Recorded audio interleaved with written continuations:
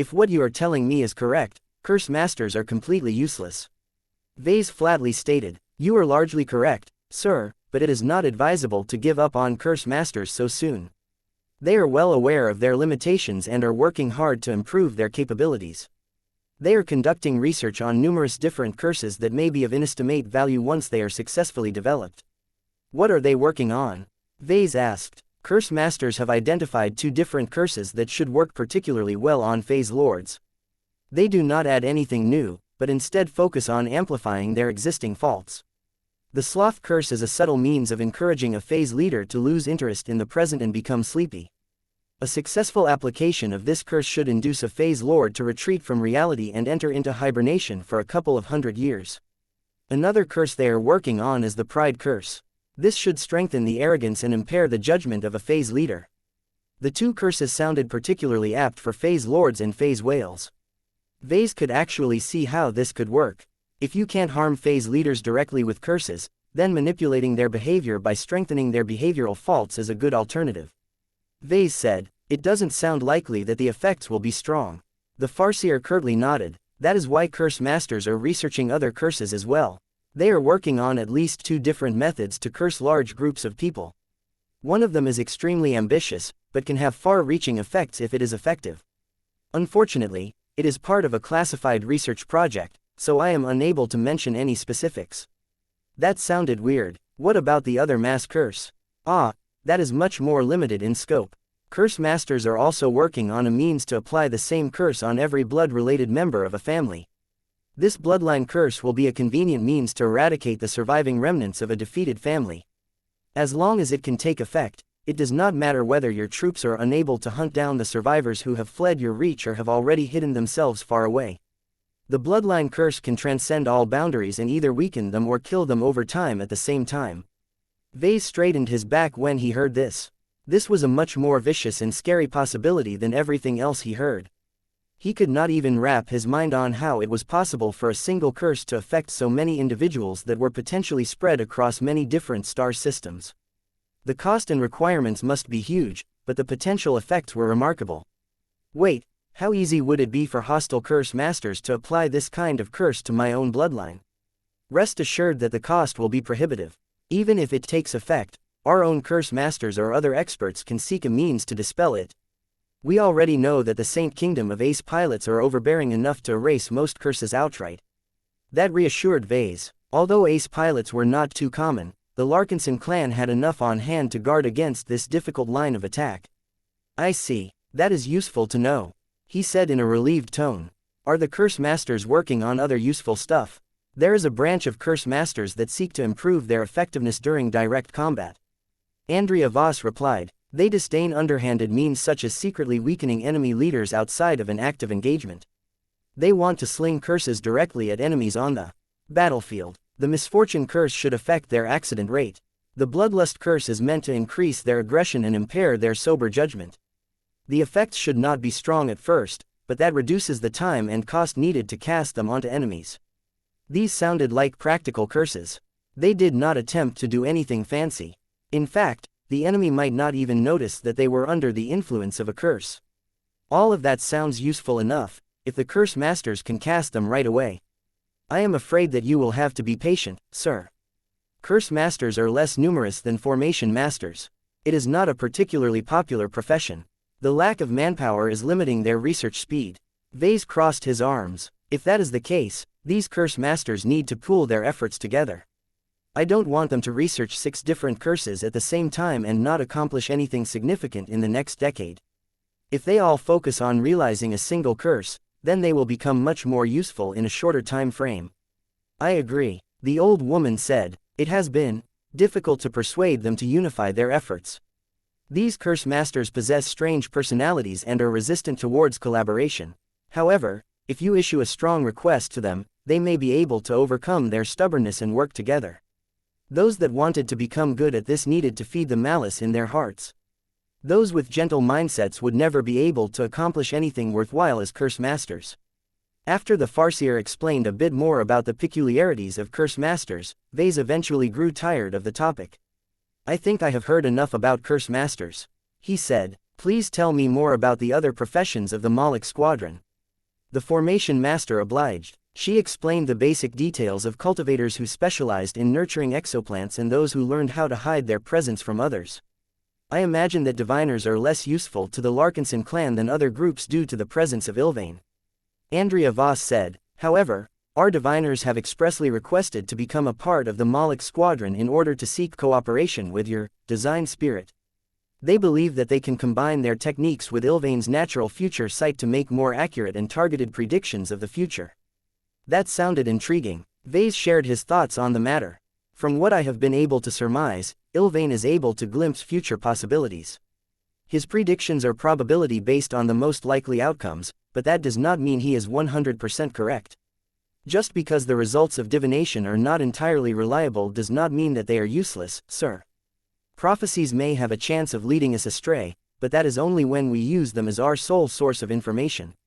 It is much more logical to treat diviners as unreliable scouts. Instead of observing potential threats at distant locations, they instead do so in distant points of time. We do not necessarily have to take their prophecies seriously. Our priority should be to verify the results of divinations with corroborating proof. The Larkinson clan already developed a similar attitude towards Ilvain's predictions, but it was not realistic to independently verify every prediction. It would be nice if we can do this, but our intelligence arm has not been able to keep up with the expansion of our clan. He told the formation master. Our ability to verify Ilvain's prophecies is not that good. Then you should borrow the intelligence-gathering prowess of the Red Collective, Professor Larkinson. The secret department should be willing to cooperate with you on account of your high station. Really, you are the chief counselor of the Upper Council. It should be your prerogative to borrow a limited amount of intelligence support from the Red Collective. Just be mindful that you will owe favors to the secret department if you persist. Chapter 6932 Ritualists. Before Ves ended his briefing session with Formation Master Andrea Voss, he finally touched upon the most problematic group of cultivators in the Mech squadron. Tell me about the so-called priests, he commanded in a serious tone. In general, our clan possesses a tolerant outlook towards religion, but that does not mean we are willing to let different faiths mess around. What sort of people are these priests, and will you be able to keep them in line? The Farseer maintained her composure, but it was clear that she was not as eager to speak about this group of subordinates. The coalition of faiths have become an important faction within the Red Collective, as you should know. The return of more openly supernatural elements has instituted a large-scale revival of faith and, dare I say, superstition. That has also led to the return and intensification of religious strife. The aforementioned coalition is only united in name. In reality, organizations such as the Diocese of New Rome and the Neo-Crescent Faith are spending an absurd amount of energy to marginalize and discredit their competition. Even when the Red War is pressing us back more than ever.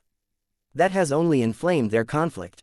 Andrea Voss shook her head and replied, they believe that their faith possesses the capacity to save red humanity. They also believe that the souls of all of the people that are dying at the hands of the native aliens risk damnation or annihilation if they are not saved. I shall not be wading into their doctrines. All you should be aware of is that religious organizations are most active during a time of crisis. Many of the priests tend to be strident. Ves frowned. Will they stir up any trouble?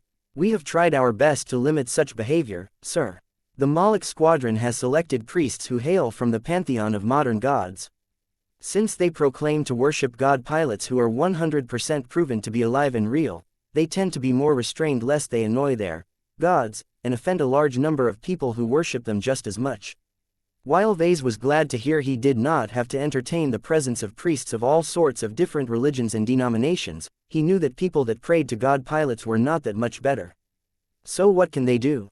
He asked. Are they even useful? They are most definitely useful. The Farseer assured him. If you are able to look past their faith, you will find that they are remarkably good ritualists. These priests have not only studied how to conduct rituals and ceremonies, but have also explored the way forward and created new means of shaping power into useful outcomes. I like to view them as free-form formation masters. Instead of relying on carefully researched and calculated chi formations, they instead manipulate energy radiation through the systematic shaping of belief. That sounded rather complicated, but Ves understood what they was trying to convey. You are saying that priests are essentially exploiting the superstition that comes from conducting fancy rituals. The Farseer nodded. Formation masters rely on formation anchors to activate carefully designed spell arrays. Ritualists rely on symbolic trinkets and pageantry to temporarily transform a group of people into formation anchors. While the effects of the latter are generally weaker, inconsistent and unstable, the error rate is much lower. These priests can therefore produce a greater variety of extraordinary effects without needing to possess thorough understanding of science. They have already proven their ability to bless soldiers with greater luck, lower fatality rate and more resilient armor. Ves grew more intrigued after hearing that. He understood now why these priests or ritualists became a part of the Mech squadron. Their consistency and reliability may be questionable, but their versatility was far greater than formation masters. Under the right circumstances, they could assist the troops of the Premier Fleet in all sorts of useful ways. Since there are priests of the PMG in the Mech squadron, can they draw upon the power of god pilots? Andrea Voss nodded. Yes, but only a handful have proven the capacity to do so. Every temple is a separate institution, and every god pilot of the Red Ocean harbors a different attitude towards the practice of worship. No one dares to question the god pilots directly about their stances, and none of them have published any official statements. I believe that this is for the best, as their own flock might not be able to accept the truth. For now, I can tell you that the huntsman and the destroyer of worlds respond most actively to rituals that call upon their blessings. That made sense. The huntsman had been a step ahead of the rest and quickly raised the hunting association to prominence. Although the powerful sect possessed a lot of secular responsibilities, it undoubtedly turned every hunter into a lackey and a worshipper of the huntsman. The mythical hunter's code had become the holy Bible of all hunters. Each time they sacrificed a part of their spoils through a ritual, the huntsman devoured the organic remains of defeated prey and rewarded the hunters with controlled infusions of strength. Ves actually admired the huntsman for taking such a professional and systematic approach to his own deification. The god pilot eschewed the typical trappings of ego stroking and make-up superstition and turned the act of worshipping him into transactional relationships. It was precisely because the huntsman accepted their sacrifices and showered them with permanent life-changing blessings that their faith had become unshakable. 1410 Of course, that did not stop the hunters from literally worshipping him as their god and savior. The Temple of Destruction was not as prominent and high-profile as the Hunting Association. However, now that the Destroyer of Worlds came into contact with the Oblivion Empress and learned a thing or two about deity cultivation, she most definitely developed a strong interest in growing her own cult. Ves had not paid attention to this, but he was aware that she yearned for the power to protect everyone against the overwhelming threat of a hostile god king, and was not particularly picky about the method. So what kind of blessings can the different priests perform? You should be able to guess that yourself, Professor Larkinson. The priests of the Temple of Destruction are able to perform temporary blessings that enhance the damage inflicted by most weapons. The priests of the Temple of the First Flame are not only good at calling down blessings that can increase the effectiveness of energy or explosive weapons, but can also apply blessings that protect mechs against the damage inflicted by them. The priests of the Temple of Light are not good at applying blessings that can significantly improve the performance of laser weapons. They can also help mechs traverse faster. In order to realize these blessings, the priests had to perform rituals centered around the god pilots they worshipped. No matter whether the god pilot actively responded to their prayers or not, the priests had to stick to the themes that corresponded to their temples. It made little sense to pray for a blessing related to healing from a god pilot like the Destroyer of Worlds. Their blessings are all temporary in nature, but they can be applied on a large number of mechs or mech pilots depending on the scale of the ceremonies. The Farseer explained, the more elaborate and effective the rituals are usually costly because they rely on sacrifices to enhance the outcomes. Our general understanding of sacrifices is still relatively poor, so the actual results vary considerably. You should not count on the ritualists to produce stable blessings. She deliberately mentioned that in order to separate formation masters from ritualists. Her underlying message was that if Ves wanted consistency, he should rely as much on chi formations as possible. The meeting finally came to an end. Though Ves still had much to learn about the Mech squadron, he already received the most essential information. He could leave the rest to the Saint Commander and other military leaders, as it was their job to consider how to integrate the new capabilities in their strategies. Do you have any specific requests while your Mech squadron settles into the Blue Jay fleet? Ves asked at the end. The old formation master paused for a moment before she decided to voice a request. We understand that your children possess strong gifts. Their strengths should be nurtured. We would be happy to tutor them in our arts. Ves already thought about that. My second daughter Andraste is already learning reformed swordsmanship from the sword maidens. My son is too young at the moment, but I wouldn't be surprised if he chose to follow the footsteps of his parents and become a mech designer. My oldest daughter may have a need for your services. Her 10th birthday is coming up. No matter whether she has the genetic aptitude to pilot mechs, she has already shown a strong inclination in chi cultivation. She or her companion spirit should master at least one cultivator profession. I will leave that decision up to her. She doesn't need her father to tell her what she must become. From what I have seen so far, she has developed a penchant for taming cats. Perhaps she can learn how to tame wild exo beasts in the future. Andrea Voss frowned at that. The Moloch Squadron does not have a cultivator that specializes in beast taming. The Hunting Association may have conducted research in this, but I do not imagine that this is a priority to the hunters. I see. Well, I am sure we can figure it out ourselves. Ves shrugged. Is that all, sir? Yes. Wait, I almost forgot to inquire about this matter.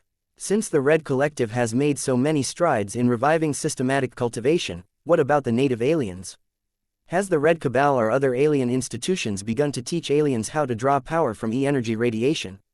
The Farseer's expression hardened. That is a good question, sir. The native aliens are not blind. They know about the Red Collective and have a basic understanding of what we have accomplished. The cosmopolitan movement has suffered major setbacks in human space, but it still has enough eyes and ears in our society to take our work seriously. It is almost certain that the cosmopolitans are attempting to adapt systematic cultivation to the major races of the Red Ocean. Are the aliens receptive to their teachings? I do not have enough information. The Second Department may know more, but you should inquire this yourself. The native aliens may initially be repellent towards the foreign teachings, but once they become aware of the potential of harnessing the power of E-energy radiation, they will not be able to stop themselves. Even if the native aliens cannot directly practice our human-specific cultivation methods, they can take inspiration from the source material and develop their own framework. This is bound to take several years, but once they have completed it, I predict we shall encounter serious alien cultivators in greater numbers. The worst-case scenario is if their phase leaders have actively embraced chi cultivation. That would be a nightmare scenario. Phase lords and phase whales were already ridiculously strong in body. If it was possible for them to practice chi cultivation, they would definitely become a lot smarter and more cunning. This meant that they would become a lot harder to defeat in the future. Chapter 6933 Peeping Attempt. While the Moloch Squadron began to integrate into the Blue Jay fleet, the final piece of the puzzle had finally arrived. The Larkinson Biotech Institute dispatched a transport vessel under escort. The starship carried extremely important cargo that had great implications for the patriarch of the Larkinson clan. When the containers carefully arrived on the surface, they went through multiple rounds of inspection and examination. The accompanying biotech experts hailing from the Dragon's Den along with the ones hired by Premier Branch both worked together to fulfill their responsibilities as seriously as possible. They could not afford to make any mistakes when it came to preparing the recently grown and optimized phase water organs for implantation. The practice of developing, growing and implanting phase water organs into the bodies of phase lords was nothing special to the native aliens of the Red Ocean. The phase whales along with the other major races performed this process many times in the last million years or so. Every race had developed their own understanding of phase water organs and how to integrate them in the bodies of their native gods. The advantage that red humans enjoyed as latecomers was that they could steal the knowledge of their alien adversaries and replicate all of their best practices. There was a huge list of do's and don'ts that happened to be fairly universal among the races. Unfortunately, there were also steps that needed to be tailored for each individual race. Since human phase lords were still a new phenomenon, the biotech experts all had to tread new ground and develop new solutions. It would have been extremely helpful for the Larkinson Biotech Institute to work together with the Phase Lord Department of the Red Collective, but Ves rejected this option. The LBI needed to be able to figure this stuff out on its own. His clan couldn't keep relying on the Red 3 for handouts. The Larkinson clan already developed far too many dependency relationships with third parties for his liking. Since the LBI scientists had to rely on their own work and efforts to prepare all of the phase water organs, they came under immense pressure. They needed to complete the implantation surgery in the most perfect way possible in order to prove their competence and fulfill the expectations of their patriarch. The Larkinson Biotech Institute had risen to become one of the most important R&D arms of the Larkinson clan. Only the Tea Institute could rival it in importance and prestige. The biotechs did not want to lose out to the cultivation scientists. Only by proving that their biological mastery could deliver a huge amount of value to the Larkinson clan would their patriarch continue to channel generous amounts of funding and resources to their institute. As life became increasingly more difficult for humans in the Red Ocean, it became harder to secure high-quality resources from different regions. Not just the LBI, but every other organization needed to tighten its belt and cut down on expenses. If Ves thought that the LBI was no longer worth the huge amount of investment, then its researchers would no longer be able to study so much interesting organic phenomena. It was for this reason and more that Vice Director Maria Absalon personally accompanied the transport vessel and constantly monitored the health and condition of all of the phase water organs. She had also chosen to join the team that was responsible for performing the serial implantations. The premier branch had already prepared the operating theater in advance. The Larkinsons had bought out an empty piece of terrain in an undeveloped region of New Constantinople 8 before erecting a large underground structure. They installed considerable defensive facilities and also stationed 200 mechs of the premier mechs in the region. St. Dice and the First Sword Mark IV also transferred over the underground facility. The combination served as an excellent guard and deterrent. They could also rely on their powerful Saint Kingdom to protect the vital phase water organs against any form of tampering.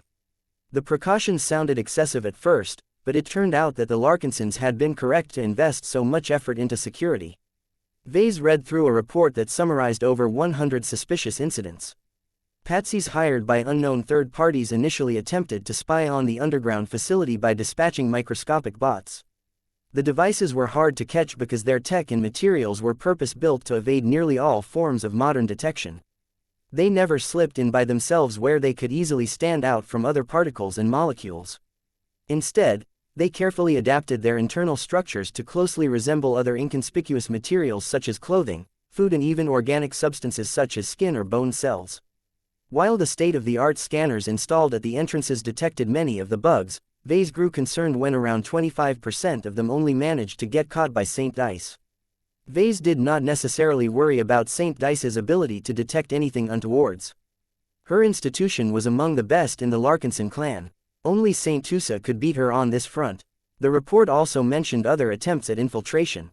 From bribing personnel to using a long-range scanner that was good at penetrating through soil and metal barriers, it became clear that an awful lot of parties had developed an interest in the upcoming implantation surgery. That was concerning news. The Larkinsons had implemented heavy security measures, and they did not hide the deployment of a powerful superdimensional ace mech. Both humans and aliens should be highly familiar with the powerful capabilities of a Saint Kingdom. The fact that unknown groups still tried to spy on the facility where the surgery would take place was an ominous sign. Ves recalled the last time when he got threatened despite all of the safeguards put into place. For whatever reason, his own implant surgeon tried to mess up his brain. The incident with Dr. Lupo Guernica taught Ves a valuable lesson about taking security lightly and overlooking security vulnerabilities. Still, the premier branch made much more extensive preparations this time. The Devos ancient clan had also been notified and provided additional assistance and support to keep the region free from intruders. Ves still had a bad feeling about this, though. There was one mention in the report that particularly sounded concerning. He decided to summon the Farseer to his new office within the tortuous scream in order to discuss this in person. "Good afternoon, Professor. Good afternoon. Please take a seat. I am sure you have read this report as well. Have you been able to confirm that St. Dice's weird peeping sensation corresponds to a scrying attempt by a third party?" The older woman's expression hardened. "I have. The signs are subtle, but I know my craft well. Enough to detect the traces of a scrying technique even when the individual responsible for performing it has already stopped. I am afraid that I must disappoint you, sir. I am not yet able to do so ex post facto. I must be present and ready to perform counter-scrying to follow the thread to its source and capture a visual image of the opposing scryer with my astral mirror." In hindsight, it was a mistake not to station Andrea Voss in the vicinity of the underground operating facility. It had also been a mistake not to apply anti-scrying measures at the facility. Saint Commander Casella Ingvar and Vice Director Maria Absalon had devised the security plan before the arrival of the Moloch squadron. Even if they knew that the collies could introduce their own security measures, the urgency did not seem great at the time because of the presence of an ace mech. While Saint Dice was so strong that she had easily managed to crush the tentative scrying attempt, her brute force lacked the sophistication needed to trace back the connection to its source. This was where a subtle and more versatile chi cultivator could produce better results. Let's talk about who may be responsible. Ves moved on. I do not believe that scrying has become a common capability. Are there many cultivators within the Red Collective that can glimpse stuff from afar? I know of dozens of formation masters that can perform techniques similar to the one that tried and failed to monitor the underground facility. Each of them are potential suspects, but I do not have any further data that can help me narrow down the list of names. They may not necessarily be formation masters. Can others perform scrying without relying on chi formations? Andrea Voss nodded. Priests or ritualists that I have spoken about during our initial meeting may be able to see past walls and obstacles over greater distances. Their scrying attempts are much less stable and effective. The maximum range is small and the failure rate is high. It is also more sensitive towards interference. In my professional judgment, the possibility that cultivators other than formation masters are responsible for this attempted breach is low, but not zero. I have my ideas, sir, but I do not dare to trust my judgment on this matter. The names that bear the most suspicion in my eyes may actually be decoys deliberately set up by the true mastermind. It is taboo for scryers such as myself to form reckless conclusions without verifying every source of data to the best possible extent. Any false suggestion can lead to a chain of suspicion that can condemn innocent people to crimes they did not commit. I see, Ves said. Is there a possibility that the person who attempted to scry the underground facility is not a member of the Red Collective? Andrea paused for a few seconds before she issued a careful response. It is possible. The legacy of formation masters is extensive. There are relatively many old sources available to us. The cultivation method department has done an excellent job of translating, summarizing, modernizing and optimizing them all. We have extensive records of who is able to access the curated chi cultivation methods, and we are pretty certain that none of them have violated the safeguards against unauthorized leaking.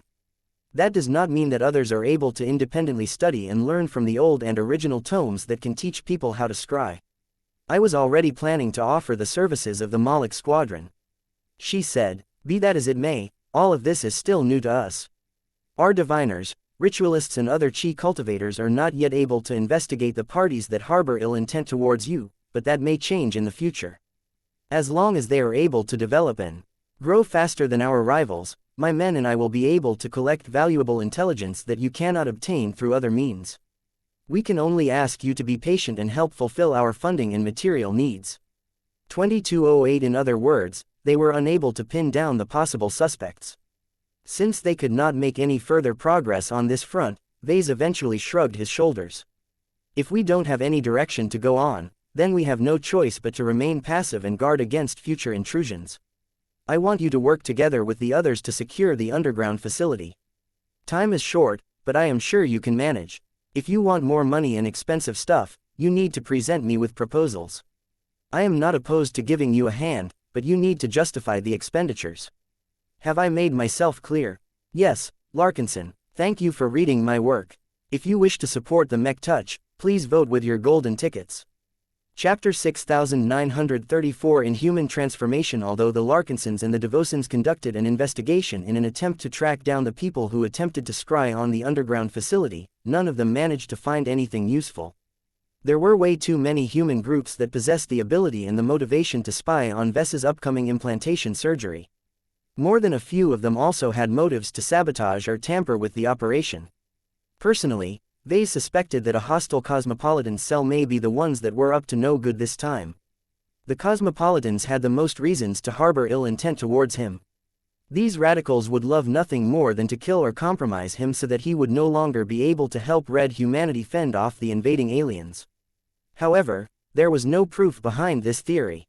Ves could not simply default to this explanation just because it sounded convenient to him. The Cosmopolitans had undeniably committed a lot of sins, but they were not responsible for every misdeed committed against humans. Ves also had to take into account the possibility that the native aliens pulled off the mischief themselves. The Archi were famed for sneaking into human space. Their archships predominantly remained under permanent stealth in order to keep an eye on every move that human forces were making. However, it was not unheard of for the Archi to forego the need for absolute secrecy and take direct action in order to complete an important operation. Ves could only hope that Saint Commander Casella Ingvar remained on guard and that her large command field was sensitive enough to detect the approach of any archships in stealth. As the day of the operation arrived, Ves briefly said goodbye to his wife and children before making his way to the underground operation facility. "It will be okay, Ves," Gloriana said as she caressed his cheek. "Everyone is taking so many precautions that virtually nobody is able to get past the security perimeters without getting caught. The First Sword Mark III and the Minerva Mark II alone can shut down most attempts to disrupt the implantation surgery. The Black Lord is already remaining on standby up in orbit. I know, but I can't help but worry. This operation is really big. I don't know how long it will last. Even if I am able to remain conscious and rely on my companion spirit to stand guard, it doesn't change the fact that my true body needs to be cut open. I will be in my most vulnerable state in years. You are worrying too much. Trust in your protectors. They know what they are doing, and you have given them plenty of reminders. With all of the security arrangements you have made, I cannot imagine that anyone would be crazy enough to follow through with an attack." She was right. The presence of a superdimensional ace mech alone should scare off anyone no matter how insane they may be. Ves definitely suspected that there were cosmopolitans and other enemies in the shadows that originally planned to conduct sabotage, but the sheer amount of safety measures should have convinced them that it was better to remain on standby. Ves tried his best to throw his concerns out of his mind and focus on what was important. As he finally made his way over the underground facility, he soon entered a large and completely sterile white chamber. A Phase Lord-sized operating table had already been prepared in advance. Ves began to shed his clothes and equipment before donning a nanosuit before unfolding his true body.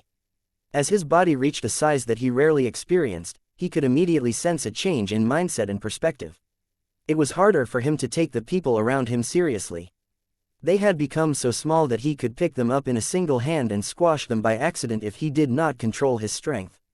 Every Phase Lord and Phase Whale probably developed a degree of contempt towards those who were not able to grow to their stature.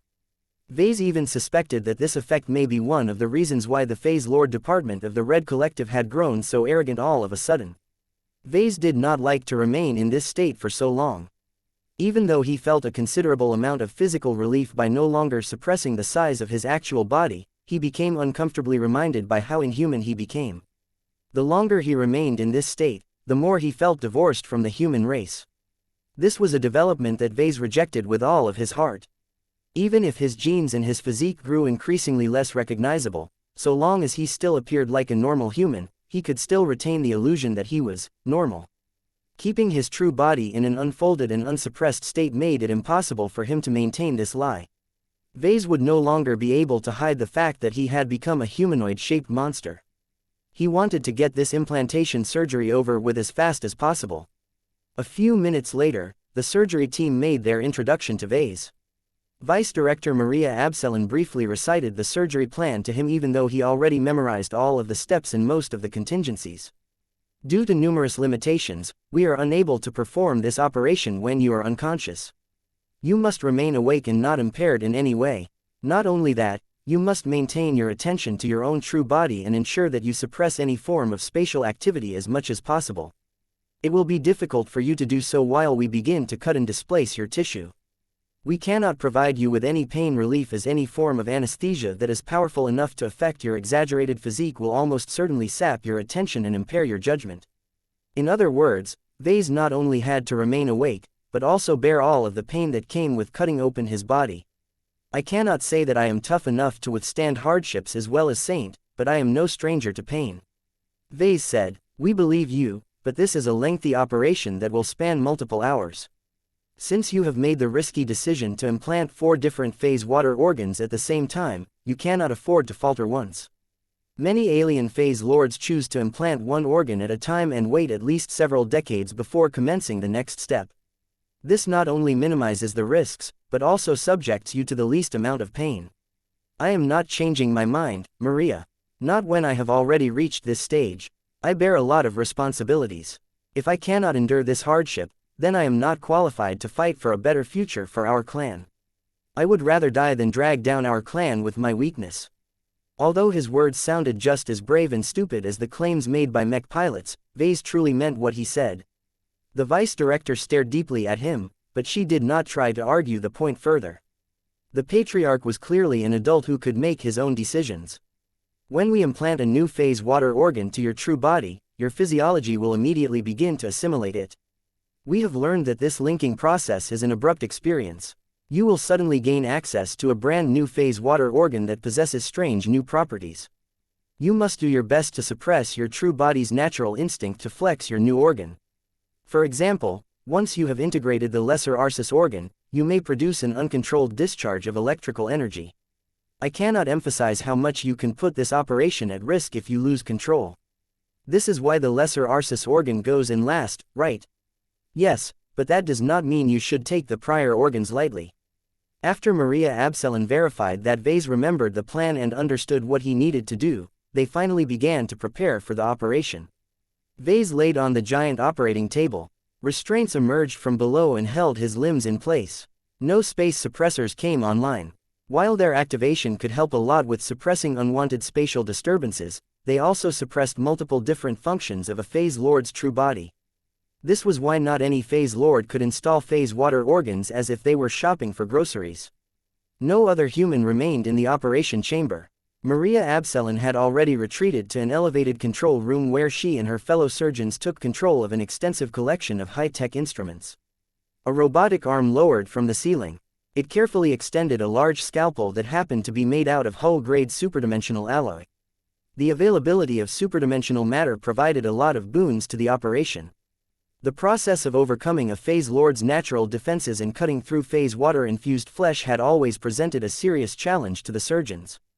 However, as soon as the mid-grade superdimensional scalpel began to cut through Ves's enormous belly, it parted through the organic layers like a hot knife through butter. Ves experienced less pain than he thought, but he did not forget his assignment and tried his best to minimize the bleeding caused by the expanding cut.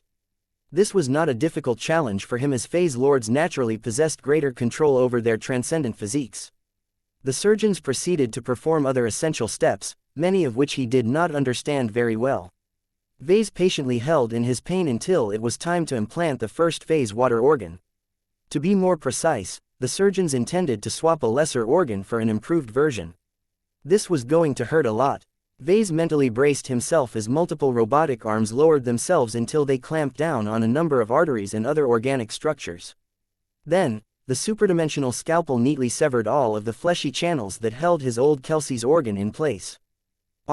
Ves immediately experienced a huge spike of pain as he not only lost an essential phase water organ, but also lost a core capability. The Kelsey's organ was responsible for projecting a highly protective spatial barrier around his body. The surgeons did not wait to observe how Ves coped with the pain, but immediately commenced the next step. A larger, more reinforced and more sophisticated version of the same phase water organ quickly entered his body. Ves suddenly felt as if he regained control over a limb that he had just lost. The problem was that the new limb was a lot stronger than usual. Alarms began to sound as many sensors detected that Ves was unable to suppress the activation of the Kelsey's organ. Sir. Ves gritted his teeth and did his best to suppress his true body from wildly activating the new Kelsey's organ. Even though it felt enormously tempting for him to unleash the power of his new phase water organ and test how much stronger his spatial barrier had become, Ves practically channeled a mind of steel as he forced himself to set aside his excitement. It worked. Ves was able to exert enough discipline to keep himself under control, if only barely. Good. Now that you have proven the capacity to suppress your reactions once, you can do so again. Maria Absalon transmitted from the speakers. They moved on with implanting the Divner organ next. There was no need to cut away any existing organs. The challenge with connecting the Dufner organ to Ves's true body was that he had gained a completely new and exotic spatial ability. Ves became so overtaken by the alien sensations transmitted by the newly implanted Divner organ that his blood surged faster through his veins. Chapter 6935 Facewater Organ Cartel. Facewater Organ Cartel. So far, so good. The implantation surgery proceeded within expectations. Even if the surgeons encountered a few oddities inside Ves's enormous true body, the deviations did not affect their overall plan. The only major concern they had to worry about was whether their actions caused so much pain and disruption that Ves lost control over his own body. After all, the process of cutting open his body, displacing existing organs while trying to put in foreign organs was an inherently traumatic experience for almost every organic life form. While it was true that phase lords gained inherently stronger compatibility to all of these potentially damaging steps, none of them could become completely immune to these events.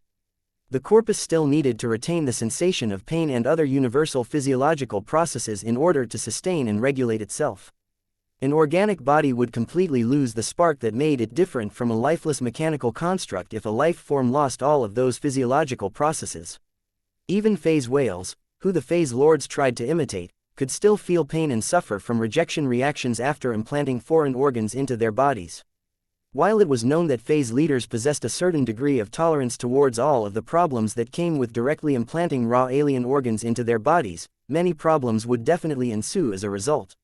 Only the passage of time or targeted remedies could suppress the sequelae born from all of these crude and dangerous operations. This was the situation that many phase lords faced.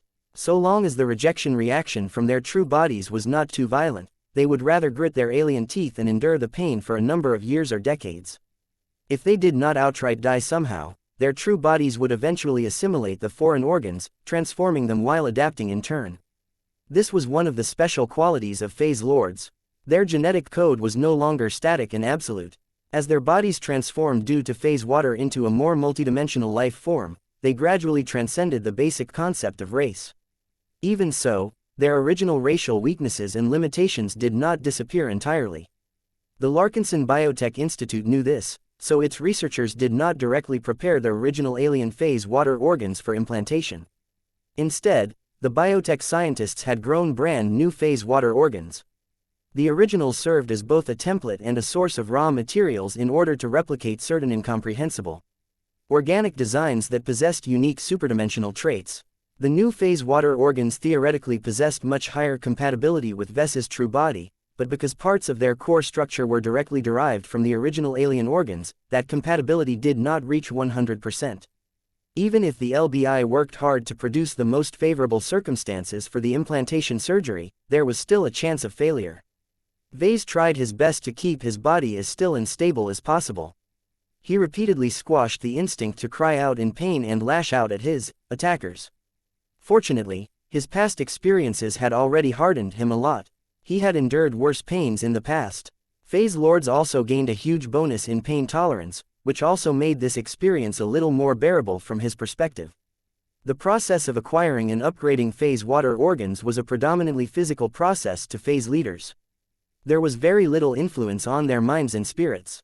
The incorporeal changes that arose from the addition of powerful new phase water organs was subtle, at least at first. As Ves could feel his body changing in real time, he began to imagine what sort of powers and abilities he could exert after he recovered. The enhanced Kelsey's organ brought about the least disruptive changes. It was simply an upgraded and more advanced version of one of the basic three-phase water organs that every phase leader possessed. Nonetheless, the importance of having stronger spatial barriers could not be overstated. One of the reasons why it was the first to be put inside his body was not just because it was a familiar phase water organ, but it was definitely the most essential. The implantation of the other phase water organs was not as important in comparison. Ves would suffer a loss if they had to be removed due to unforeseen complications, but it was not that big of a loss in the greater scheme of things. However, it was much more important that Ves was able to protect himself better. Even if his true body grew larger whenever his phase water concentration rose, it would only turn him into a bigger target if he did not acquire additional defensive measures. The upgraded lesser Kelsey's organ should last him for a long time. While it was not as strong and advanced as greater phase water organs, its size was not as exaggerated. Even if Ves acquired a greater phase water organ, it would take a lot more time and effort for the biotech scientists to derive a lesser variant that was compact enough to fit inside Ves's true body. After all, it was impossible for the current state of his true body to accommodate gigantic phase water organs that happened to be larger than entire cities. In any case, as the new Kelsey's organ settled in, Ves already began to acclimate himself to it despite his wishes. He wanted to wait until the surgery had reached its conclusion before he wanted to explore his new capabilities, but his true body did not have the patience to wait.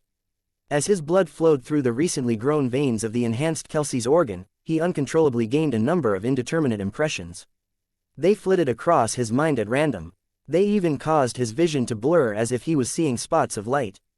Ves vaguely felt as if he was able to project a much stronger spatial barrier than before. He also knew that it could resist physical attacks a lot better than others.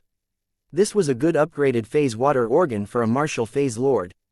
The added resistance against physical damage was tailor-made to resist other large melee combatants.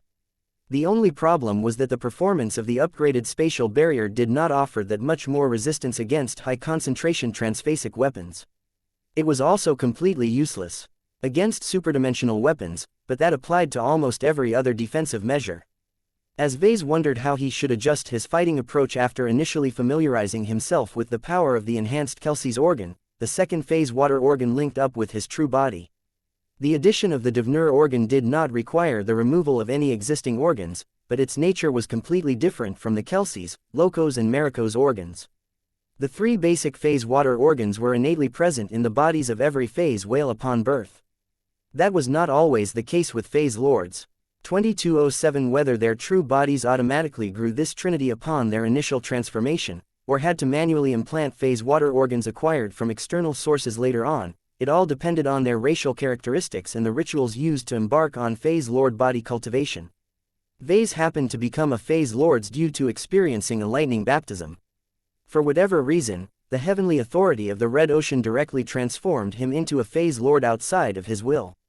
While the transformation was not fancy, it happened to be correct and complete. This was also why the Red Association and eventually the phase lord department of the Red Collective treated him as an indispensable research subject. They all figured out that Ves served as a ready-made blueprint on how to transform humans into phase lords. The phase water organs that Ves received in the process were all as standard as far as phase leaders were concerned.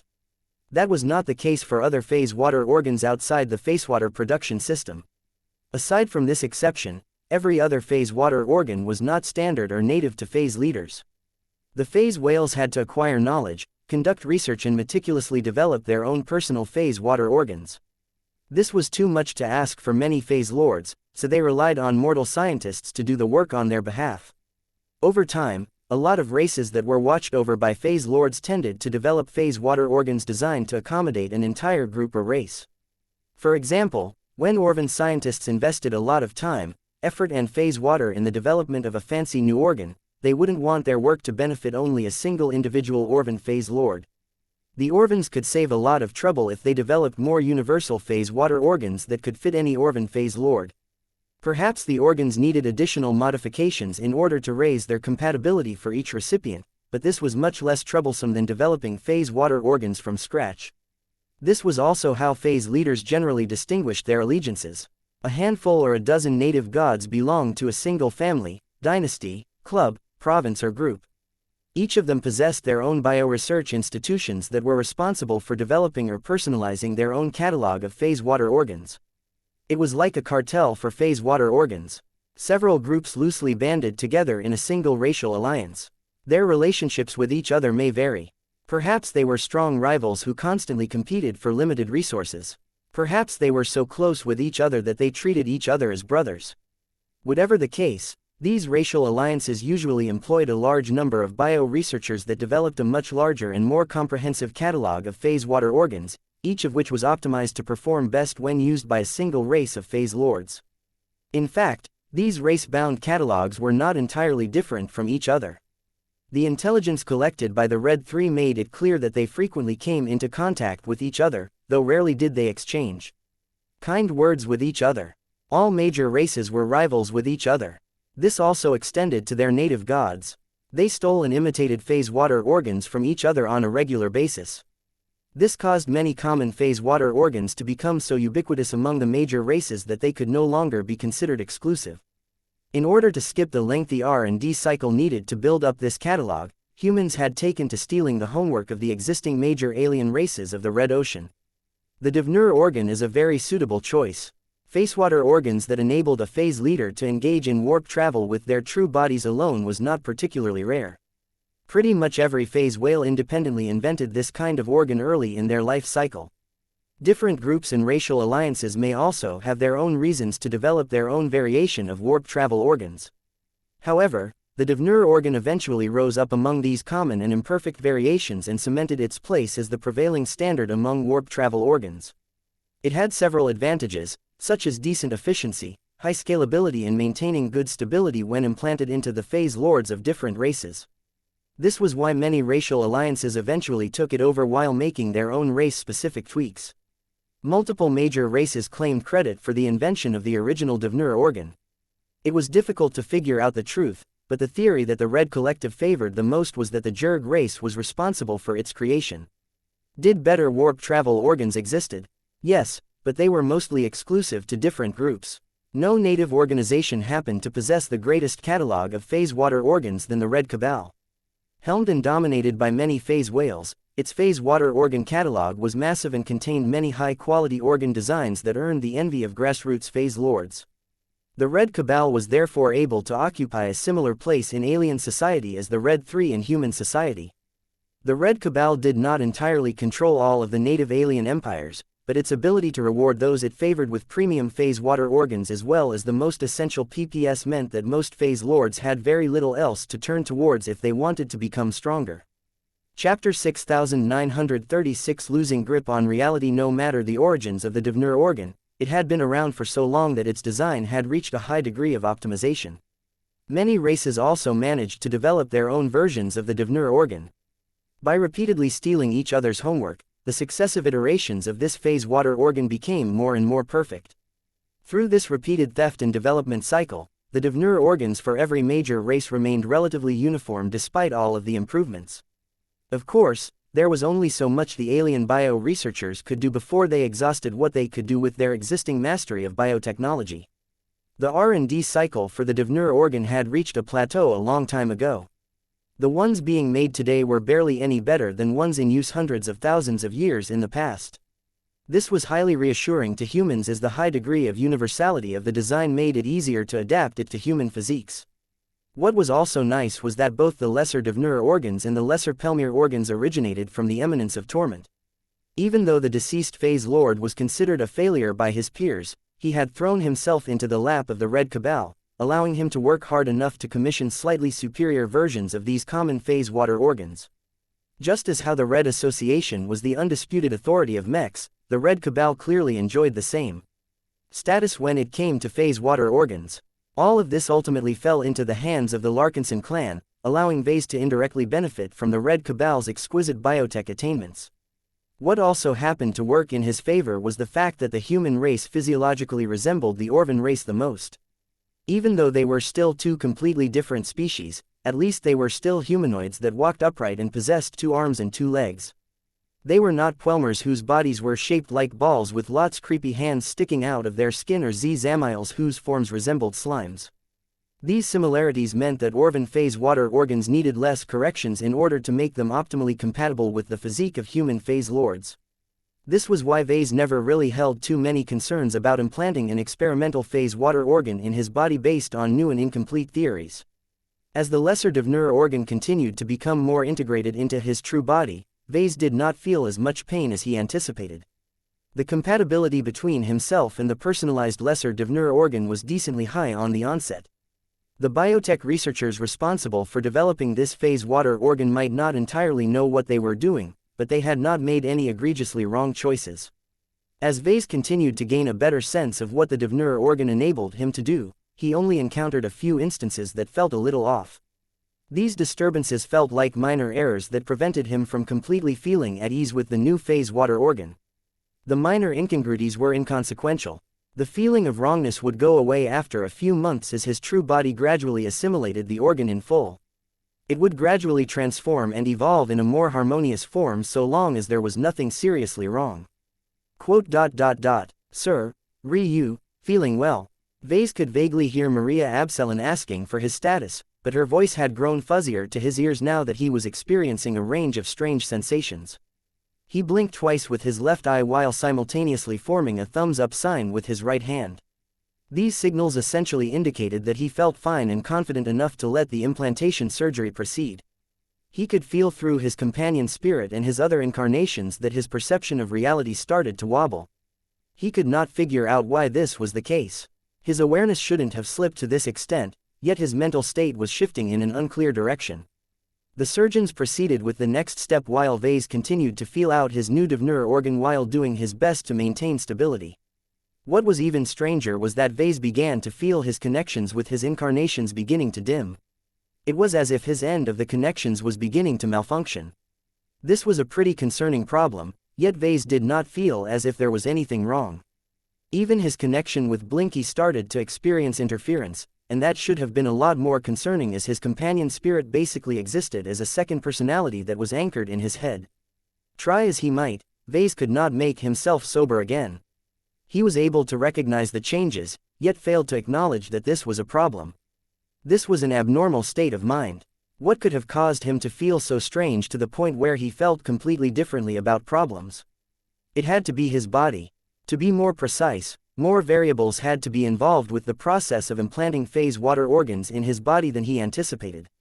The moment his body connected to a brand new Divner organ, Ves took another step further to the path of ascending to godhood by developing a superdimensional physical form. Now that he thought about it, this process possessed a ritualistic angle that he had failed to recognize. Ves did not forget that many aliens relied on rituals to fuel their initial transformations into phase lords. They also had the habit of mystifying the process of implanting new phase water organs.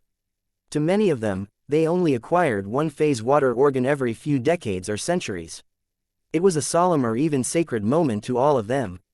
Since these life-changing events happened so infrequently, a lot of alien races developed their own assumptions and superstitions about the implantation processes. At the very least, a lot of alien races believed that as long as they followed the correct traditions, the probability that the phase lords would get along with their new organs would increase.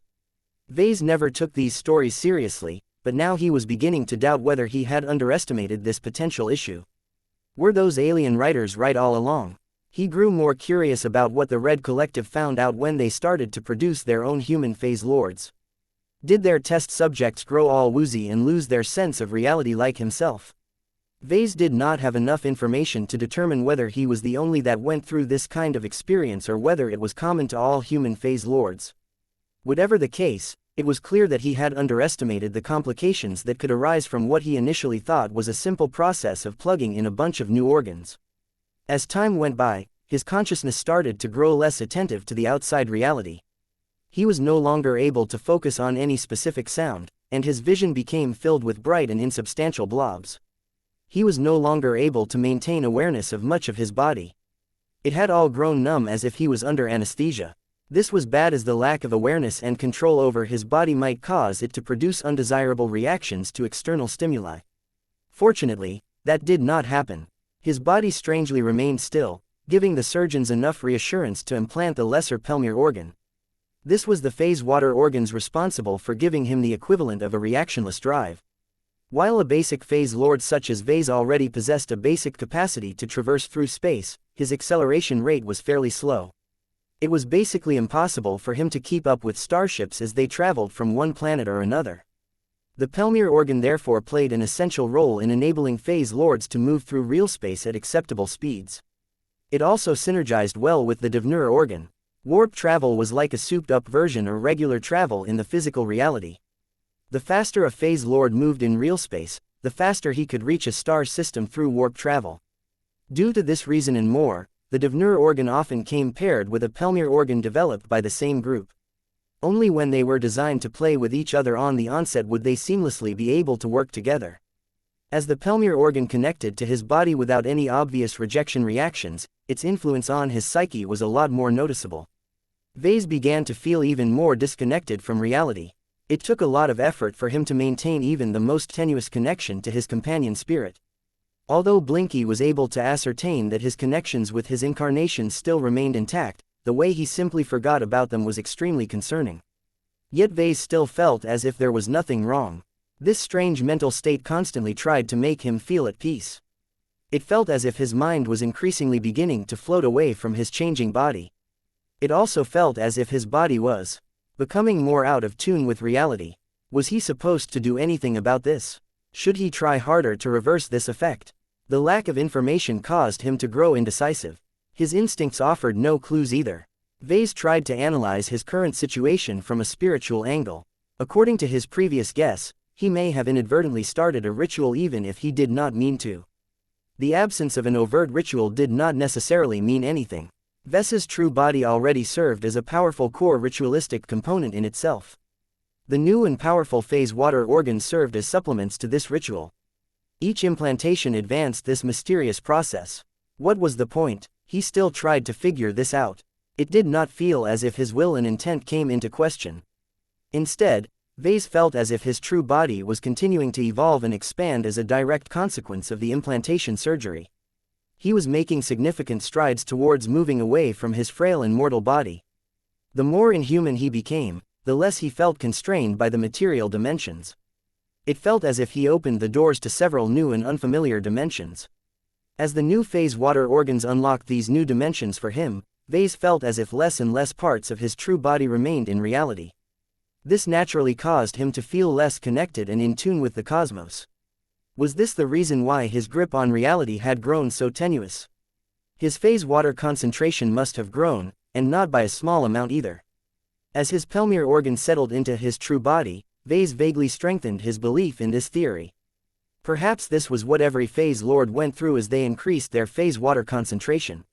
Not only did they grow larger, but a greater share of their body mass began to shift into new and unfamiliar dimensions. It would explain how his true body did not grow further despite the considerable increase in phase water concentration. This also faintly made him aware that other dangers might occur. It was common sense among the alien phase lords that they should always strive to perform implantation surgeries at their greatest possible size. The records that Ves had access to never explained why this rule existed, but he could make a number of guesses. Right now, Ves was most afraid of a mismatch in sizes. The new phase water organs were tailored to him at his current size. If he suddenly grew twice as big, the phase water organs become comparatively smaller, which could produce all sorts of problems. Ves was slightly afraid that his organs might rupture once he grew to his new size.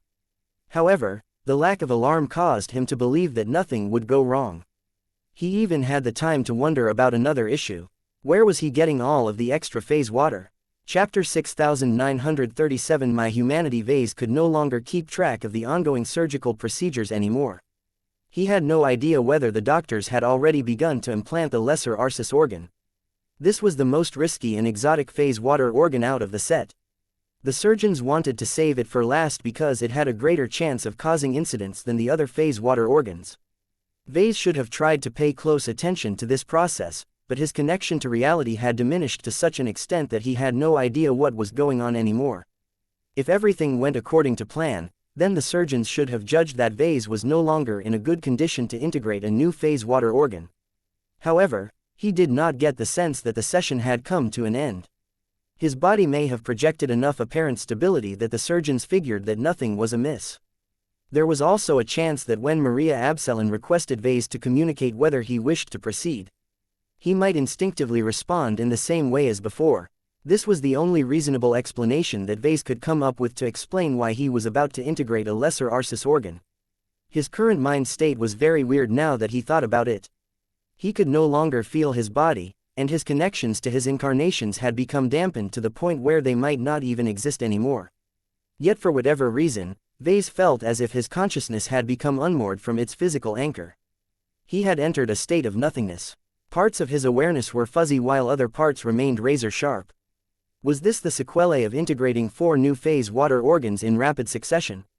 Ves had severely underestimated the dangers of what should have been a relatively straightforward physical operation. He still hadn't figured out for certain whether his body's phase water concentration spontaneously increased, and where all of the phase water was coming from. His body couldn't have possibly spawned it directly since he was still lacking a phase water production system. Did it come from an external source? Impossible. He may have been paying less attention to the environment as time went by, but he was pretty sure he did not attract another lightning tribulation this time. Yet he still felt quite certain that his true body had grown while simultaneously experiencing an increase in phase water concentration. This meant that he had to have gained a huge amount of phase water given the scale of physical growth. It was a good thing that Ves and the design department had yet to complete the Defiled Light project and the rest of his Phase Lord gear. He would have hated it if he completed the design and fabrication of his personalized gear, only to learn that he needed to scale them up by 30%, 50% or even 100%. If his true body continued to grow in size with the insertion of every new phase water organ, then it became even more important for him to ensure his combat equipment could easily be resized. If Ves still had control over his true body, he would have scowled by this time. He truly did not like it when these unforeseen complications occurred. He was no stranger to variables, but he preferred that they happened within the range of his expectations. What now? Ves did not even know how much time had passed. His perception of time had blurred, just like the rest of reality. He had lost his frame of reference. He should have felt worried or afraid about his increasing detachment to everything. It was as if his liberation from his body caused him to care less about reality. After all, it was hard for him to muster up his feelings for a dwarf galaxy that seemed to move further and further away from his own reality. This was wrong. Ves tried his best to convince himself that it was normal for him to feel this way, but it was an uphill battle. He lacked the extraordinary willpower that could reshape reality around him. He felt as if he had fallen victim to an unknown phenomenon that was greater than he anticipated. What was happening? Though Ves was not able to muster up any sense of alarm or concern about his abnormal state of mind, he at least managed to direct his thoughts in the right direction by feeding into his curiosity. Whatever targeted him may be able to remove his fears and concerns, but it could not repress the infinite curiosity in his heart. As a mech designer, Ves always sought to explore new territory and break new ground. It was baked into his approach towards mech design. The moment he gave up on exploring novelty was the moment he lost his passion for his profession. Though Ves still found it difficult to develop an interest in his strange state, his boundless curiosity and desire to obtain answers prompted him to think about his situation from a different angle. He quickly formulated a few assumptions. First, the implantation surgery unknowingly initiated a ritual of evolution. Second, he was being subjected to an unknown effect that separated his consciousness from his body. Third, not a single violent lightning tribulation rained down on his body. Fourth, tribulation events did not always manifest in the form of lightning and thunder. They could also take on different forms in order to challenge a cultivator in various different ways to test if they were truly worthy to wield a new level of strength. When Ves gathered all of these clues together, he came up with an improbable but realistic-sounding possibility that they had already become entangled with a tribulation. It was this time the tribulation did not test his ability to withstand storms, but instead sought to challenge him on a mental basis. Ves thought that made sense. To use a standard lightning tribulation on a phase lord was not a challenge to this ilk, was a complete waste in his opinion. Only by targeting the cultivator's weaknesses would it become more effective at testing one's piety and commitment. Since Ves was undergoing a major physical transformation, it should be logical that those who transformed to the new race would first experience a test on their mind and spirit.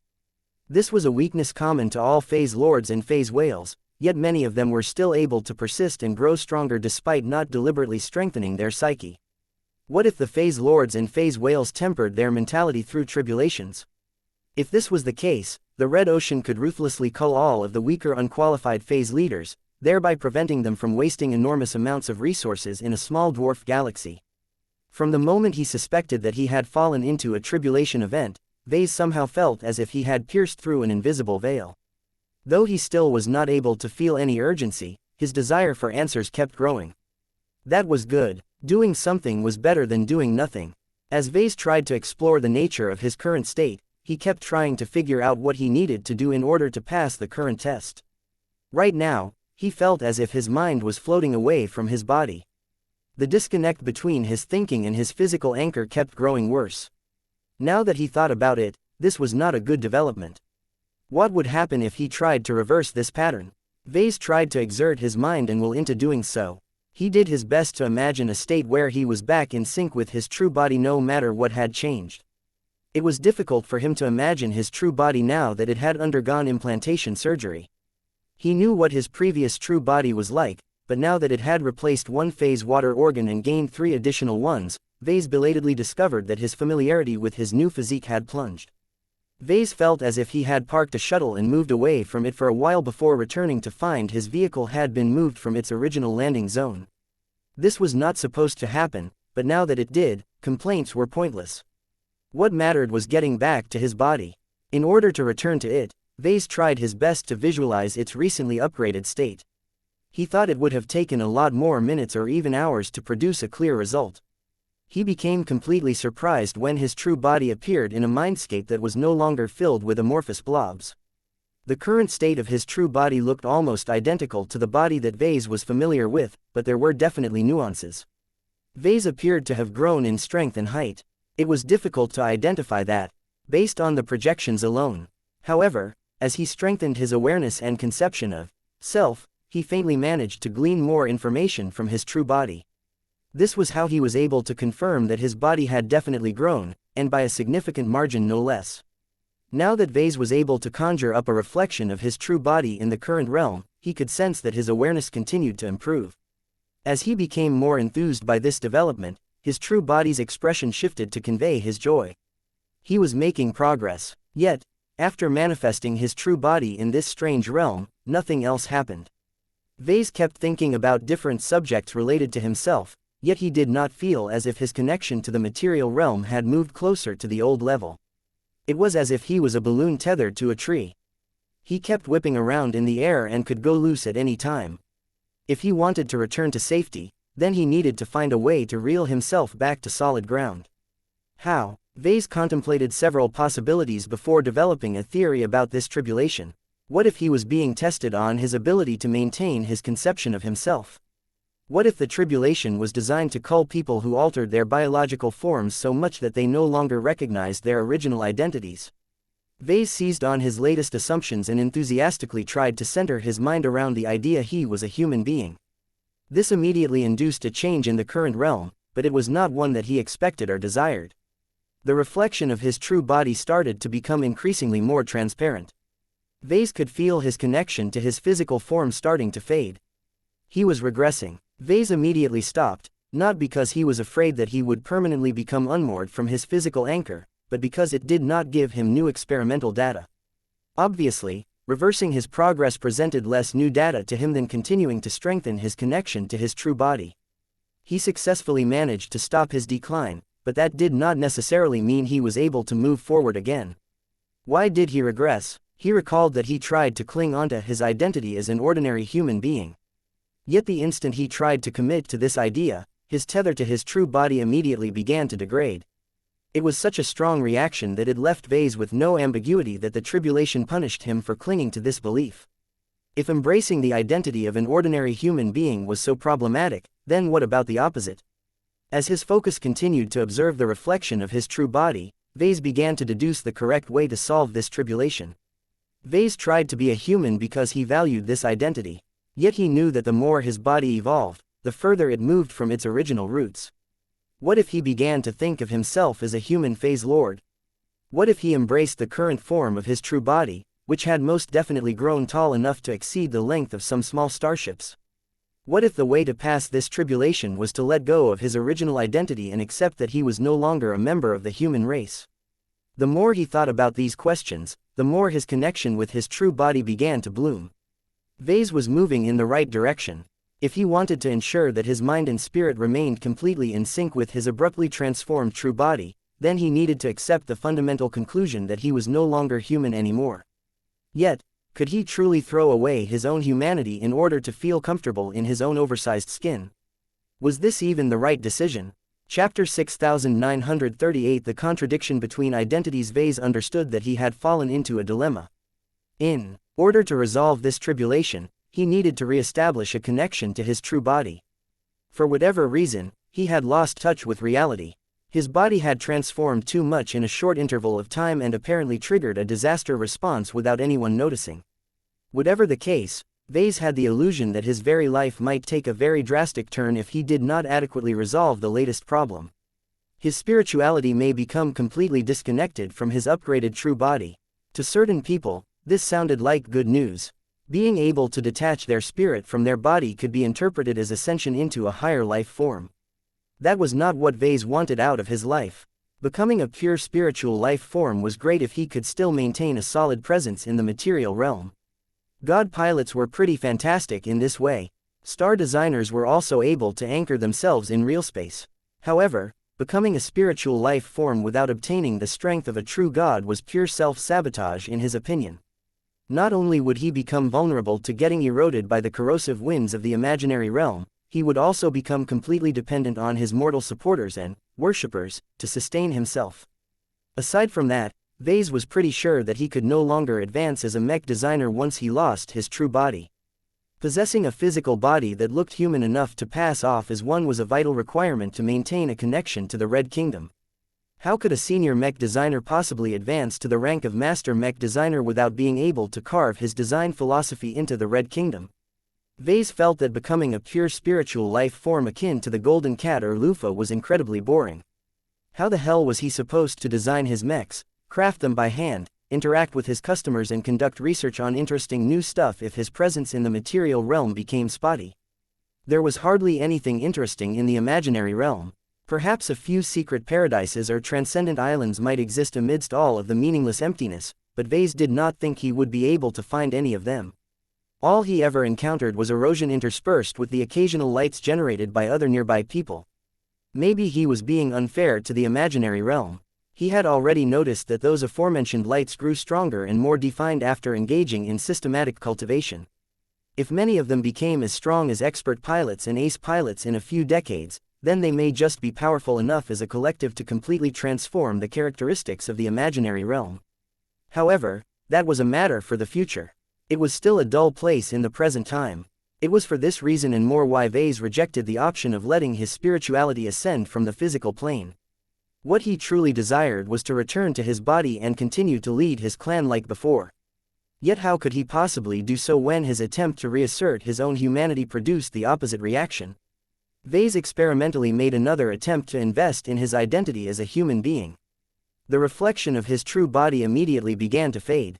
There was no delay or ambiguity in this reaction. The more Ves insisted he was human, the more he compromised his tether to his true body.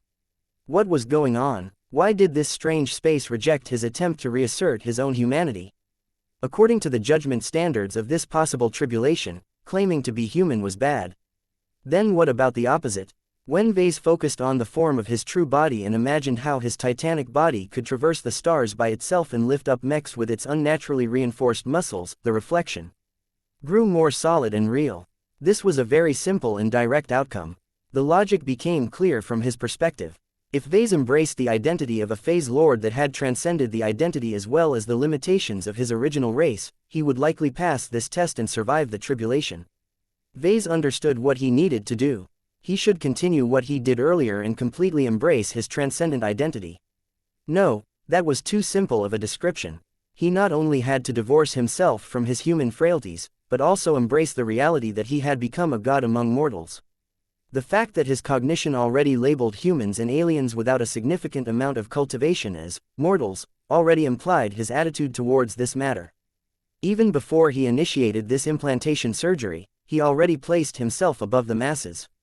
He completely regarded himself as a higher life form that would only move further away from the ordinary folk. How could he possibly treat himself like an ordinary human after how much he had moved apart from the general public? He had advanced so much in both a spiritual and material direction that he had become so much greater than the most excellent first-raters. He was more than an ordinary mech designer. As much as he tried to deny it, he had already started to set himself apart from his peers since his apprentice days. Even among senior mech designers, Ves outclassed them in almost every way due to his ingenuity and his ability to combine his other strengths into his works.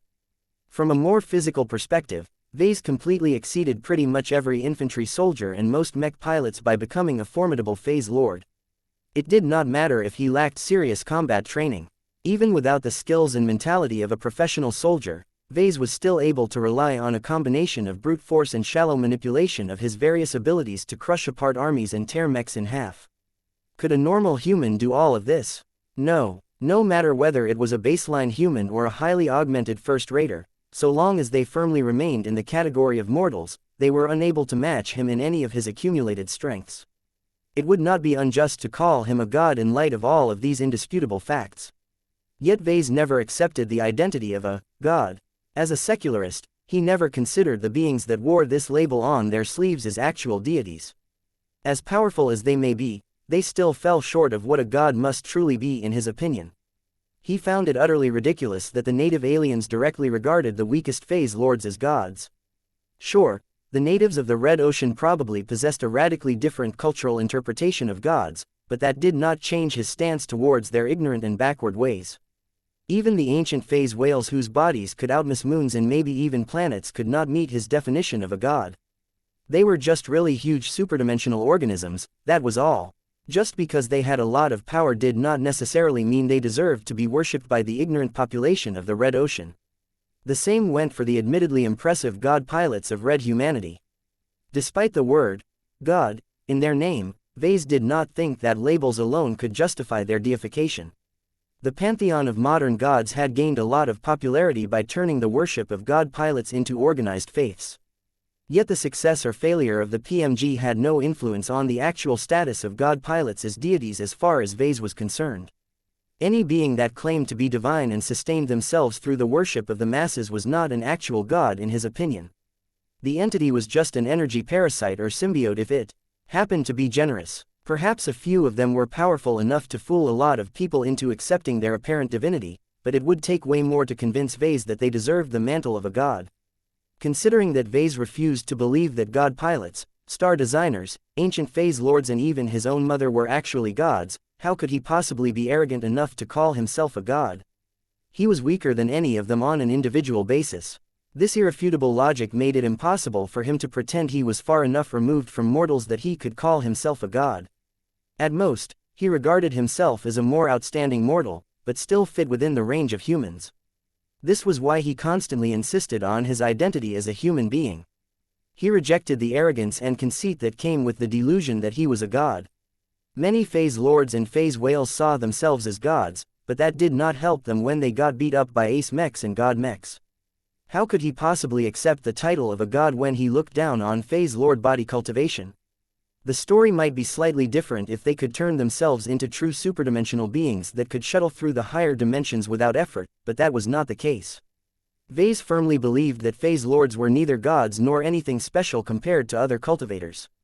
They were merely big brutes that exploited the power of phase water to develop limited power over space.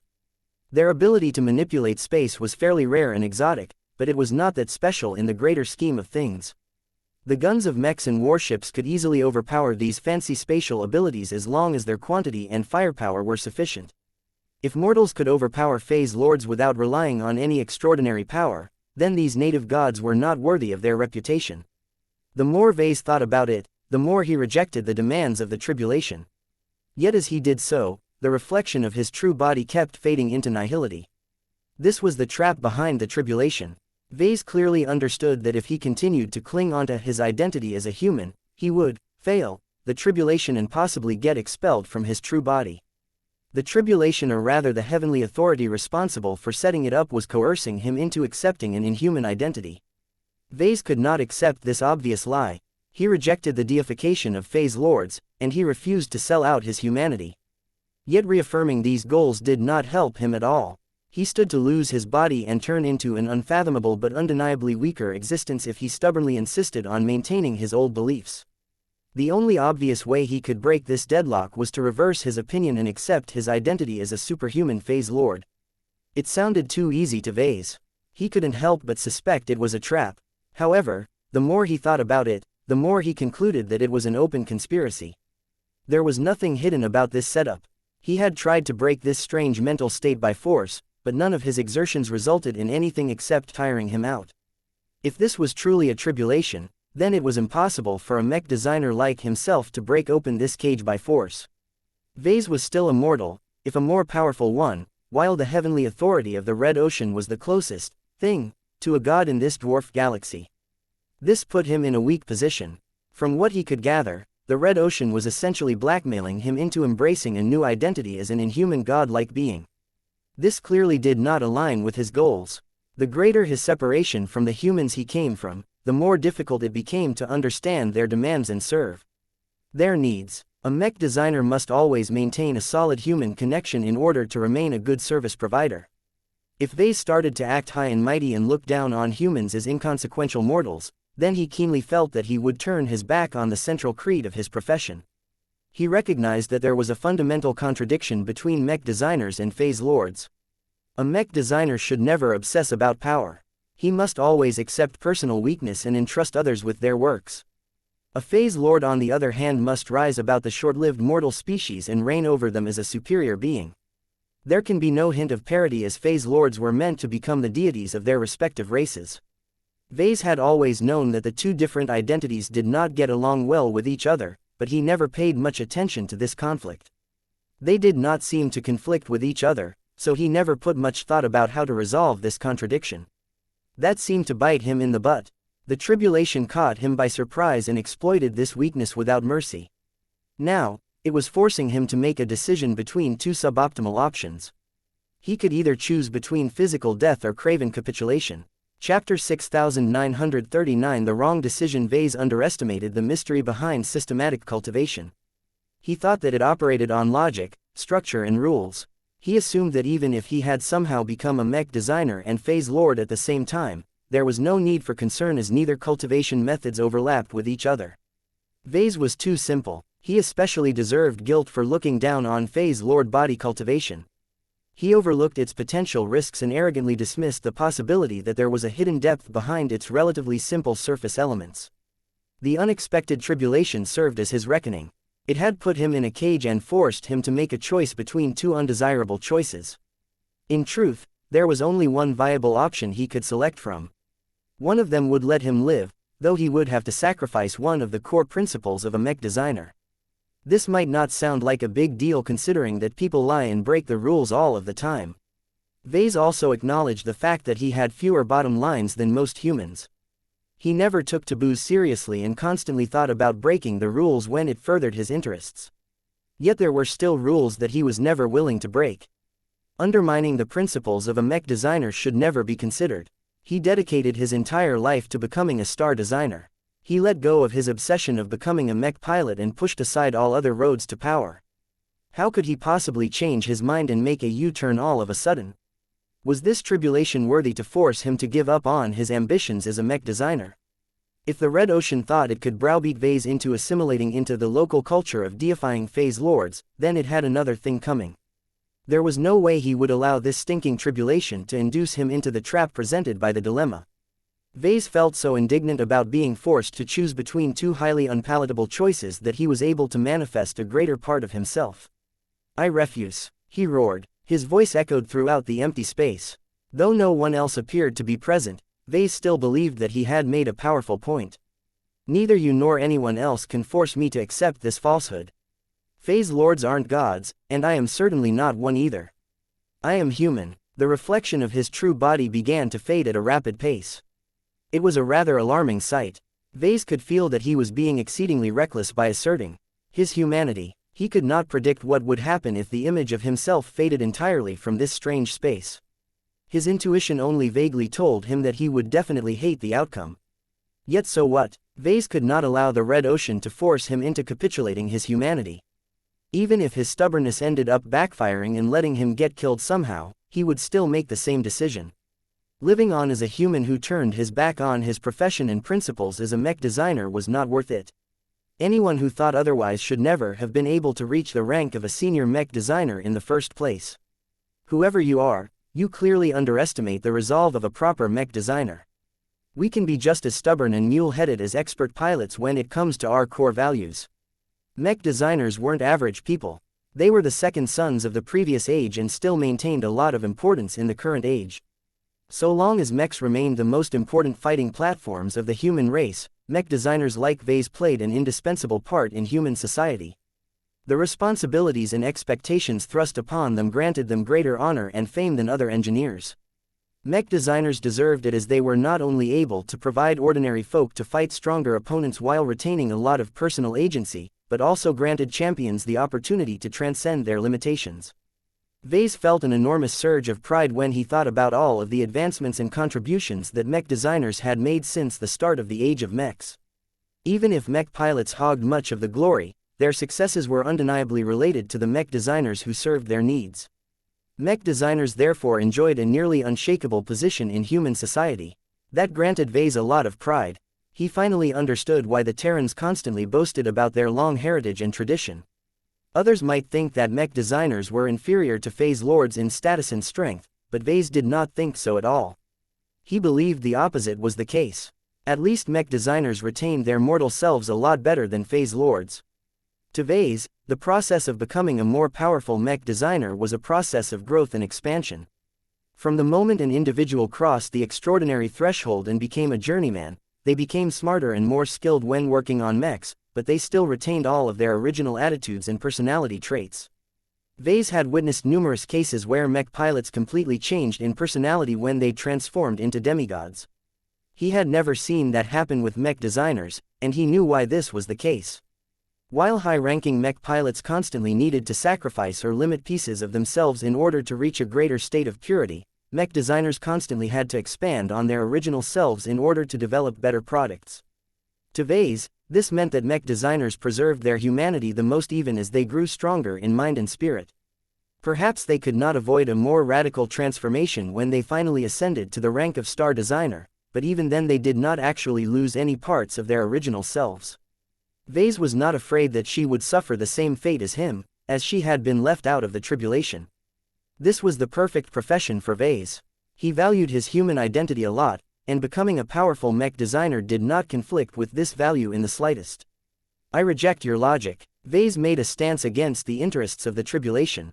He deliberately chose to go against his instincts and strengthen his belief in the value of his own humanity. I am human. I am not a god. This is my verdict. The indeterminate space seemed to shake in anger at his declaration. Perhaps the tribulation sensed his resolve. It no longer wasted any time and completely pulled the reflection of his true body away. Ves braced himself for an adverse reaction. The worst that could happen was a physical death, yet that was not his greatest fear. If he truly died, then he hoped that his distant incarnation Veronica could continue on as a mech designer. She was a rather accurate copy of himself, so she was not only able to design mechs on an independent basis, but also fight like a phase lord. Even if the Red Ocean wanted to target her, there was no possible way it could cross 50 million light-years just to affect the cyborg cat. This realization gave Ves the assurance that death was nothing to be afraid about. He could boldly choose the decision that aligned with his heart, knowing that he could tolerate the worst possible outcomes. As the reflection of his true body disappeared from the strange space, Ves waited for what would happen next. The worst outcomes did not come to pass, at least for the time being.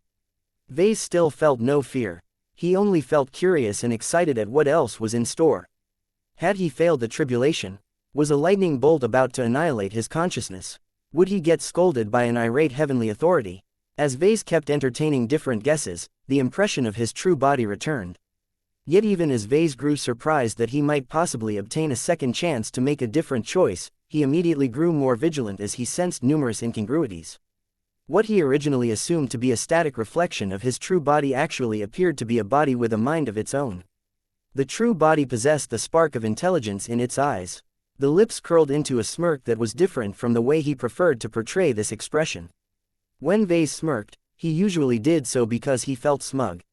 When this unknown version of himself tried to smirk, it came across as an undisguised desire to ridicule others. There were notable differences between the two. Ves could immediately tell that the image of his true body was controlled by a different mind and intelligence. Seeing as Ves was not able to glean any further information besides this clear observation, he decided to address his other self directly. "Who are you?" he asked. His other self smirked wider. "I am the version of you that has acknowledged his divinity." "Well, I can at least rule out the possibility that you are another version of myself." "Cool voice by the way, but can you tone down the volume?" "Very funny, my inferior self. Do you truly think that you can continue to ignore reality when it is staring at you in the face? Think about what you can do. Not only have you gained a body that can fight against mechs and other phase lords while naked, you can also produce mechs that have already produced demigods and saints. More pertinent than that, you have outright produced multiple gods in the form of your design spirits. Gaia, Helena and the Superior Mother have all become gods that have bestowed their blessings upon the human race. Even your own incarnation Vulcan has become a god. If the real Ves could cross his arms, he would have done so already. HMPH. None of them are gods. They are just individuals who happen to be a lot more powerful than the common human. Just because they wield greater power doesn't mean that they are gods. Most of them are still humans in my book. I reject your stance. What I am able to do is not a product of divine providence. It is a product of mortal ingenuity. There is nothing particularly divine about the manipulation of exceptional energy and materials. Even spatial abilities can be replicated by Mundane machinery so long as we figure out all of the science. The false Ves clearly did not like Ves's continued defiance. His form grew more solid, but the real Ves did not gain any sense that he had regained control over his true body. Instead, it felt as if a stranger had already occupied his corporeal form. I gave you another chance, but you have chosen to stick to your guns. You are a fool, my ignorant self. Divinity can be denied, but it cannot be erased. Pretending that you are not a deity in the flesh does not make your wish come true. You are the wrong sort of god to be able to make that happen. What? You have made your bed. You must live with the consequences of your own decision. Congratulations, my naive self. You are permitted to cling to your false humanity. It matters little. If you continue to deny the divinity of your physical form, then I shall take over on your behalf. Rejoice, for I shall correct your mistakes and rule your people as the god that you have become. What the hell was his other self talking about? Ves had no idea what was going on anymore. He instinctively felt that he had screwed himself over big time, but nobody bothered to give him an explanation. It was not until his awareness left this strange space and abruptly returned to reality that he finally gained a few answers. Sir, you are injured. It is over, Professor. The attackers have perished or disappeared. Ves returned to a cacophony of noise, pain and confusion. The operating chamber had turned into a complete mess. The ceiling had turned into a giant hole while blood and broken parts were strewn in every direction. What was strange was that Ves had not only grown to his newly expanded size, but also held the limb of a first-class multi-purpose mech in his hands. It not only looked as if he had torn it from the socket of a machine, but also acquired a lot of dents, giving him the impression that he had used it as a club or a flail. While Ves attempted to open his mouth in order to demand an explanation, he found out to his horror that he lost control over his true body. It was not Ves that was in charge of his physical form. A stranger had taken over. Ves immediately realized that his other self that had just scolded him in the strange space may have taken control over his true body during the earlier sequence. This was an incredibly frightening realization. Had he made the wrong decision? Chapter 6940. Not gone. When Ves finally managed to leave the tribulation or whatever it was, he immediately noticed that a significant amount of time had passed in reality. All without his notice. That was not necessarily alarming in itself. What truly alarmed him was that his true body did not remain still during this interval of time. The fact that he was standing and looking as if he had just beaten a few enemies with his newfound size and strength meant that someone other than himself had driven his true body. Another observation that alarmed him was that the underground facility clearly suffered an attack. Not only did a massive impact crush the ceiling and all of the floors above this chamber, but the mechs that previously stood guard all looked like they had completed a short scrap. Many of the Dracoloids and Omega Threshers showed clear signs of struggle. The muzzles of their firearms were still smoking while their melee armaments were still stained with dark residue. Not all of them had incurred damage, but the enemies they fought against couldn't have been weak. One Omega Thresher conspicuously lost its arm. Ves was not sure whether he picked up the limb from the ground or tore it out directly. What also stood out to Ves was that there were no obvious enemies in sight. He could not spot any debris or corpses belonging to hostile mechs, phase lords or other types of enemies. The only incongruent signs were the splotchy dark marks that were splattered across the walls and floor. From the way these dark splotches began to fade by the second, Ves came up with the guess that they may have been the residue left by the attacking party. As for why they had not left any bodies behind, perhaps their forms were not that solid in the first place. He could not imagine how physical enemies could sneak their way into the operation chamber when there were hundreds of mechs as well as 2 ace pilots on guard. Ves quickly directed his attention towards the First Sword Mark III and the Minerva Mark II. Both mechs had clearly been active. The superdimensional mech still held out her greatsword. The powerful cutting edge still bore fading dark stains. The Minerva Mark II held out her Irvin rifle in submachine gun form. The slight signs of heat emanating from the weapon showed that it had been firing intensely not too long ago. The surrounding mechs had also been commandeered and in theft. The Saint Commander had yet to relieve them from their current empowered states. She feared that even if the original attackers had left, other enemies might see the defenders in disarray and feel tempted to launch their own strike. Fortunately, nothing happened. A strange sense of quiet ensued even as Ves kept his body locked and frozen in a strange stance.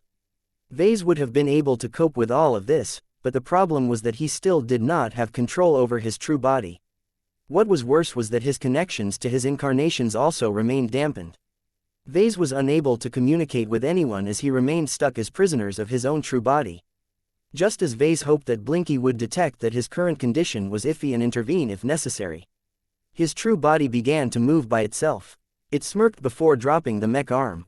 He then proceeded to fold his true body, causing it to shrink in size. This was where Ves slowly regained control over his body. The smaller he became, the more his tether to his true body returned. It was as if Ves only earned back control over his body when it had shrunk into its visually weak and human form. Ves had no clue why this was the case, and he had little interest in figuring out the reasons. He just felt reassured that his previous state was not permanent. He had been incredibly afraid that his response during the strange tribulation event may have caused him to turn into a prisoner inside his own body. He felt so pleased that the worst-case scenario did not come to pass that he had overlooked how tense everyone had become. From their perspective, they had just fended off a brief but dangerous attack. Sir, please board the shuttle. We must take you back to safety right away. Ves blinked. He shook his head and tried his best to restore his awareness of the present. Even when he had regained control over his body, he still had not recovered from his previous experiences. He still exhibited a certain degree of disconnect from reality. Sorry, he said, I need rest. Please take me away. I trust in your judgment. He followed his Larkinson bodyguards into an armored shuttle that had flown through the gap and hovered right above the debris-filled floor. Ves noted that his usual escort of Apocalypse wardens were absent this time. The Larkinsons must have grown paranoid to the point of driving away anyone who was not a formal member of their clan. Wise decision. The First Sword Mark III remained close at hand and made sure to cover the shuttle and everyone inside with her Saint Kingdom. The sharp and prickly sensations made everyone uncomfortable. Saint Dice clearly remained in an agitated state. Despite gaining control over a powerful, superdimensional ace mech, she failed to eliminate the threat right away. This told Ves a lot about the enemies that appeared. They had to be formidable in their own way if they were able to keep the superdimensional ace mech at bay even for a short amount of time. After Ves got hustled into the armored shuttle, he strapped himself down onto a seat. He could feel the vehicle beginning to move.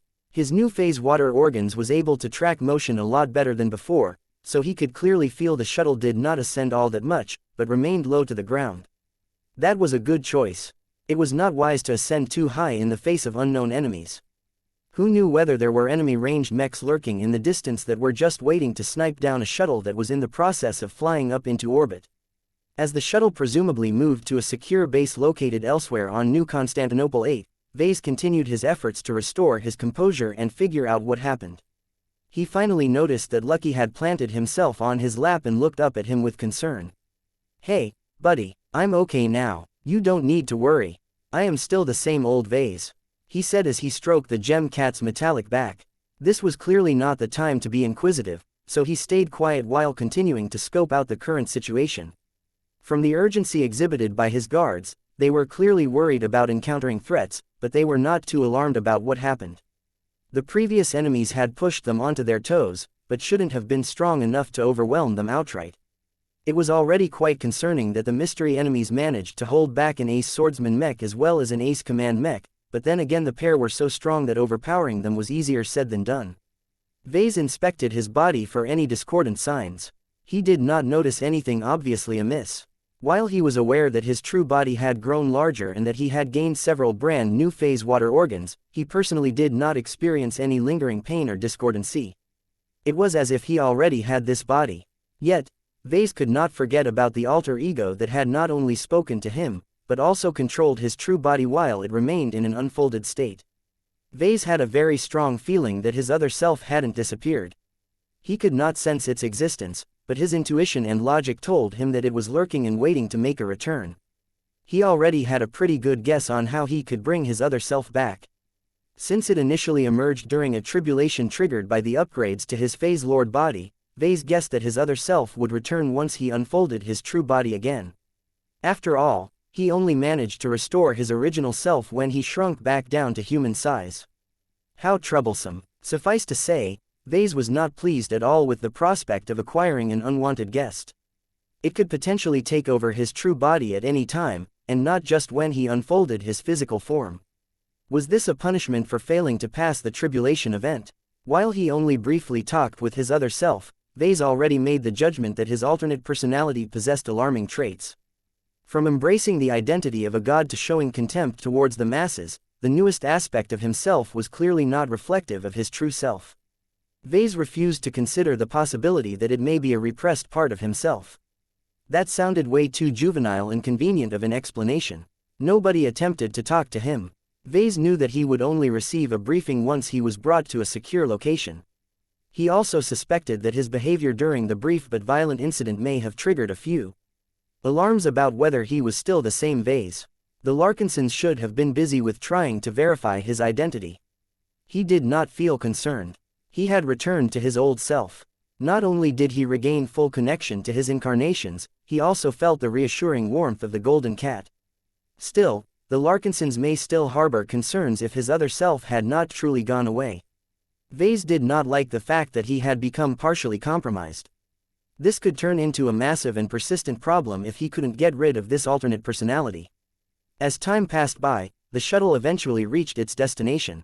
Ves did not look surprised that they ended up inside D&D base again. It was the only secure facility that was entirely in control of the Larkinson clan. While the Devos ancient clan had built much more secure fortifications across the planet, the Larkinson clan had no jurisdiction over these sites. The previous assassination attempt made it difficult for the Larkinson clan to trust third parties. It was much safer to reduce the risks as much as possible by driving away all uncontrollable variables. The interior of D&D base looked a lot emptier than before. The Larkinsons had already moved a lot of furniture and hardware to the tortuous Scream and the Vulcan's Glory in orbit. Fortunately, the medical center still retained enough instruments to conduct a fairly thorough check on his body. With the First Sword Mark III and the Minerva Mark II continuing to stand in the main corridor that was large enough to accommodate mechs, Ves could feel their domain fields scrutinizing him in detail. It felt as if Dice and Casella were utilizing their domain fields to conduct a carpet search. Ves felt awfully exposed for this reason. The two women did not hold back in the slightest. Ves made an awkward cough. "Can we talk now, ladies?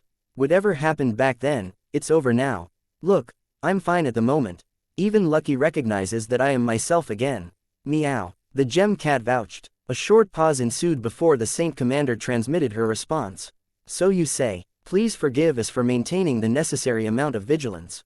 Not only did we suffer a massive security breach, we also fought against a strong group of aliens from a race that we have never known about or encountered in the past. We had no idea that such aliens had been lurking in the Red Ocean all of this time. They have demonstrated abilities that carry disturbing implications. Yet it is not the mystery attackers that concern us the most." "It's me you're worried about, right?" Ves asked in a resigned tone. "I am afraid so, sir." Chapter 6941 Unstoppable Descent. Ves underwent an hour's worth of checks. He already received a short inspection at the damaged operating chamber, but many of the scanners and instruments could no longer be relied upon. This was why it became imperative for Ves to undergo a proper physical inspection at the medical facilities that remained intact at D&D base. The biotech experts in charge of examining his current state emphatically told Ves that he must not unfold his true body or do anything else for that matter. They clearly understood the risks of doing so and did not want to trigger another accident. While Ves patiently endured all of the scans and poking, he could also feel he was being studied through more metaphysical ways. The Saint Kingdom of the First Sword Mark III and the command field of the Minerva Mark II never ceased to scrutinize about Ves that they could reach. While Ves was pretty sure that they could not read his mind or anything, he still felt awfully exposed by their unscrupulous examinations. Others joined the party as well. Many design spirits spread their awareness to D&D base and cautiously probed Ves to verify that he was still the same person for the most part. The Golden Cat, Lufa, the Illustrious One, the Phase King, Gaia and even the Superior Mother extended a sliver of their power to refamiliarize themselves with the new Ves. Fortunately, Ves never sensed any malice behind all of the probing. Ves had built up good relations with many of them, and that alone was enough to earn him the benefit of the doubt. Ves could sense the tension and paranoia among the surrounding clansmen fade. They did not necessarily doubt his identity, but they could not afford to let down their guard. The Larkinsons needed to be 100% instead of just 95 or even 99%. Perhaps a single favorable data point might not sound convincing enough, but when many different data points supported the same conclusion, then the Larkinsons tentatively relaxed. Only partially, though. Ves continued to wait until a Larkinson bodyguard finally led him to a familiar conference room. It had already been secured using the super-class gadgets that he relinquished before the surgery. The powerful Saint Kingdom of the First Sword Mark III continued to maintain a strong degree of privacy and security. Ves nodded in approval at the men and women who had already taken a seat at the conference table. It was rather convenient that the furniture still remained, though the members of the premier branch had already emptied it of much of the artwork and various other objects. A certain gem cat kept lounging on his shoulder. His continued presence served as a reassuring endorsement. Though Lucky largely played the role of a mascot these days, many clansmen knew that the cat was not stupid. If he thought that a foreign entity had taken over Ves's body, then he would have meowed his suspicions. Vice Director Absalon. Ves greeted the head of the Larkinson Biotech Institute, High Captain Gilbert de Ronvanches. He nodded his head towards the captain as well as the de facto fleet commander of the Premier Fleet. Gavin. He made another greeting to his personal assistant. All three of them maintained serious expressions. They certainly had an inkling of what happened to him. While Maria and Gilbert shouldn't be too familiar with him, the same could not be said for Gavin Newman. His personal assistant was among the people who were highly familiar with him and his unique personality. He could easily distinguish between the normal Ves and the strange alter ego that possessed delusions of godhood. There was one more person in the conference room that was arguably more familiar with him on a personal level.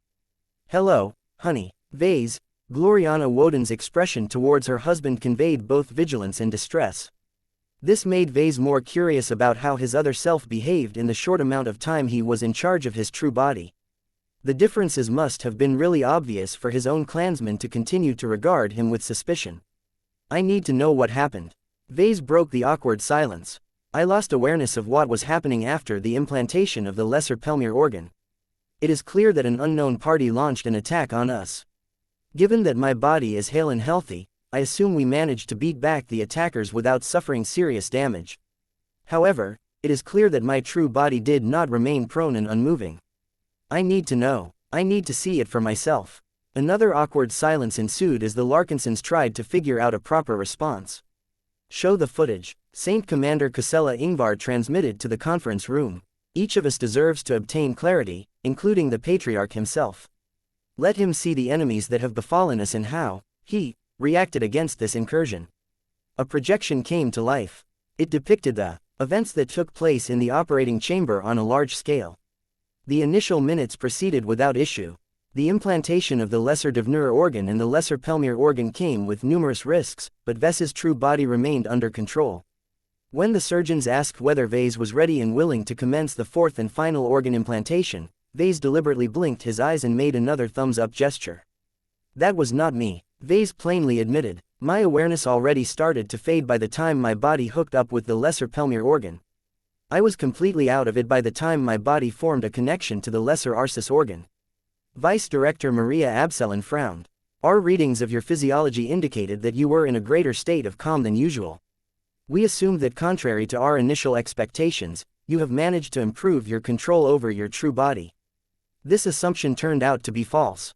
A different intelligence had already begun to emerge." Dice. Casella. "Did you manage to detect anything amiss? It is difficult to notice any differences while you remain in a state of calm. Your serenity made you so still that it was difficult for us to detect any deviations. It was only when your true body was forced to defend itself that we recognized that you were not yourself anymore." Shortly after the surgeons began to wrap up the surgery and close the holes in his massive true body with the help of advanced biotech instruments, the ceiling suddenly collapsed. The footage paused. "That shouldn't have happened," Ves said with a frown. "While the facility is not buried too deep, it is being held together by multiple layers of transphasic hyper-alloys and thick soil. On top of that, the entire facility is also covered by a modern medium-sized Titan shield. Then there is the First Sword Mark III's Saint Kingdom. How could an enemy possibly penetrate through all of those defenses and collapse the ceiling all at once?" "The rules have changed, sir," Saint Commander Casella Ingvar said. "From what we have been able to surmise with the help of the Devas ancient clan, one of the orbital defense platforms had become compromised. One of its Gauss cannons launched an exceedingly powerful kinetic projectile at the fastest possible speed towards the surface at an angle. The parameters of this orbital attack made it difficult for us to intercept in time. Although my vassals and Minerva Mark II attempted to shoot down the rapidly closing projectile as it cut through the atmosphere, none of our attacks were effective. That sounded strange. As fast as the projectile must have descended from orbit, an ace commander should have been skilled and fast enough to intercept it in time. Another projection came to life. This one depicted a zoomed-in image that did a good job of tracking the special Gauss projectile as it soared down towards the surface of New Constantinople 8 like divine punishment. Several points stood out to Ves. The first was that the projectile was considerably smaller than expected. The second was that it resisted intercepting attacks extremely well. Ves almost rose from his seat in shock when he figured out the reason. That's a superdimensional projectile. It was no wonder why it descended from above so quickly. Compared to transphasic projectiles, the superdimensional round pretty much behaved as if air resistance did not exist. Resonance-empowered laser beams repeatedly struck the projectile, but the solid round resisted the energy attacks without exhibiting any notable signs of damage. As the projectile managed to get a lot closer, other projectiles such as Gauss rounds, plasma bolts and phase disintegrator bolts struck the round. Nothing worked. The superdimensional round withstood all of the damage with unnaturally high momentum. This round was way more advanced than it appeared on the surface. It's a weapon-grade superdimensional round. Ves reacted with shock. This is too extravagant. It was not until the round was close to crashing into the surface that it began to bloom and increase its surface area. The rarity of weapon-grade superdimensional matter was the highest. Many parties yearned to obtain them in order to make excellent infantry-grade or mech-grade equipment. Ves could hardly believe that an unknown party was willing to squander so much of it just to facilitate an assassination attempt. As wasteful as it may be, it worked. Gloriana stated, "Look, if it did not do so, it would have phased right through the soil without inflicting enough impact damage to the underground facility." The result of this was that all of the layers of soil and hard metallic alloy failed to offer any significant form of resistance against this superdimensional hammer from the skies. The Titan shield became a joke as it offered virtually no resistance against this projectile. Just as the round breached into the large operating chamber and was on the verge of shredding through Ves's vulnerable true body, Saint Dice finally took action. Her first sword Mark III had been stationed right inside the chamber so that she could take action to prevent possible threats from harming Ves when he was in his most vulnerable state. Although this decision prevented the ace swordsman Mech from intercepting the superdimensional projectiles before it struck the planet, the first sword Mark III moved quickly once the round threatened to devastate the entire chamber with Ves still inside. The footage had to be slowed down in order to give Ves a clear view of what Katiz's latest masterwork had done. The superdimensional swordsman Mech simply took position at the exact center where the projectile was about to pass through and mobilize the power of her Saint Kingdom. Saint Dice did not choose to employ her new sword Fey. A single sword was enough in her opinion. The decapitator already began to glow with accumulated energy. Once Dice judged the time had come, the wondrous superdimensional greatsword swung upwards with a metallic radiance. After that, the optical sensors briefly became blinded by the collision. By the time they recovered, nothing was left of the superdimensional projectile aside from billions of metallic particles floating away from the newly created gap. "Impressive," Ves said in a clear tone of appreciation. "Has the decapitator incurred any damage from striking this projectile?" "No," Saint Dice responded. "I was able to protect the blade with a combination of true resonance and metal energy. I also employed a technique to protect and harden the blade further. The decapitator only requires slight maintenance and polishing." Weapon-grade superdimensional matter was most vulnerable against itself. This orbital attack could have inflicted serious harm onto the first sword Mark III if she had yet to undergo a superdimensional conversion. Ves thought that it was quite soon to be making use of a full superdimensional mech, but he had overlooked the possibility that he might need such a machine to protect him from forward-thinking enemies that already devised ways to make use of this new kind of material. Chapter 6942 Lighting Application. Although it was just the opening strike, the fact that an enemy not only managed to get its hands on weapon-grade superdimensional matter, but decisively expended it on an assassination attempt against Ves showed real commitment.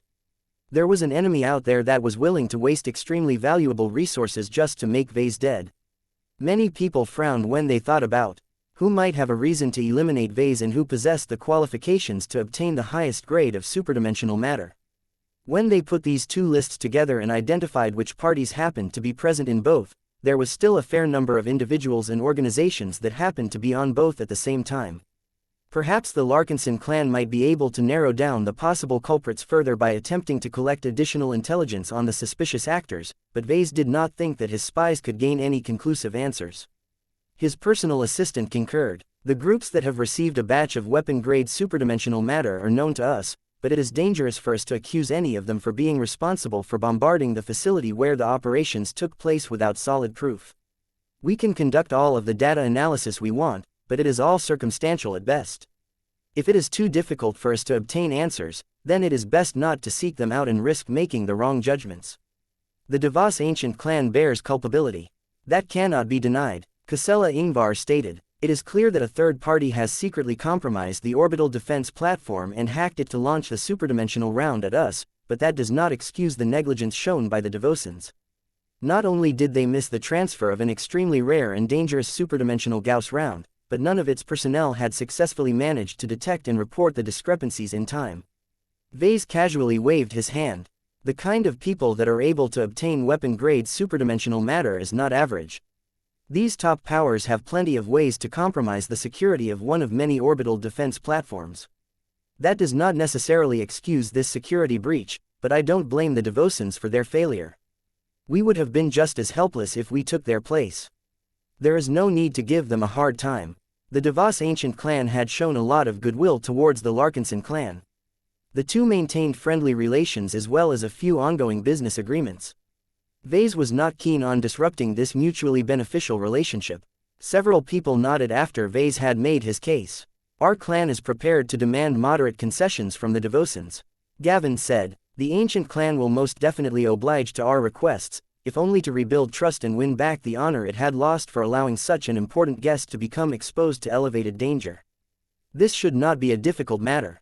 Ves believed that his staff could take care of this issue by themselves. The footage of what happened in the operation chamber resumed. By this time, a number of mechs had become affected by the surprise attack. Those that were located close enough had suffered varying degrees of damage. Now that a giant hole had formed that led directly down to the operation chamber, it became clear that a follow-up attack became likely. Many mechs scrambled into action. They activated their strongest active sensors while moving into tighter formations. The Dracoloids, Omega Threshers and E-Mules all utilized their own bulk to partially fill up the large gap and prevent any external parties from intruding into the operation chamber. Their attempts to form a blockade looked cute, but it had been utterly useless against the next foe. They initially emerged from the shadows. Parts of the entire floor that had been shrouded before suddenly became a lot darker. The shadows initially grew darker and more ominous. Then they appeared to gain definition as different shapes emerged from those shadow pools. Within a matter of seconds, over 100 strange existences turned from shadow into reality. Though the creatures remained predominantly dark, their transformation into a more physical existence caused their appearances to become more defined. Are those phase lords? The dark aliens initially looked like undersized phase lords. They were roughly as large as mechs, but did not come in greater sizes. Their contours clearly resembled that of the major races that had fought against red humanity. The dark aliens possessed body shapes that correspond to Orvans, Nuncers, Jurgs and even humans. Yet they did not behave like any of those aliens. As they came to life, they immediately began to show their hostility by trying to converge onto Ves, who was still lying on the operating table at this time. Naturally, the first-class multipurpose mechs of the premier branch immediately went into action. Dozens of Dracoloids tore into the strange apparitions while the Omega Threshers provided support further away. The Saint Commander did not want to leave anything to chance and infect as many of the friendly machines as possible. However, much to everyone's surprise, these new enemies were able to put up a much better fight than anyone anticipated. They seemed to possess a fraction of the strength of phase lords. However, their main element was no longer space, but death. These enemies came across as undead to me. xianxia said, they possessed many traits that reminded me of enemy phase lords. I have searched the database for phase lords that have perished during the Red War, and I have found numerous matches between the slain phase lords and the death-based ghosts that came to life earlier today. Despite losing the strong physical bodies that phase lords are proud of, their death-infused forms are able to corrode and kill anything it comes into contact with. My knights and vassals were only able to resist this dangerous attack vector by relying heavily on my true resonance. The footage reflected the struggles of the Minerva Mark II and the mechs under her command. Their combined combat power was already high. For them to falter before the Premier Fleet took its first true step into the stars would set a bad tone for the rest of the campaign.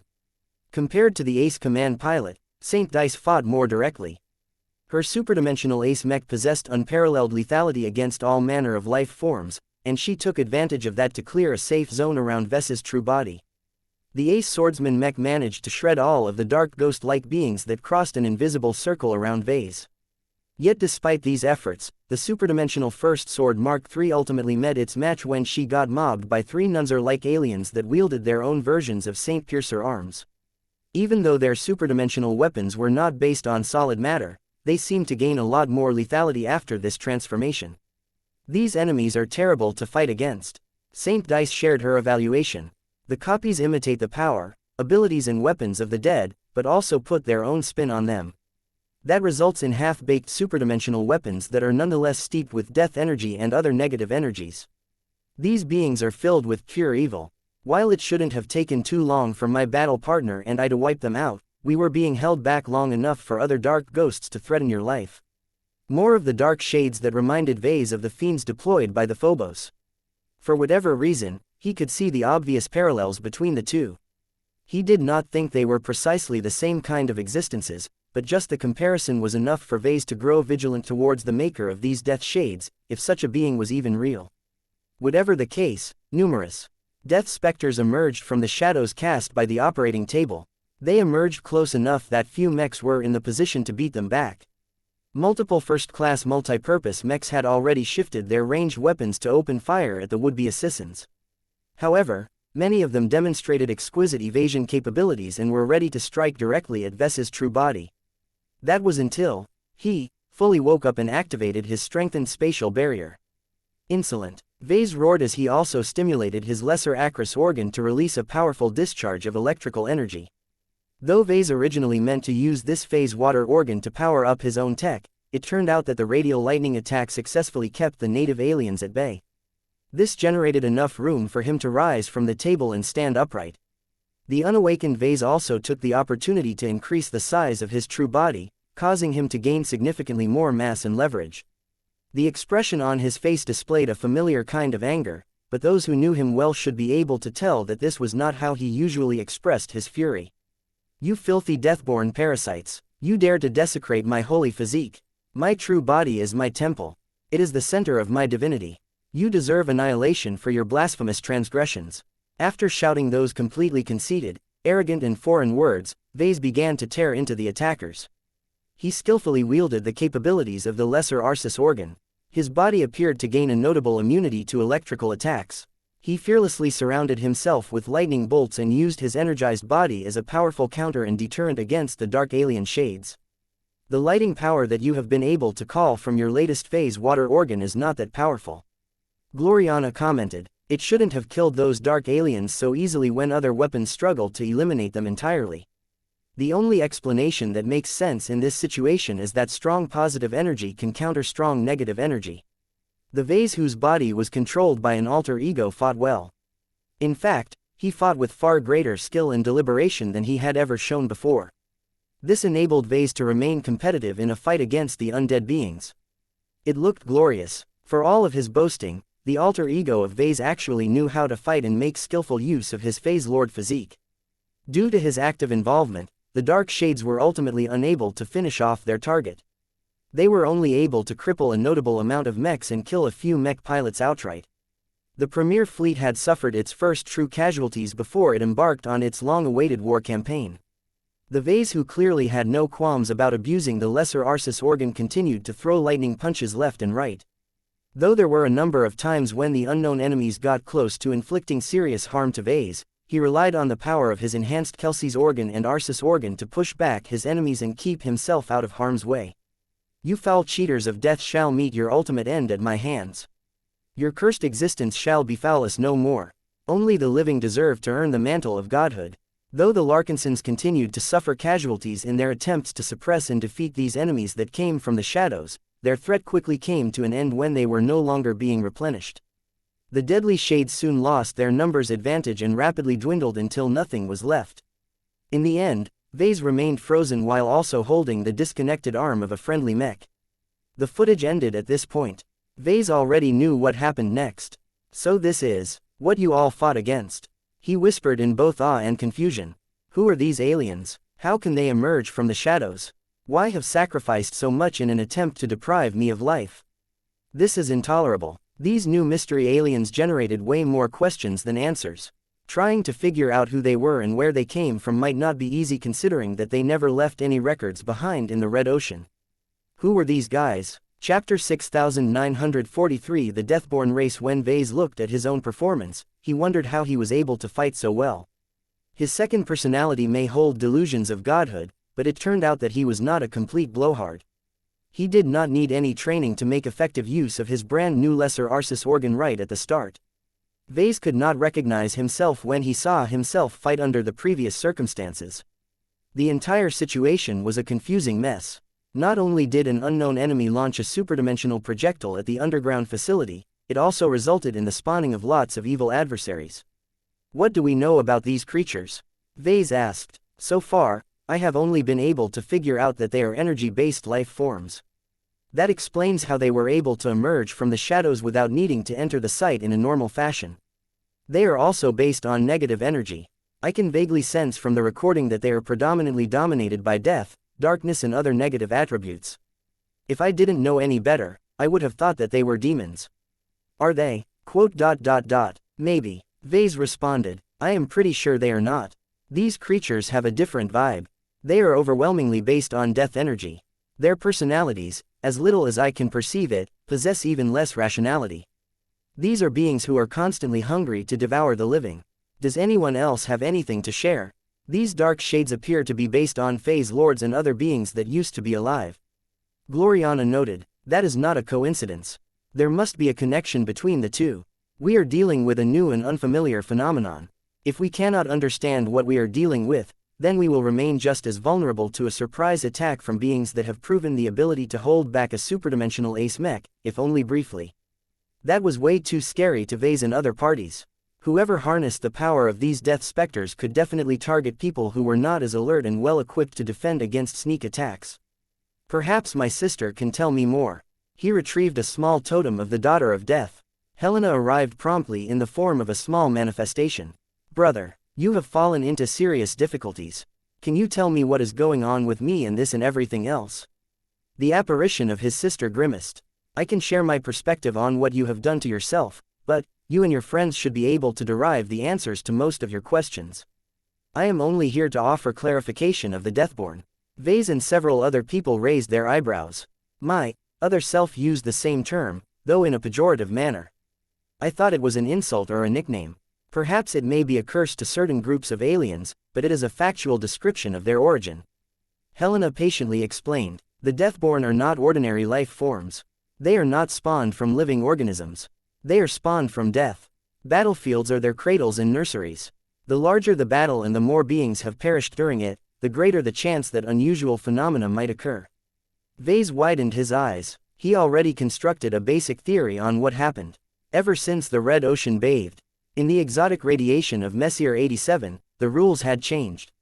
In the old days, a battlefield where tens of thousands, hundreds of thousands or even millions of soldiers belonging to both sides perished in the same area was nothing special.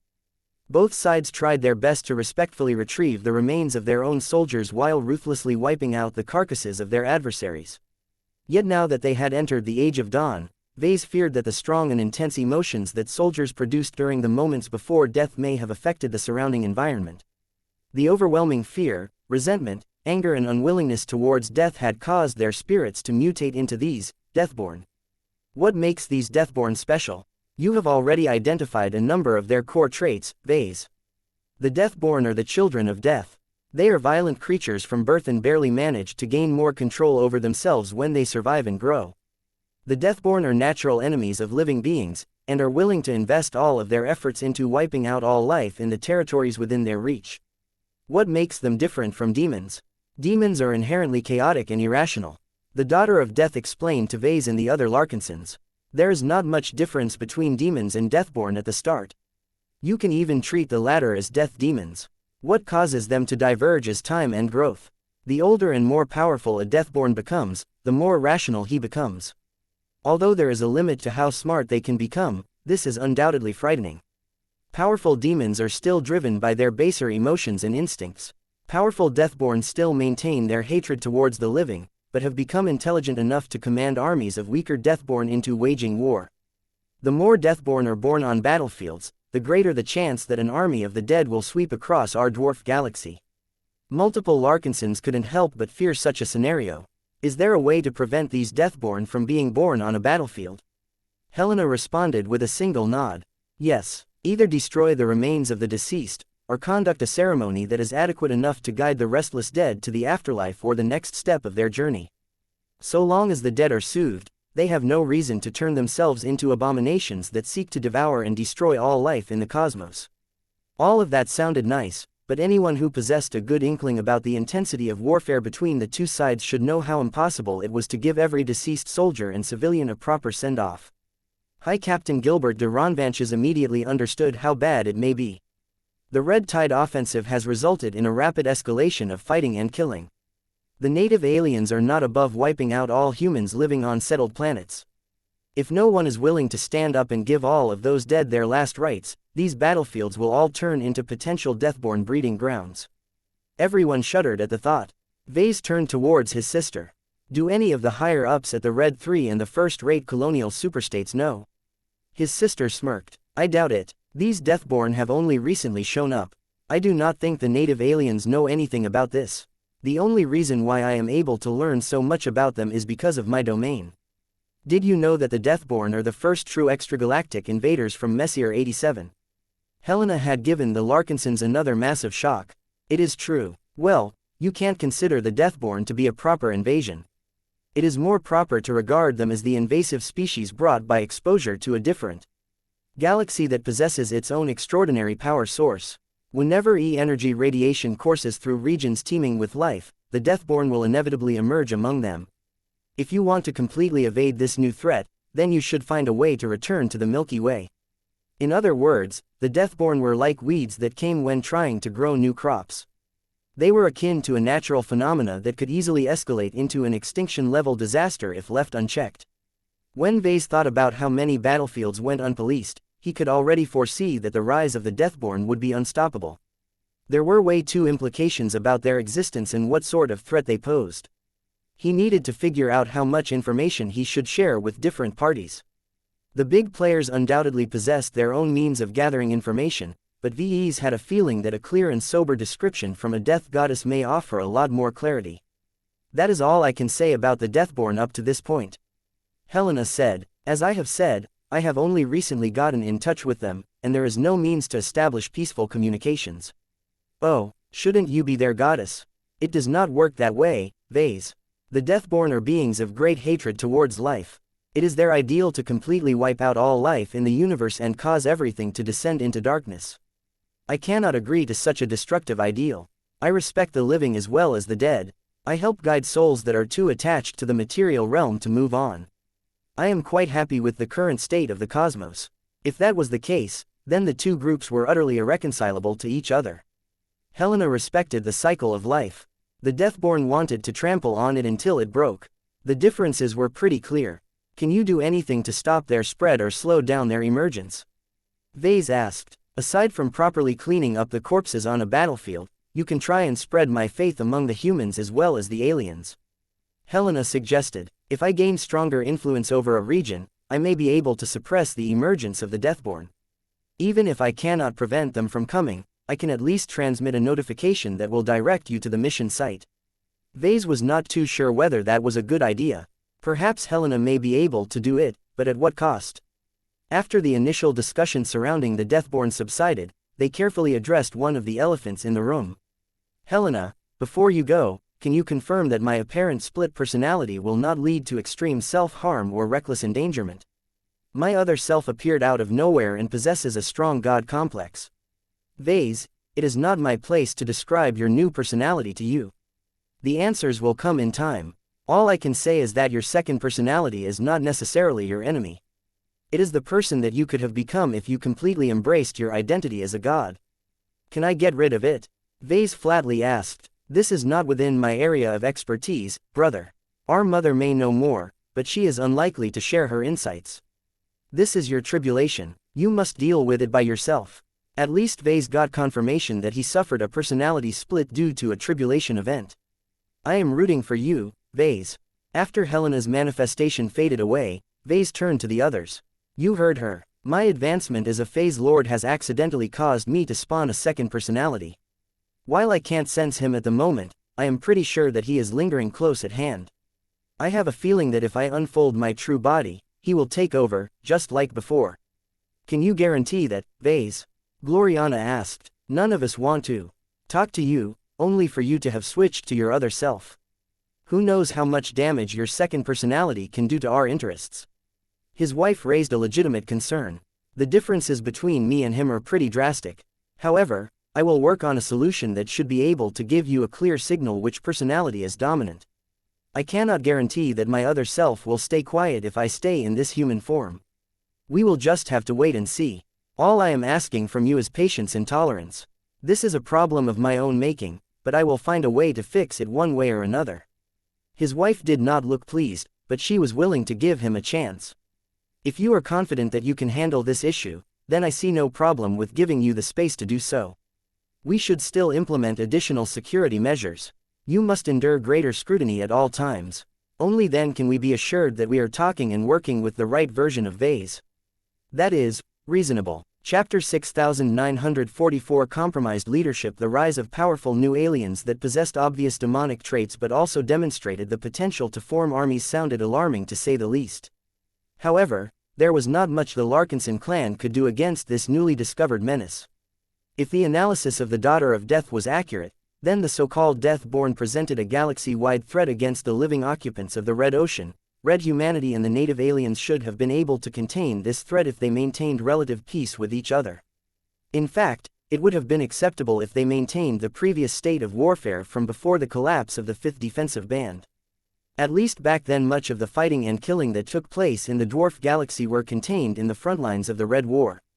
If any Deathborn emerged from the mass graves of quickly forgotten battlefields, then the human or alien garrison stationed at the star systems would have been able to strange these ominous energy-based life forms in their cradle. Even if a handful of them slipped past the nest and managed to grow up in relative isolation, their threat level remained limited if they were unable to organize in greater numbers. From what the Premier Branch encountered on the surface of New Constantinople 8, the actual situation was much more pessimistic. The downfall of the 5th Defensive Bands, the genocides committed on the planets filled with far too many human colonists and the escalating deaths between human and alien champions all increased the death quotient of the Red Ocean by an astronomical degree. These circumstances pretty much sounded like the most ideal conditions to breed large amounts of scary Deathborn in a short amount of time. If these dark and violent entities were as mindless and irrational as they looked, then that was not necessarily a detriment to red humanity. After all, the native aliens not only possessed the vast majority of territories of the new frontier, but also conquered much of the star systems where much of the killing took place. This should logically cause the Deathborn and the native alien occupants of the conquered star systems to come into conflict with each other. The more the Deathborn dragged down the native aliens who assumed that they had cleared the retaken territories, the more logistical problems the alien assault fleets would suffer. If the territories to the rear became plagued with raids and massacres committed by increasingly larger amounts of Deathborn, then the native aliens would soon have a full-blown crisis on their hands. In this context, the Deathborn aided the cause of red humanity. Even if these dark beings were hostile to all forms of life, at least they bothered the native aliens a lot more than others. The enemy of my enemy is my friend. Yet the fact that these Deathborn quietly spawned on the worst battlegrounds of the Red War and managed to keep their worst impulses in check contradicted Helena's description. For these Deathborn to keep themselves hidden so well until they finally decided to expose themselves by committing a bold assassination attempt against a well-protected target was undeniable proof that a greater power or multiple greater powers commanded these undead beings. Ves already had an idea or three about the conspirators behind the mobilization of these Deathborn. The identities of one of them was so sensitive that he did not dare to mention his name lightly. The Larkinsons attending this briefing could already tell that this subject was way above their pay grade. Any matter that directly related to the much more powerful native aliens of Messier 87 was no longer an issue that the Larkinson clan could resolve on its own.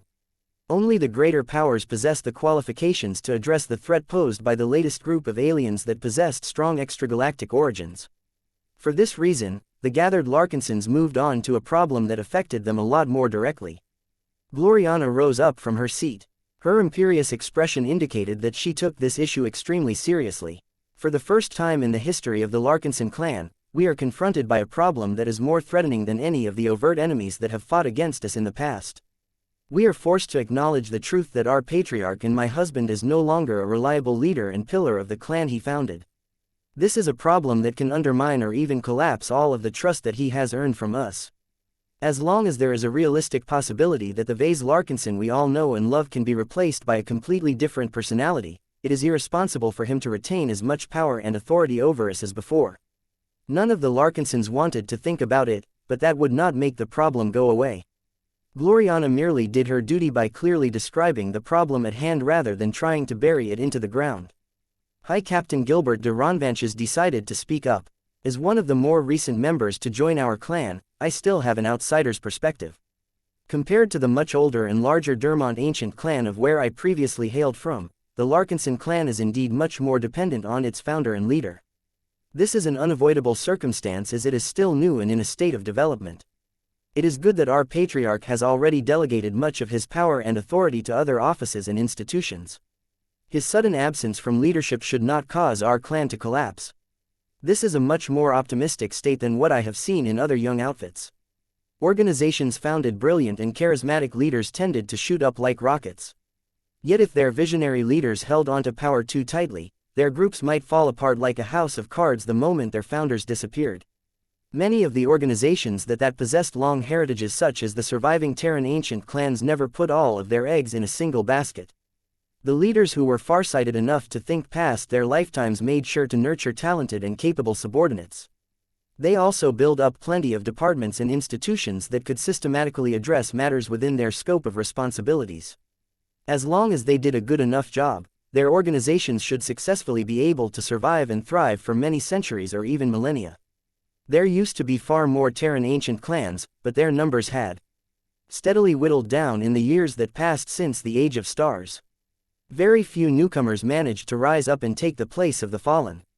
The clans that used to reign at the top of Terran society yet collapsed due to their inability to solve the problems that threatened their survival had rightfully been forgotten by most people. Only the most authentic ancient clans managed to endure. Their governance models had withstood the test of time.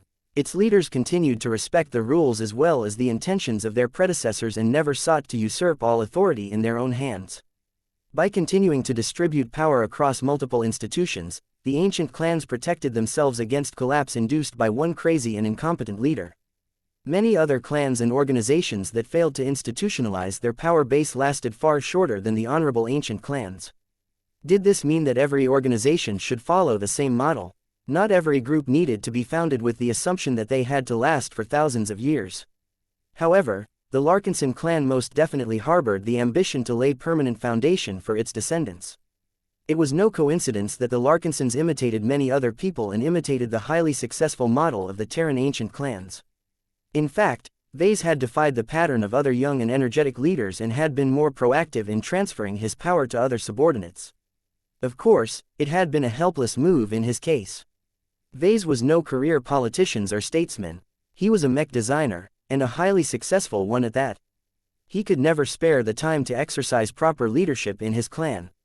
Since his time was far too precious to waste on leadership and management, he delegated all of those responsibilities to people such as Gloriana, Casella Ingvar, Kedis and so much more. All of that paid off. Ves smiled with pride when he estimated that his clan would remain just fine if he took an extended break for whatever reason. While my judgment may be questionable, I would like to mention that I do not think it is likely that I will be able to get rid of my second personality in the short term. Ves mentioned, from what I am able to surmise, this is an unwelcome side effect to advancing my Phase Lord cultivation.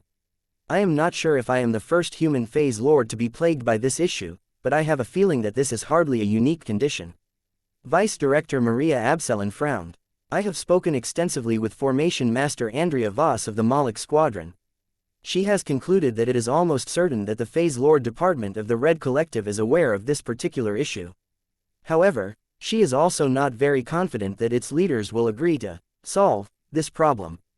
This is because their own human phase lords may have shown a different attitude towards this tribulation if they happened to encounter it during their own cultivation. Ves knew what she was talking about. I have a feeling that I wouldn't have to suffer the indignity of relinquishing my true body to my newly born alter ego if I accepted the arrangement presented by the heavenly authority of the Red Ocean. For whatever reason, this dwarf galaxy wants every phase lord to embrace the delusion of godhood. For mortal beings that were previously frail and did not have anything else to rely upon, the temptation is far too great for them to refuse. Even the loyal humans of the Phase Lord department is susceptible to this trap, as becoming stronger will increase their chances of survival. I think I am one of the few rare exceptions who refused this trap because I have already made far more attainments as a mech designer. No single Phase Lord can exceed the contributions that I have made by releasing Carmen mechs to the masses. A Phase Lord was not that much different from a god pilot in his opinion. They were both powerful in personal combat, but struggled to project their power across an entire society. What power and respect they managed to earn was solely predicated on the fear and respect of other people. Ves thought that was pathetic. A mech better leader ought to be a more productive member of society. It was all well and good to put a lot of trust in soldiers who were strong enough to defend a group against external threats, but that did not necessarily make them good at running domestic affairs.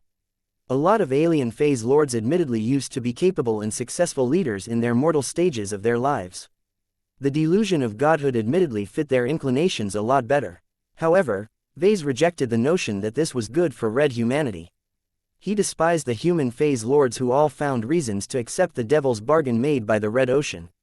They were much more compromised than him as far as he was concerned. At least Ves proactively sought to preserve his humanity. Those other human phase lords probably exhibited much less hesitance when they were asked to sacrifice their mortal sensibilities. In a period where the native aliens were making too much progress in the Red War, the human phase lords were probably willing to sacrifice a lot more in exchange for power. Maria Abselin's expression echoed Ves's concerns. The Farseer shares our fears that the phase lord department has quietly become compromised. It would explain the oddities that she has observed. Whatever the case, we cannot expect to receive any assistance from the Red Collective. That was bad. Chapter 6945 Leadership Candidates. The inability to seek assistance from the Phase Lord Department of the Red Collective was a heavy blow to the Larkinson clan. No other institution knew more about Phase Lord body cultivation than the experts who possessed the best qualifications in human-occupied space and dedicated a lot of time into researching the secrets of alien body cultivation. Perhaps the only organization that could come close was the transhumanist faction of the Red Association. The problem was that many of its original biotech researchers that studied this new and exciting phenomenon had transferred over to the Phase Lord department. After all, the Red Association was largely meant to focus on mechs. Systematic cultivation had become the mandate of the Red Collective, so it was not excusable for the mechers to continue to work on matters outside of their core jurisdiction. There were few other trusted allies to turn to for assistance. This was a problem that affected the founder and leader of the Larkinson clan. Anyone who harbored ill intent could take this opportunity to inflict crippling damage to the interests of the Larkinsons. This made it difficult for the gathered Larkinsons to see a quick resolution to the latest crisis that had befallen their precious clan. Trust had always been one of the main foundations that glued them together. The Larkinson network had done a good job in creating the conditions for radically different humans from every facet of human society to unite their efforts to work towards a common cause. Ves played an indispensable role in this development. He was hardly the best leader, but his restraint and his principles had contributed to the rise of an organization that already had the potential to withstand the test of time at a relatively young age. It was for this reason that the Larkinsons had one clear solution to this problem. We must find a solution to the latest problem, Gloriana said. However, if the prospect for doing so is not optimistic, we must work with the assumption that our current patriarch will always remain compromised for the foreseeable future. To that end, I suggest we activate one of our contingency plans related to succession. Since our situation is not as acute as we feared, we do not have to resort to haste. We can take our time to formulate a proper plan on how to arrange a proper transition of power. Several Larkinsons nodded in agreement. It was clear that none of them objected to the necessity of appointing another leader of the Larkinson clan. Ves did not object to this matter either. He never really held much enthusiasm for holding so many leadership responsibilities. He would be lying if he claimed he wanted to cling to power. The main reason why he remained reluctant to resign from his office was because he did not trust others with the same authority. He had painstakingly built up the Larkinson clan through his own efforts. It was just as precious as his mech designs, if not more. He would hate it if a complete outsider came in and wrecked his entire vision out of ignorance or differences in opinion. Yet the current circumstances no longer gave Ves the luxury to procrastinate over this issue. One way or another, the Larkinson clan needed a new leader, one who could be relied upon to remain sound of mind and heart no matter the circumstances. At least Ves could console himself with the fact that the Larkinson clan should have matured enough that it was ready to enact such a transition. It is not entirely necessary to depose our current patriarch, Vice Director Maria Absalon stated. We have already invested many powers to the chief ministers and the Larkinson Assembly.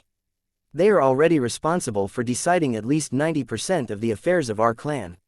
The chief ministers originally served as the deputies of the patriarch. We can keep disruptions to a minimum by transferring additional power and responsibilities to them.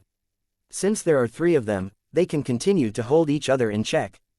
It was not a surprise that she would advocate for the solution that changed as little as possible. Ves had always extended a lot of material support to the Larkinson Biotech Institute. He was personally responsible for channeling vast amounts of funding and resources to this expensive arm of the Larkinson clan. Yet for all of its largesse, the LBI had yet to truly repay the enormous investments. Now that the deterioration of red humanity could result in growing shortfalls, it became increasingly less justifiable to pamper the biotech researchers. After all, much of their R&D projects did not have an immediate impact on the combat effectiveness of the armed forces of the Larkinson clan. Why waste so much money and scarce materials on research that did not help them defeat the native aliens? It did not help that the LBI undoubtedly dropped the ball by contributing to the current problem. Even if the biotech researchers who worked on the phase water organs were not directly responsible for compromising their own patriarch, they could not escape all of the blame. They should have paid more attention to the unknown risks of implanting alien-derived organs in their patriarch's body. It would have been better if they applied their risky experimental procedures on a test subject first. In any case, once the news of what happened to Ves Larkinson started to spread among the rank and file, there would probably be a lot of clansmen who believed that the LBI needed to be taken down a notch. The vice director could clearly foresee this development. It was in her best interest to maintain the current status quo as much as possible so that her research organization could maintain as much of its prosperity as possible. Gloriana shook her head in disagreement. With respect, the chief ministers are adequate at their jobs, but they are not up to the task of leading our clan through the greatest crisis of our civilization. Neither Magdalena Larkinson, Abigail Avern, Novalon Pernis, Raymond Billingsley Larkinson and the other senior statesmen have managed to stand out and proven themselves to be good enough to command the loyalty and dedication of the vast majority of clansmen. They were not incompetent to be certain, but they were painfully mediocre compared to more outstanding visionaries. In a time of war, it is not advised to delegate power to a council of civilians and politicians.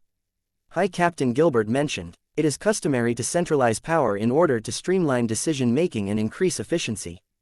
This may come at the expense of the rights of many stakeholders, but if our survival is under threat, then addressing it is our highest priority.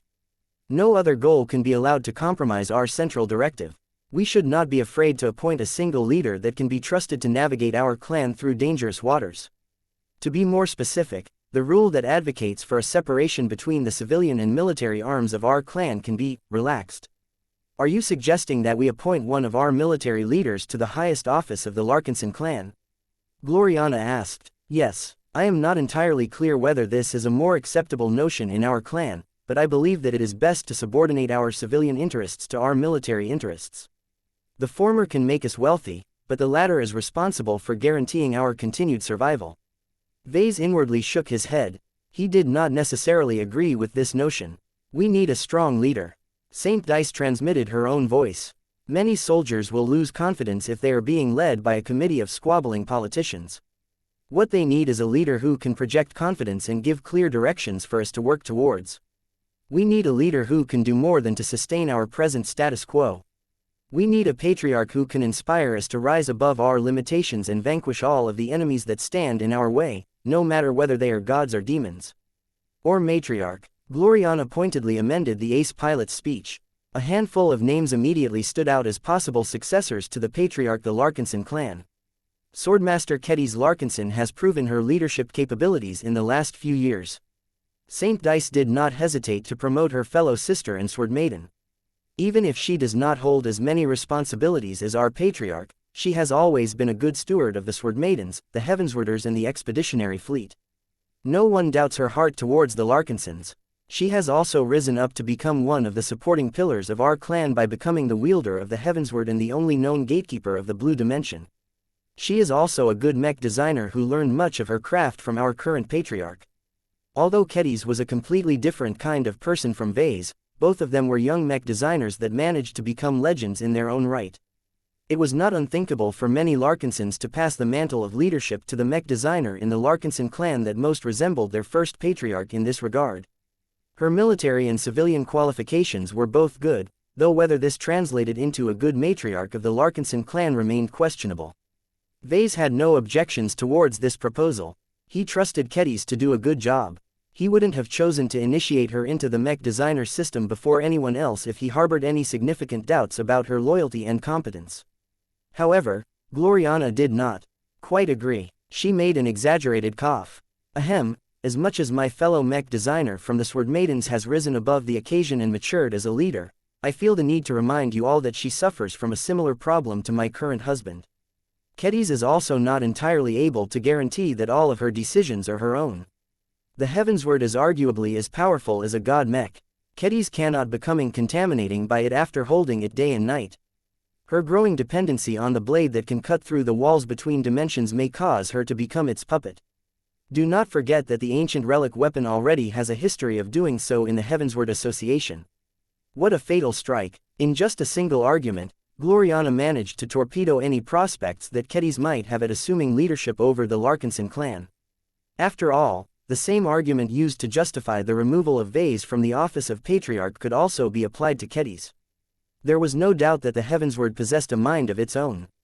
It was ancient creation that possessed very different values and ideals from the Larkinson clan. Elevating Ves to a matriarch risked turning the clan into the Heavensward's personal kingdom.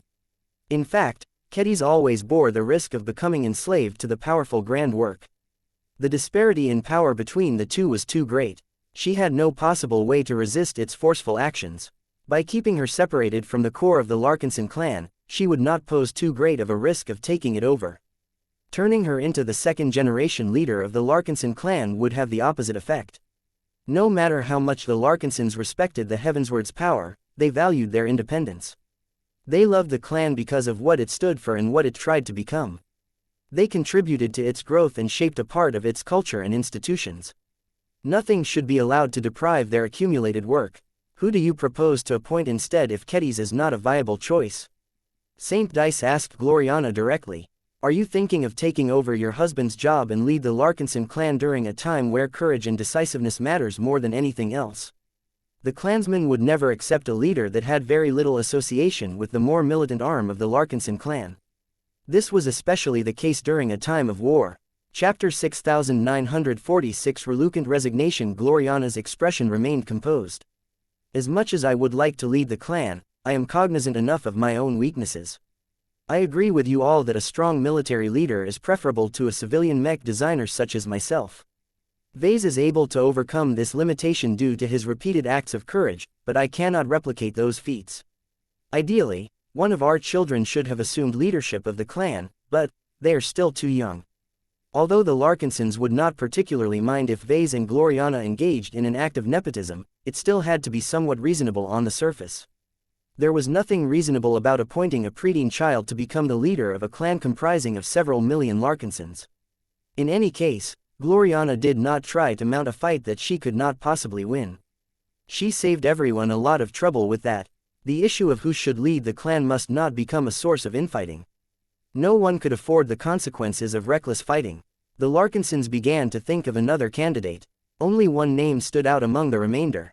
Casella. Ves mentioned her name. I think that many Larkinsons will feel relieved if you assume the mantle of leadership after me. You have proven your competencies in both commanding troops and handling administration.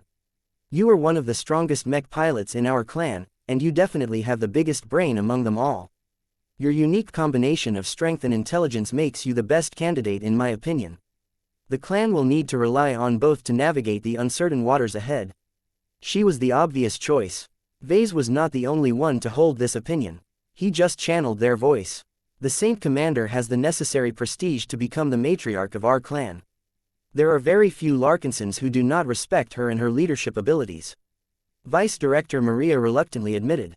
It is also the right time for her to take over your responsibilities, sir. Your judgment and abilities has served us well when we had to navigate a mostly peaceful galaxy and society, but we have now entered an era where we are active participants of a war that can lead to the death of our race. High Captain Gilbert nodded as well.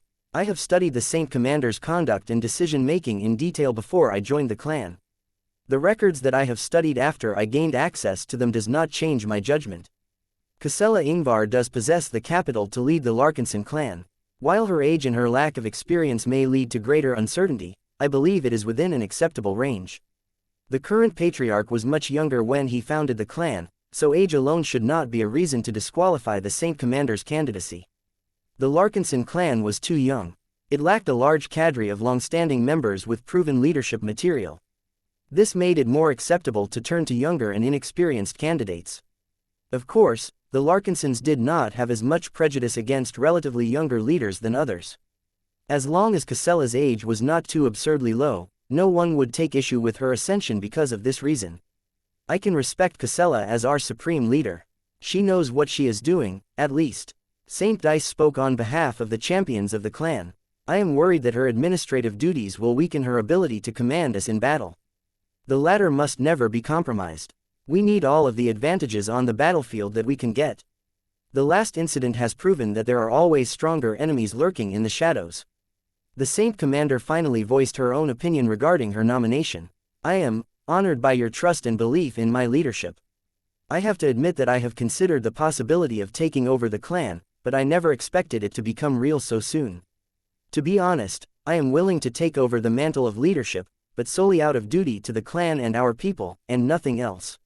I do not think that I am the most ideal candidate to assume overall leadership of the clan. As Dice has said, I am already burdened with enough obligations as the commander of the Premier Fleet. I will need to delegate more responsibilities and juggle between two very different leadership positions if I am expected to become the effective leader of the Larkinson clan. It would be better if you consider other names before my own. You should only treat me as an option of last resort. The female ace commander made her preferences clear. It was good news that she did not dismiss the possibility outright. It spoke much about her integrity that she was still willing to give others a chance. She clearly was not too eager to add to her many burdens. Who else possesses better qualifications than you? Gloriana asked. There is Saint General Ark Larkinson. High Captain Gilbert mentioned. I am aware that he is a figure of controversy, but his dedication to the Larkinsons is undeniable. He is older and more experienced than the Saint Commander. He is stronger than the Saint Commander in strength of arms, and he has also proven to be a capable battlefield commander. His organizational qualifications are even better. He has much more extensive experience in navigating bureaucracy and fulfilling administrative duties. He has a greater history of leading independent units and understands how to operate without abundant internal and external support. As long as the clansmen are willing to trust in his leadership, he has the capacity to do well. Maria Absalon shook her head. The Saint General is too much of an outsider to earn much trust from most of us. As powerful as Ark Larkinson may be, everyone knows that he has a strong ego. We do not question that he cares about the Larkinsons, but the way he expresses it is different from our expectations. I think that many clansmen are reluctantly willing to let him lead our clan, but only in the absence of better alternatives. That is not the case at the moment. I agree, Saint Dice said. Ark puts himself before the Larkinsons, while it is the other way around for Casella. You would have to ask most of my peers to be certain, but I think that many of the expert pilots and ace pilots of the clan will cast their vote to Casella. She has stayed with the expeditionary fleet and led us all to victory after victory. Ark on the other hand took over the Davut branch and devoted his service to the Colonial Federation of Davut. If he is allowed to take charge of our clan, there is a risk that he will do the same as before and sell us to a state. That caused numerous Larkinsons to frown. This was not an outlandish possibility. The discussion continued a little further. People considered Saint General Ark Larkinson as well as a few other names, including those who were not immediately available. Unfortunately, the Larkinson clan suffered from a senior leadership deficit. There were many candidates who were probably competent enough to maintain the status quo, but they were far too mediocre to everyone's liking. The founder and first-generation leader of the Larkinson clan had proven himself to be a bold and visionary leader. Many clansmen hoped that the second-generation leader would be just as brilliant. He or she did not have to be a carbon copy of Ves, but should at least be strong enough to proactively pursue a better future for the Larkinsons. In the end, the gathered Larkinsons could not help but circle back to the Saint Commander. She was by far the preferred choice. Saint General Ark Larkinson possessed enough qualifications to compete against her, but his popularity could not match the former Sentinel Commander. Perhaps it would be best to hold a short election, High Captain Gilbert suggested. Even if Colossal Ingvar is the superior option, we should give the clansmen an opportunity to express their own will and make them feel they have a choice in the matter. Winning the popular vote will also grant her a strong mandate. Few will be able to deny that she has a right to issue orders to the Larkinsons. Ves nodded in agreement. Good suggestion. I know that Ark will not be able to stand by if Colossal is appointed as the second leader of our clan. A decision like this should not be made by us alone. We should at least involve other representatives and executives. Turning it into a popular vote is a decent alternative, but only if we can ensure it can be done in a reasonable timeframe. We cannot afford to let this matter drag on for months. It shouldn't be a challenge to hold a popular vote in 2 weeks. Gavin Newman stated, "Our clan is still small enough that there are not too many barriers in our way. The lack of rules regarding succession and holding elections will take time to resolve. This is why it is better to wait for at least 2 weeks. We do not want the popular vote to be tainted by cheating or irregularities. I cannot imagine that the candidates will need to do much campaigning anyway." They hashed out an initial plan to hold a popular vote. In order to make it comprehensive enough, they would not only allow for Colossal Ingvar and Ark Larkinson to campaign for office, but also other Larkinsons in good standing. This may make the election a little more chaotic, but it would also strengthen the legitimacy of the vote. If the clan suffered a much more acute crisis before it could be held, then the Saint Commander was permitted to take charge outright, but the probability of that happening was low. In 2 weeks, our clan will decide our next leader. Gloriana summed up the discussion. We should ask the Larkinson Assembly to pass our proposal, but I do not think that will be an issue. Ves watched and listened on as these clansmen essentially decided his own successor. He knew that if he pressed hard enough, he could have pressured everyone into appointing Saint Commander Colossal Ingvar outright. He felt tempted to do so in order to save everyone a lot of unnecessary time and effort. However, he refrained from doing so because it would give her more trouble in the long run.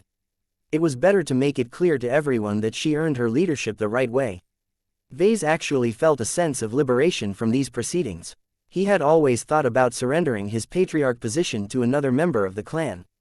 Now that he had a good excuse to do so, he pounced on it and made peace with the fact that he would no longer hold all of the authority of the clan anymore.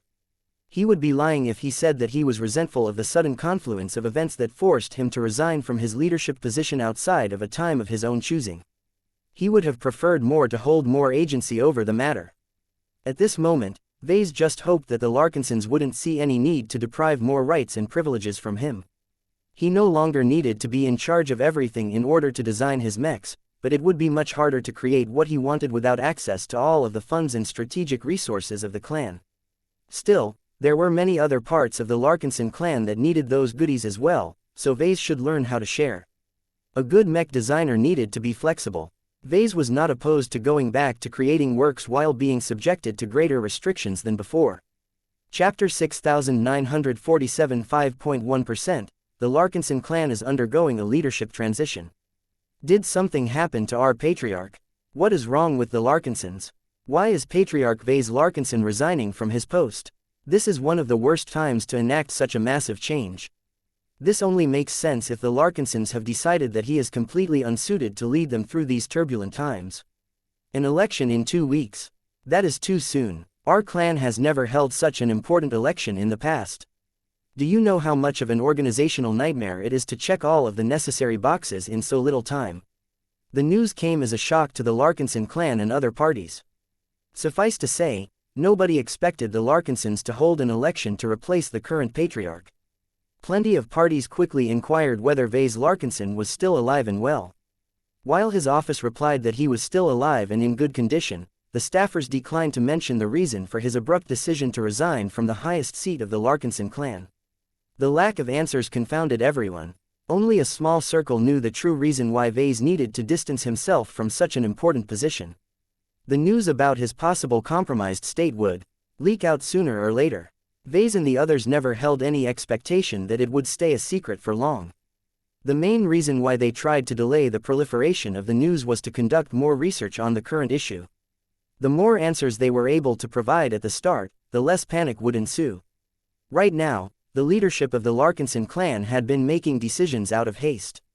They only saw a single instance of Ves going out of control before immediately deciding to replace him as their leader. If Ves hadn't personally set the rules and contingency plans relating to this issue, he would have assumed that his own clansmen were plotting to commit a bloodless coup. As it was, Ves did not resist the current initiative because he would have made the same decisions if he was in their place. An organization should never tolerate a leader who could no longer guarantee that he could diligently and unswervingly serve the interests of his constituents. If Ves truly cared about the Larkinson clan, then he would never subject it to incompetent or unreliable leadership. It was pure selfishness if he insisted on remaining in charge. He would only tarnish his legacy and harm his fellow Larkinsons if he tried to cling to power like a failing despot. In any case, after the conclusion of the meeting that decided how to approach the succession of the Larkinson clan, Ves decided to get to the bottom of his current issue. After contacting the recently arrived representatives of the Red Collective, he moved to the medical bay of the Moloch in order to thoroughly examine his altered condition. The flagship of the Moloch squadron may be on the smaller side, but she possessed numerous facilities that especially catered to cultivators. The medical instruments over there provided greater help when examining cultivators of many varieties. They were even able to gather greater information about human phase lords, though not as much as everyone hoped. Ves had taken a measured risk by turning to the resident members of the Red Collective for help. He did not think his own clan could provide significant assistance in solving his current problem. The Larkinson Biotech Institute was way over its head when it came to dealing with phase lord matters. While the phase lord department should be able to provide the greatest amount of assistance, its lack of cooperation with the rest of the Red Collective put its reliability into question. The abundance of human phase lords over there who may have made the other decision when confronted by the same dilemma caused Ves to distrust this increasingly more infamous department even more. There were still clear risks when it came to entrusting the other departments of the Red Collective with information about his condition, but who else could he turn to for assistance?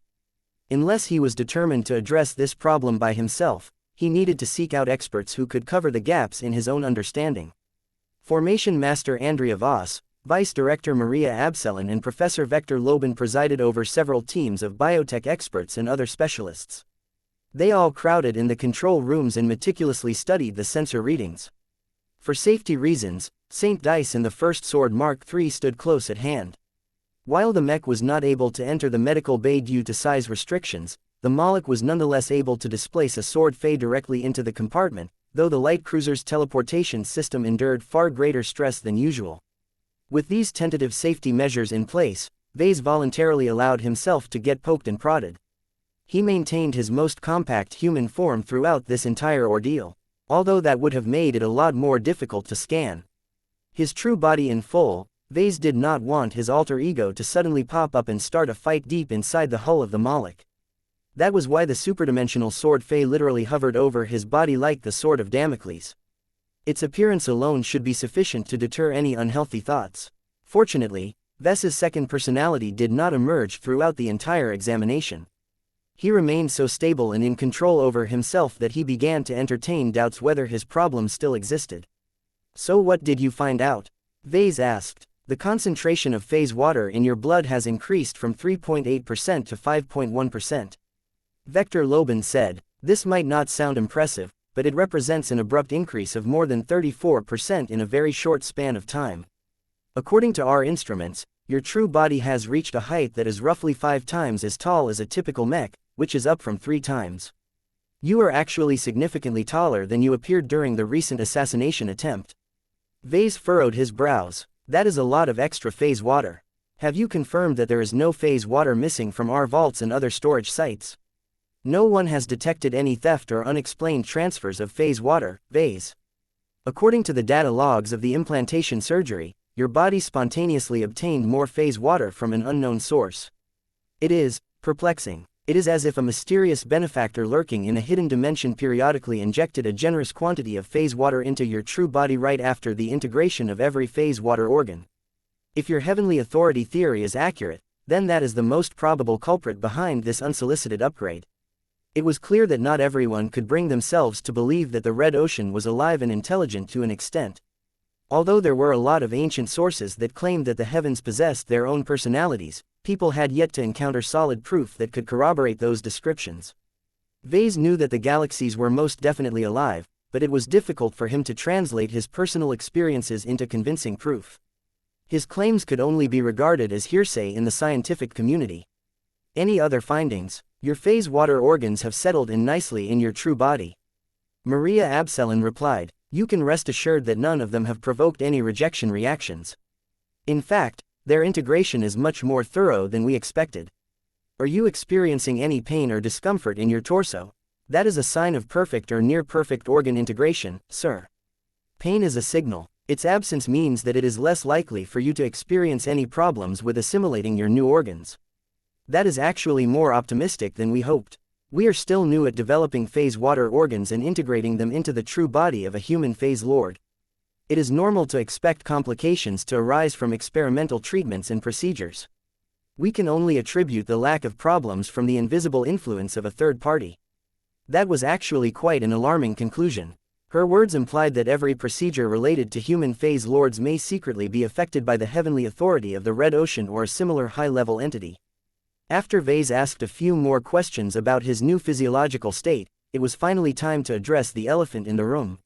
What have you found out about my second personality? Not much, as we have yet to complete our examination. Maria Absalon spoke first. According to one of your theories, we need to observe you as you unleash your true body as a phase lord.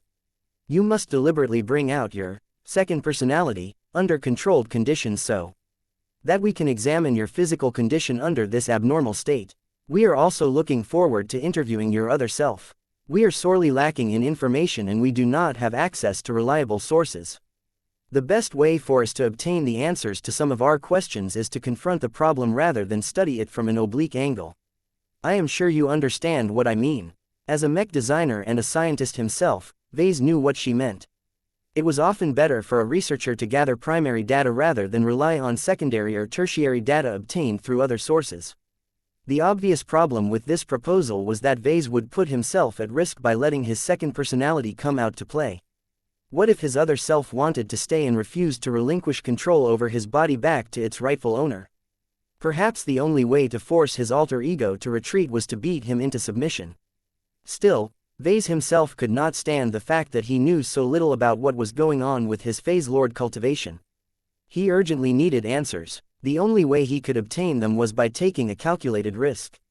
Fine, he said, I take it that you don't want me to unveil my true body and bring out my other self in this cramped medical bay. We are already in the process of converting the interior of an asteroid into a somewhat secure and private testing site.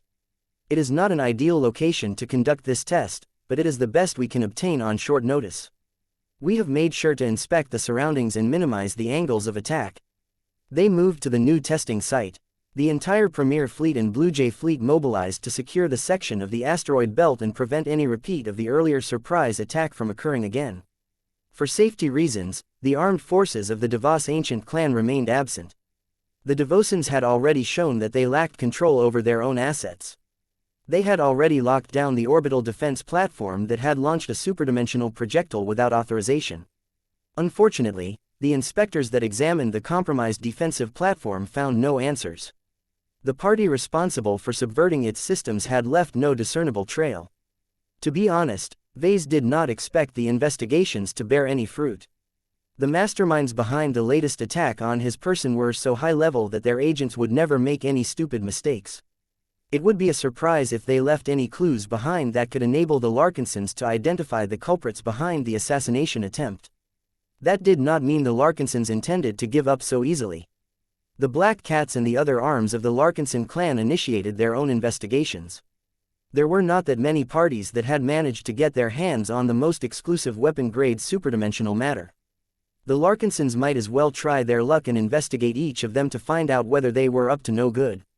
Chapter 6948 Ves Larkinson. Ves felt apprehensive about the upcoming test.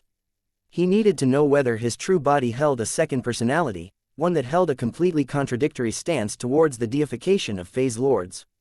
There were several objectives to this test. The primary one was to confirm the existence of this second personality. Another goal was to ascertain the hostility of the other version of Ves. Was it possible for the Larkinsons to develop an amicable relationship with this alter ego?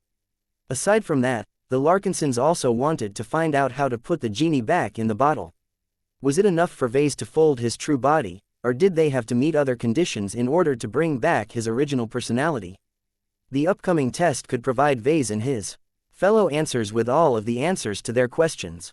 This was why it was so important to conduct it as quickly as possible. They could not adequately plan for the future until they obtained solid data that could prove their theories and dispel a large amount of disturbing rumors. As the news about Ves's potentially compromised state continued to circulate within a limited community, far more than just the Larkinsons desired clarity about the consequences of engaging in phase lord body cultivation. All of this urgency forced the Larkinsons to speed up their preparations and conduct the test on the same day of the assassination attempt. Suffice to say, Ves would rather take the rest of the day off, but the circumstances did not allow it. He changed to an upgraded nanosuit before entering a reinforced and shielded chamber that was large enough to fit his new true body as well as a handful of mechs. The first sword Mark III stood ready to subdue Ves. Her decapitator and her 33 sword Fey were far too sharp and lethal for this purpose, so the design department had hastily prepared a hull-grade superdimensional rod that roughly matched the dimensions of the decapitator. The rod was exceptional enough to pierce through a spatial barrier with relative ease, but was still blunt and solid enough to non-lethally brutalize the flesh of a large and stubborn organism. It was the perfect tool to subdue a certain naughty phase lord. Ves felt intimidated by the sight of the first sword Mark III wielding her new punishment rod. The makeshift weapon could easily bash in his skull if the ace swordsman Mech employed her full strength. Fortunately, Saint Dice possessed enough skill and control that she should be able to exert just enough restraint to keep her attacks under control. Ves trusted her to apply the right amount of force. "All right, I am here. When do I start?" "Please wait a moment, sir. We are still calibrating the newly installed scanner systems. This will take a few more minutes." Soon enough, everything was ready. When Ves received the signal to initiate his transformation, he took a deep breath before he slowly unfolded his true body. He gradually increased in size. His new nanosuit did an excellent job of keeping his body covered while at the same time gathering lots of data on his changing internal condition. One of the strangest aspects of this gradual transformation was that Ves did not remain idle while he unfolded his true body. He called up the incomplete design of the Arboreal project and began to conduct actual work on the organic Carmen Mech design project. His multidisciplinary work involved mech design, biotechnology and Carmen systems. This was not the sort of work that an average journeyman or senior could complete. It was a crude way to determine which personality was in control of Ves's true body. Of course, there was a possibility that Ves's alternate personality also knew how to design mechs. It would be a lot more difficult to distinguish any differences if they possessed the exact same skills and experience in designing mechs. This was why Gloriana and several other mech designers who collaborated with Ves in the past paid close attention to his work. A work always reflected its creator. If Ves suddenly experienced an abrupt switch in personality, his contributions to the Arboreal project would definitely take on a different character. No matter how much Ves's second personality tried to hide his emergence, his radically different attitude towards a range of different topics would definitely bleed into his mech design. The transition from Ves to his other personality happened abruptly. When his true body expanded to a height of roughly 3.5 times of a mech, he immediately ceased his mech design work. His expression changed as well. A sense of subdued arrogance had taken the place of nervous anticipation. After taking one careful look at his surroundings, the still expanding phase lord straightened his back and assumed a defiant posture. "I have no intention of hiding like a rat," he declared with an augmented voice that made it even more obvious that a different personality had taken over. "I am not as weak and lacking in confidence as my weaker self. I am a god. A superior being has no reason to feel ashamed. The first sword Mark III took an exaggerated step forward while bringing her new punishment rod to bear. If you are God, then you should easily be able to bear my attacks. Saint Dice spoke while increasing the intensity of her Saint Kingdom. There was no way for Ves to compete against a superdimensional ace mech. His new change in personality did not come with a direct power boost. It would be stupid for him to accept this challenge. Ahem, there is no need to resort to intimidation. Hierarchies exist among gods. I have no objection to admitting my inferiority against a well-equipped saint. If you think that you can force me to deny my own godhood through this method, then think again. The truth is staring in your faces, yet you refuse to acknowledge it due to your human preconceptions. Multiple people frowned. This new personality of Ves harbored strange ideas that his original self would never voice. At least this other personality was willing to talk, if only to avoid an embarrassing smackdown. Before we proceed, it would be helpful if you choose a designation for yourself. Maria Absalon said, "How do you wish to be called?" "I am Ves Larkinson," the Phase Lord declared shortly after he had reached his full height. "You do not comprehend who you are addressing. I am a god. I am the master of this divinely blessed form. The previous Ves you have spoken with is merely an undesirable remnant that refuses to admit reality. His weak and mortal mind cannot possibly control this fine body, so I have emerged to embrace what he has denied. Between the two of us, I am clearly the superior Ves. We shall call you Sev." Gloriana decided. "I refuse to relinquish my name." "Dice," Gloriana mentioned. The first sword Mark III went from standing still to almost instantly closing the distance before smashing her punishment rod right through Ves's spatial barrier and colliding directly against his head. Smack. Ouch. My head. That hurts so much. There is more where that is coming from so long as you remain stubborn. Now, will you be a good boy and agree to cooperate with us, Sev?" Ves, or rather Sev, snarled. "You have me at a disadvantage. You are giving me no choice but to comply. I shall play along, but only if this mech over here refrains from enacting violence against my person. I am no match against this godbone-clad god machine." It was rather surprising that Sev cooperated so quickly. He only needed a single good smack to head before he caved and agreed to play nice with the Larkinsons. This showed a level of control that defied the stereotype of an arrogant and deluded phase god. "Please give us a clear answer, Sev. Who are you and where do you come from?" The Phase Lord made an annoyed expression. "I have already given you my answer. Is your comprehension ability flawed? I am the true master of this body. Ves's is incapable of controlling it. His mind is weak and cannot assert its dominance over this divine flesh and organs. Only a god is qualified to control the body of a god. This is so self-explanatory that I should not have to explain this fundamental truth. So you are only good at controlling the body of a Phase Lord?" "Yes, I can do more than that. I have already mastered the use of my phase water organs. I am made for combat. If I am equipped with a full range of godbone combat gear, I would readily issue a challenge against your sword saint over here. I do not believe I am inferior to her as long as we can attain parity in equipment." Many Larkinsons doubted that. Those that studied the footage of the assassination attempt noted that Sev fought with the skill of a competent warrior. That was nothing special among trained and experienced soldiers. Most high-ranking mech pilots possessed exquisite skill and could easily draw out all of the potential of their machines. The skill displayed by Sev at the time did not even reach the standard of an elite soldier. Of course, part of his display could be attributed to unfamiliarity and lack of training.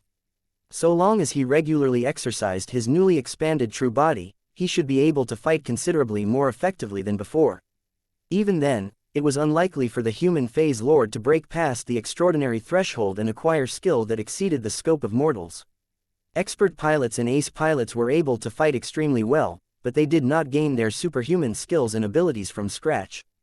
They had dedicated years or decades to constant training in order to achieve a breakthrough in this aspect. What separated Sev from all of these impressive champions was that the latter built up a lot of accumulation. As for Sev, his combat skills were merely better than average. They actually looked pretty standard, but did not exhibit any obvious traits that belonged to a distinct school. It was as if he received a download of the most standardized set of fighting skills suitable for a humanoid Phase Lord. "What is your stance towards the Larkinson clan?" Gloriana asked next. A sneer appeared on Sev's face. "I am aware that I am unable to deceive you while I remain in the presence of the Sword Saint's aura, so I shall speak plainly. My clan exists to serve me. Your attempt to usurp control is nothing less than a betrayal of your oaths. The mortals among you are supposed to serve my whims. The gods among you have forgotten who has granted them their current strength. Without my divine works, they are nothing. What a disgusting opinion. Was this how Ves truly thought about his clan, or was it merely one of Sev's many delusions? What are your thoughts concerning me? Gloriana asked. You are weak, Sev contemptuously said. You are a weak and defenseless mortal. Your design capabilities are good, but that merely makes you a good slave. You are a banshee who harbors delusions of grandeur. The only credit you deserve is that you have spawned 3 children with the potential to become gods in their own right. Other than that, you have become utterly redundant to me. Your wealth, your connections and your affection holds 0 value to me at this stage.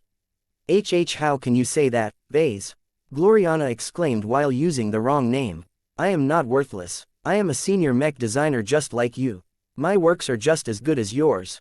The human phase lord contemptuously shook his head. He remained completely unmoved by her feeble words. You are admittedly a good mech designer, but you are hardly unique. There are many senior mech designers that can offer comparable value to you. This is another reason why I look down on my weaker self. He refuses to acknowledge reality and remains faithful to you despite your lack of redeeming qualities. If I am in charge, I would apply for a divorce and cast you aside. Once I have liberated myself from you, I shall seek out a more advantageous relationship with a proper female deity. It is unfortunate that the Larkinson clan is filled with traitors. I shall have to look elsewhere to find a worthy partner. Even a shrew is a better choice. Chapter 6949. The power of alien delusions. As unpleasant as it was to speak to Ves Larkinson, the session already bore a lot of fruit. The Larkinsons and their partners gathered plenty of information about Ves's alternate personality. So far, they have already managed to form a number of preliminary conclusions. The first and most obvious conclusion was that Sev most definitely existed as a full and separate personality. He was not a drunken or impaired version of Ves. Sev existed as his own person. He possessed radically different views on a large variety of topics. The real Ves would never harbor those thoughts, let alone voice them with so much confidence and belief. Second, Sev was rational and capable of communicating normally. Sev did not willingly cooperate with the Larkinsons, yet that did not stop him from spilling the beans under coercion. He did not stubbornly refuse to divulge his true thoughts like an idiot, but surrendered to reality and did whatever was necessary to avoid another painful smack to his head. Although it looked rather silly for a phase lord as large as Sev to exhibit obvious vigilance towards a mech that was several times smaller than his true body, the ace mech was just too powerful.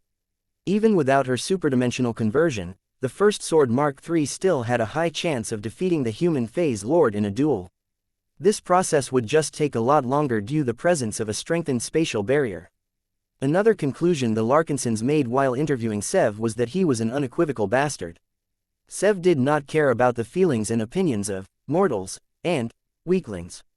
He firmly placed himself above the rest and expected everyone to do his bidding without question. He genuinely believed that he was a god and that it was his right to lord over those that failed to match his strength. One important curiosity was that he reluctantly regarded ace pilots as gods in equal standing to his own. It was only due to their impressive combat power that phase lords such as Sev were forced to make this admission. Perhaps the most important conclusion that the Larkinsons drew from the interview was that Sev possessed at least a portion of Ves's memories, but also acquired knowledge about phase lords that he originally shouldn't know. He sounded as if he was Ves who got corrupted by the heavenly authority of the Red Ocean until he turned completely native. After Gloriana took a break, others picked up where she left off and began to ask the questions. Vector Loban asked one of the most important questions that all of them had on their mind. Which side of the Red War are you rooting for? Are you siding with the native aliens, who all possess the stance on phase lords such as yourself? Or are you still willing to side with Red humanity, who have killed more native gods than you can count? Sev pressed his lips. The Red War is a war fought between machine gods and the descendants of the elder gods.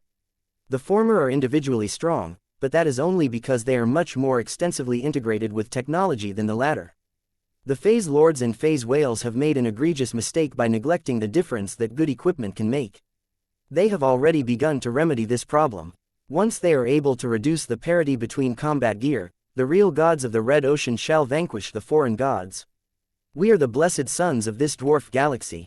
This war shall end so long as the right gods regain complete control over our blessed galaxy. That was a lot of information. Sev expressed an unusual stance towards the Red War. He unambiguously sided with the native aliens, not even caring that they were committing a huge amount of atrocities against the human colonists. What was more important was that Sev did not consider the Red War a struggle between races. He instead considered it to be a war between different kinds of gods. The alternate personality completely disregarded the worth of mortals and solely interpreted the ongoing conflict as a power struggle between machine gods and real gods. If Sev's opinions happened to be representative of the opposing alien phase lords, then the unspoken implication was that the two sides might be able to find enough common ground to coexist with each other.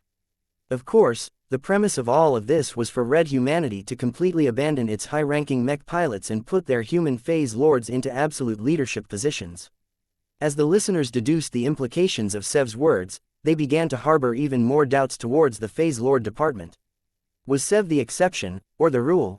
Had other human phase lords secretly gone native and chosen to side with the Red Cabal due to holding the correct stance towards the deification of phase leaders? If this was the case, then the phase lord department became a lot less reliable than before. Even if the collies who worked for this department were disciplined and loyal enough to maintain their allegiance to Red humanity, the brainwashing of human phase lords would definitely lead to undesirable changes in policy. Nobody dared to voice their suspicions about the phase lord department. This was way above their pay grade. They should just pass on this information to the big shots and let them handle this hot potato. One more question. Maria Absalon spoke up after a time. If our clan is about to enter into battle against a hostile force of native aliens that is led by formidable enemy phase lords, will you agree to fight alongside our mechs? As shameful as it is for me to fight on the wrong side of this war, I shall not capitulate. The gods of this dwarf galaxy are too blinded in their hatred against humans. Besides, I can only secure my place in the Red Ocean if I demonstrate my strength. Just because we are the same kind of gods does not mean we automatically get along. I shall fight against my fellow gods because I must. If Sev spoke the truth, then he could still fight on the right side, but only if the native aliens were hostile against him. If for whatever reason the phase lords decided that they belonged on the same side, then that spelled a lot of trouble for the Larkinson clan. Fortunately, the notion that all phase lords belonged to the same group was not a given in the Red Ocean. Not even the Red Cabal was able to unite all phase lords and phase whales. These native gods were quite selfish and conceited by nature. It would be difficult for them to truly set aside all of their rivalries and competitive tension. After all, the Red Ocean was still a relatively small dwarf galaxy. Its territories and resources were limited. The new frontier could only support so many phase leaders at a time. Many phase leaders likely chose to isolate themselves in their pocket spaces and hibernate for thousands of years at a time because they could not bear this competitive pressure.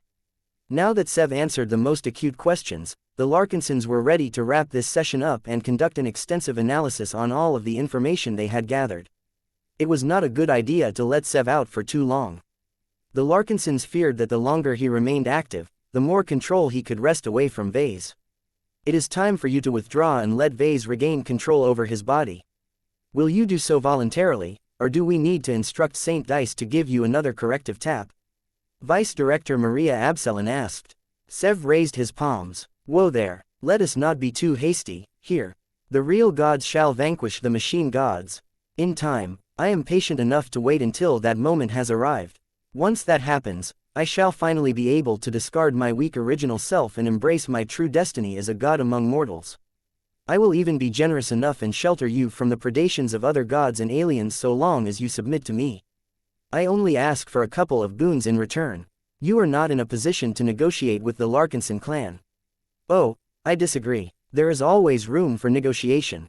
From the way I see it, you desire answers while I desire control. I would be happy to share the truth of the gods to you. I know more than you think. I merely ask that you grant me the time to exercise my divine body from time to time. My weaker self will agree, as letting me challenge other real gods and win may be the only way for us to subjugate our enemies. The alien mortals resist your invasion because they reject your gods. Present them with an acceptable alternative, and they shall kneel before you know it. Only one kind of god deserves to rule over the Red Ocean. With that, Sev waved everyone goodbye before folding back his true body. His stature steadily shrunk until he slowly returned to human proportions. During this transition, it became pretty clear when the real Ves managed to return. Multiple indications including the First Sword Saint Kingdom confirmed that Ves had definitely regained control over himself. Everyone relaxed when they saw that Ves was still able to restore himself. There was a chance that Sev might have been able to replace his original self entirely, but that did not happen. "Welcome back, sir. Are you aware of dialogue that we just held with your alternate self?" "Yes, but not directly," Ves replied as he inspected his own nanosuit-clad body for any unpleasant surprises. "I can recall what you guys said to each other through Blinky's memories. When Sev takes control, I am completely taken out of the equation. It is quite disconcerting. There is no way that Sev will voluntarily relinquish control to me if he can help it. He's just like me in this regard. That is what we suspect as well. Please stand still and allow us to scan your body. This will take a while, so please remain patient." Ves had to subject himself to a battery of tests and examinations before he could leave the main chamber. He soon entered the control room where a large amount of personnel were still in the process of analyzing the data. He soon moved to an adjacent room where Andrea Vox, Vector Loban and Maria Absalon sat around a table. "I hope you have answers for me," he said. "We have already developed 4 different theories of what has caused you to develop an alternate personality with delusions of godhood." Maria said, "We have yet to gather enough data that can enable us to determine which theory is correct, but the ones we have formed so far should at least give us directions to work towards." That sounded productive. "So what do you have?" "The first theory that we have devised is based on the assumption that there is a mutual exchange between the so-called heavenly authority and dominant thoughts of all of the intelligent life forms in the Red Ocean. This theory is based on the observation that E-energy both influences and is influenced by the thoughts and emotions of sentient beings. If the vast majority of residents in this dwarf galaxy believe that phase lords are gods, then the environment itself will begin to enforce and propagate this norm. The arrival of humans to the new frontier cannot shake this dominant assumption because their population is too small relative to the native aliens." Ves looked thoughtful after hearing this theory. It aligned with his own theories, though it went a lot further than he imagined. The theory sounded surprisingly plausible, though it would be hard to prove its validity based on the hearsay of Sev alone. Based on this theory, Ves spawned a second personality because a phase lord must embrace his own divinity. A phase lord that denied his own godhood was a contradiction that was not allowed to exist by the Red Ocean. Since Ves was crazy enough to cling to his own humanity and mortality, the heavenly authority which was shaped by millions of years of alien delusions essentially tried to fix the glitch by clumsily inserting a more pliant personality in his true body. It sounded crazy, yet it may just be true. Chapter 6950 Ves the fried egg spiritual energy, or E-energy, possessed both active and reactive properties. Its presence exerted an influence on the thinking of living beings. At the same time, it experienced changes as a result of being affected by those very same thoughts. This had many different implications. One of the most important ones was how the thinking patterns of an astronomical amount of intelligent beings could affect the surrounding E-energy radiation on a galactic scale. While there were so many aliens in the Red Ocean that possessed very divergent thoughts from each other, what if they all happened to form a consensus on a number of topics? For example, what if they all believed from the bottom of their hearts that phase lords were gods? If that kind of thinking became pervasive enough, all of that collective belief most definitely affected the heavenly authority of the Red Ocean. To put it simply, Ves posited that since the aliens believed that phase lords and phase whales were literal gods, this widespread assumption gained a power of its own. It essentially turned into a self-fulfilling prophecy that changed phase leaders forever. Even if phase lords and phase whales originally did not possess more literal god-like traits, the changes to the environment altered the very reality around them until they fit the expectations of the masses. It helped a lot that the vast majority of phase leaders did not resist this change. Instead, they encouraged it, either because of genuine belief that they had attained a form of godhood, or because they cynically saw it as a way to secure their own power base over the short-lived mortals. Phase leader existed as a completely separate class of beings from the ordinary aliens that struggled to make a living in the Red Ocean. Their bodies grew to titanic proportions. They gained the ability to manipulate the fabric of spacetime without relying on technology. Their lifespans multiplied by at least dozens of times, and they could potentially obtain organic immortality if their bodies evolved further. The masses all worshipped them as good without needing to put any effort to reinforce this impression. Without any significant pushback or source of opposition in the Red Ocean, how could these phase leaders possibly deny such a favorable circumstance? The Puelmers were the only natives that did not automatically believe that phase leaders were gods, yet that did not change anything. They were just one of numerous races that inhabited the Red Ocean. They were just as outnumbered by the God-fearing aliens as the red human immigrants that arrived in the last decade. The proportion of Puelmers and red humans in the Red Ocean was too small to shake the dominant ideology of native godhood. As Ves thought about the power of collective alien thinking, he realized that this theory may likely be true. If your first theory is true, then phase lord body cultivation is a poison chalice. Any human who practices it will eventually become affected by the heavenly authority of the Red Ocean. This is a collective will that is representative of the residents of this dwarf galaxy. Since the residents are overwhelmingly aliens with strong belief in the divinity of phase lords, I fear that humans who have chosen to walk down this path risk becoming assimilated by the aliens through this collective will. The mood between the gathered people grew subdued as they thought about the unfortunate implications of this theory. If it held any basis of truth, then every human phase lord was compromised one way or another. At least Ves actively resisted the will of the alien heavens and managed to retain his humanity for the most part. So long as his alternate self could not unilaterally take over his body, he could tolerate his new condition. Were the professional soldiers selected and transformed by the phase lord department able to resist the temptation to embrace godhood that had previously been exclusive to the vaunted high-ranking mech pilots? Ves did not necessarily think that they were weak-willed, but when the heavenly authority of the Red Ocean dangled godhood in their faces, how numerous humans could cling to their original ideals and insist that gods did not exist. Perhaps he was looking down on them too much. It may be possible that there were still enough human phase lords that held true to their original values and principles. Yet that still left open the possibility that a number of them had become corrupted by the nefarious heavenly authority.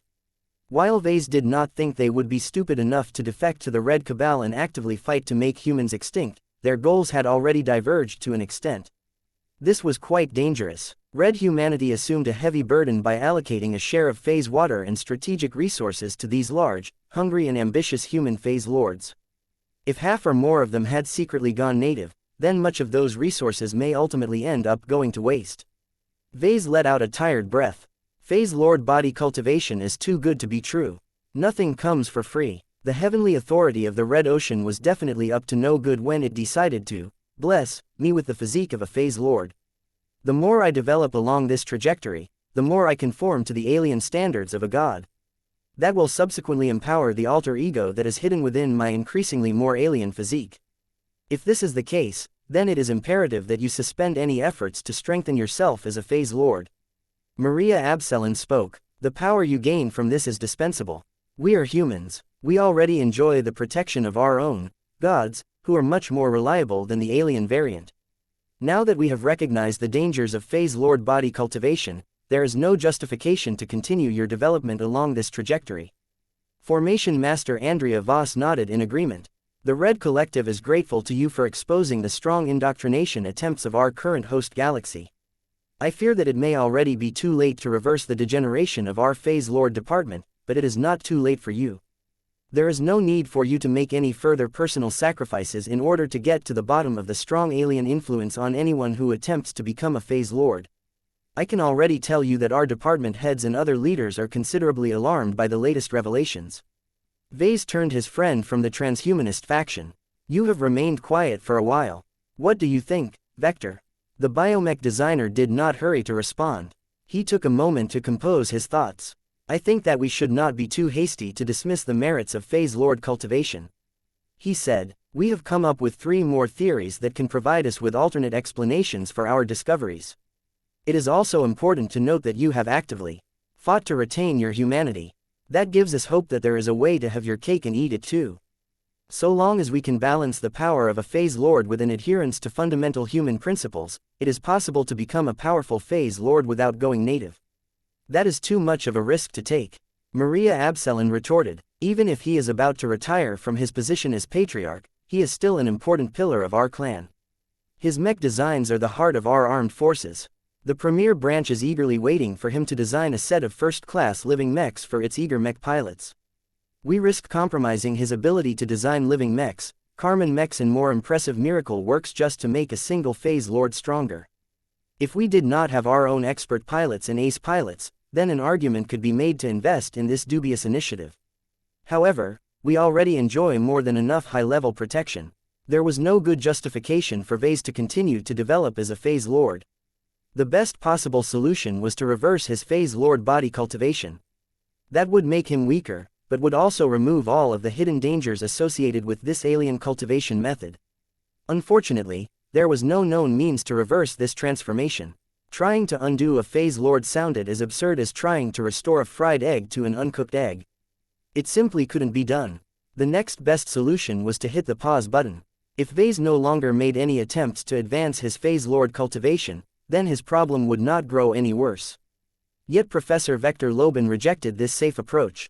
He essentially encouraged Ves to continue to develop as a phase lord. As long as he took more precautions and reinforced his control over his own body, he may just be able to succeed.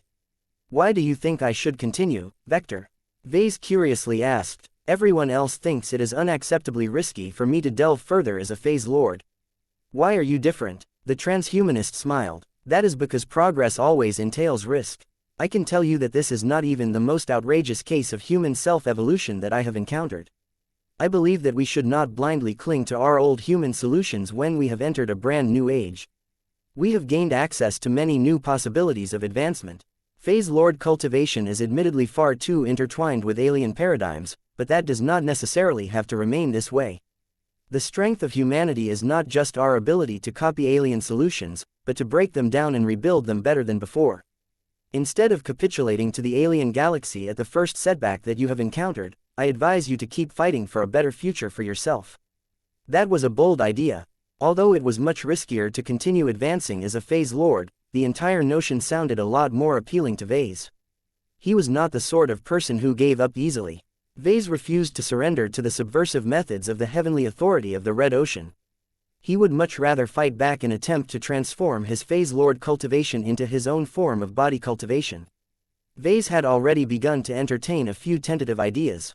Now that his thoughts turned in his direction, he felt it was very much possible to derail the plot devised by a nefarious dwarf galaxy and combine body cultivation with his own ingenuity. One of the craziest proposals in his mind was to merge his phase lord physique with a superdimensional polymetal mech. It sounded absolutely crazy, but it might just work. Of course, this was an exceedingly risky and dangerous idea. Ves could not afford to experiment on himself anymore. He would have to find a human phase lord and persuade him or her to undergo a dangerous experimental operation. Ves did not think he would be able to find many volunteers. He may have to create his own phase lords among the clansmen before he could safely conduct human experiments without taking any excessive risks. This was not the time for him to flesh out this proposal. Ves tried to rein in his enthusiasm and set the matter aside. He could always fantasize about it later when he was finally alone again. I think that Vector has a point, Ves said before he raised his palm. Before you object, I do intend to be a lot more careful about this matter going forward. I will not implant any further phase water organs in my body or proactively seek to raise my phase water concentration. However, I will not blindly turn away from greater power. There has to be a safer and more human-friendly way to become more powerful in a physical sense. The fact that the native aliens will become much more inclined to surrender to me is a very nice bonus. Chapter 6951 Civilized Beasts. So what are the other theories that you have come up with? Ves asked. While I am already convinced by the first one, I still want to learn what else you have devised. This was all new to Red humanity. Humans had only just begun to explore the possibilities of phase lord body cultivation. Their understanding of this development trajectory was nowhere near as detailed as their understanding of mech pilot willpower cultivation. The lack of understanding and certainty created room for alternate explanations. The second theory that we came up with ignores the possible influence from this so-called heavenly authority. Vector Loban said, while there is increasing proof that there is an overarching will that is not only biased towards the native aliens but actively intervenes to favor their beliefs, not every phenomena should automatically be attributed to them. A simpler explanation for what has happened to you is the phenomenon that a strong body is always governed by a strong mind or consciousness. If you rashly try to progress your phase lord cultivation without taking the time to strengthen your mental capacity to assert your control over your transcendent physique, then your body will spawn this consciousness by itself as a corrective measure. Ves looked thoughtful when he heard this. The second theory was based on a different set of assumptions. If he applied Occam's razor to his situation, then this was clearly the more plausible explanation for what happened. It relied on fewer assumptions and did not require Ves to prove the existence of an active and partial heavenly authority. However, just because it was simple did not necessarily mean it was correct. Ves was convinced that the galaxies were governed by their own heavenly authorities. The first theory sounded a lot more plausible from his perspective. I have encountered instances in the past that corroborate this theory, Ves said as he thought back on the incident related to the Uranus. I am not sure whether it can spawn a complete personality that happens to have a god complex, though. It is much more probable for my body to generate a feral and savage personality. From how Sev comported himself, it is clear that he is rational and in control of himself. That makes it less likely for this theory to be true. Maria Absalon added her own opinion. Large organisms generally tend to have more brain matter. Proportionately, their brains may still be small relative to the rest of their physical forms, but that does not discount their importance. When these brains grow larger, the organisms develop more cognitive abilities. They may not necessarily grow intelligent enough to communicate and build a civilization, but they are still stronger in mind than they appear on the surface. This is an especially noticeable phenomenon among large and old exo-beasts and astral beasts. They are already intelligent enough to be sentient in their own right. The original form of xianxia is a good example. Not many people had access to records of the fateful mission that sent Ves out of the frontier of human space for the first time. That was one of the most exciting periods of his life. He had yet to found his clan and become burdened by responsibilities. He traveled around, widened his horizons and came face to face with mass-murdering aliens. He met and befriended the flagrant vandals and Lydia sword maidens during these formative years. It was through those shared struggles that Ves and these outfits managed to forge a bond of trust and camaraderie that lasted long after the mission. What Ves focused on was not the people, but the exo-beasts they had encountered after making landfall on the planet that gained the name of Aeon Corona 7. How could he possibly forget about the colossal native land beasts that prowled the surface while constantly mutating after getting exposed to higher dimensional energies unleashed by malfunctioning FTL drives? Ves was not entirely clear whether E-energy was part of the mixture of higher dimensional energies that had spilled over from the other dimensions, but even if it was not true, it didn't matter too much. What Ves encountered on the surface of Aeon Corona 7 were humans struggling to maintain a civilization in an environment that actively degraded most forms of technology. The human descendants from the Starlight Megalodon had degenerated into savages, one group having fallen even further than the other. Nonetheless, these ignorant humans who had all but forgotten the splendor of the Common Fleet Alliance had come to worship those very same land beasts as gods. Why wouldn't they? To these ignorant humans that had gone native on Aeon Corona 7, they had no connection to the wider civilization of the Milky Way. They lived in a primitive society that was devoid of the comforts and the advanced technologies that modern humans took for granted. Stuff as uncomplicated as data storage devices or the galactic net were entirely absent. This broke the chain of inheritance to these unfortunate descendants and caused them to regress on a technological level to an unbelievable degree. These people who had forgotten about the power of technology were ignorant beyond belief. When they saw the massive exo-beasts that had rapidly adapted to the influx of higher dimensional energies and mutated into greater organisms that also learned to manipulate a portion of the power of those very same energies, they saw gods in the flesh. That was how exo-beasts such as xianxia become worshipped as sacred gods. What was funny was that the exo-beasts did not kill or ignore the annoying humans who worshipped their destructive powers or their physically tall statures. The exo-beasts actually accepted the worship of the degenerated humans and even began to live alongside them. The two groups had come to depend on each other. Ves couldn't help but see many parallels between the primitive society that Ves had encountered on Aeon Corona 7 and the more contemporary native alien society in the Red Ocean. "What are you thinking about, Ves?" Vector asked after Ves remained silent for a duration of several minutes.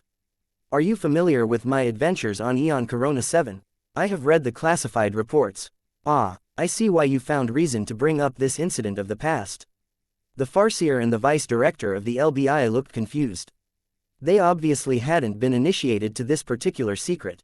"Can you share those reports to the two ladies, Vector?" Ves asked his transhumanist friend. "This is the fastest way to bring them up to speed.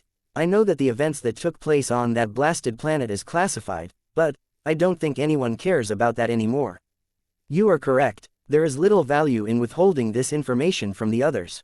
Vector Loban proactively retrieved the relevant documents and transmitted them to the two women so that they could learn about what he had encountered. Both women were extremely quick studies. It only took a short time for them to understand the key points of what Ves encountered in the past. What I just read not only conforms to our second theory, but also lends credence to our fourth theory. Maria Absalon said, I am even more confident than before that both of these theories may be correct. These, sacred gods, are the clearest proof yet that exo-beasts can rise above their savagery through the power of faith. Ves looked curious. What is the fourth theory about? On the surface, it is an extension of the second theory, but it encompasses so much more. It is based on the premise that the phase whales were originally exo-beasts. Whether through evolution or through the deliberate manipulation of the so-called elder gods, this aquatic exo-beast species began to grow stronger after absorbing phase water and learning how to chant it in deliberate ways. However, that does not mean they have become civilized. We believe the early phase whales to be incredibly savage and brutal towards each other and other alien species. Once the violent and bloodthirsty phase whales gained the ability to warp through space, they likely abused their newfound powers to raid different star systems and rampage across the stars. It was already obvious where the biotech scientists was taking this story. Ves smirked and crossed his arms. Let me guess. The Nunsers, Orvans and other aliens became so traumatized by the power of these primitive phase whales that they started to worship them as gods. That is the basis of the fourth theory. Whether this speculative history is accurate is not our job to ascertain.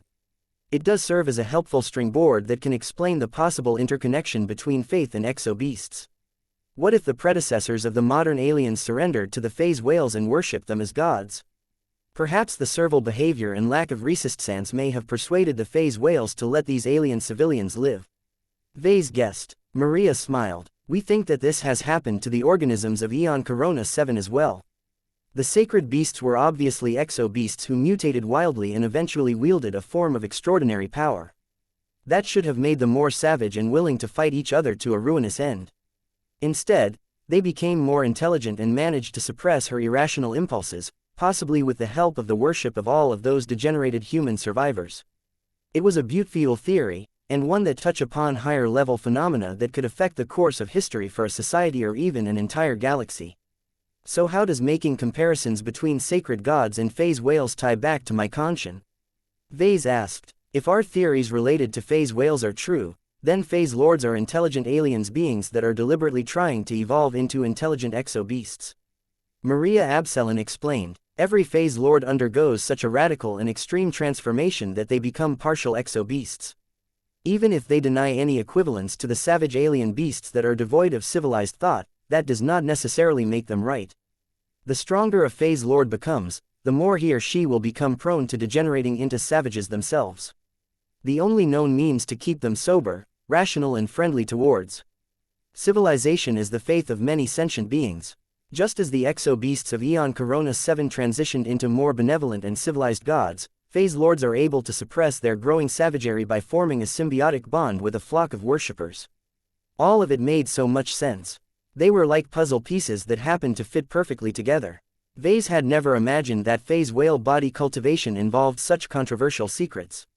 It was not a surprise that the phase whales and phase lords of the Red Ocean did everything in their power to hide this controversial truth. If the masses understood that their native gods were in fact savages that were constantly struggling to maintain their own rationality, then they were liable to treat phase leaders as monsters as opposed to gods. In fact, people could even argue that there was never much of a difference between the two in the first place. A powerful being that was hostile and murderous towards people was a monster. A powerful being that was more benign and willing to protect a group of people was a god. Was this the fundamental nature of godhood in the Red Ocean? Ves did not dare to think whether there was any truth to these wild claims. Personally, he believed that at least parts of the theory conformed to the truth, but he did not dare to voice his opinions in public for fear of single-handedly pissing off numerous of the most powerful aliens in this dwarf galaxy. You know what? He spoke up. Let's consult one of the beings who used to be one of the sacred gods. xianxia, are you there? Let's talk. A powerful spiritual wave swept across the isolated chamber. A small manifestation of a lizard-like being appeared next to Ves. xianxia had arrived, and looked ready to explain the nature of her past existence. Chapter 6952. The functional purpose of worship. Communicating with xianxia was different from talking to people. The former sacred god used to be a massive exo-beast back when she was alive. Her giant lizard body could roar and make all kinds of animalistic sounds, but she never grew the organs to articulate human words. This was why she relied on telepathy and silent exchanges of impressions as her preferred methods of communication. In certain cases, it was much more efficient for Ves to exchange his ideas with xianxia through these means. It reminded Ves of how he conveyed information to others in a design network. The tiny manifestation of xianxia rested on his shoulder and quietly began to offer her own side of her story. Unfortunately, it was not as comprehensive as Ves liked. As the other people patiently waited for Ves to extract answers from the design spirit, xianxia earnestly tried to be of assistance, but her understanding of her past situation was never that good from the beginning. After a few minutes of silence, Ves finally turned to the others. Xianxia and her fellow sacred gods never saw any reason to conduct research on their own existence and the workings of their own powers. While they lived long enough for them to make interesting discoveries, it is not systematic enough. The information she is able to share with us is not as comprehensive as we would like. That is okay, Vector Loban said. Can you tell me whether xianxia has been able to suppress or remove her savage nature by allowing herself to get influenced by the thinking of other intelligent beings? She is not quite sure of that. Ves replied on the design spirit's behalf. She has never formed a definite causal link between the two. It may be that her growing intelligence and rationality are a result of long-term exposure to a specific type of higher dimensional energy. The sacred gods and their primitive worshippers did not bother to conduct a proper scientific study that could help them investigate the root of the phenomenon. Acquiring worshippers was more of an ego thing for her and other sacred gods. They liked it when the primitive humans respected them, worshipped them and catered to their needs. The answer disappointed his audience. This was not a particularly helpful answer. What about her current state? Is there any risk of her backsliding to a violent exo-beast? The manifestation of xianxia emphatically shook her head. No, Ves responded. When she died and somehow managed to ascend her spirit, she had completely divorced herself from her alien beast strengths and weaknesses. Her mind and spirituality are no longer affected by the hormones, instincts and other influences of her powerful flesh. She escaped her mortal coil during a time where she was still in a rational and intelligent state. This has become her default state after she has started her second life. There was never an instance where she regressed back into savagery. That had many implications. The most important one was that if the body ever became a problem, then removing it was the most direct way to address the problem. Of course, killing Ves in order to get rid of his alter ego was an absurd notion. Not only was there no guarantee that Ves would be able to live on after death like xianxia and his mother, but he also risked losing his connection to the Red Kingdom.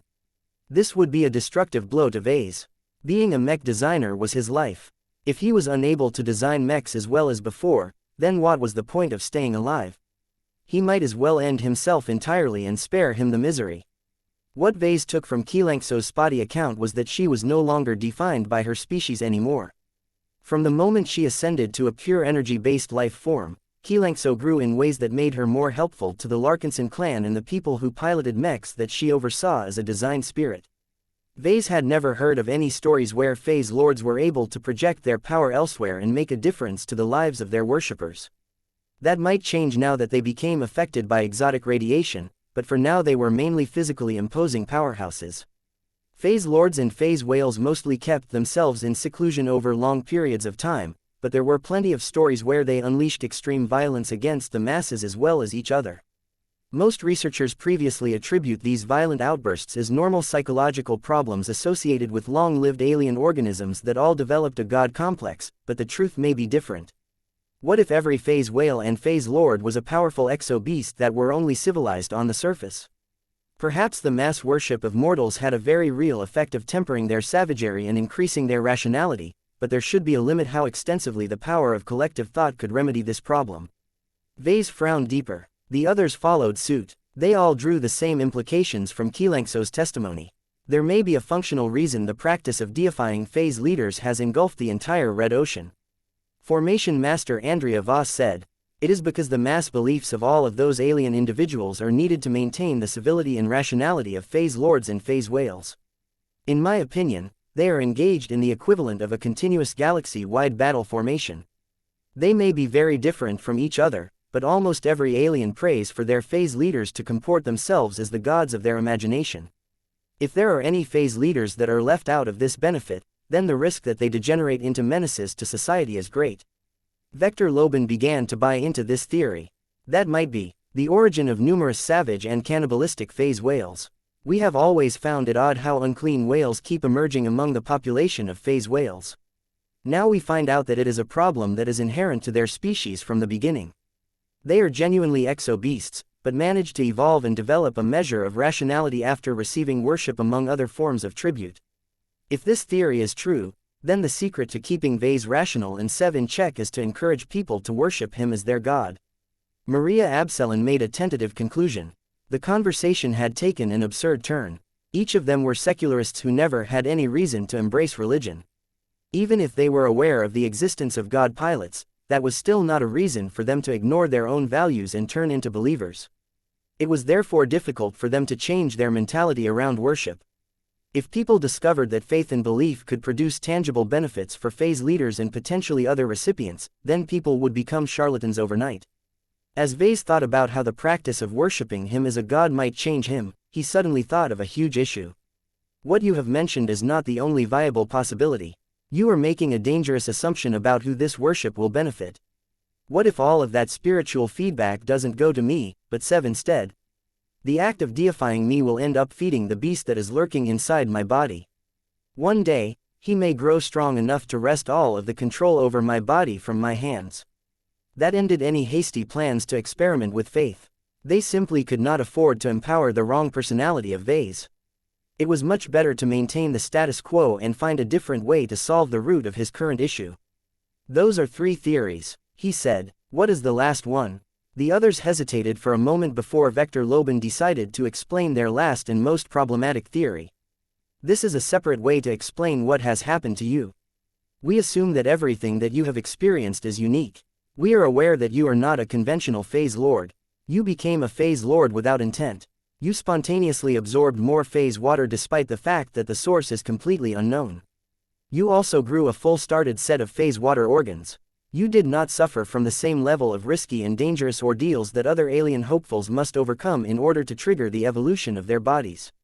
What is your point, Vector? My point is that our last theory assumes that the Red Ocean especially singled you out. You received special treatment that other phase leaders typically do not enjoy. However, it would be too naive for us to believe that the collective will of this dwarf galaxy harbors goodwill towards you. If the heavenly authority of the Red Ocean is hostile towards red humans, then the purpose of transforming you into a phase lord is to conquer you and subvert you. Do you understand what this means if it is true? Your body cultivation is a curse rather than a blessing. It has become a vector by which a galaxy that is hostile towards red humanity seeks to subvert or sabotage one of its leading figures. The last theory was the most damaging one to Ves. The most troublesome part about it was that Ves could not refute it. He undoubtedly knew that he received special treatment from the Red Ocean. He had been trying hard not to think too much about why it chose to invest in him in particular. If it held any evil intentions, then Ves would find it difficult to resist its machinations. For what it is worth, when I came into contact with the heavenly authority of the Red Ocean during a weird and trippy dream sequence, I did not sense any obvious malice from the dwarf galaxy. Ves said. His words probably would not make much of a difference. It was difficult to dispel suspicion. The risk that he became compromised by the bestower of his phase lord cultivation was an important reason why the Larkinson clan sought to remove him from his high office. It was better to be safe than sorry.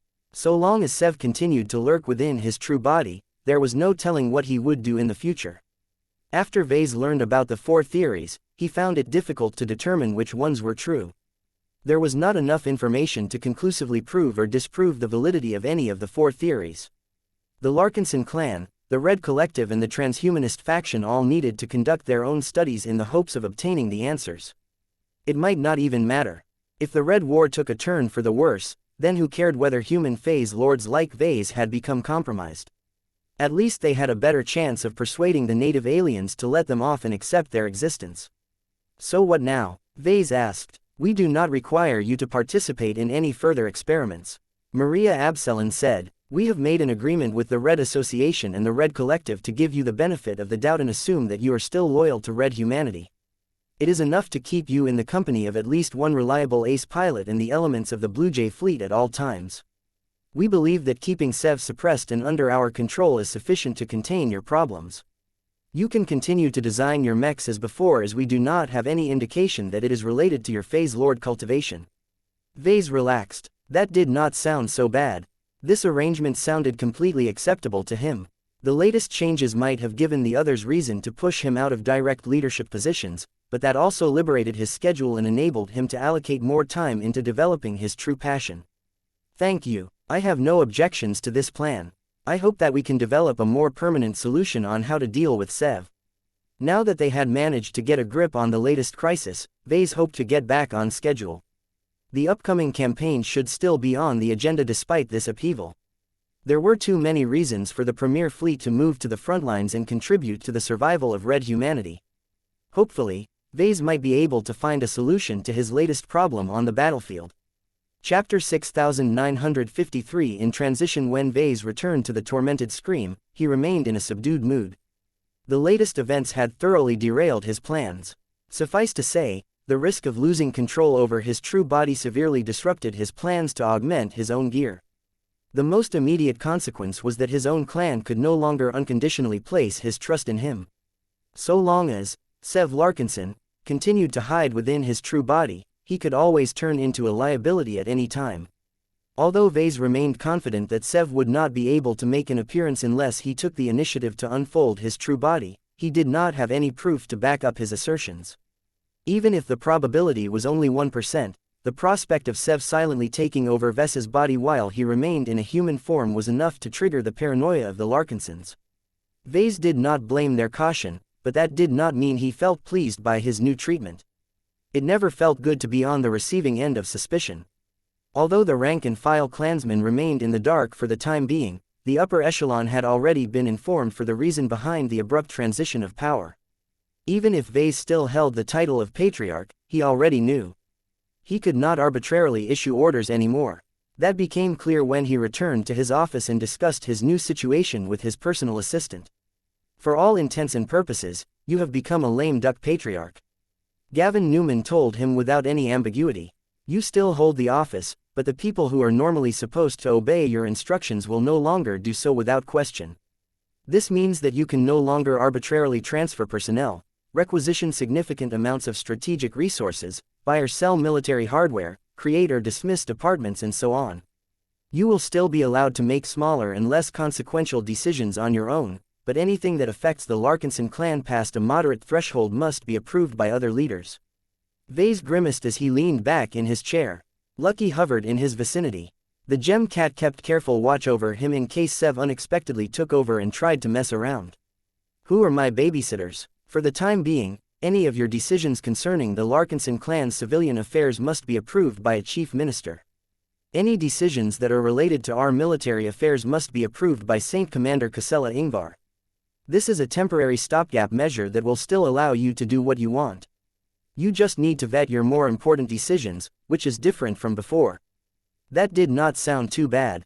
The Larkinsons still respected their patriarch. Ves did not automatically lose access to all of the phase water, superdimensional matter and other expensive goodies. He just needed to make sure he could justify his resource utilization.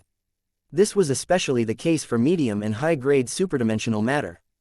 There were too many mechs that could make good use of these new wonder materials. Am I still allowed to develop phase lord grade wargear for myself? Ves asked. It would be a shame for him to abandon his current side projects and leave him undergeared if he had no choice but to stand up for himself. You can still continue to design your raiment and armaments, boss. Gavin answered. However, you will need to obtain approval before you are permitted to withdraw large amounts of superdimensional matter and other expensive materials needed to fabricate your gigantic gear. How likely do you think I will gain that approval? The assistant paused for a second. It should not be too low. From what I have learned about your circumstance, your alter ego, Sev, may hold very different attitudes compared to yours, but he is not necessarily a threat to the Larkinson clan. So long as he is willing to fight on our behalf, it is not a bad idea to outfit him properly. We recognize that there may be instances where it is more advantageous if we allow a phase lord of our own to represent our clan. It would be harder for Ves to do that if he no longer occupied the position of patriarch, but oh well. So the clan is willing to let Sev come out and play. That is the plan for now. Gavin confirmed. It is one thing to deal with a rogue phase lord when we are not equipped to defeat him. It is another thing to deal with him when we have 2 ace pilots at our disposal. Under the premise of absolute force suppression, we do not have much to fear from Sev. The First Sword Mark III will be your unofficial minder for the foreseeable future. Her superdimensional characteristics grants her an absolute advantage against all phase lords, you included. There was no way Sev could beat an ordinary ace pilot. One that happened to pilot a full high-grade superdimensional mech was even more unbeatable. Ves did not resent the First Sword Mark III's presence. She was a genuinely good superdimensional ace mech. He had contributed to her design, so he knew quite well how her blades could literally slice and dice him into phase lord sushi if she had any reason to resort to violence. The threat of getting chopped by the superdimensional ace mech not only gave Sev a strong reason to remain honest, but also granted the Larkinsons a huge amount of peace of mind. If the Larkinsons lacked such a powerful force, then they wouldn't have let Ves off so easily. It would have been a lot more awkward for him to remain in the clan when there were no easy ways to suppress him if he ever lost control over himself. He talked a bit more with Gavin about the changes to his life. Will you stay by my side and continue to help me run my affairs, or will you offer your services to the next patriarch or matriarch to come into office? Ves inquired. Gavin gave him a rueful smile. I feel insulted that you felt the need to ask. I am staying with you, compromised or not. My loyalty to you is personal. I care about the clan, but I have not forgotten who has brought me from a planet as backwards as Cloudy Curtain to becoming the gatekeeper of one of the best mech designers in the Red Ocean. Even if Sev has completely taken over your body, I still won't leave. He may not be the man I pledged my loyalty to, but there is always hope that you will be able to make a return. Once you do, you will need my help to integrate back into society. Ves felt touched by Gavin's declaration of loyalty. Their bond went way beyond duty and friendship. They were comrades who originated from the same planet. Both of them had traversed across the stars while surviving one crisis after another. Thank you, Gavin. I appreciate your words. You don't need to stick to me if doing so will pose a significant hazard to your health. Be careful and make sure you have an exit route in place at all times. I cannot guarantee that Sev will attempt to harm you to impede my causes. Gavin stared back at Ves without showing much fear or emotion. His latest augmentation had drastically altered his personality. I will not leave your side. If Sev somehow takes control, then I will persuade him that it is in his best interest to retain my services. So long as he accepts, I can attempt to temper his decisions and prevent him from ruining everything you have built. That was a dangerous and risky responsibility that he had taken upon himself. While Ves felt touched by Gavin's loyalty, it would be a tragedy if he suffered a needless death. Still, Ves would not disrespect Gavin's vow by persuading him to choose differently. People like Gavin might not be soldiers, but still yearn to fight for a noble cause. It would be disrespectful to force Gavin to back away from his pledge. He was not a child. He was an adult who was fully capable of making his own decisions. Whether he was right or wrong, it did not matter so long as he was willing to take responsibility for his own actions. Let's move on from the Larkinson clan. Ves decided to change the topic. What is the stance of the Red Collective? Do I need to make preparations to resign from my position as the chief counselor? The Red Collective is a much larger and more divided organization. It is much less agile than the Larkinson clan, so do not expect a quick resolution over there. Gavin said while shaking his head. While the collies have yet to publish an official stance, I have spoken with Andrea Voss of the Moloch Squadron. We discussed a number of interesting probabilities. We believe that the RC is not as afraid of your alter ego as others. Well, the collective already has the Phase Lord department. Compared to the questionable human Phase Lords over there, you are much more preferable due to your unequivocal attachment to your humanity. This puts you in a unique position. On the one hand, you are a proven human supremacist. On the other hand, you are also a Phase Lord that has already placed a foot on the other side. This means that you are one of the few people that can straddle the divide between the human Phase Lords and the other cultivators of the RC. This is a politically advantageous identity that can open up numerous new possibilities. Ves narrowed his eyes even as he began to pet Lucky's back. Are you suggesting that I should set aside the Larkinson clan and move to the Astral Octagon to build up my influence within the Red Collective? I do not presume to tell you what you must do, boss. I am only pointing out that the collies work with stuff that sounds similar to your condition on a more frequent basis. Many cultivators that have decided to practice risky high-end cultivation methods are prone to suffering mental disorders. That has made them much more tolerant towards abnormal conditions such as yours.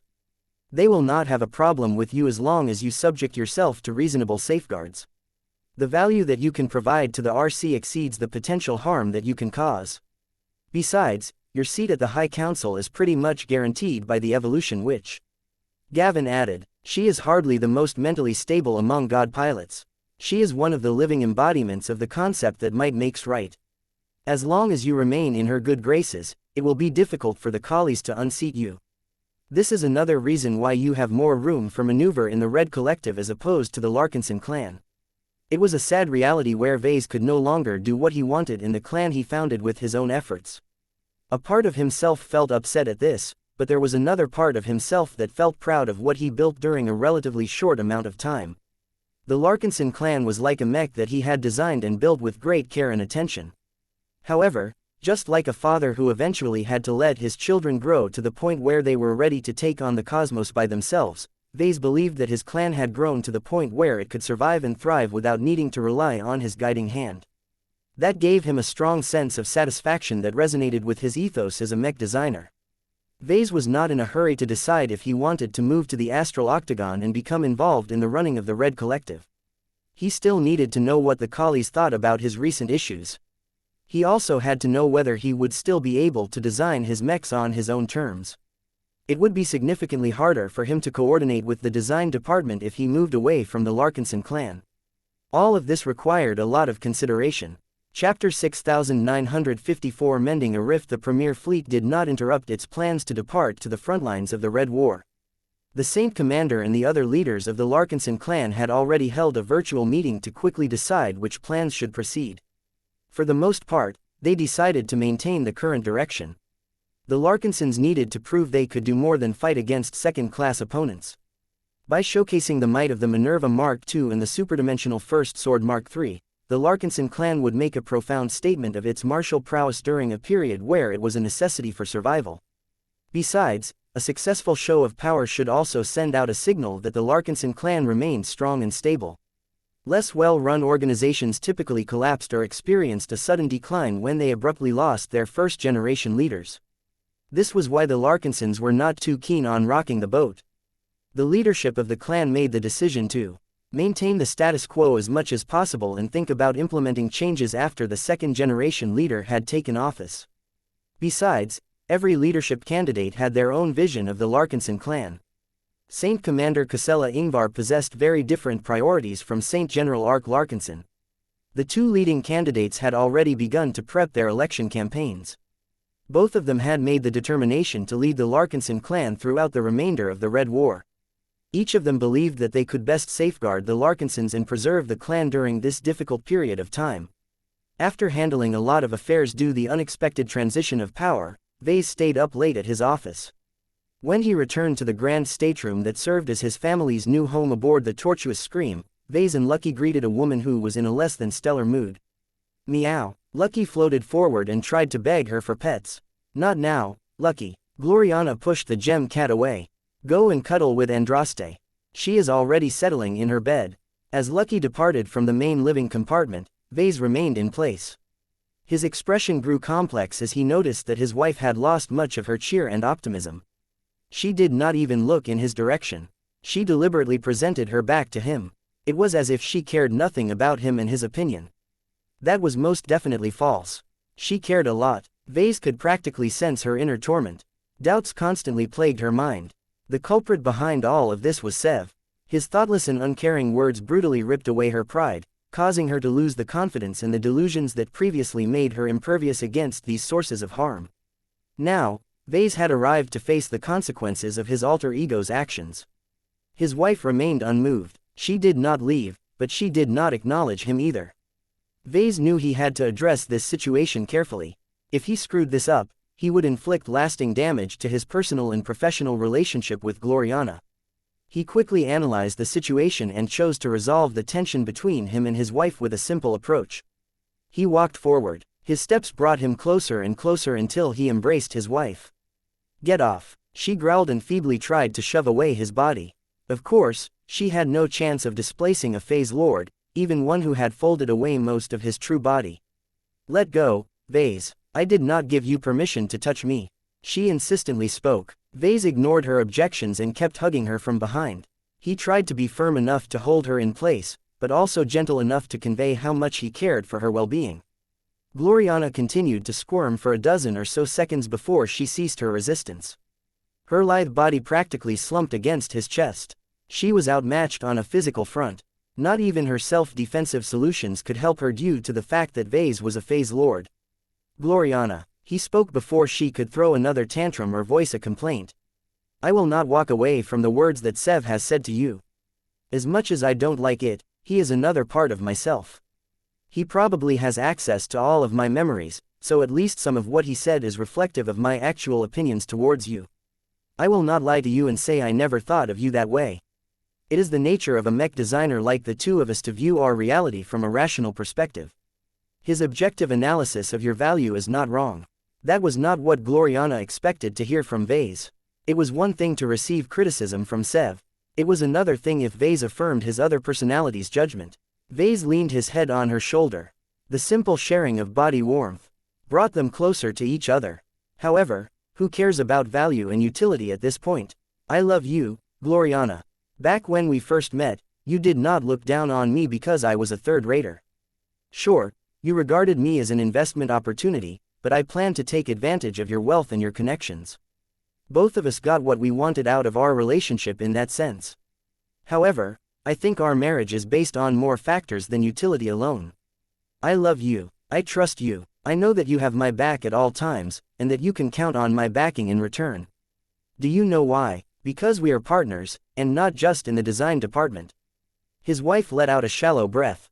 He still felt upset at him, but his honest but affectionate words caused her to relax, but only to a small extent. Mech design is not a sprint. It is a marathon. It is one of the longest endurance races in human science and engineering. There are plenty of star designers who have enjoyed meteoric rises and reached their exalted ranks in record time. However, there are also other star designers who have maintained a slow but steady pace and worked their way to brilliance after many years of struggle. Whether you are fast or slow, I don't care. I believe in you, Gloriana. You are different from me, and that is completely fine. I recognize that you possess your own spark of brilliance that can carry you forth to the highest level of our industry. Even if your works does not meet your standard or mine for the time being, there is always hope for the future. His wife finally couldn't withhold her opinion any longer. I am not special, or unique. I am a dispensable mech designer according to your thoughts. You can replace me with other mech designers with similar specializations and you would hardly notice the differences. That is not true. Ves shook his head. We have worked so long together that you have assimilated a part of my design philosophy. You are more familiar with my design philosophy than other mech designers. You know my preferences and you can always make a good estimate on how I would tackle a design problem. You are not useless, Gloriana. More than that, I love you. Each collaborative project makes me happy because it is like we are parents in the process of creating another child. We are not just making products. We are creating art. I have always believed that our love for each other has been an important factor why our collaborative projects are so good. Don't you agree? Gloriana did not know what to say to that. She wanted to refute her words, but she needed to present a good argument in order to justify her own cynicism. Why do you love me? She asked instead. What makes me worthy of your love? Trust. Liar. She immediately shot back. You trust me until you do not. Your trust in me is selective. You do not mind it if you share harmless secrets with me, but from the moment anything serious comes to mind, you slam shut like a magnetic clamp. From what I have observed, you trust Kedis more than the mother of your children. How is this fair? Damn. Gloriana had poked a sharp hole in Ves's argument. He could not tell her that she was wrong. He indeed withheld many of his more sensitive secrets from her. His continued reluctance in revealing the mech designer's system caused her to feel left out by her husband. Ves knew that this was no time for lies. He let out a deep breath. It is true that I have been keeping certain secrets from you. It is also true that I have been confiding in Kedis about a matter that is far too sensitive for me to mention in this environment. I hope that helps to convey the magnitude of my secret. I am not entirely blameless for keeping you in the dark. You have an unfortunate habit of revealing secrets, whether it is to your fellow hexers or to the public. Gloriana grimaced. She could not bring herself to deny this allegation. I was younger and less thoughtful all of those years ago. I have grown since then. I have become a mother and assumed more responsibilities in the clan. Compared to before, I understand the need for secrets much more extensively than in the past. If you love me, then, do not try and continue to hide this secret facet of yours from me. Let me into your super secret club. I promise you that I will treat your secret with the utmost care and respect. Her request tested his tolerance towards her. Was she truly ready to get initiated into the mech designer system? Ves could think of many reasons why he should deny this proposal. The consequences of exposure were dire. As long as his wife slipped up even once, the Red Three would know about it by the end of the day. It was not as if those big shots were all stupid. They should all be aware that Ves possessed a fragment of the metal scroll and had been taking advantage of it since the start of his professional career. However, as long as the specifics remained hidden behind a veil, there was nothing concrete for greedy outsiders to fixate on. They did not have a good understanding of the power and capabilities of the fragment of the metal scroll, and that prevented them from approaching Ves. All of that would change once people learned about the mech designer system. The more information got leaked, the worse the problem became. People might begin to make very firm requests about exchanging rare materials from the Divine Bazaar or precious enlightenment fruits from the Tree of Possibilities. It would be difficult for Ves to say no to the more powerful parties such as god pilots, star designers and those who acted directly under their authority. Ves did not want to be reduced to a human vending machine, so it was vital for him to protect this particular secret as best as possible. He extended his trust to Kedis because he knew that a willpower cultivator would never break her vow of secrecy. What about Gloriana? She did not possess such a strong guarantee. The lack of assurances should clearly prompt Ves to deny her selfish request. Yet, Ves was not the sort of person that applied logic to every decision. I will do it, he whispered in her ear. You are right, I have been denying you from an important part of my life because I did not trust you enough. I don't want our relationship to stay this way.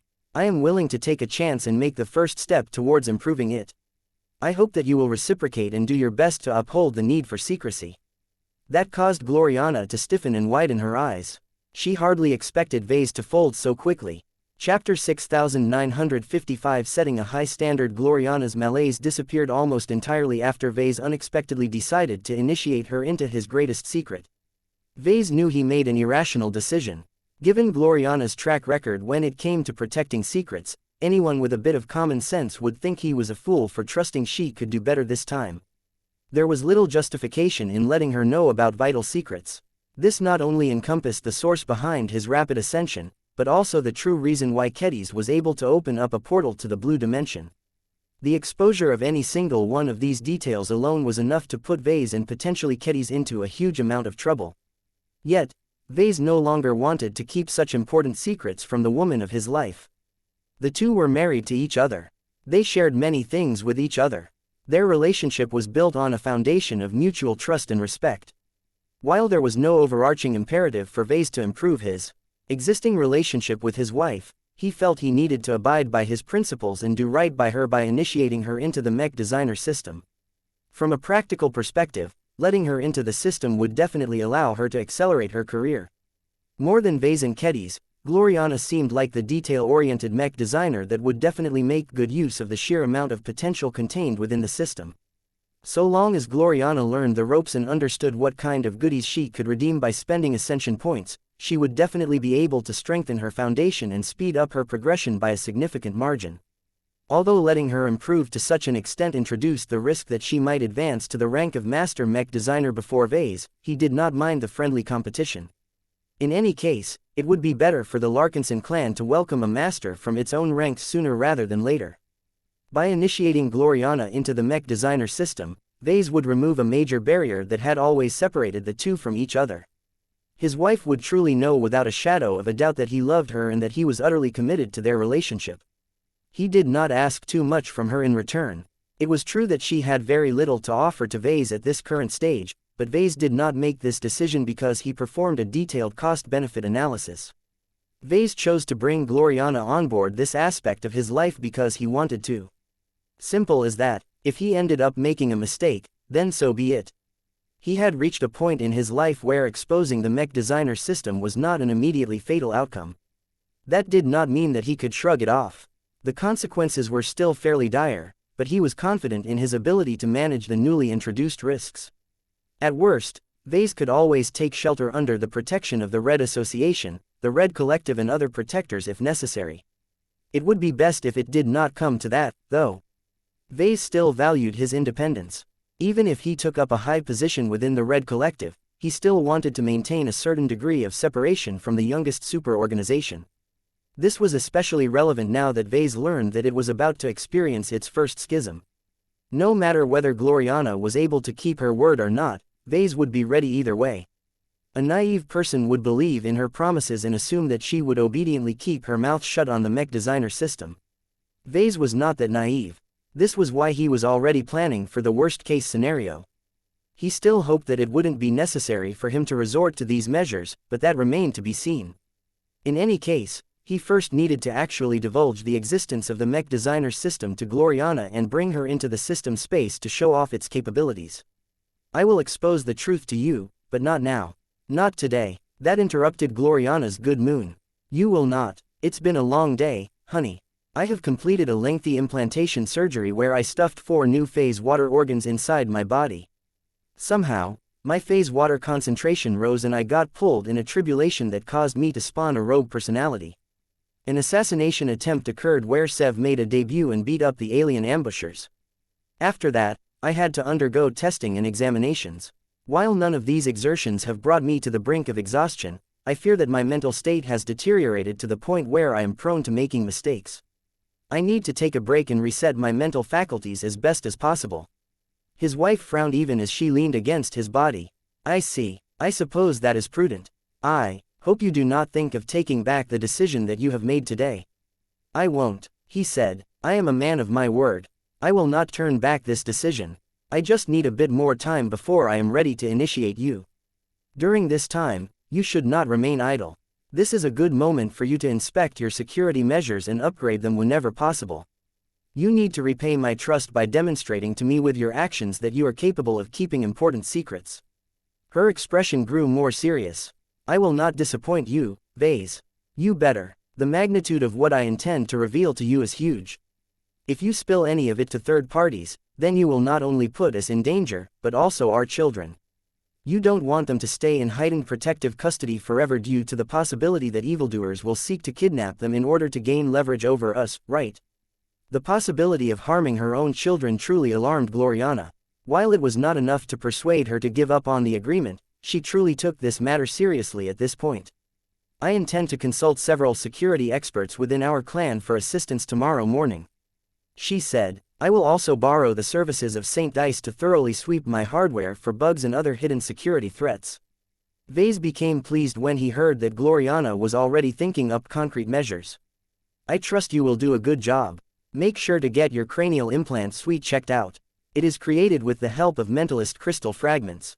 This special hyper-material possesses weird and unfamiliar properties. I wouldn't be surprised if people secretly developed a device that might be able to lift data from your cranial implant. His wife looked at him as if he was stupid. The implant developers would never overlook such an obvious and foreseeable vulnerability. Arachne-01 distributed mech project leader first-class cranial implant set is especially developed for my use. Every developer involved in the project is thoroughly vetted. Their work also passed through multiple different inspections, including one conducted by our own personnel. The experts from the LBI has regularly monitored my condition and the conditions of my implant set and never encountered any red flags. Ves softly patted her shoulder. I believe you, but it is best not to be too overconfident when it comes to stuff like this. Any vulnerability, no matter how tiny it may be, is a potential security nightmare. What happened during the surgery has refreshed my awareness of new threats. Since we can take advantage of E-energy manipulation to do a lot of cool new stuff, so can the enemy. You can approach the Moloch squadron for general advice and assistance. The Chi cultivators over there have mastered a variety of strange new abilities. Their leader is a formation master who specializes in scrying. His wife slowly frowned. She did not adequately consider threats from this angle. His reminder came at a timely moment. I will take care of it. It may take a few days to get my security situation in order. That is good. Take your time. Let's retire for the night. The next day, both Ves and Gloriana woke up refreshed and in a much better mood than before. The tension and alienation that existed between them had entirely disappeared. In fact, they felt a lot closer to each other than they had in years. Ves had shown that despite his alter ego's callous words, he still loved her and appreciated her company. For her part, Gloriana felt flattered by his faith in her. Her motivation had grown and she clearly looked forward to the day when she was finally able to take a greater part of his life. She even began to hum as she helped to feed Marvain his breakfast of fortified nutrients that were specially tailored to his transhuman physique. The children all noticed the differences. They had heard a lot of rumors yesterday, and not all of them sounded pleasant. Yes, Aurelia, why are you quitting? You could have tried harder to stay in power. Ves smiled indulgently at his oldest daughter. I am not quitting, per se. I am scheduled to resign from my position as patriarch as soon as our clan has elected a new leader. I have suffered an accident that has made it dangerous for me to hold so much power and authority. As their patriarch, I have a duty and an obligation to serve the Larkinsons to the best of my ability. When that ability is compromised, then continuing to cling to power is a disservice to those clansmen. This is why I am moving out. Sometimes, the greatest form of service is to step back and give those with better ability a chance to do a better job. HMPH. Andraste angrily huffed. From what I have heard, those other leaders sound way too happy to push you out of the door. None of them have made any decent attempts to keep you in power. They pounced on you as soon as they smelled blood in the water. They are all traitors. Gloriana quickly reached out and pressed Andraste's overeager body. Shush. Do not speak nonsense, daughter. Your father's situation is much more complex than that. He is the founder of our clan. As the first-generation leader, he is setting an example for all of the matriarchs that come after him. By showing a resolute determination to make way for a successor from the moment we discover that he has become compromised, he is setting an impeccable standard of integrity in our clan. All of the senior members of our clan will be expected to emulate this behavior. That is how we ensure that our clan will continue to remain in the right hands in the years to come. Aurelia couldn't help but nod. I learned about that in school. The Terran ancient clans that exist to this day were all able to last because of their insistence on maintaining good governance. The clans that failed to survive up to this day almost always suffered from a leadership deficit.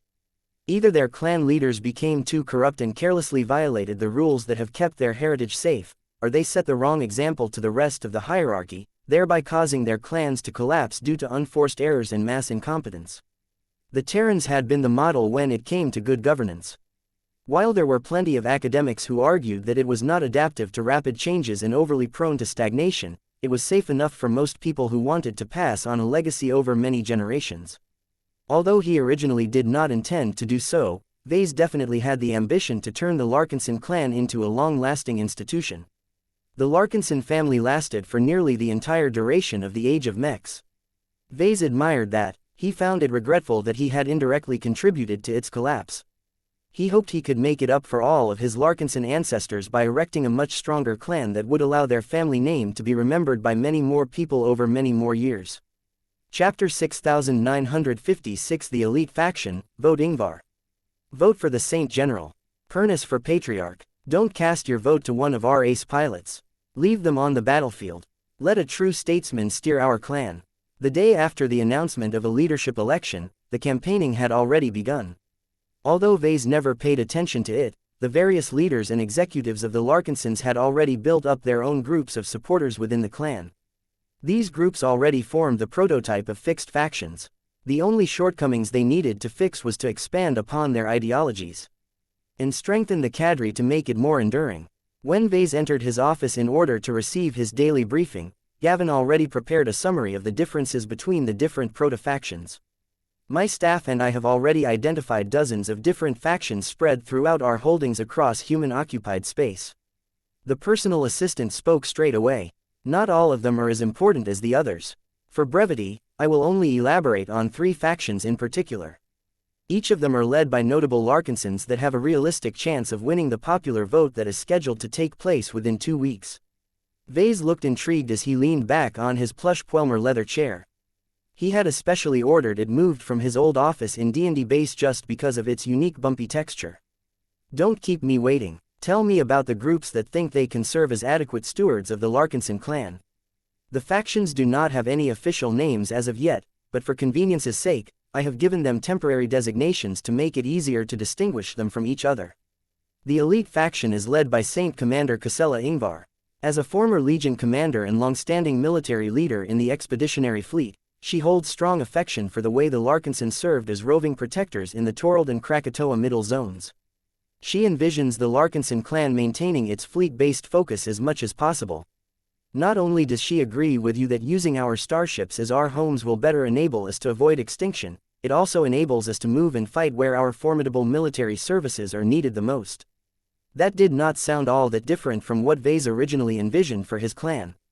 He felt pleased that the Saint Commander did not seek to transform the blueprint that he had set for the clan. Keeping the Larkinson clan fleet-based had always been one of his obsessions. That sounds great. It doesn't surprise me that Casella wants to keep the model of the Expeditionary Fleet. Does she hold any other special views and opinions? Not that much, boss. Gavin shook his head. She is most in favor of maintaining the status quo. That is not necessarily because she thinks you are correct about everything, but she believes that the Larkinson clan must serve a distinct role in human society. Our members are not bound to planets and fixed territories. They are not employees of a commercial mercenary outfit either. Instead, they are part of a clan that offers talented humans a new home where they can join a new family that is filled with like-minded people who are interested in doing good. From the moment they join our clan, they abandon all of their existing loyalties and allegiances. This is an important policy that allows our clan to remain independent and unaffected by rivalries between other human powers. Ves clasped his hands as he processed these words. I see. Since you call it the elite faction, the Saint Commander obviously wants to focus on quality as opposed to quantity. Yes, although a devastating loss can cripple our fighting ability for a time, the Saint Commander still believes that it is best to keep our numbers and especially our fighting forces in a manageable range. Our mechs may be limited in number, but they must always be placed at the upper reaches of their class.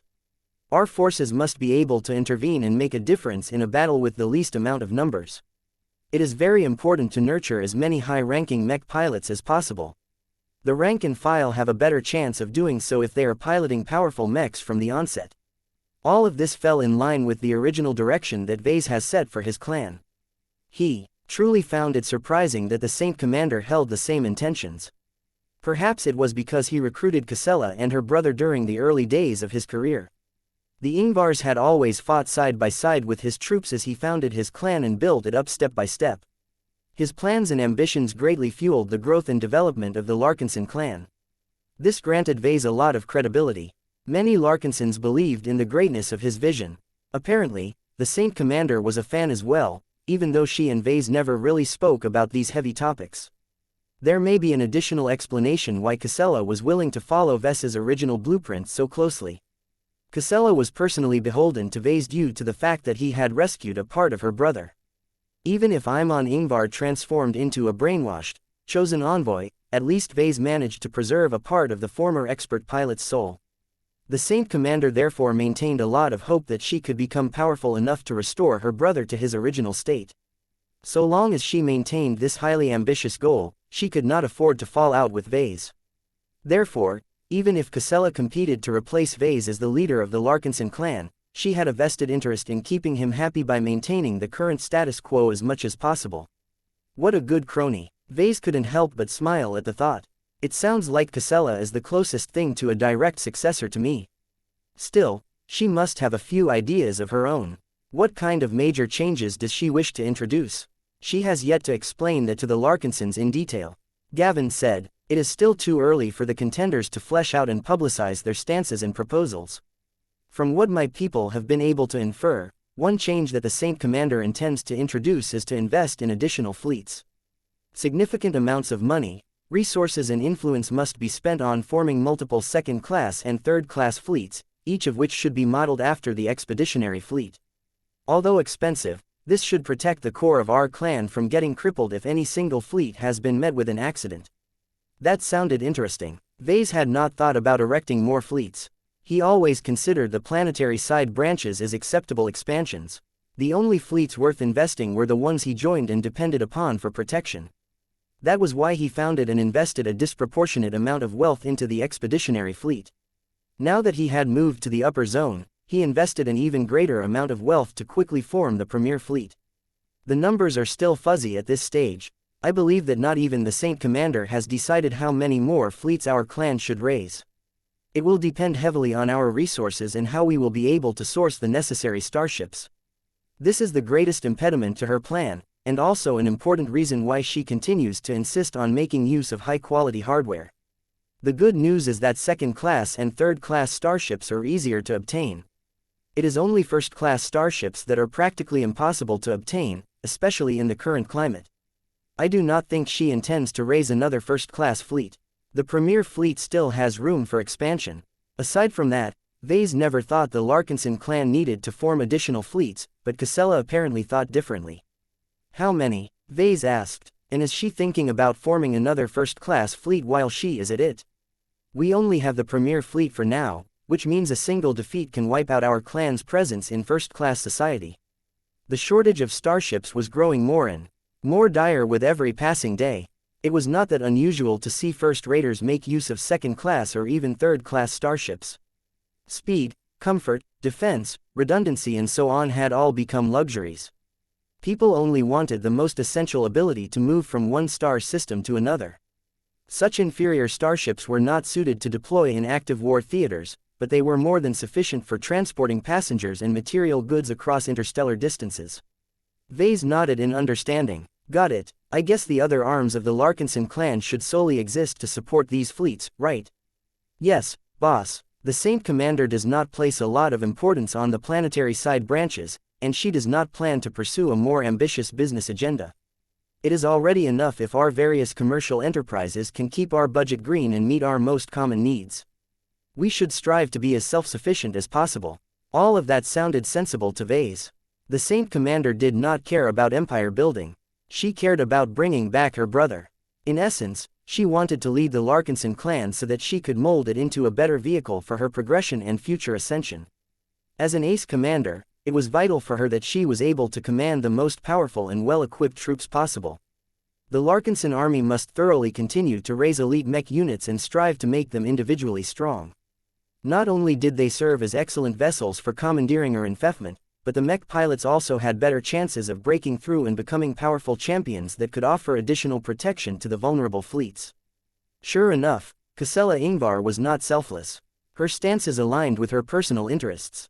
Although it sounded as if Casella intended to take advantage of the Larkinson clan, Ves did not think that this was necessarily wrong.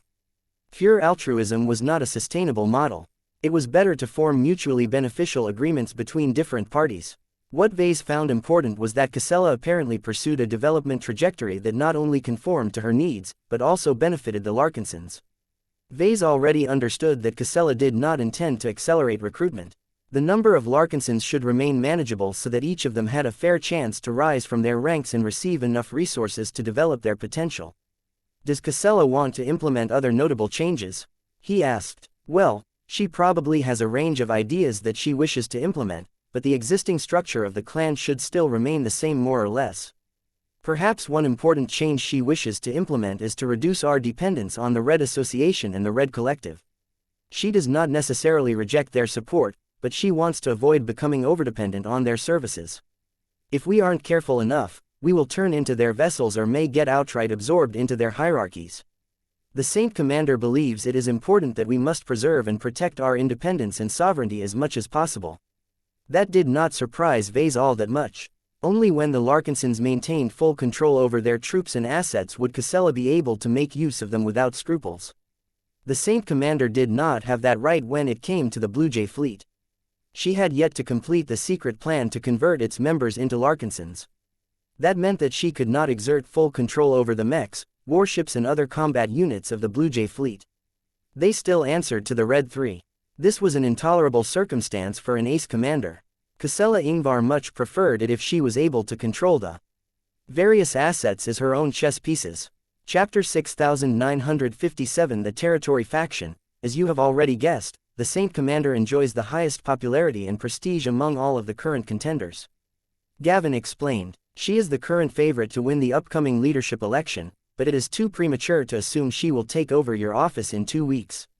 The other contenders do not intend to miss this opportunity to occupy the highest seat of the clan. They are still formulating their campaign strategies, but they definitely intend to give Gisela Ingvar a run for her money. Anything could happen in 2 weeks. It was not impossible for the Saint Commander to suffer a drop in popularity. This could give other ambitious Larkinsons an opportunity to stand out and present their own compelling narratives to the public. One of the most important observations was that the Larkinson clan was still very new. There were no established traditions, factions and leaders that could introduce a lot of stability, consistency and continuity to the upcoming popular vote. In other words, everything was still in flux and could change at any time. It was best if Ves did not make any presumptions about his successor. Even if he believed that Gisela should be able to win this leadership contest with ease, the Larkinson clan was filled with other talents. Many of them had not yet been able to fully showcase their political prowess until yesterday. Ves led the Larkinson clan for multiple years. His leadership remained unassailable for most of that period. This naturally caused other leaders and groups to rein in their ambitions and avoid getting in his way. It was only now that he had signaled his intention to resign that those suppressed political forces could finally propagate their views openly. They could legitimately advocate for change without creating the impression that they were betraying the patriarch's vision. After all, the next patriarch, or matriarch, may in fact be the person responsible for propagating those alternative views. This was a great step forward in the development of the Larkinson clan. Not everything was good, though. The unleashed political environment also introduced several new risks and also increased the division among the Larkinsons. The existing structure and institutions probably had their hands full with trying to rein in all of the new variables. 2131 The Larkinson clan had thoroughly exited the adolescent stage and was gradually evolving into a more mature form. This growth process introduced a lot of benefits, but also a lot of problems. Their ability to do so would largely determine whether the Larkinson clan maintained its unity in existence. Ves would have preferred to remain in power during this sensitive and dangerous transition period, but Gavin had already told him that he had become a lame duck patriarch. His title and position remained in his hands, but his actual power and authority had already slipped from his hands. If any trouble occurred during the next 2 weeks, Ves must stand aside and let others solve the problem on their own initiative. Ves ultimately did not mind that the Larkinson clan had grown strong and mature enough to take care of its own affairs, but he still felt a little resentful that he had been shoved to the side so abruptly. He did not envision that he would lose his power over the clan so quickly and abruptly. Since his departure from his position was a foregone conclusion, Ves paid more attention to those who wanted to succeed him and lead the clan into a new era. I think the Saint Commander has the right ideas, Ves said with a smile. However, she is not the only person in contention. What about my good Uncle Ark? I know him well enough that he will never let this opportunity pass. He used to lead the Larkinson family. He probably thinks it is his destiny to take over the clan from me and lead it to a more magnificent future. Gavin Newman shrugged. I cannot make any comments about destiny, but do not underestimate the Saint General. Even if it is clear that he has also been caught off guard by the abrupt changes, he is responding fairly quickly. He has already published an initial manifesto that succinctly outlines his most important ideas. His confidants and insiders are already working to present his proposed policies across the clan. It is too early to tell whether they will catch on, but I predict that Ark Larkinson shall definitely be able to form a sizable power block. That caused Ves to raise his eyebrow. His ideas must be really compelling if he thinks he can win over so many clansmen. The Saint General is confident, but not to the point where he thinks he will automatically become the next patriarch. So far, his election strategy indicates that he understands his weaknesses quite well. Many core clansmen regard him as a traitor for leaving the expeditionary fleet and hook up with Davut instead. While he has become stronger, the Davut branch is not doing too well due to native alien aggression. If I was in his position, I would never bother to challenge Gisela. Ves said, so why does Ark think he has a chance? He knows where to get his votes. Gavin answered, our clan has grown quickly in the past 5 years. Many of the new members do not go directly to the expeditionary fleet or the premier branch. They are instead recruited locally and regionally by one of several hundred planetary branches. Not all of them are as large or well-developed as the Davut branch at its height, but each of them have received enough funding to build homes and create work for hundreds if not thousands of Larkinsons. That amounted to a lot of people. Even if there are old-timers who did not consider the members of the side branches to be real Larkinsons, the fact of the matter was that they had passed all of the vetting and connected to the Larkinson network. According to the rules set by Ves, membership in the Larkinson clan was solely determined by the Golden Cat. As long as she permitted an individual to become a part of the Larkinson network, then he or she was a member of the clan, period. This was why Lainey Larkinson was no longer tied to the Larkinson clan despite the fact she still retained her family name. All of this meant that for all intents and purposes, the members of the side branches were just as important as the members of the main branches. No matter whether they were heroes, for being willing to serve on a dangerous fleet, or cowards, who preferred to live on planets, each of them carried the same weight. This was a deliberate policy decision that Ves had set early on. He wanted his clansmen to consider each other as equals.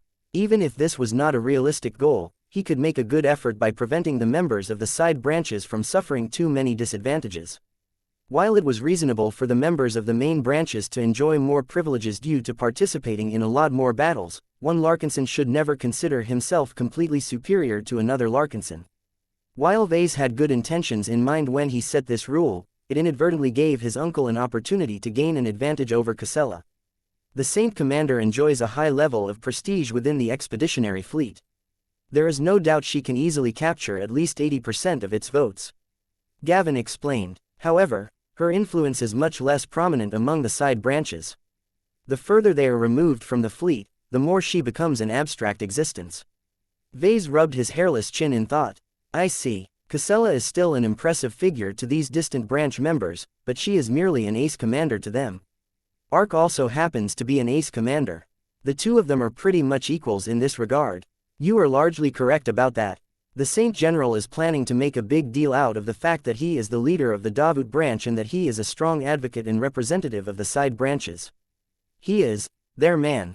He will stand up for them and ensure that they will receive the support they need to thrive on their respective planets. In short, he does not intend to appeal to the side branch members by relying on his mixed and tainted reputation. He instead tries to win them over by promising tangible benefits. That was a good strategic choice. Ves became impressed that Ark had thought of this as a way to gain an advantage over Casella.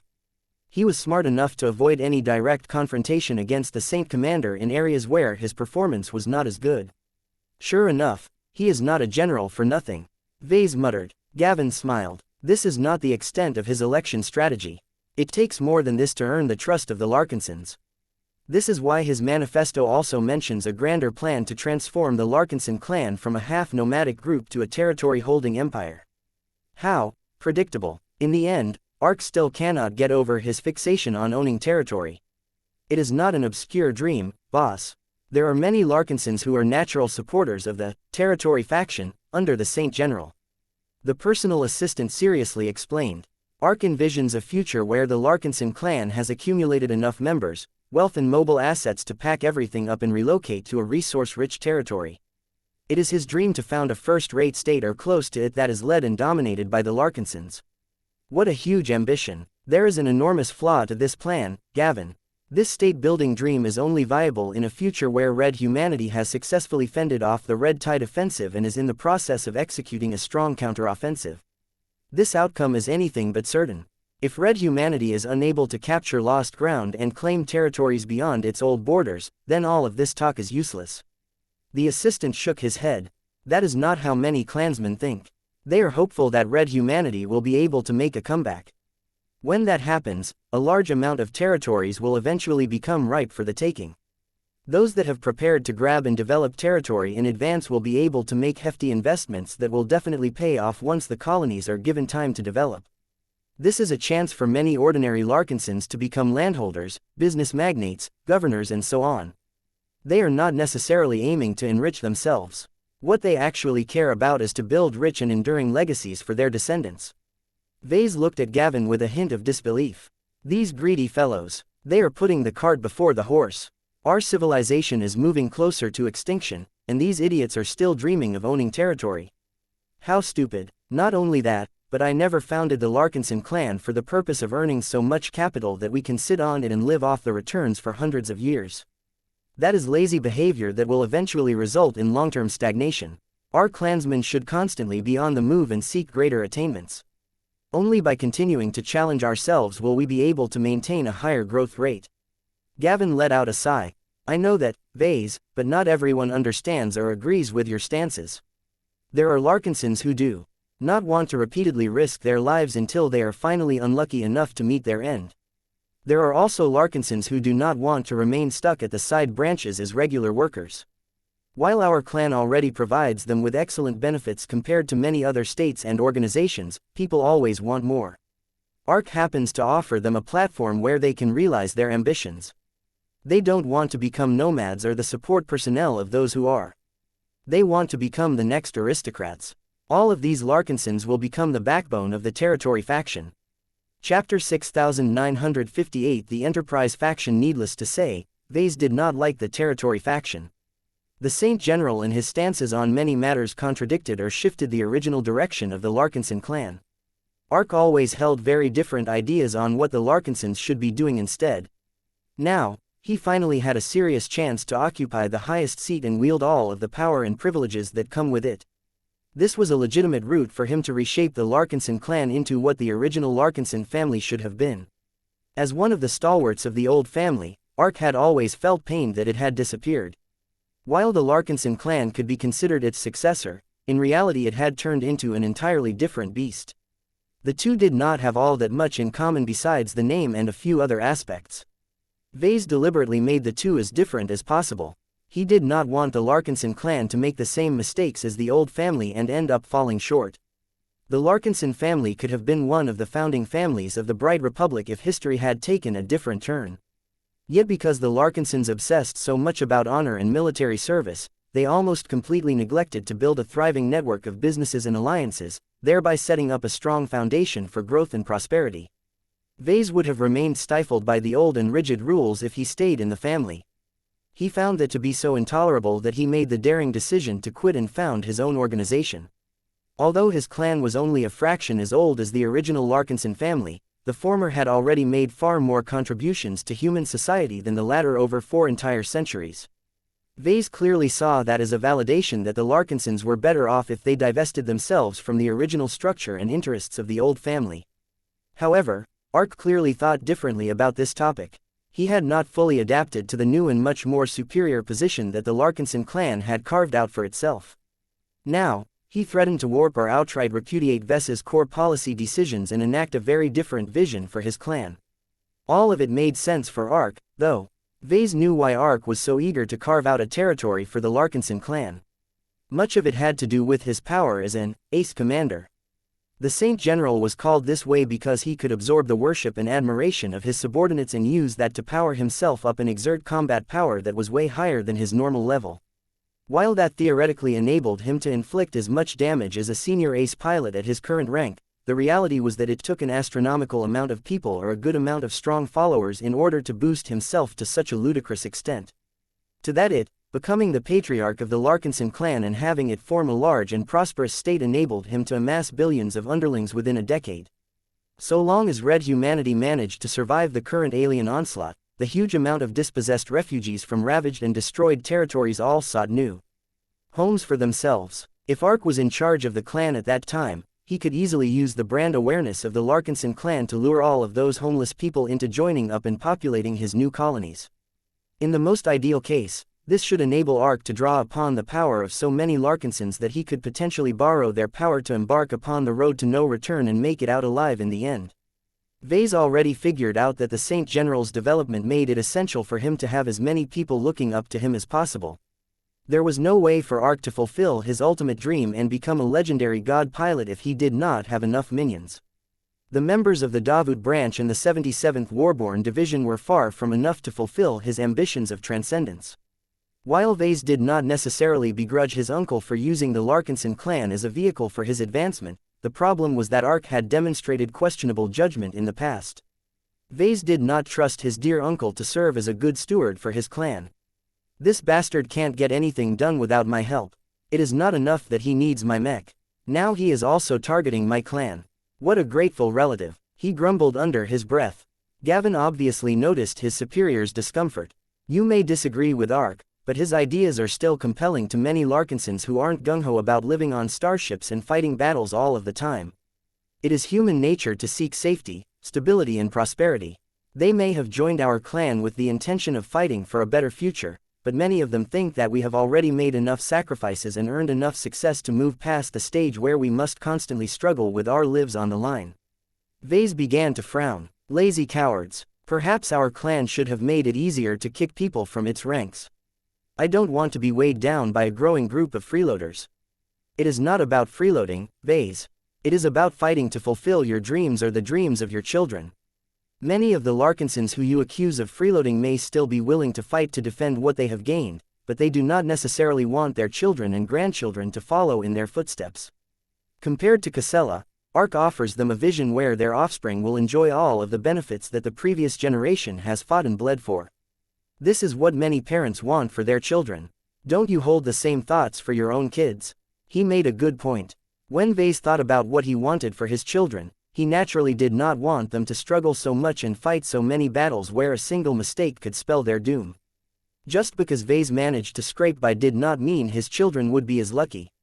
I would be happy if Aurelia and Marvane pursue more peaceful careers that should hopefully keep them away from harm. Ves said, however, I don't believe it would benefit my family if no one from their generation can fight. This is why I am hoping that Andraste can embody the best values of the Larkinson clan and become strong enough to protect her brother and sister from all threats in the future. Your children can still develop like this while serving in a clan that is shaped by your uncle. That is true, but I am not sure whether this version of the Larkinson clan is worth being a part of. Ves pessimistically said, enough about Ark and his territorial ambitions. Who else is in contention? That is the Enterprise faction formed by Minister Sheddarin Pernus and Chief Minister Novalon Pernus. As you can imagine, a political faction formed by these two career diplomats and politicians is largely centered around forming businesses and alliances. Ves had not paid too much attention to the Pernuses once the Larkinson clan grew to a point where it could easily hire excellent bureaucrats and managers to run its increasingly larger and more complex administration. That did not mean the Pernuses had become irrelevant. Far from it. Ves had expressly rescued the former Pernus family a long time ago in order for its members to lend their expertise to the Larkinson clan and make it function properly. The Pernuses did that and more. They made sure to set up a solid structure that could continually expand as it kept up with the growth of the Larkinson clan. Ves had never heard of any major incidents or failures related to governance. He could rest assured that his clan was set up for the future and that every clansman could turn to the appropriate offices or ministries for assistance. Naturally, the members of the now-defunct Pernus family had also taken advantage of their power to set the sprawling bureaucracy of the Larkinson clan in their favor. They knew how to navigate and control the organizational structure the best, and they made sure to place its members across many different ministries and departments. While the Pernuses failed to penetrate the Larkinson army too deeply due to a lack of talented and capable soldiers, they still maintained strong influence over the civilian sphere of the Larkinson clan. Compared to the elite faction and the territory faction, the Enterprise faction is not eager to pursue ambitious dreams or goals. Gavin explained, the Pernuses are of the opinion that the Larkinson clan has already experienced so much explosive growth and expansion that a long period of consolidation is needed. They do not want us to shoot into the stars like a rocket, only to explode because we pushed too far too soon. Ves could understand this sentiment, even if he vehemently disagreed with it. This Enterprise faction sounds almost just as cowardly as the territory faction. At least the latter is willing to fight for territory before settling down. This Enterprise faction is worse. Its members want to cease their struggle right away. Don't they know what time we are living in? Our civilization is falling apart around us. This is no time to pivot to civilian interests. Not everyone is a soldier. Gavin said in an exasperated tone. There are many civilian Larkinsons who do not believe we should invest so much manpower and resources into fielding expensive fleets. The Pernuses advocate for a vision where our clan has already fought all of the necessary battles. Our armed forces can still be preserved, but they must reorient to a strictly defensive posture. The only purpose for all of our mechs is to defend our industries and deter other business rivals from resorting to foul play.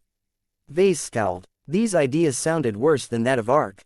At least his uncle still placed a strong emphasis on the military arm of the Larkinson clan. if only so that his troops would be strong enough to conquer and hold a large amount of resource-rich territories.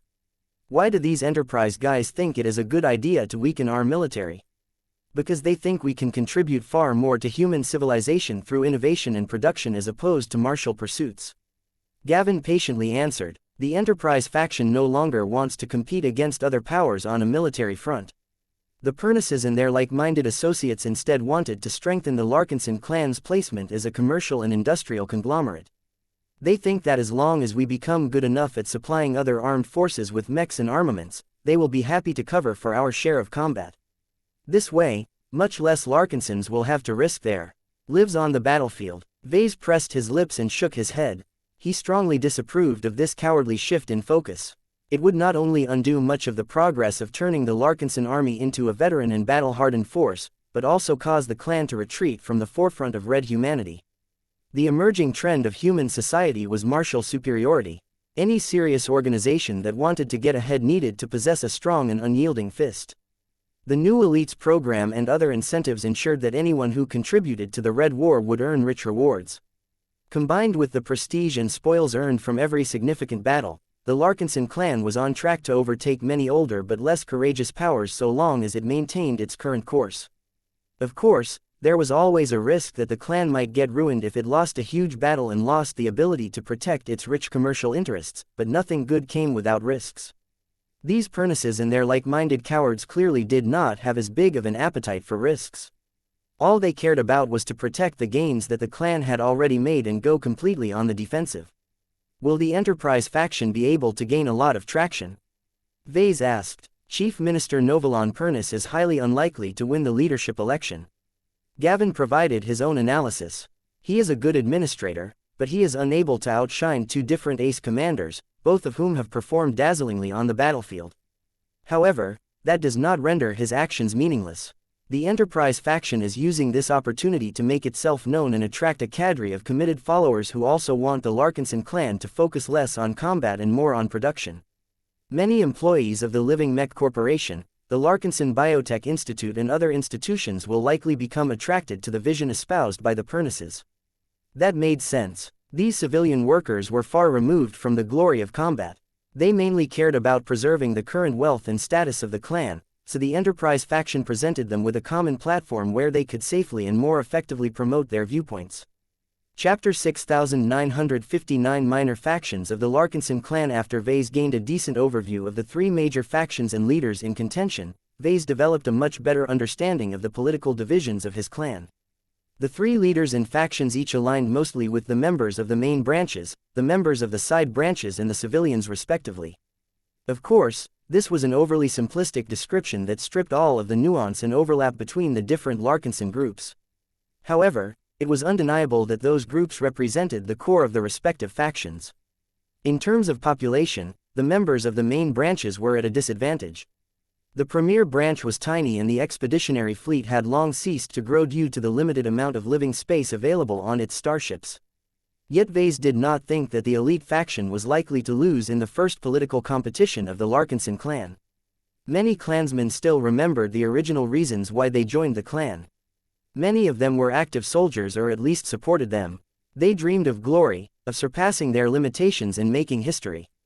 The Larkinson clan gave them all a vehicle for them to realize the ambitions that they could never attain in their old lives. As soon as they joined the clan, they knew that everything had changed. They were no longer imprisoned by rigid structures and entrenched interest groups. Many of them received plenty of room to grow and develop their potential with the active support of the clan. The Larkinsons could tolerate anything so long as it resulted in a positive contribution.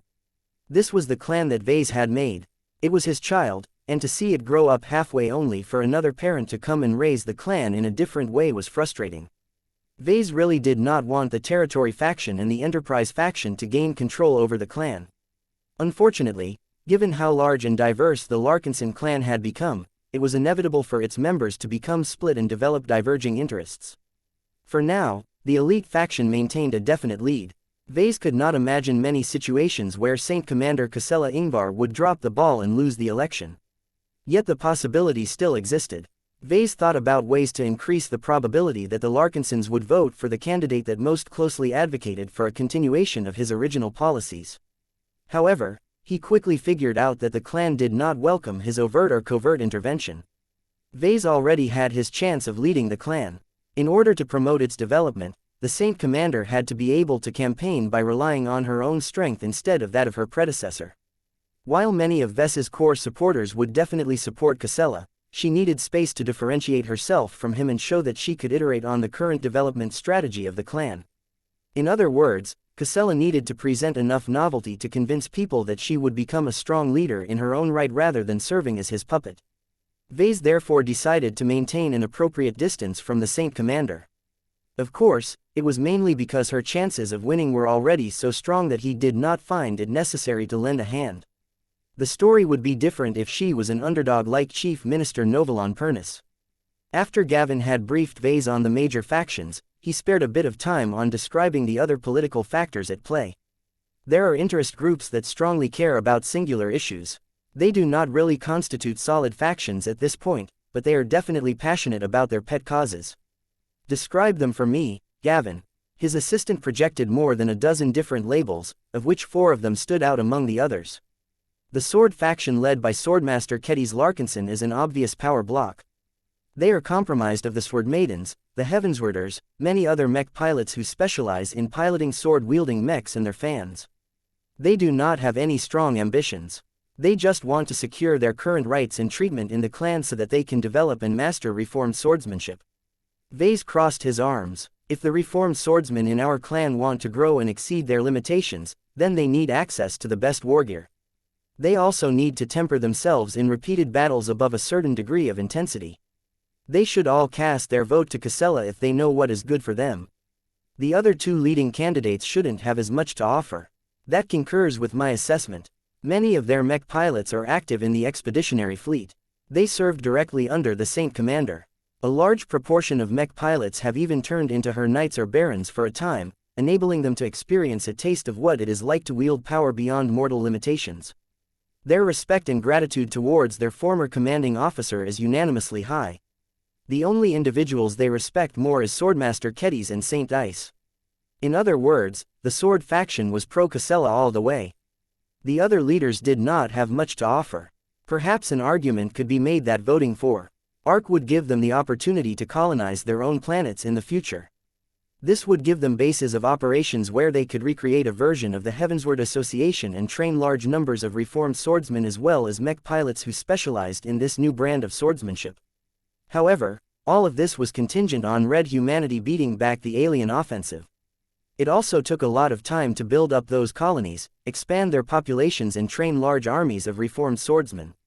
All of that required serious long-term thinking and planning. Although Ves did not think the sword fanatics of the Larkinson clan were imbeciles, they generally did not bother to think that far ahead. We don't have to worry about the sword faction. Ves concluded. What else? There is the Trueblood faction. They not only comprise the small number of members of the original Larkinson family, but also their spouses and those that greatly admire the bloodline. They revere the blood that flows through the veins of the authentic sons and daughters of the old family to the point of elevating them to a mythical status. After all, your family has produced multiple excellent heroes, ranging from Saint General Ark Larkinson to Venerable Janzi Larkinson. There is also you, of course. Even your children show amazing promise. Though Ves happened to be a Trueblood Larkinson, he did not really look all that impressed. That is, an unscientific way of looking at things. He said, my blood has long mutated beyond recognition. As far as the symbolic value of my bloodline is concerned, I can see where they are coming from, but it is not our biology that has made us so respected, but our legacy and traditions. Even if people should know better, they still believe that true bloods are the exemplars of the clan. Their blood possesses the power of miracles. As long as you have authentic Larkinson blood flowing through your veins, you can defeat powerful phase whales, earn the right to field warships and even break the genetic aptitude tyranny. Ves still remained unimpressed. Those gains are made by reasons other than blood. While I am still proud of family and heritage, true-blood Larkinsons are still human. Besides, most Larkinsons including myself have long ceased to pay attention to bloodline. We are not a clan that obsesses over it to the point of keeping non-blood members in the periphery. It is of great significance that Casella Ingvar is able to become the favorite despite her status as an adopted Larkinson. Ark's trueblood status may give him an advantage, but it cannot erase his missteps and lack of great achievements. Gavin smiled after hearing that. As an adopted Larkinson himself, he hoped that people like him would be able to enjoy the same privileges and opportunities as those who possessed genuine Larkinson blood. He did not want to see the clan turn into a two-tier institution where the adopted solely existed to serve the needs of the True Bloods. Many people agree with you, but the True Blood faction will never disappear. It even has a chance to grow bigger so long as there are enough True Bloods who end up achieving great success. What is worse is that most True Bloods are actually inclined to support the agenda espoused by Ark as opposed to Casella. The former aligns much closely to the ideals and ambitions of the original Larkinson family. Ves sneered. How typical. Territory was a double-edged sword in the current time period of the Red Ocean. Many states had already fallen. A huge amount of pioneers and colonists had lost most of their assets as the native alien invaders ruthlessly looted everything they could quickly drag away before bombarding their mansions, shops and factories into scrap. If Ves had tried to turn the Larkinson clan into a typical territorial power, then there was a great chance that every Larkinson would be crying right now due to losing nearly all of their foundation. Idiots. Okay, enough of them. Next, there is the Terran faction. Gavin said, the premier branch is young, but it has already grown into the strongest fist of our clan. Many of its members are recruited locally and regionally. Former Terran citizens such as Miss Alexa Strian have become the backbone of the premier fleet. Many of them have begun to put forth a proposal that holds a certain degree of attraction to other clansmen. What do they propose? Join the Terran Alliance. Yes, I am serious, Ves. They think that if the Larkinson clan are not able to do well while maintaining independence, it could always apply to join the Terran colonial superstate. The Terrans are much less strict about the rules than in the past, and the ongoing war has made them eager to enhance their military strength. We can offer that in numerous different ways. Our prestige and contributions have already impressed the Terrans to the point where they would welcome us with open arms. We have a realistic chance of transforming our clan into the newest Terran ancient clan. To be honest, Ves respected and admired the Terrans. The time he spent on New Constantinople had opened his eyes to their ideology as well as their practical actions. The Terrans may still be burdened by lots of historical grievances, but they were pretty reasonable in other ways. Their natural arrogance and their profligacy did not stop them from prioritizing stability and continuity. Many of the common folk enjoyed good lives and received modest opportunities for advancements. While the Terran ancient clans maintained a stranglehold on the upper part of the Terran superstate, they knew their limits and never engaged in any tyrannical acts. That would upset their long-term stability, which was a big taboo from their perspective. Even so, Ves still did not like to see his clan getting absorbed by the Terran alliance. It was nice to join a big club and enjoy all of the protection of the big boys, but the Larkinson clan would lose its most essential sovereignty. All Larkinsons had to conform to the laws and culture of the Terrans. There was no need to think about selling out the Larkinson clan at this point. However, he did not entirely rule out the option. If the clan suffered a catastrophe and urgently needed shelter in order to rebuild itself, joining the Terran alliance was a decent backup option. The Terrans would still be happy to protect the remnants of the clan and help them become another part of the Terran alliance's establishment. The Larkinsons would have to give up on many of its rules and traditions if that happened. It would be doubtful if Ves would still be able to recognize his clan after getting assimilated into the Terran colonial superstate. This is pretty much a form of capitulation. Ves said, our clan should never consider this option until there is no better alternative.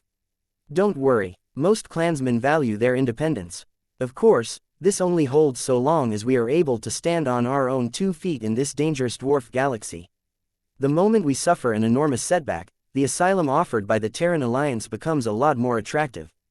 Chapter 6960. The Innovation Faction. So far, the minor factions of the Larkinson clan all sounded like interest groups that possessed a strong core, but possessed limited ability to expand their reach.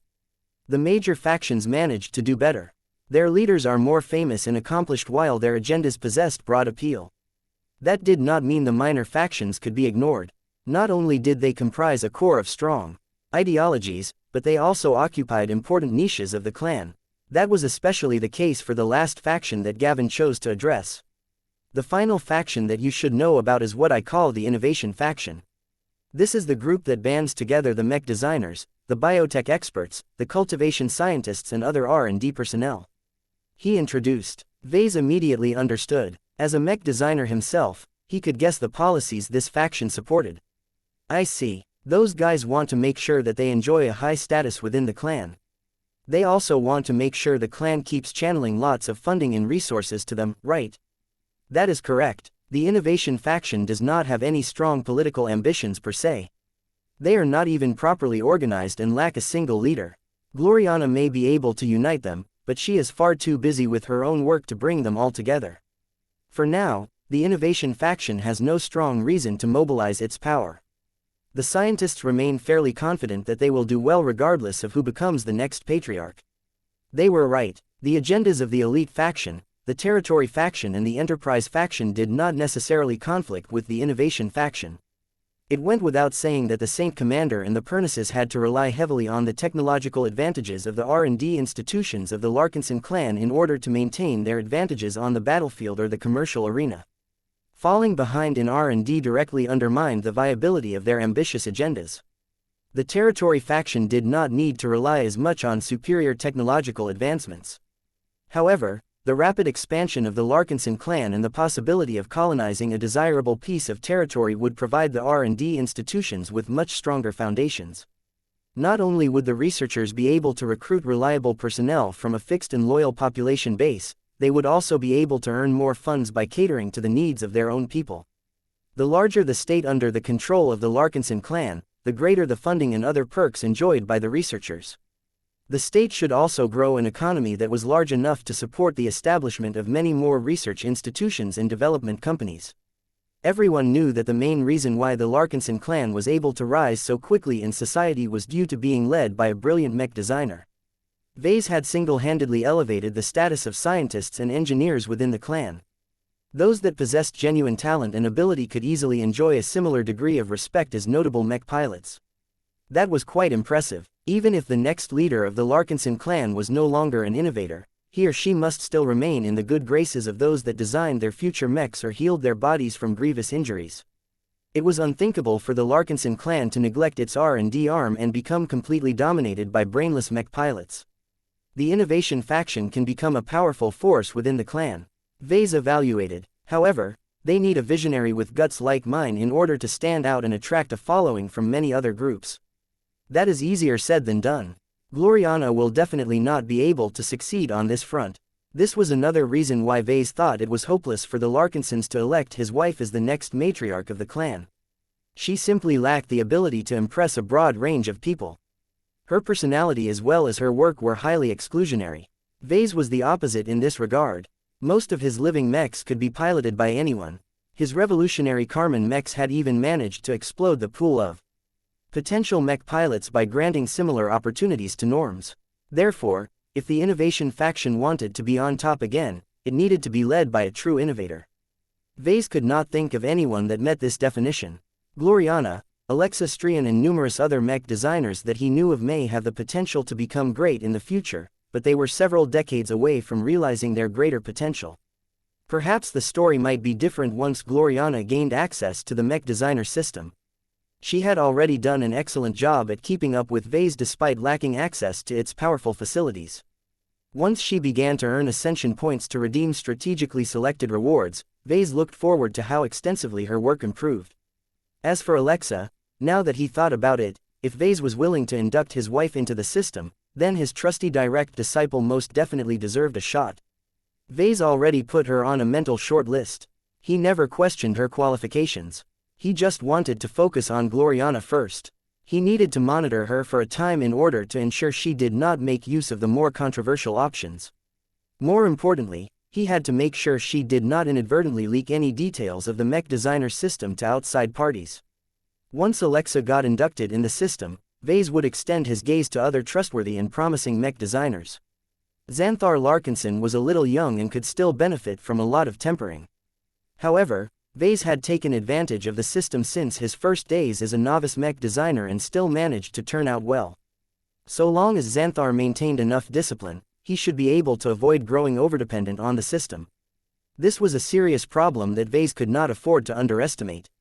He had already noticed all the way back in the old galaxy that the Carmen mech pilots over there had grown completely lazy. They did not even bother to learn how to pilot a mech the authentic way. Instead, they treated the piloting experience as if they were tank commanders. They much preferred to monitor the battlefield and issue orders to their living mechs. Although no living mechs could become as skilled, creative and brilliant as a professionally trained and battle-tested human mech pilot, their control over their own mech frames was more than adequate enough to perform many basic maneuvers to an acceptable standard. The Karman mech pilots therefore focused on obtaining advantages through exploiting timing, positional advantages and teamwork.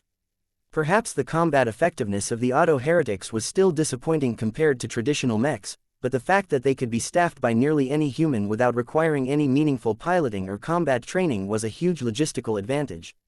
It was exactly because Karman mech pilots enabled these clueless norms to gain enough combat power to become useful that so many of them did not feel the need to dedicate years of their life on learning how to control their Karman mechs manually. Witnessing how lazy those people had become when enjoying the fruits of automation, Ves wanted to ensure that the people he inducted in the mech designer system did not fall into the same trap. This was why he did not rush to bring in lots of mech designers even though he had the power to do so if he wished. In any case, Ves should first focus on monitoring his wife. He already made an appointment with her. If nothing went wrong, she would become the third user of the mech designer system in 3 days. Once that happened, an invisible weight would lift off his shoulders. He no longer needed to keep this massive secret from her anymore. They could grow closer and raise their collaboration to the next level. Their future mech designs would definitely become a lot more impressive than the Minerva Mark II and the First Sword Mark III. Now that Gavin finished his briefing on the various political factions that were on their way to become fixtures of the Larkinson clan, he began to report on various other matters. The upcoming leadership transition disrupted a lot of affairs. Chief among them was how much money and resources Ves was still able to mobilize. "You don't have to worry about funding," he said. "The Yellow Jacket line is hands down the most successful mech model in the Red Ocean. No matter the attribution of your mech designs, you are always guaranteed to earn a share of the earnings. Low-end mass production models such as the Yellow Jackets may not be able to charge high margins, but the quantity of sales more than makes up for it. Mech designers have also licensed the designs in record numbers. Even a fraction of those funds is enough to form the foundations of a second Larkinson clan. What limits you is not your budget, but another group's willingness to sell you strategic goods and assets." Ves always had the option of founding another organization. If the Larkinson clan did not want him to be in charge anymore, then why not set up a new company or institution where he could once again secure absolute control? There was little point to it, though. The current economy was doing so catastrophically that it was not only impossible to purchase more starships, but also other essential goods such as superfabs, materializers and Titan shields. Money alone did not translate into power. The power of cash was dwindling with each passing day as more and more people discovered they would rather have a cheap gun in their hands than 1 million MTA credits in their bank account. At least they had a chance to kill an alien and save their lives with the former. Ves faced a similar situation, though he stood in a much higher position than an average civilian. Still, just because money had become less valuable did not mean it was useless. The economy may be falling apart at the seams, but so long as it still remained somewhat intact, he could still get a lot of stuff done. "Let's use our funding to expand my personal staff," he said. "Before you misunderstand, I am not looking to create a second Larkinson clan. I merely want to ensure that I won't end up on my own if I am completely isolated from the clan. You do not need to be too concerned about that, Ves. I have made sure to steadily expand your staff and support network. While our group is not large and comprehensive enough to meet your demands, we already have the skeleton of one. We can easily draw upon your funds to increase our recruitment. It is just that it will be difficult to ensure their loyalty and commitment without inducing them into the Larkinson clan." That was a big issue that Ves overlooked. "I created the Larkinson network. I can easily create a smaller version for myself," he assured his assistant. "In fact, I don't think there is a need for it yet. I am still a member of the clan, and I am completely okay with letting other Larkinsons work under me. They just need to be flexible and open-minded enough to be prepared to work outside of the familiar structure of the Larkinson clan." "I see. I will make sure to emphasize that, boss. Since you still have so much money at your disposal, you should also think about spending it on safehouses, private stashes, backup workshops and mansions on various colony settlements in the rear. The expenses will be astronomically high, but it is better to invest in these fallback positions now than later. Though Ves thought it was a huge waste of money, it was better to be safe than sorry. Even if he never ended up using these safe houses, his children may be different. Do it. I will leave the budget and location choices in your hands. By the way, is there any way for us to secure a private first-class starship for myself? The ship needs to be completely under my control. It must not have any relations with the Larkinson clan and the Blue Jay fleet. Normally, I would say no, but since we are in control of 2 shipyards, you should be able to place an order for a custom ship. Chapter 6961. The third user. The campaigning intensified. The different leadership candidates all knew what was at stake. They campaigned intensively and broadcasted their public events on a frequent basis. The election would begin in less than 2 weeks. This gave them very little time to publicize their agenda, make the Larkinsons remember their key points and inspire confidence in their ability to lead the clan during these difficult times. Ves observed the campaigning from a distance. No one important had asked for his help, and he did not intend to meddle with the proceedings in any fashion. His time in leading the clan had effectively come to an end. Ves already enjoyed the sense of liberation and the removal of responsibilities that he increasingly found burdensome. Once his successor formally took over, Ves no longer had to worry about so much stuff and could devote more time to his mech design projects. Just because he was vacating his patriarch position did not mean he was leaving the design department. He still held the relatively senior and honorary position of elder designer over there. Even though he originally created it so that he could put Gloriana in charge of the design department, being an elder designer still granted him a lot of privileges. He essentially held all of the benefits of a lead designer without being weighed down by all of the leadership responsibilities.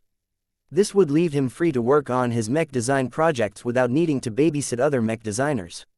That had become Gloriana's job. While she was doing a pretty good job of taking care of the emerging talents of the design department, she regularly groused about how much time she had to spend on housekeeping. When the days of waiting and anticipation passed, it was finally time to bring Gloriana into the fold. Ves tried his best to remain calm while his wife barely managed to repress her rising excitement.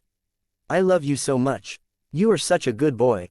Gloriana excitedly picked up Marvane and showered him with kisses despite his feeble protests. "Mama, I have to go to class. Put me down." Gloriana only put him down after she had pecked him with several dozen kisses. Marvane looked thoroughly embarrassed for being treated like a baby. His sisters were already doing their best to suppress their own giggles. Shannon Maris, their nanny, soon arrived to escort the children to the school that the Larkinsons had set up in another section of the tortuous stream. Attending the new school set up by the premier branch to educate the kids of the first raiders serving on the converted alien battleship was not going to be as pleasant as before. The kids all enjoyed their time at the Joan de Vos Elementary School. They made numerous friends outside of the Larkinson clan that they still maintained contact with by remote. They also participated in plenty of extracurricular activities. The new school was not able to provide as much enrichment.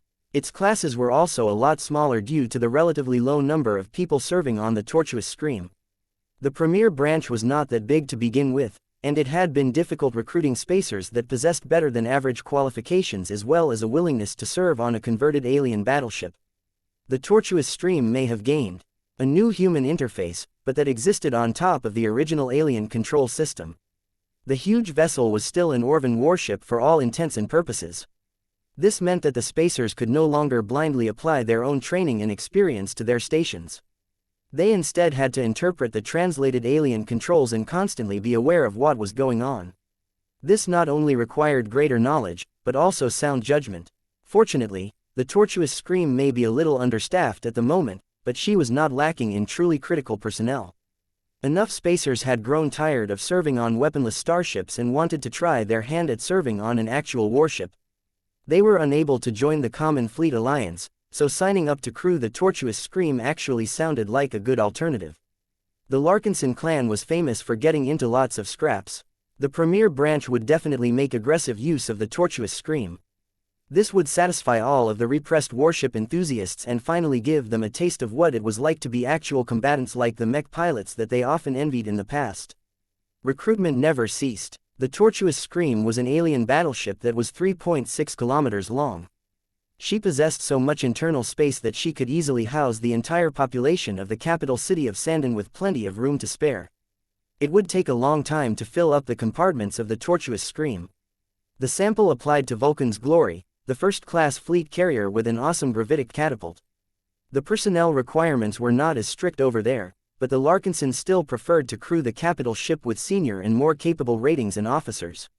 While the children went off to school, Ves and Gloriana remained silent as they departed for their own workplace. Lucky also came with them. Gloriana currently held him in her arms as if he was a baby. The group moved to the section that had been especially reserved for the design department. The SFO2RF Smart AI data processing cluster had already been installed in a nearby compartment.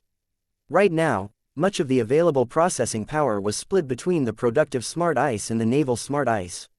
Sovi, based on the Sea Sovereign template, was already running hundreds of elaborate combat simulations per second.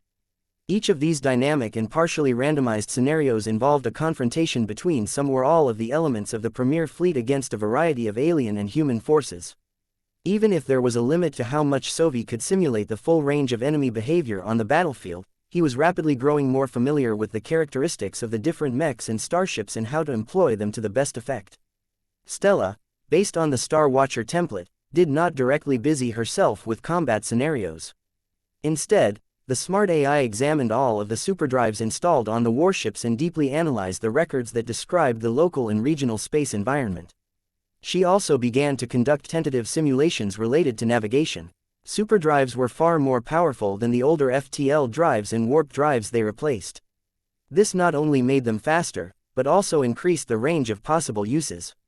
With the right calculations, forecasts and preparations, it was very much possible to help a starship move 20% faster than what her superdrive was originally rated for.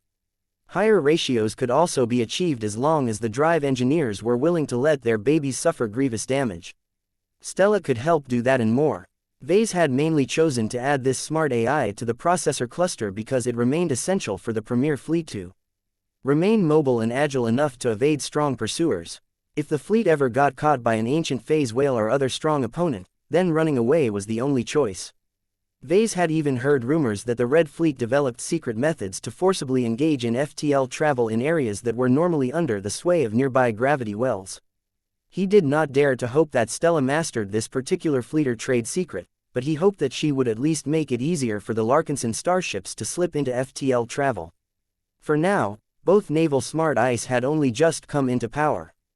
They still needed a lot more time to settle into their roles as the fleet advisor and the navigation assistant of the Premier Fleet. As Ves led his wife into his new private workshop, he waved his Apocalypse Warden bodyguards to stay out of the compartment before closing the armored hatch. He then proceeded to deploy his full security suite. He had made sure the shipbuilders over at the E66 experimental yard refurbished this entire section to massively increase its security.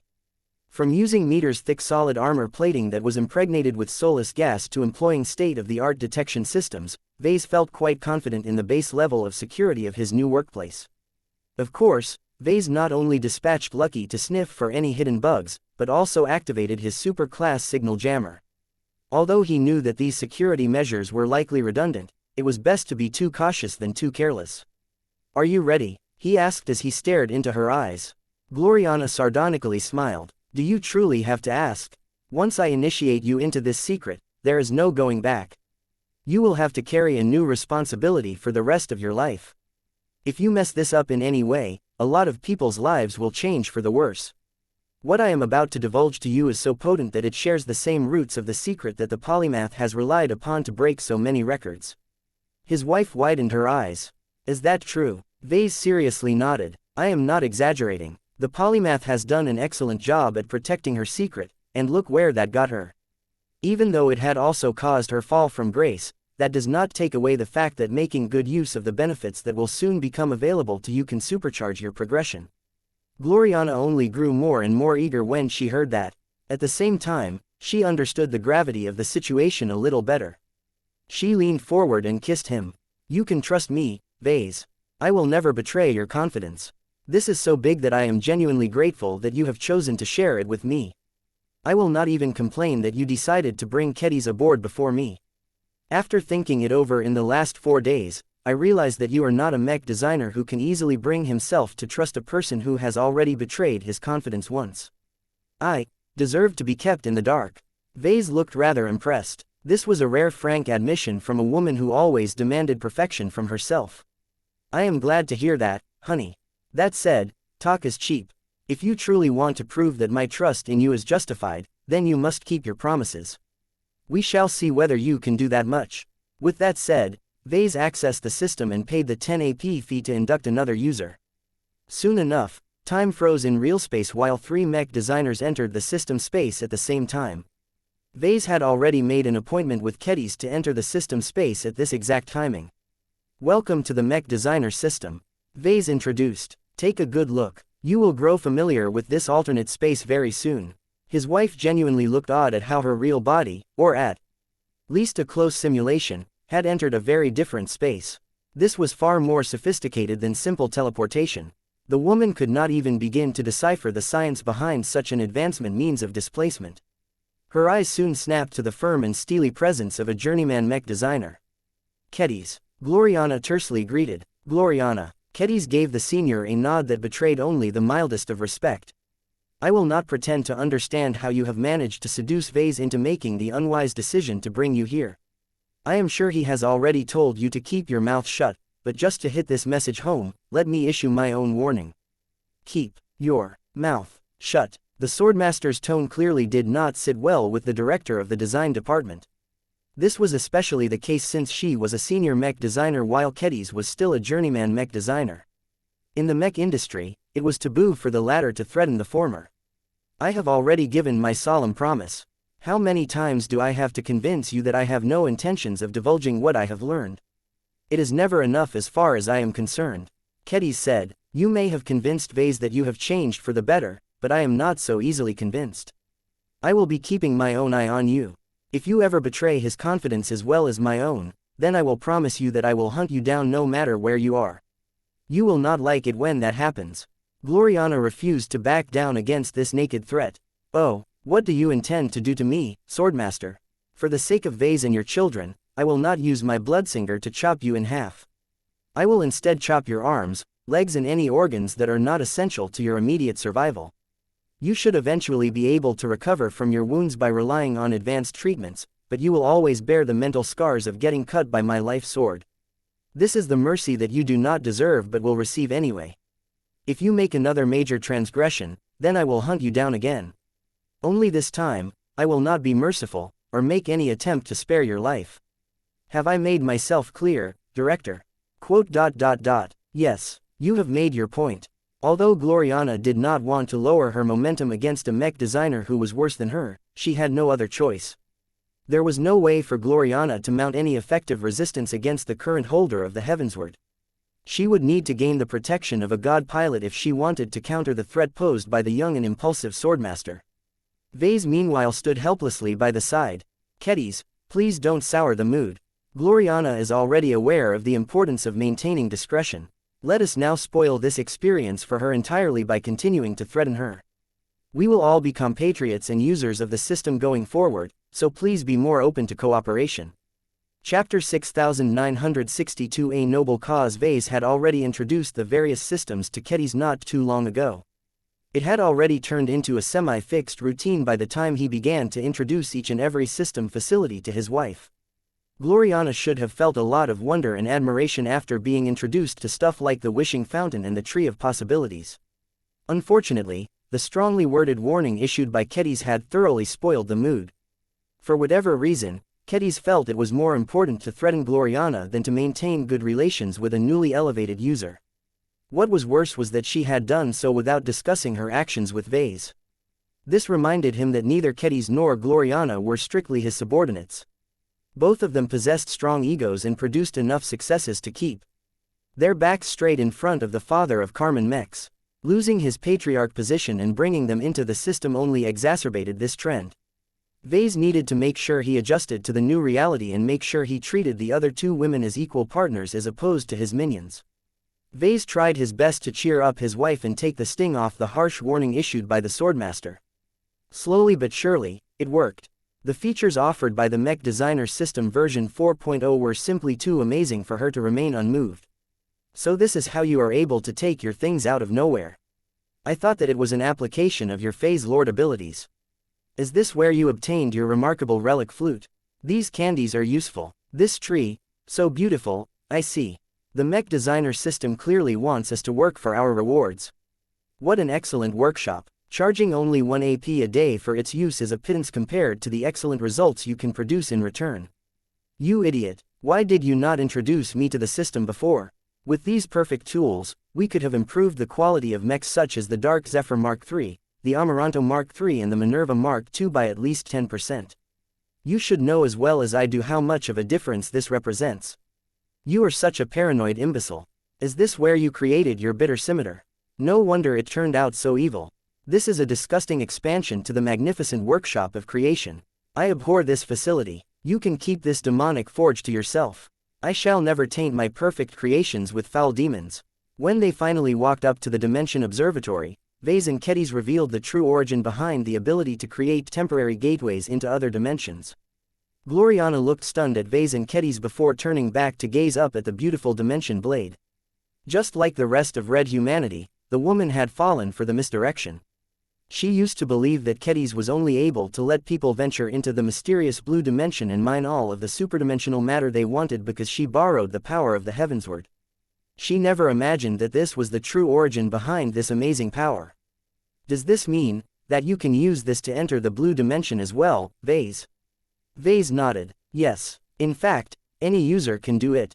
This means that you can do the same as Kedis has done. The only problem is the price. It currently costs 200 ascension points to open a 20 by 5 meter portal that lasts for 24 hours. I have already shown you the mission hall, so you should be aware of how much effort it takes to earn so many ascension points. We are trying to save up 5,000 AP to unlock the upgrade for a semi-permanent breach, but it will take a long time to accumulate so much capital. Gloriana clearly had a good idea of how much work it took to earn such a ludicrous amount of points. The most expensive and desirable enlightenment fruits usually cost more than 1,000 AP to redeem.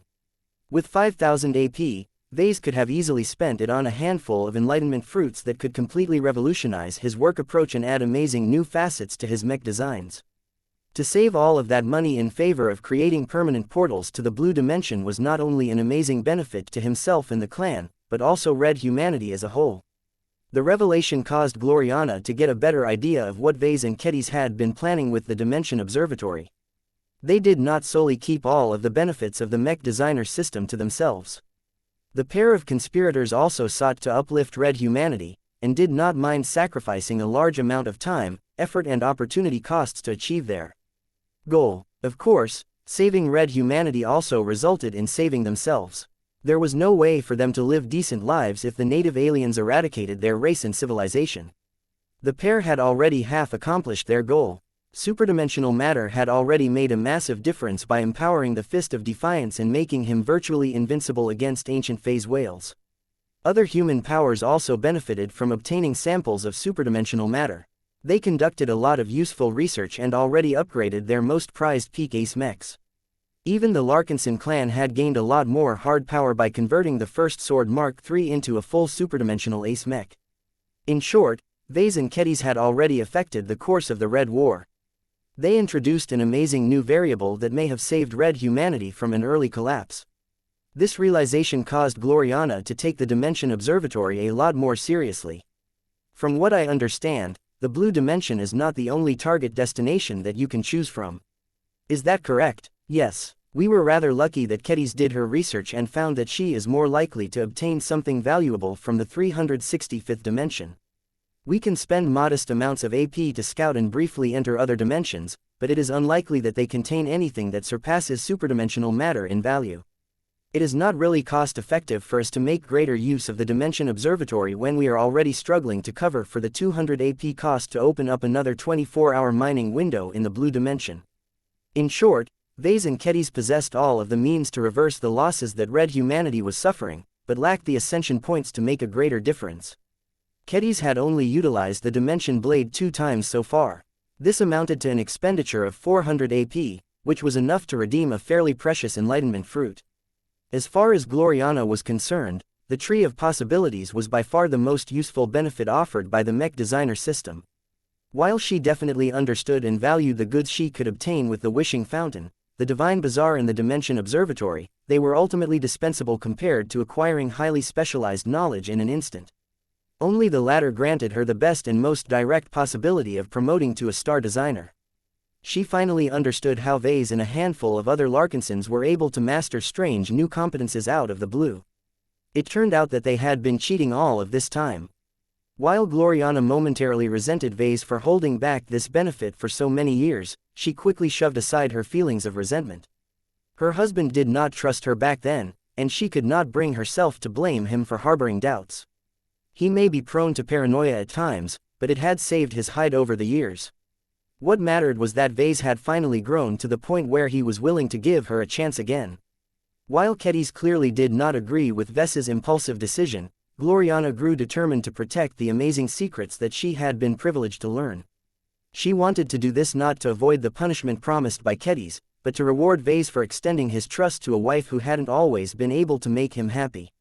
"What you are doing is undoubtedly a noble endeavor," she says. "It is regrettable that the mech designer system is too good to be shared with many more mech designers.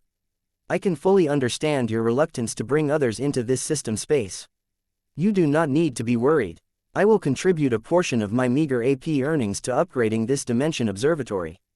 It is ultimately better for everyone if we can strengthen the power of the dimension blade. Our children are depending on this. Let us ensure that they can still be a part of a thriving human society." Ves smiled and nodded. "I am glad you understand. We don't expect you to go all out right away. The mission hall only issues so many missions per period, and only one of us can accept each one. Having more users around can spread the burden and make it easier to funnel AP into the Dimension Observatory, but there is a limit to what we can do. Ultimately, time is the biggest variable." In other words, the mission hall had become their primary bottleneck. Even if the latest system upgrade had increased the amount of missions being offered, it was far from enough to earn 5,000 AP in a short amount of time. This was especially when only one user needed to accumulate all of those ascension points. There was no way to transfer AP from one person to another. Perhaps a future system upgrade might remedy these issues, but Ves had already completed most of the supply missions. In order to complete the last two remaining missions, he needed to get his hands on Orphedan glow glass and a pair of Abelisk eyes. Neither of them were easy to obtain. Both of them were products of different aliens from the Milky Way. Veronica would have to take the initiative to seek them out. Perhaps she could take advantage of the powerful Oblivion Gate Consortium to secure these precious super-class resources, but their value was so great that she would definitely have to offer a lot in return. Her best bet was to offer superdimensional matter in exchange. The creation of the two Oblivion Gates made it possible to trade strategic materials between the two galaxies. However, Ves had a strong feeling that transporting any quantity of superdimensional matter was far more difficult than other matter. He had already learned that the Oblivion Gate Consortium was looking into the many possible complications related to this subject. If their worst fears came true, then transporting a single cubic meter of superdimensional matter may be as cumbersome as transporting many more cubic meters of conventional matter. Ves inwardly shook his head. This was not the time to think about completing the final two supply missions. "Do you have any questions concerning the Dimension Observatory, Gloriana?" "No, I already understand what this represents. This facility will save red humanity. It would have been better if everyone fully understands how much we contributed to dragging our civilization out of its losing spiral, but we can only settle for becoming unsung heroes." She was already talking as if she had toiled and struggled to give red humanity access to superdimensional matter. Kedis frowned and looked like she was trying to hold herself back from smacking Gloriana in the cheek. Ves did not feel upset. It was actually good that Gloriana already felt a sense of belonging towards their noble cause. This was a clear sign that she would definitely cooperate and share their burden. "Welcome to the team. For now, just focus on earning your initial pot of gold and redeem a couple of enlightenment fruits that can be of substantial help to your progression. Only by becoming a better mech designer will you be able to increase your efficiency in clearing missions." Chapter 6963. It's complicated. Ves became pleased by Gloriana's reaction to the importance of the Dimension Observatory. It took a lot of AP to upgrade its functions and make it a lot more useful. Having one more user share the burden made it much easier to eventually unlock the ultimate upgrade priced at 5,000 AP. Another advantage to having Gloriana around was that Ves could more easily divert his own AP to upgrading the Demoncasting Forge. That was another huge AP sink. While it was already fairly useful in its most basic state, Ves clearly was not satisfied with the basic functionality. He wanted to unlock or develop more advanced demoncasting molds. He wanted to upgrade the demon summoning circle so that he could instantly call up true god level greater demons. He also wanted to master the more advanced art of demon forging, which would enable him to shape demons into much more effective and personalized enhancements to his D-mechs and D-arms. Unfortunately, making all of this possible could not be done without spending hundreds if not thousands of AP. This was already a heavy burden considering that he also had an obligation to upgrade the Dimension Observatory. This was one of the reasons why he had already roped in Gloriana and was even thinking of inviting Alexa and Xanthar in the future. Ves already knew that Ketis and Gloriana harbored a clear distaste towards the demoncasting forge. They understood the benefits of creating D-mechs and D-arms, but could not stomach the price that one had to pay in order to create these demon-empowered artifacts. Ves did not blame them for holding this attitude. He was not blind to the controversial nature of demoncasting and knew that it crossed a red line to most people. Even he would have balked at taking advantage of demoncasting during his younger years. This was why he was already thinking about inviting people who were more inclined to obey him. It would also help if they possessed more flexible sensibilities. While Ves was not entirely sure whether Alexa Strian could be persuaded to accept demoncasting, he figured that it was worth an attempt. He could consider all of this at a later date. For now, he still had to make sure that Gloriana integrated nicely into his system circle. After making Gloriana aware of the Dimension Observatory and its full implications, he also showed off the time gate. Her response to its insane capabilities was decidedly muted. "I am not surprised anymore. So this is what you have been doing in your spare time. It is no wonder that your work is able to receive consistently high praise from our customers. Have you taken advantage of the time gate to change history in your favor?" "Sort of," Ves hesitantly replied. "It doesn't work the way you think it does. I have never tried to exploit this capability to the fullest. I have a feeling that the system will end the session before I can fully change history beyond recognition. Even so, I am already certain that my meddling of the past has directly resulted in the founding of the original Vulcan Empire and the ascension of the Destroyer of Worlds." Gloriana cared little about the dwarves, but she exhibited a much stronger reaction when he mentioned the god pilot. "Truly," Ves pointed his thumb at the time gate. "The system's ability to bring me back into the past has put me in the head of Irene Mox long before she joined the new Rubarth Empire and survived her third apotheosis. Where do you think Emma came from? She is arguably the very first companion spirit to come into existence. The Herald of Destruction grew alongside Irene step by step. Now she has become a fully fledged true god in her own right. It is with the help of Emma that the Destroyer of Worlds is unmatched in terms of offensive firepower. The existence of Emma was unquestionable proof that having a companion spirit was of immense benefit to any cultivator, including high-ranking mech pilots. This was especially good news for the Larkinson mech pilots. They had all acquired their own companion spirits early enough that they would definitely be able to grow and adapt their abilities to better complement their principles. Gloriana looked eagerly at the time gate.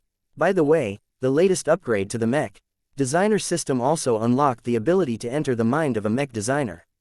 He said, "I have yet to try out this new function. Maybe I will do it next time. For now, I suggest you observe the performance of a mech pilot. Being able to understand his or her thought process is of immediate value to your design approach." After presenting the time gate to her, Ves finally brought Gloriana to the summit of the mountain. The sacred temple possessed a very clear religious atmosphere that appealed to her a lot more than the other facilities. "It is beautiful," she said with a soft breath. "I already love it here. What is this place?" "This is the sacred temple. It is the focus of a previous upgrade that has introduced a new facet to the mech designer system. Let me show you what I mean." He first brought her to the chosen courtyard and introduced her to the brainwashed and converted spirit of Imon Ingvar. "So you managed to save his life?" "Not really," Ves honestly said. "I only managed to save a remnant, and he ended up like this. Before you ask, I already presented this version of Imon to his sister." Casella did not react well. However, it was enough to bring her over to my side. She is determined to become powerful enough to revive her brother with the help of this salvaged fragment. "I see, so that is why the Saint Commander's political agenda aligns so closely with your own. You have managed to secure her loyalty. This is why you are not too concerned about ending your reign as the patriarch of our clan." With Casella likely to become your successor, the Larkinson clan will still develop according to your ideas. I haven't explicitly discussed this with the Saint Commander, but I think it isn't necessary for us to do so. She is clever enough to figure out what I want from her. Besides, I don't want her to turn into my clone or puppet. She deserves to make her own mark on the clan. I have no intention of micromanaging her after she takes over my position. His wife briefly frowned. That is quite generous of you. I suppose it is not a good idea to act heavy-handed towards an ace commander. Casella is not your subordinate anymore. Ace pilots enjoyed exceedingly high positions in any organization. Pissing them off could see them defect and find employment elsewhere. Many groups would love to have another ace pilot on retainer. Leave her to me, he told his wife. Don't attempt to meddle in my business. I have the situation well in hand. They soon left the chosen courtyard behind and entered the main structure of the temple. Here, Ves introduced her to her status page. This enabled her to gain a much more precise understanding of her strengths and weaknesses. For senior mech designers like us, these stats and numbers are not so important to us anymore. He said, we should already have a good idea of what we are good and bad at. These days, I mainly use the status page to track my skills and sub-skills and evaluate whether it is worthwhile for me to redeem a specific enlightenment fruit. It can also help me track how well I have mastered new knowledge. I understand. After Gloriana spent a few minutes on studying her own statistics and asking a few related questions, Ves finally brought her to the center of the sacred temple. Here, a sacred fire burned in the middle. Several misty symbols floated alongside the flames. Each of them held obvious mystical qualities that evoked a sense of respect from the visitors. This is the sacred hearth. Ves introduced to his wife. These floating symbols represent our divine cores. There are currently 7 of them. It's a little complicated, but they basically represent the divine cores of ourselves as well as our incarnations.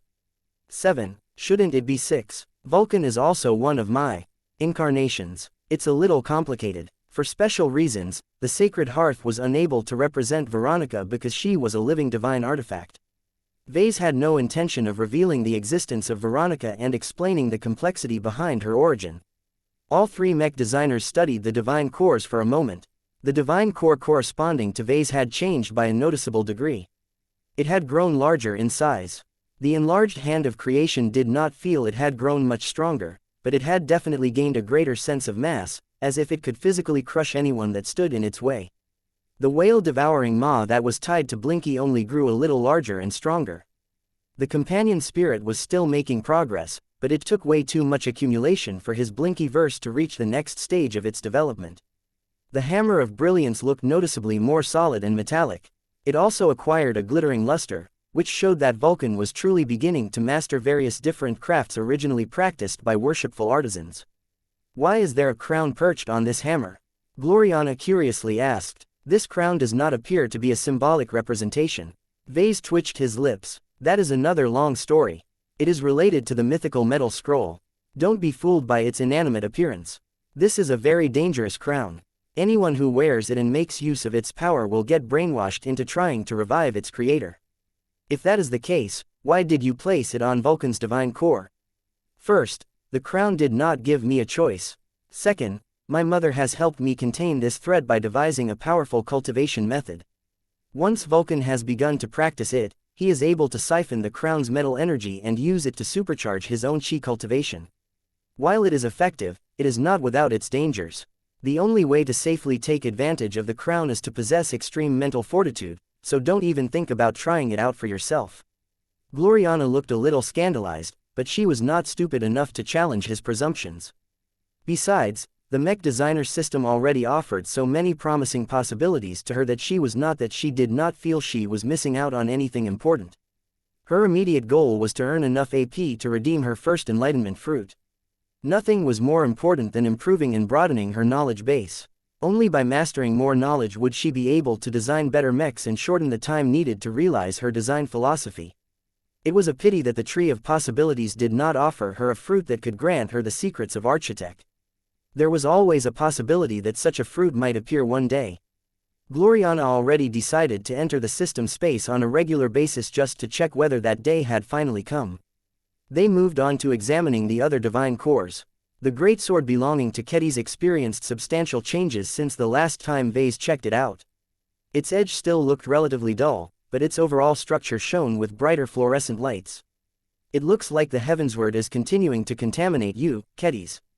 Ves observed with a tinge of concern in his voice. The swordmaster shrugged her shoulders. It is fine. I do not consider this to be a detrimental change. A sword is a sword. Whether it is black or white has little bearing on my ability to kill. It is enough for me to hold on to my original determination. I know what is important. Sharpie's divine core looked the same as before. It depicted a miniature version of Kedis wielding a shrunken copy of the Bloodsinger. At least she was able to resist the influence of the heavensward a lot better. So long as Sharpie continued to function as a solid anchor, Kedis was not too concerned that she would stray too far from her original self. Chapter 6964 The Perfect Visage Naturally, Ves was not too interested in observing the changes to the existing divine cores. He grew most interested in observing the divine cores belonging to Gloriana and her companion spirit. A divine core was the most honest representation of an individual. While Ves did not understand nearly as much about divine cores as he should, he learned from the system and his mother that being able to observe them was extremely helpful in gaining a better understanding of oneself. Ves might not feel too impressed about that anymore, but that was because he had already gotten used to being able to observe his divine core on demand. Many other people did not enjoy this luxury. They spent their entire lives working to improve themselves without possessing a clear and precise enough understanding of themselves. They lacked an accurate mirror where they could see their own essence without any bias or distortion. These unfortunate people could only understand where they stood by making use of comparisons or by relying on the subjective evaluations of others. Ves, Kedis and now Gloriana no longer needed to rely on these imprecise methods. They could just visit the sacred hearth and take a look at their own divine cores to develop a good understanding of how they changed. Of course, how much relevant and useful information they managed to get out of observing their divine cores depended on their own interpretation skills. Well, this is a surprise. Ves formed many guesses on how the sacred hearth visualized his wife's divine core. His strongest guess was that it would look like a hexagon-patterned jewel. What he saw instead was a metallic bust that depicted a perfect representation of Gloriana. Compared to the real woman, the divine core clearly assumed a more idealized version of Gloriana. She looked positively regal, superior but not too cold. She exuded just enough of a maternal impression to round out her edges. HMPH. Kedis did not look impressed. What does it say about a woman when her divine core is supposedly a perfect of herself? It shows how much my wife is committed to attaining perfection. Ves issued a neutral response. Is that what you think? I think it shows that she is a narcissistic woman who only cares about herself and the image she portrays to the public. At least your hand of creation reflects your earnest desire to create works that benefit our society. Gloriana here clearly can't be counted upon to do what is best for society on her own initiative. While Kedis disparaged Gloriana, the woman in question took no notice of the criticism. Instead, her eyes continued to fixate on her divine core. Beautiful. So this is how I look at my best. There is no need to tweak my appearance. I only need to apply subtle changes to my makeup and my hairstyle. The greatest variable that affects my appearance is my posture. While I am already on the right track, it is clear that I still have to make more progress before I can reach this level of visual impact. Another notable aspect of her divine core was how her bust appeared to be made of archimetal. This showed how extensively Gloriana committed to architect. It had already become a core part of her design philosophy. Investing so heavily into architect as a double-edged sword, Kedis commented, it offers better performance, but it also makes it more difficult to apply new technological developments. How much progress has been made with attempting to incorporate superdimensional matter in your archimechs? We are still working on it. Gloriana tersely replied. Ves tried to diffuse the tension between the two women. There are pros and cons to every tech. Gloriana has made a brave bet by using architect as a basis to develop her own unique architecture. I am sure that her own tech base will make it a lot easier to integrate superdimensional applications and other innovations in the future. His wife confidently raised her chin. I am already certain that my research associates and I will be able to crack the secret on how to stably merge superdimensional tech with architect. Now that I have access to this wonderful mech designer system, I am certain that we will be able to complete this breakthrough at least several months in advance. I only need to redeem a handful of enlightenment fruits related to materials science to obtain the required foundation to complete this merger. That sounded like a solid plan. The design department still lacked a mech designer with a strong foundation in material science. While Ves was still hoping that Tristan Wesseling would join him one day, Davut still maintained a strong degree of resistance against the native alien onslaught. As a capital system, its defenses were much more extensive than in many other star systems. The Colonial Federation of Davut was also a fairly big and successful second-rate colonial state that just happened to occupy a favorable location in the Krakatoa Middle Zone. Many regional defenders that hadn't given up on the Middle Zone had flocked to Davut as if it was their best chance of blunting the native alien advance at this section of the shifting frontlines. The continued influx of soldiers from different places also generated greater advantages to the Saint General. While he was only a false ace commander, his ability to grow more powerful with more people under his sway was not a lie. With the help of his extremely flashy Lionheart, the Saint General repeatedly engaged in heroic displays that captured the imagination of all of the soldiers who fought in the Davut system. The more he impressed all of those soldiers, the more they came to admire him. This subsequently fueled his ego as well as his actual combat power. This enabled him to confront stronger enemies and perform even better than last time, thereby attracting the admiration of even more people. This meant that he was already able to match the combat power of some senior ace pilots in short bursts. The reason why he was not able to keep it up for long was because exposing himself to the messy spiritual feedback from so many different people was no different from contaminating himself. The more Ark channeled the power of other people, the more he became subjected to their own thoughts and desires. Ace pilots may possess much stronger willpower than any normal human, but even they had limits. If Ark wanted to preserve his sense of self, then he had to limit his exposure and make sure he never crossed the line. If he did, then he risked transforming into the idealized hero that the masses imagined him to be. This was not the exact same version of Ark as his current self. Even with this weakness, Ark and his Lionheart could still be trusted to save the day and make a difference when it counted. This was one of the reasons why the Saint General had become an actual contender in the leadership race. The timing worked out a lot better for him. Right now, the Saint Commander had withdrawn from the expeditionary fleet so that she could lead the Premier Fleet. However, the Premier Fleet had yet to launch from the new Constantinople system and engage in battle against the invading aliens. This meant that Casella Ingvar had lost visibility during a moment when the Larkinsons most needed to see their prospective leaders in action. Even if the Saint Commander had already established a strong impression, there was no doubt that the Saint General took advantage of her absence to play catch-up. If this trend continued, then Casella risked losing her considerable lead in the polls. Fortunately for Ves and the Saint Commander, there were no more reasons for the Premier Fleet to remain stuck in the new Constantinople system. The Larkinsons only needed to finalize a few transfers and make sure that latest crew transfers to the Tortuous Scream and the Vulcan's Glory had settled into their new berths.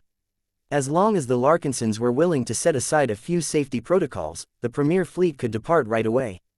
As Ves thought about how soon the Premier Fleet could arrive on an active battlefield and give the Saint Commander a good opportunity to showcase her power, Ketis and Gloriana had already directed their attention to the final Divine Core. Alexandria's Divine Core looked like a red octagon-shaped spider web. What a fitting image, Ketis remarked. While your own Divine Core reflects your narcissism, your companion spirit embodies your obsession to control everyone around you. It is a good thing that you do not need to rely on her to wrap Ves around your fingers. Gloriana scowled and turned towards the Swordmaster. What is your problem, Ketis? You have repeatedly insulted me ever since we entered this shared space. I have already apologized for my past transgressions and told you that I will do better next time. Is it that much to ask for you to believe I can do better? The Swordmaster crossed her arms while directing a skeptical look in the other mech designer's direction. Some people can learn from their mistakes. Some people take their promises seriously. Some people are mindful of how their actions affect others. And you think that I am not among those people? Yes, Ketis bluntly said. We both know what kind of person Ves can be. Too many people have betrayed his trust. This has caused him to become far too cautious about who he is willing to put his faith in. As his spouse, you should have been one of his most trusted partners without any doubt. The fact that this is not the case is a major problem. Gloriana frowned. I will not blame you for your doubts, but are you not able to see that I am seriously trying to make amends? Regardless of how you feel about it, my husband has seen fit to give me another chance to prove myself. I only ask you to give me the same chance. The Swordmaster sneered at the other woman. I will not hide the fact that I think that he has made a mistake. Yet now that he has done something as big as this without my consultation, it is far too late for me to dissuade him from this course of action. You will get what you want.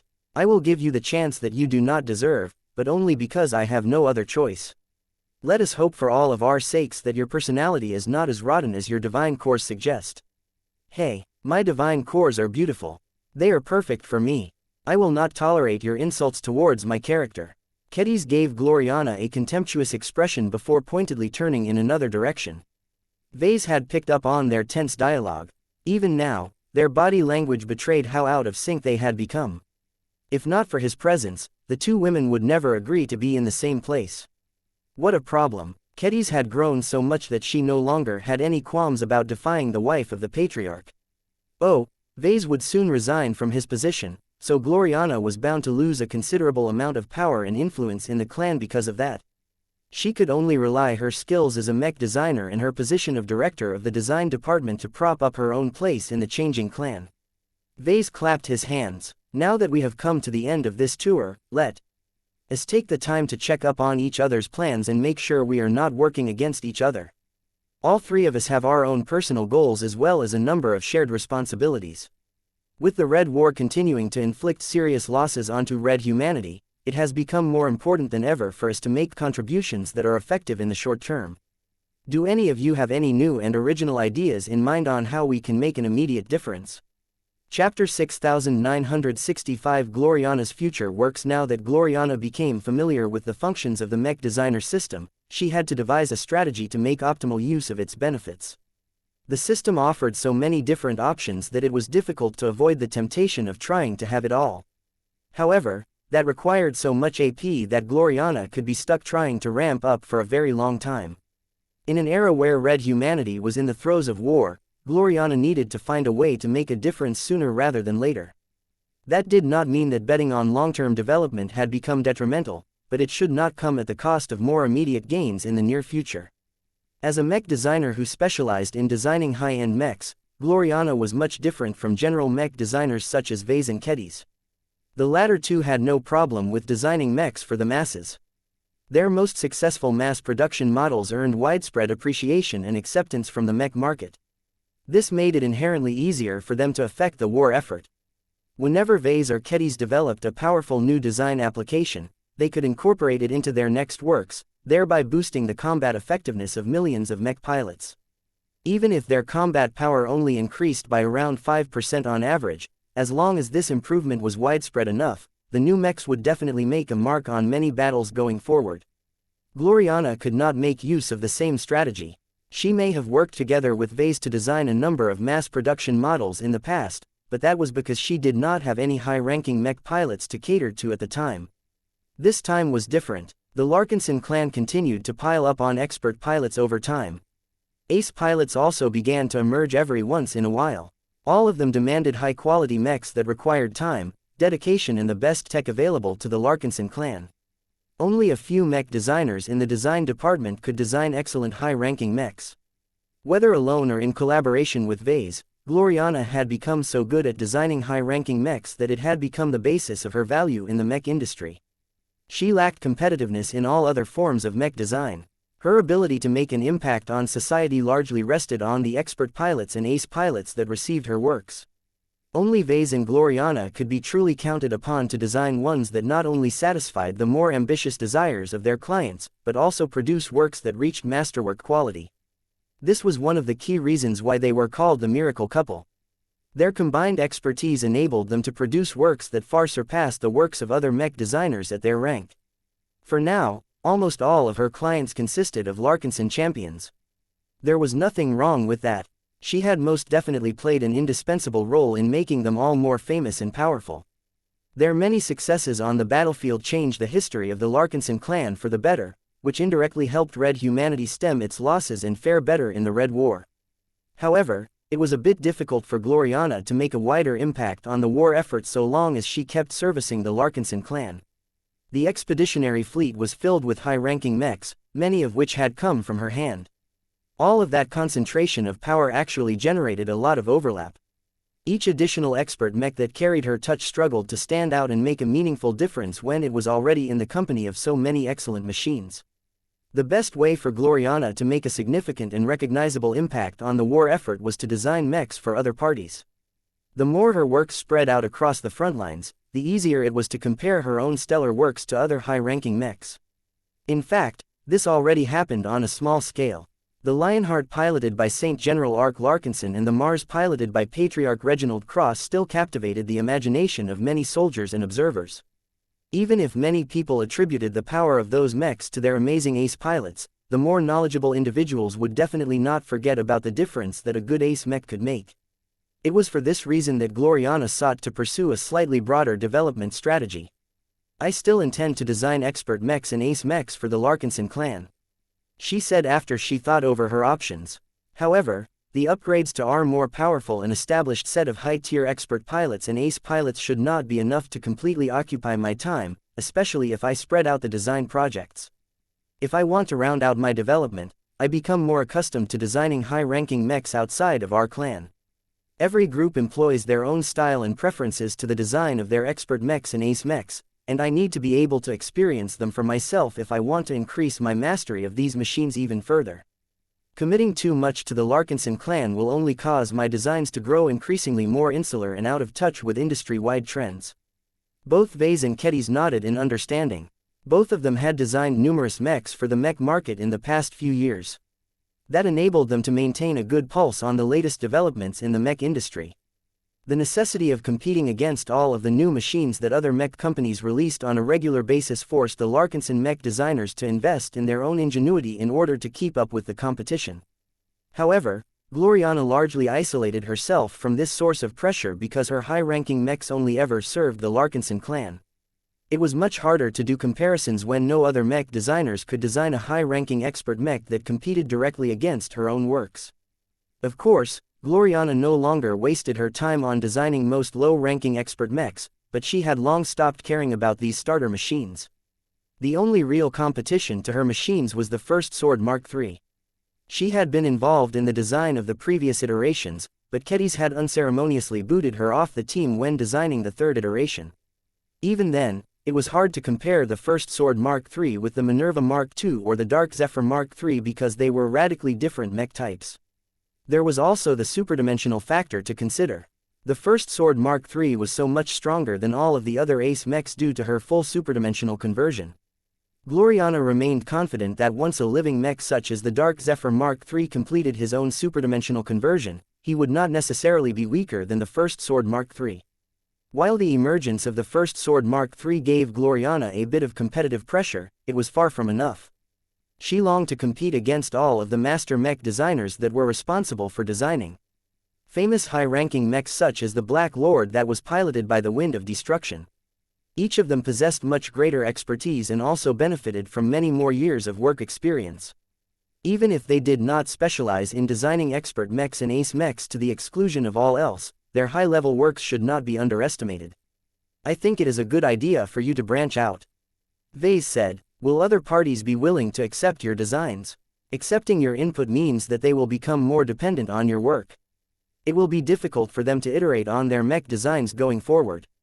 Gloriana smiled. I think that my existing track record should be enough to convince plenty of small to middle-sized powers the benefits of using my works. I will not even insist on applying Architect to the mechs delivered to external clients. This will not only make it easier for them to repair their own machines, but will also allow them to improve their machines without my intervention.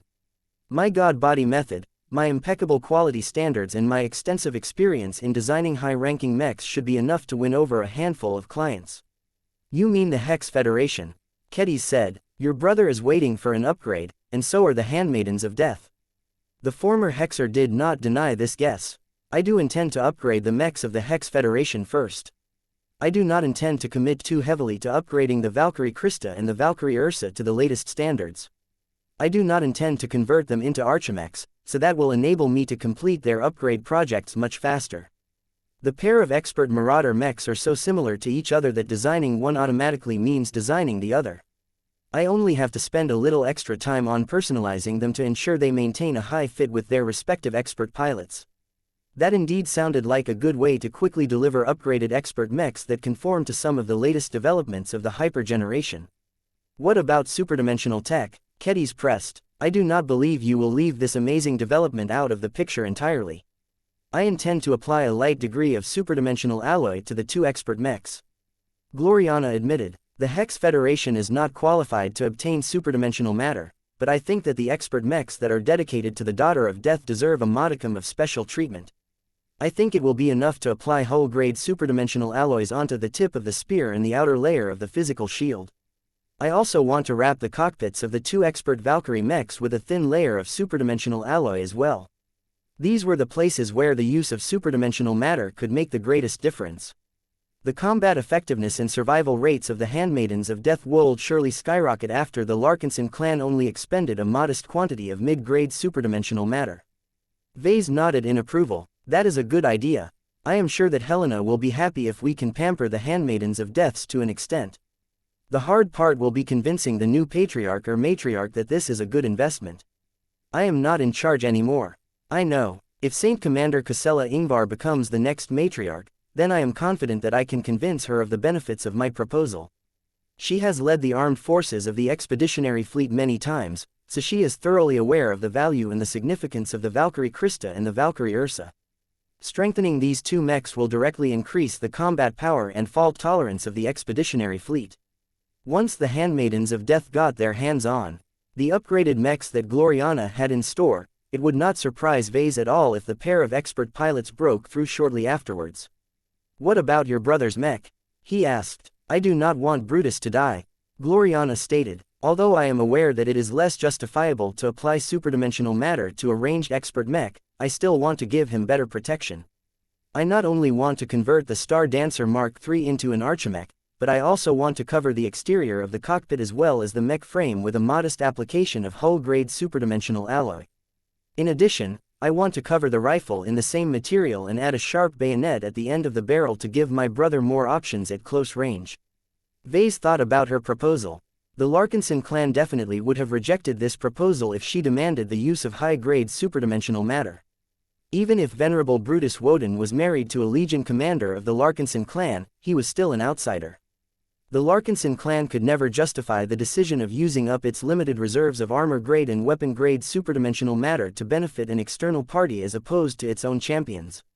There were many Larkinson expert pilots and ace pilots that waited for the superdimensional conversion of their own machines. Chapter 6966 System Utilization. Ves thought about Gloriana's intentions to apply a significantly greater quantity of hull-grade superdimensional matter onto the upcoming Star Dancer Mark III. I am not sure if the next leader of the Larkinson clan will approve of your plan. He said, while our clan has definitely managed to mine larger quantities of mid-grade superdimensional matter, there are far too many applications for it. From upgrading our own expert mechs to cladding the bridge and engineering bays with protective layers of superdimensional plating, there are way too many areas that it can be of use to our clan. It would be rather backwards for us to give away so much strategic resources, only for us to suffer a massive loss in our upcoming campaign due to lacking the additional protection of these exceedingly precious materials. Gloriana nodded in understanding. I am aware that my personal requests will be difficult to accept for the clan. The Hex Federation would be happy to offer concessions to the Larkinson clan. The second-rate colonial state is based in the Megare Middle Zone, which has remained less affected by the war. The Hexer shipbuilding industry is still intact and is still able to produce a generous amount of hulls per quarter, though their quality has admittedly dropped due to losing access to more premium materials. We can negotiate an exchange of second-class starships in exchange for the use of structure-grade superdimensional materials. Ves thought about it. Hull-grade superdimensional matter might not be as inspiring as the more powerful variants, but it is still a material that can make a massive difference to first-class expert mechs, ace mechs and even god mechs. Our clan can almost certainly gain more value by trading the same quantities of superdimensional matter to other parties. The Hexers will have to offer dozens of second-class sub-capital ships or a handful of second-class capital ships in order to make this trade remotely equitable. As much as the Hexers were beholden to the Larkinsons, it would be incredibly difficult for them to trade away so numerous precious hulls at once. Starships had become one of the most valuable forms of hard currency to red humanity. The vessels were not only vital to sustaining interstellar commerce, but also played a vital role in the evacuation of critical assets and personnel from planets that were about to be razed by the invading aliens. The gap between supply and demand continued to grow with each passing month. No one was stupid enough to trade their precious starships with others in the current climate. There is a more meaningful way you can contribute. Kedis suddenly spoke up. Now that you have become a user of the Mech Designer system, you can diligently work to earn more AP. So long as you spend a few hundred AP on a useful upgrade to the Dimension Observatory, you will directly help our clan harvest more superdimensional matter the next time I create a dimension breach to the blue dimension. Doing this would essentially allow Gloriana to earn back the superdimensional matter that she wanted to use on upgrading the aforementioned expert mechs. Ves nodded in approval. That's a great idea, Gloriana. I already expect you to help with improving the Dimension Observatory by yourself, but if this incentive can help you work a little harder, then that is good for all of us. If you pump 500 AP into upgrades, then I don't mind if you take away a modest amount of high-grade superdimensional matter. Our mining parties will be able to replenish it easily enough when they next venture into the blue dimension under more favorable circumstances. Kedis agreed as well. It would be especially helpful if you can redeem the third level of the breach extension upgrade. This will force me to spend 400 ascension points to open up another dimension breach, but it will last 5 whole days, which is much longer than before. Extending the duration of the portal from 24 hours to 120 hours was a game changer. The mining parties would be able to spend much more time in the blue dimension. Their mining mechs and vehicles would easily be able to range farther and mine more floating islands filled with superdimensional matter. They could even install large, modular prefab bases in the blue dimension that could make use of their formidable scale to centralize and increase the efficiency of the mining operations. The only downside to extending the duration of the portal was that the miners would quickly break apart all of the nearby superdimensional islands. They would subsequently have to travel further and further away in order to bring back additional hauls of superdimensional matter. All of this extra travel time would lower the efficiency of the mining operations and lead to a certain degree of diminishing returns. However, giving the miners 5 whole days to mine the blue dimension more than made up for doubling the cost of opening up a stronger dimensional breach. Gloriana did not look too upset at this proposal. From what I have seen from the missions, it will take months to earn so many ascension points. It will also force me to spend time on activities that will not progress my projects. It will take longer for me to complete the Riot Mark III project and the Lionheart Mark II project. The Saint General will become especially upset at the delays. His special abilities may enable him to punch far above his weight, but that is also where his unupgraded mech imposes the greatest constraints. You do not even want to know how overworked his maintenance crews have become. Both Ves and Kedis exchanged glances. You don't necessarily have to sacrifice too much time in reality to earn a lot of AP. Kedis said, you just need to take advantage of a function of the workshop of creation to extend your stay in the system space. The more rent you pay, the more work you can do while virtually no time passes in reality. Gloriana looked confused. What are you talking about? Oh, I guess we haven't told you yet. How much time has passed since we have entered this system space? More than an hour. And how much time do you think has passed in reality? His wife already started to get a clue of what was going on. I surmise that it is far less than an hour. How about less than a second? Ves replied, quote, Truly, I am not kidding, honey. You will notice it right away when we finally exit this space. This is a mechanic that allows us to earn large batches of AP without losing any time in reality. Kedis and I have already completed several marathons.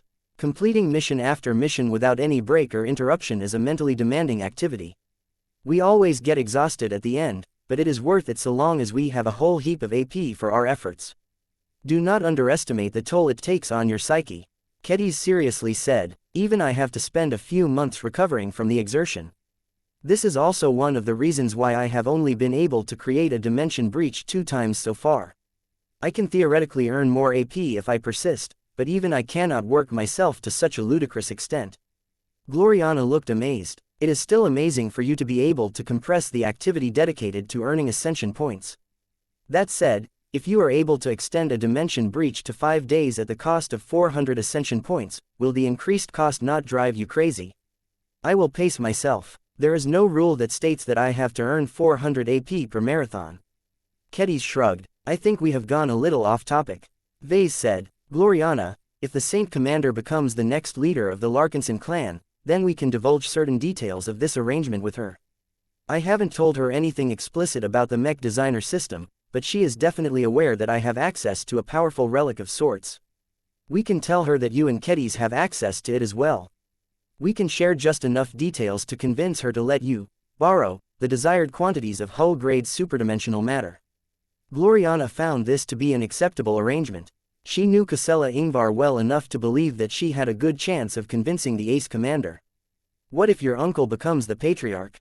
We'll figure out another solution. Ves shrugged. You don't need to borrow all of that superdimensional matter right away. It will take months for you to complete the designs of the upgraded Hexer expert mechs.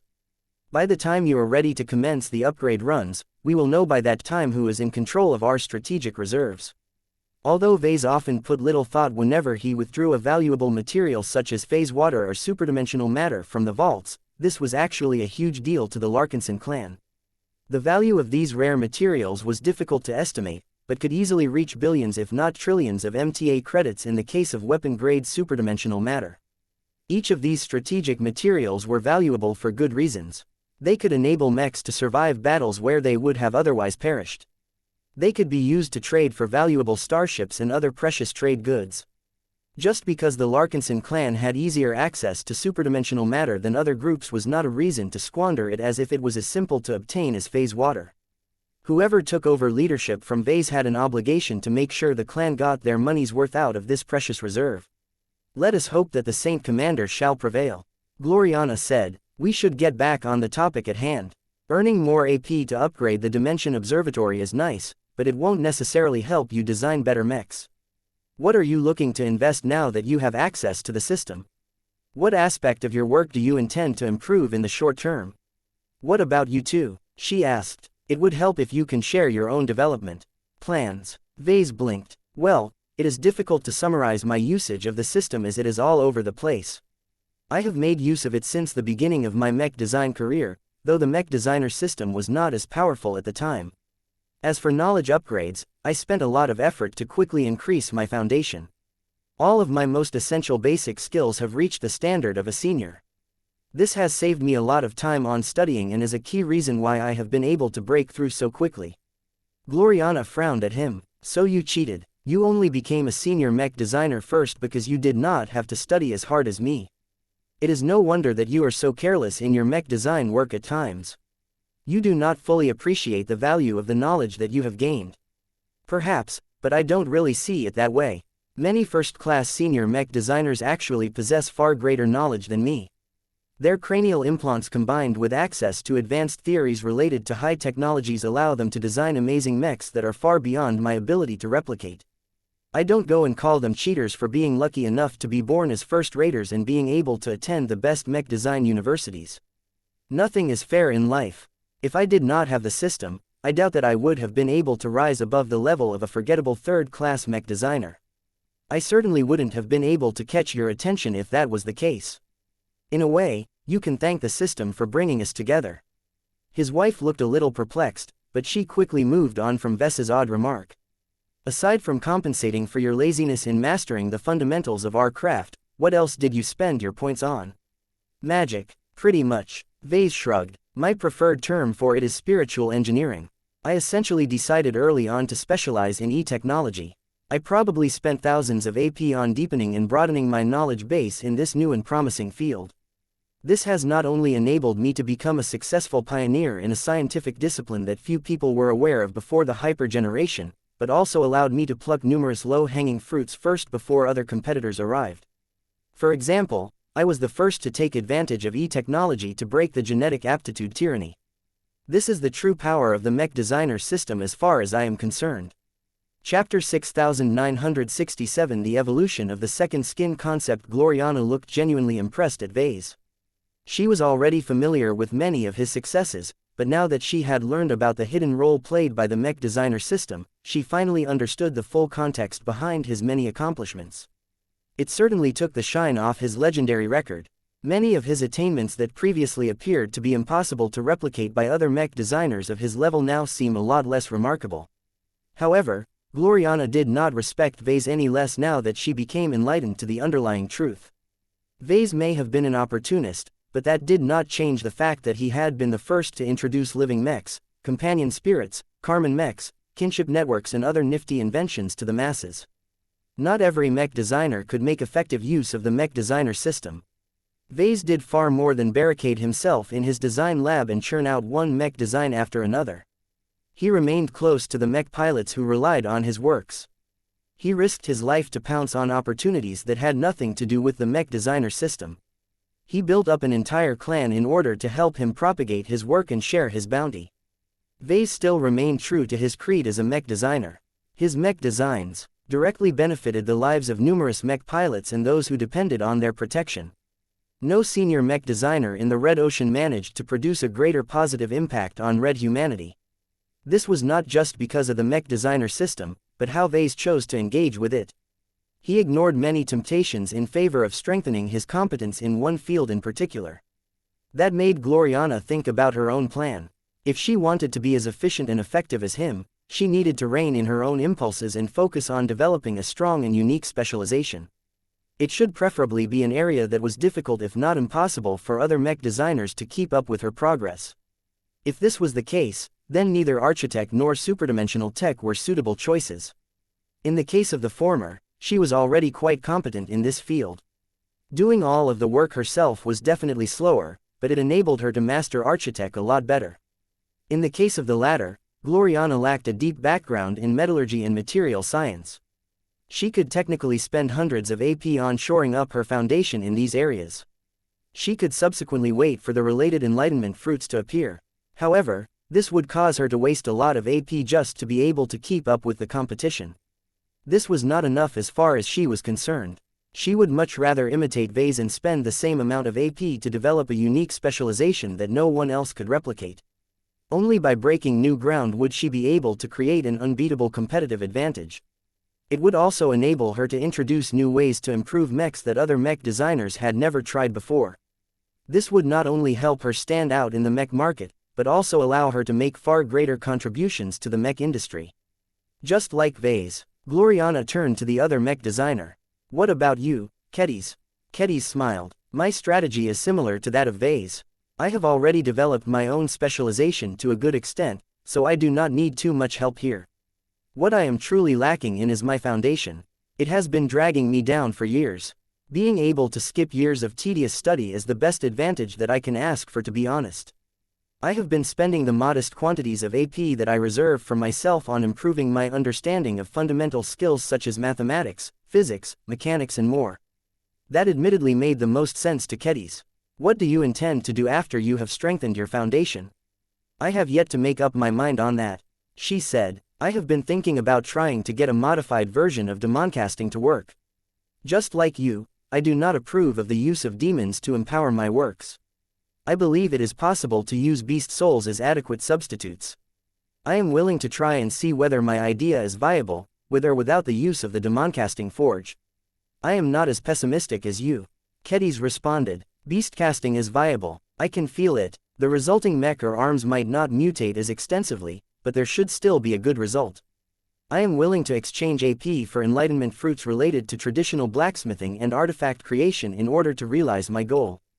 Demon souls may be steeped with negative energy, but they are also much more resilient for that reason." Ves remarked. "Beast souls are comprised of positive energy. They work quite differently. While I think that it is possible to use them as artifact spirits, I am not entirely sure that you can match the power and versatility of demoncasting." Ves was not too sure whether beastcasting in the style of demoncasting was even possible. Fortunately, it was not up to him to find this out. If Kedis wanted to invest so much time and AP into this effort, then she was free to do so. He just hoped that she would not feel as if she had wasted her potential if she was met by failure. He turned to his wife. "Now that you have a better idea on how Kedis and I are using the system, it is time for you to share your plan.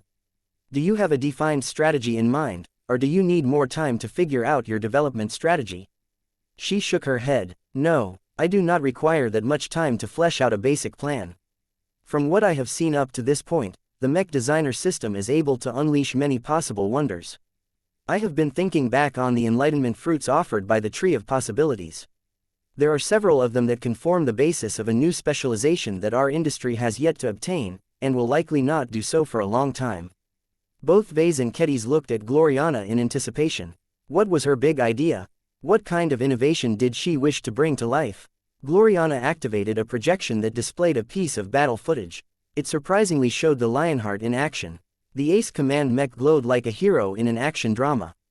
The Lionheart looked so impressive that it made every other mech look as if they only belonged in the background. The glowing Lionheart absorbed the admiration and worship of millions of observers. Many people in the Davut system fervently prayed or wished that Saint General Larkinson would save them from the threat posed by the latest wave of invaders. Once the Lionheart was brimming with light and energy, it surged forward and charged straight at a greater phase lord with a shining lance in front. The collision generated an explosion of dazzling light. By the time the Lionheart emerged from the other side, it became clear that the greater phase lord had suffered grievously from the impact. Not only had the radiant charge completely overwhelmed his spatial barrier, but the Ace Command mech also managed to tear off a piece of flesh. When you view the performance of the Lionheart, what do you see? Gloriana asked. Arc being useful for once. Ves remarked. The Lionheart is putting its target on the back foot by relying on borrowed power. Kedis voiced her own opinion. You are both correct, Gloriana exclaimed. What I see is potential. The Saint General in the Lionheart has inspired me. Combined with the features offered by the system, I have suddenly gained confidence in my ability to realize this ambitious plan. She removed the projected footage and replaced it with a generic mech design. The former hexer then added the silhouette of a female pilot inside the mech frame. A connection formed between the two elements. The mech gently changed in shape. It adopted slightly more feminine contours, as if the machine evolved to better fit its pilot. Both of you are familiar with my design philosophy. For many years, I have striven to make the perfect vessel. I wanted to design a mech that perfectly matches the mech pilot. It is my ultimate ambition to give every mech pilot the opportunity to design a mech that is perfectly tailored to them, both physically and spiritually. This is also why I value my partnership with Ves so much. One of the results of our collaboration is the second skin concept of living mechs. Do you follow me so far? Ves and Kedis nodded. Well, the example given by the Saint General has inspired me to develop an evolution, or mutation depending on your perspective, of the second skin concept. I have always considered our approach to living mechs to be attempts to create proto-gods. I call them proto-gods because living mechs such as the Everchanger and the Lionheart only exhibit a handful of traits that are typically associated with gods. In fact, I was unclear how to complete these proto-gods. The more I learn about the spiritual side of mechs, the more I realize that physical evolution alone is not enough to achieve my goal. That is when your powerful uncle taught me what I have been overlooking all of these years. She waved her hand. This caused the projection to change. The silhouettes of numerous more human individuals phased into the image. They did not appear inside the mech, but instead floated well outside of the mech frame. They grew and grew in numbers. 100, 1,000, 1,000,000. It was only after they became so numerous that they crowded the entire scope of the projection that the expansion in numbers had stopped. What happened next looked astonishing. Many small and faint connections formed between these bystanders and the mech in question. While their connections were a fraction as strong as the one between the mech and mech pilot, the quantity was overwhelming. The mech began to change to a much greater degree. It grew larger. It gained a golden glow. Its shape changed until it took on the contours of a mighty winged dragon. Arc taught me not to underestimate the power of the masses. Gloriana said. He also helped me realize one of the missing links that has hindered my proto-gods, or at least my second skin mechs, from reaching the next stage of their evolution. It is not enough to make them completely adaptable to the mech pilot. What I am aspiring to create is a mech that also adapts to the worship of others at the same time. My goal is to transform the spiritual feedback of an entire population organization into the fuel that can transform my second skin mechs into open god vessels. Both Ves and Kedis finally widened their eyes as they understood the ambitious idea that Gloriana had in mind. This was much bolder and more ambitious than they expected. Ves could see the potential of this imaginative proposal, but also the problems. What about contamination? So what about it? Gloriana smirked back. Where you see filth, I see definition. You instinctively treat spiritual feedback as if it is untreated sewage, and that is understandable. The mechs and mech pilots that we work with usually possess their own character that can easily be ruined if contaminated by outside factors. Yet that is the beauty of my open god vessel concept. What if I design a living mech that is deliberately designed to absorb, process and effectively channel all of this spiritual feedback? What if it can absorb all of this potent energy to induce an evolution that will gradually transform the machine into the god that the people have desired all along? What a crazy idea! Ves had come up with plenty of unhinged design applications, but his wife appeared to be just as good as coming up with inventive surprises. If I am understanding this correctly, then your whole plan is to weaponize the power of contamination in order to create artificial gods. You are essentially trying to convert your second skin mechs into totems that actively invite worship in order to power them up to monstrous proportions. Exactly. Gloriana grinned while clasping her hands together. You comprehend my idea. That is exactly what I wish to realize, Ves. It sounds so exciting. You have been able to create your own gods, but now it is my turn. If I can take advantage of the system, then the Lionheart Mark II will become the first experimental open god vessel. While I believe that other mech pilots will be able to benefit from this new concept, it synergizes especially well with an ace commander such as the Saint General. With both mech and mech pilot able to empower themselves through the power of worship, I am confident that the two combined can exert combat power far exceeding their resonance strength. That is absurd. Kedis said in half disbelief. You are trying to invent a mech that relies overwhelmingly on borrowed power as its basis of strength. This is a foundation built on mud. The strength of the mech and mech pilot aren't even relevant anymore. Any weakling can pretend to be a god if he pilots one of your so-called open god vessels. I refuse to believe that there are no consequences to the individual. Subjecting the mech to an enormous amount of contamination will create enormous hidden dangers. Such a machine is unreliable to the extreme. This is why my open god vessels are not for everyone. Gloriana admitted. They should only be used by the most ideologically strong, united and cohesive groups. Think of religious organizations in nationalistic states. So long as the beliefs of a population group remain reliably consistent, then the open god vessels that feed on that worship will also stay consistent. What if there are other groups that worship the same mech? Ves asked. Won't that lead to undesirable contamination? His wife began to frown. A true open god vessel should never be afraid of any feedback, but what you have mentioned is a valid concern. Perhaps I can design my mechs to only be receptive to the spiritual feedback of a specific population group. I should call them semi-closed god vessels. It is not exactly what I originally had in mind, but it should be a much more practical option to customers that insist on controlling the variables. No matter whether it was open god vessels or semi-closed god vessels, both mech concepts represent a qualitative evolution of her original second skin concept. The leaps were so great that Gloriana may even be able to rely on this shocking invention to realize her design philosophy. This meant that Gloriana had just found a potential roadmap that could directly lead her to advancing to the rank of master mech designer. Ves was beginning to feel greater competitive pressure. He had not been diligent enough in trying to work towards his own breakthrough. Now that Gloriana not only gained access to the mech designer system, but also gained enough inspiration to discover a future breakthrough opportunity, Ves needed to step up his game if he wanted to stay ahead of his competition. Chapter 6968. The Premier Fleet sets off. After Ves exited from the system space, he shared a deep look with his wife. I need to go back to my workshop right away, she said as her eyes already became filled with inspiration. I need to contact your uncle and share my latest idea for the Lionheart Mark II project. He will definitely be receptive towards my suggestions. She disappeared before Ves could issue a response. Gloriana had become completely invigorated by the possibilities opened up by the system. Of course, nothing came for free. Aside from earning a paltry amount of AP per completed mech design, the only way she could quickly accumulate a lot of points was to work hard and complete a lot of missions. Her addition to the super secret system club came as a blessing in this regard. Ves and Kedis alone lacked the time and mental fortitude to complete all of the missions made available per period. They would definitely drive themselves crazy if they forced themselves to complete marathon after marathon with too little rest in between. Having an additional user around enabled the two to share the burden and make everything more manageable. So far, Gloriana had just entered the honeymoon period. She became full of enthusiasm as she not only regarded the system as a tool to accelerate her progress, but also unlocked brand new possibilities for her mech designs. The open god vessel and semi-closed god vessel concepts represented a huge advancement on her unique interpretation of living mechs.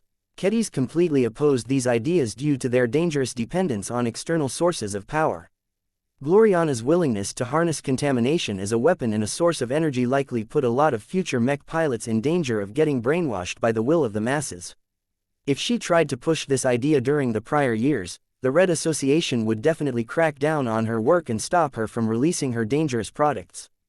However, with the native aliens continuing to press forward, the mechers had greater problems to deal with.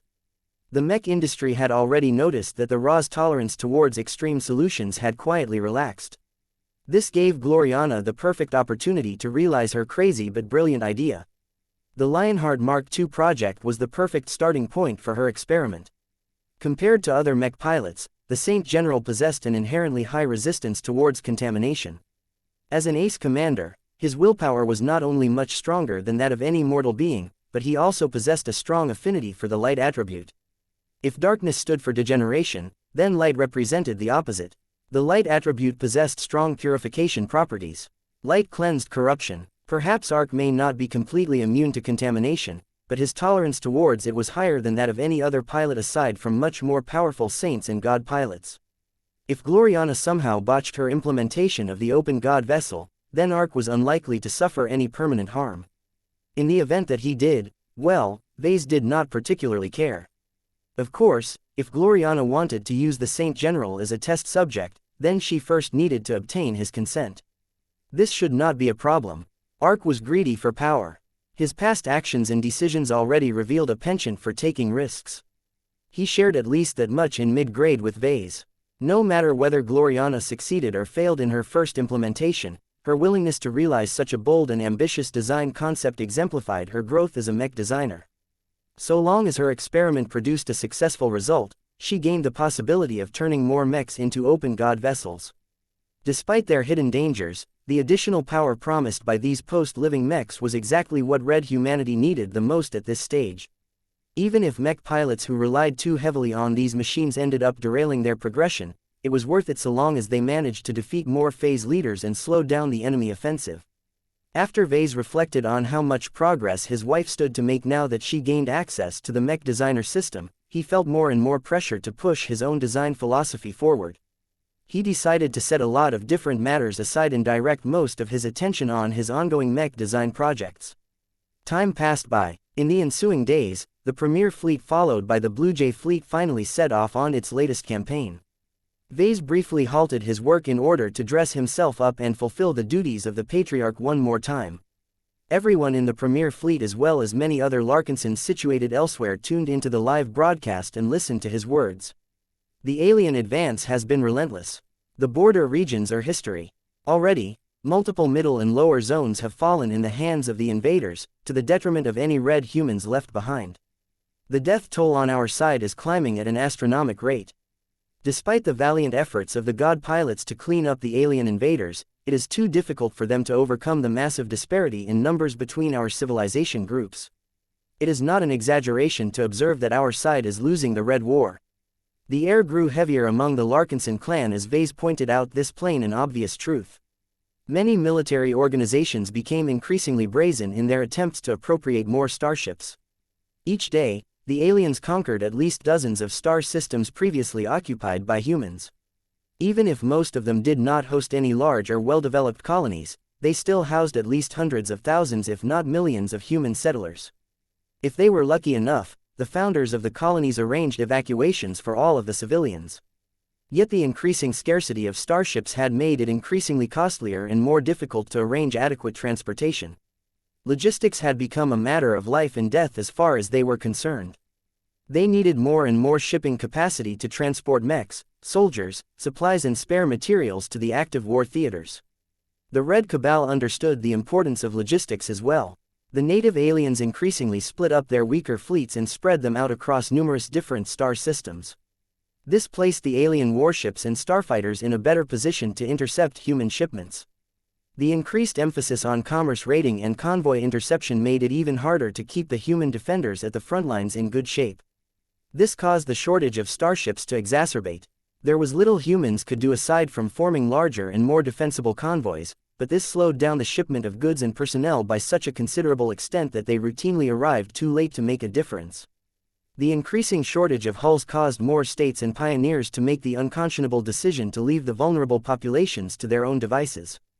At least the final glory line was finally beginning to catch on in the mech market.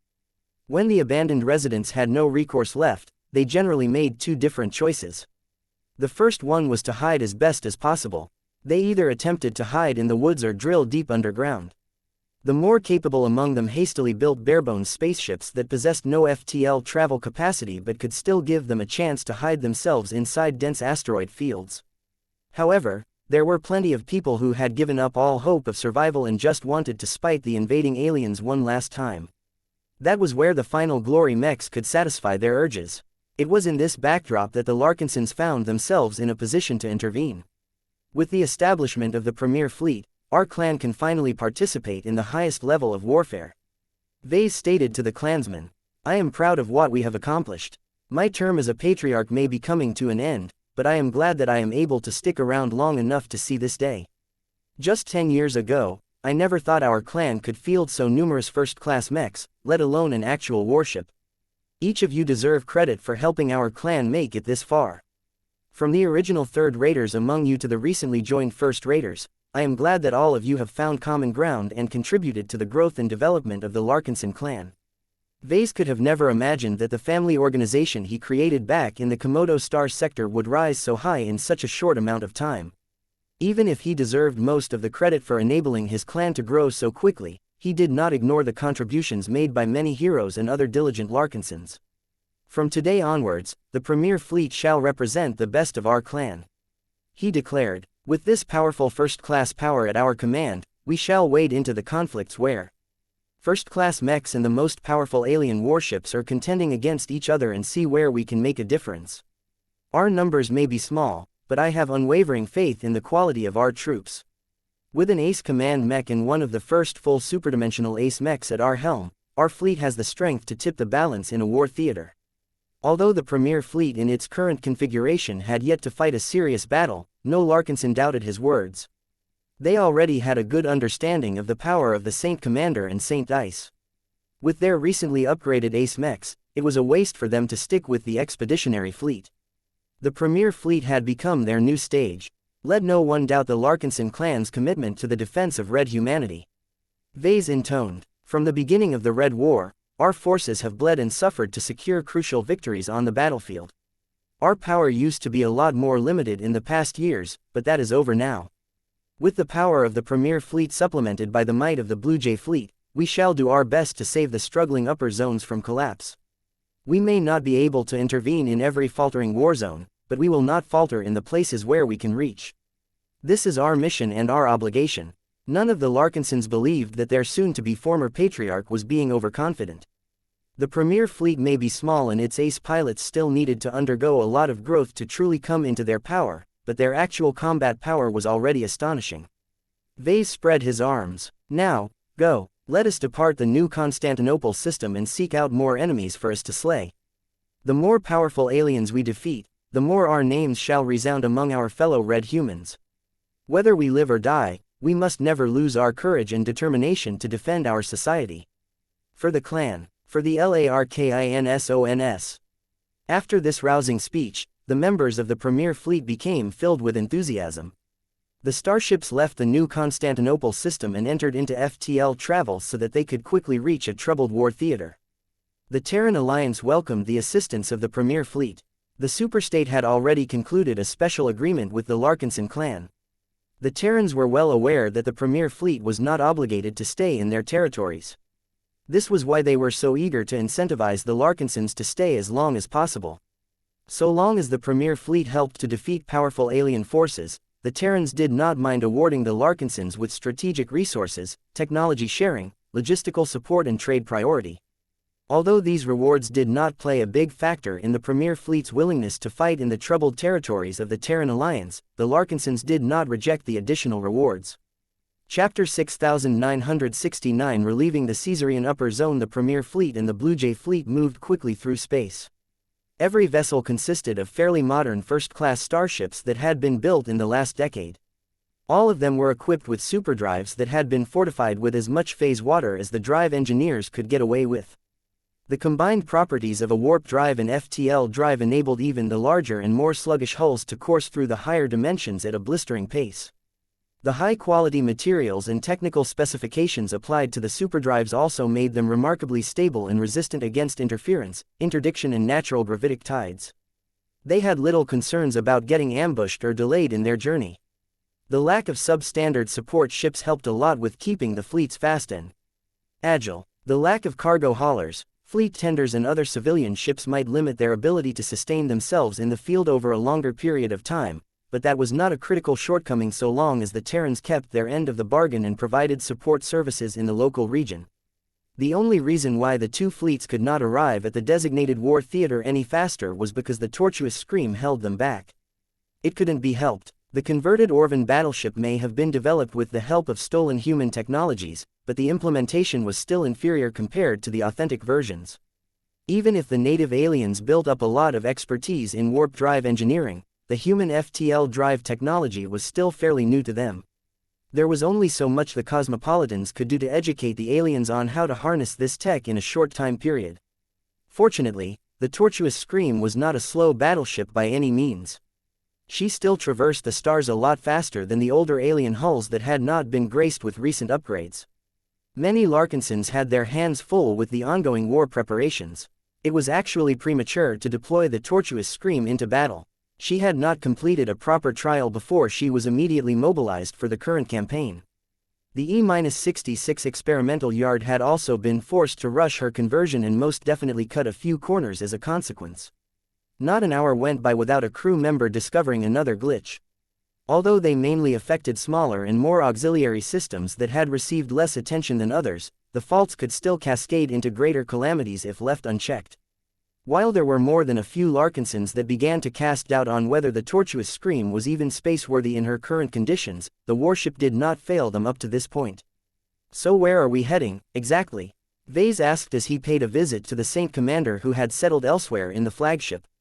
"I am aware that our current destination is the Caesarian Upper Zone, but there is a lot going on in this region."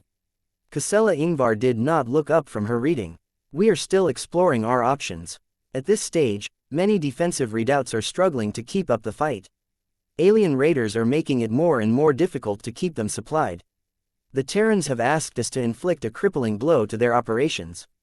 Any progress will help them catch their breath and make additional adjustments." The Caesarian Upper Zone had only been half colonized by the Terrans before the Red War intensified. This was good news as the Terrans had yet to commit too heavily in this upper zone before the native aliens attempted to reconquer their lost territories. Many serious battles ensued as the native aliens were kept to recapture the resource-rich star systems and deprive the red humans of strategic resources. In fact, the native aliens valued the planets that were capable of producing phase water so much that they often held back when employing their heaviest arsenal in orbit. This made it a bit easier for the defenders to stand their ground and fend off the alien assaults, but not that much. The native aliens could still rely on other weapons to make the humans miserable. The humans and aliens contested over control of the Caesarian upper zones for years, but it was only after the fall of the defensive bands that the Terrans were gradually losing ground. The fall of numerous strategically important fortified star systems increased the pressure on the ones that remained standing.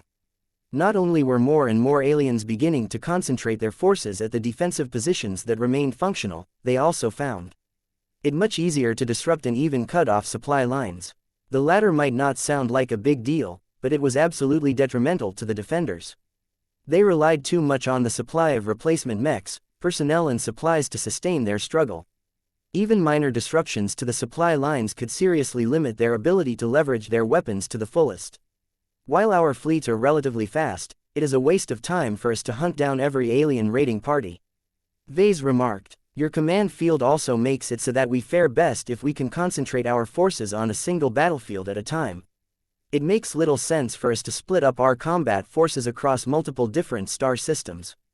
Casella nodded. "You are correct. That is why I have been thinking about launching an attack on the locations that the alien raiding fleets use to offload their ill-gotten goods and replenish themselves. When the raiding fleets return damaged but with full loads, they do not travel all the way back to the original alien staging points. They are instead instructed to move to the newly erected forward operating bases that are often located in the nearby conquered middle and lower zones. These forward operating bases sound like they can be anything from a rudimentary dump to a brand new alien stronghold. The smaller outposts are not worth the effort, but the better defended sites might cause us to bite more than we can chew.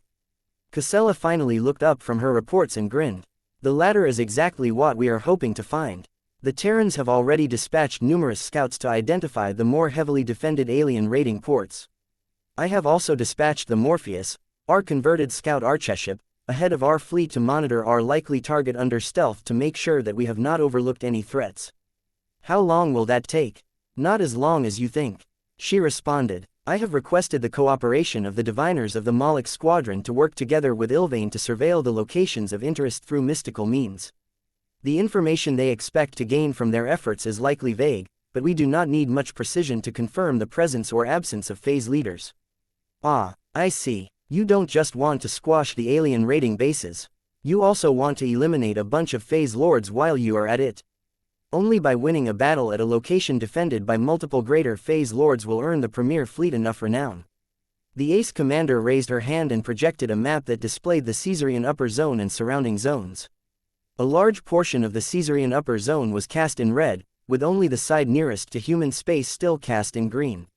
However, much of the neighboring middle and lower zones were already cast in red. This almost caused the Caesarian upper zone to look like an island surrounded by a hostile sea. The situation was not as bad as it looked. There were other upper zones that had become completely cut off from the rest of human space. That massively increased the difficulty of supplying the isolated defenders. Everyone could figure out that these lone pockets of resistance would run out of steam sooner or later.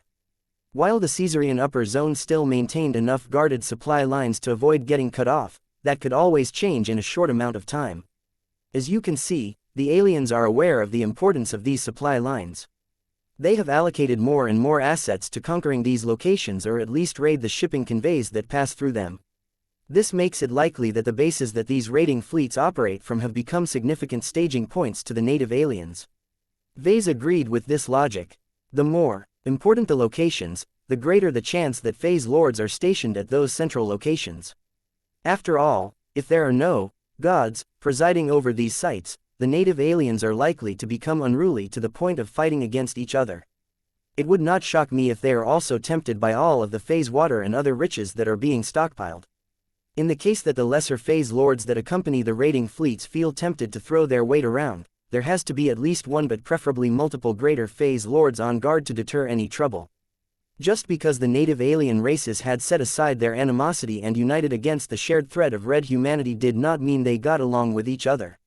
Ves could find plenty of stories of alien infighting if he bothered to look them up on the galactic net.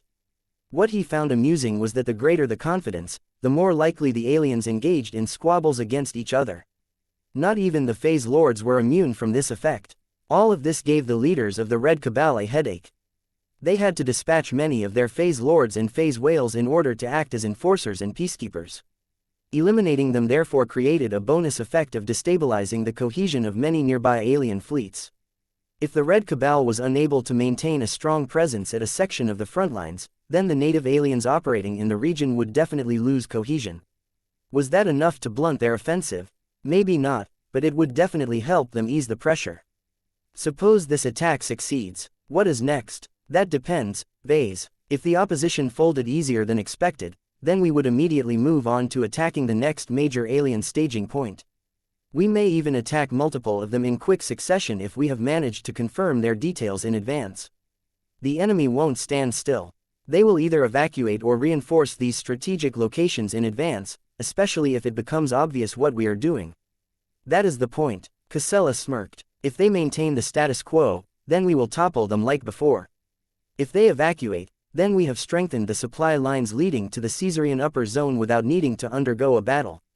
If the native aliens decide to make a stand and reinforce our next location, then we can choose from multiple options.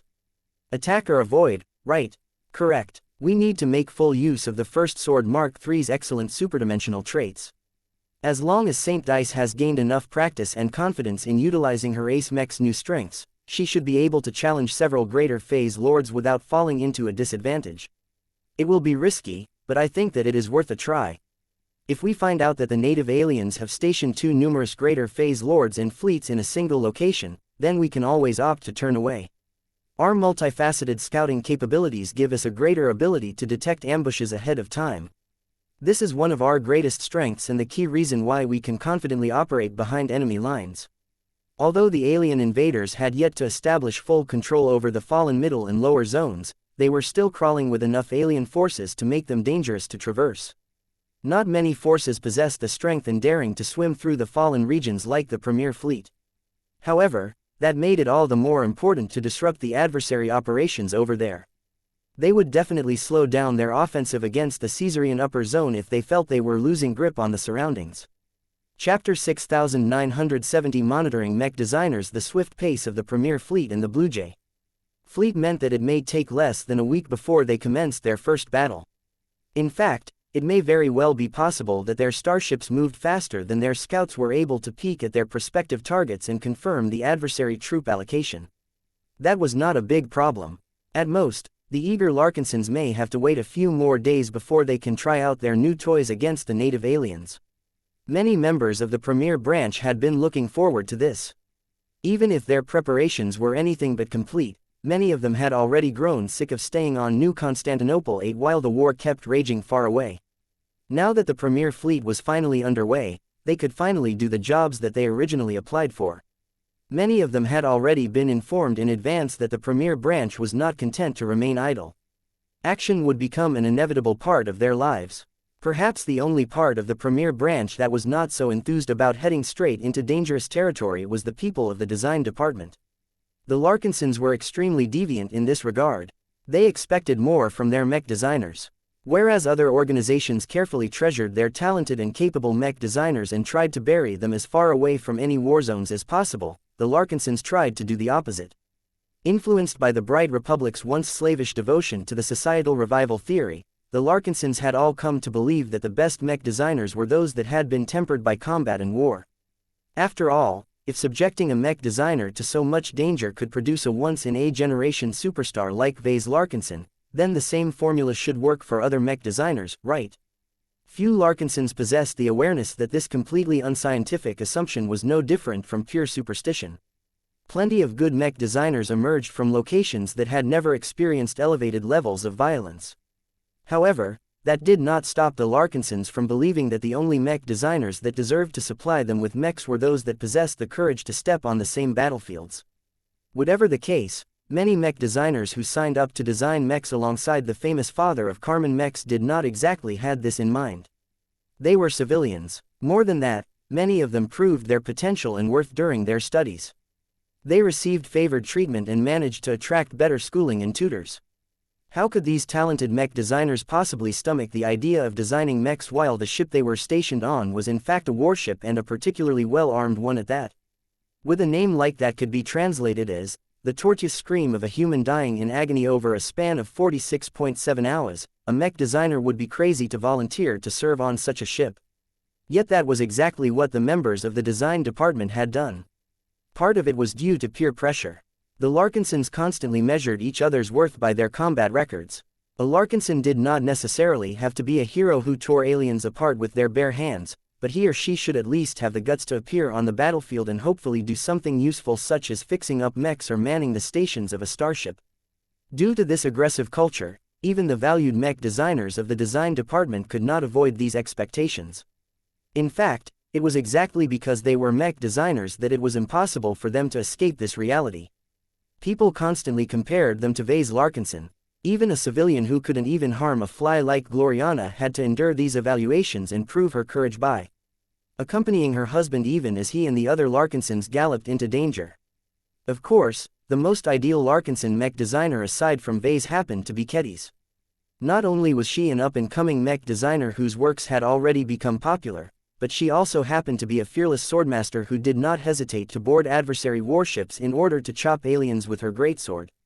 The fact that the legendary Heavensward would rather stick to her than any other swordsman in the Red Ocean was the best badge of honor a mech designer could receive.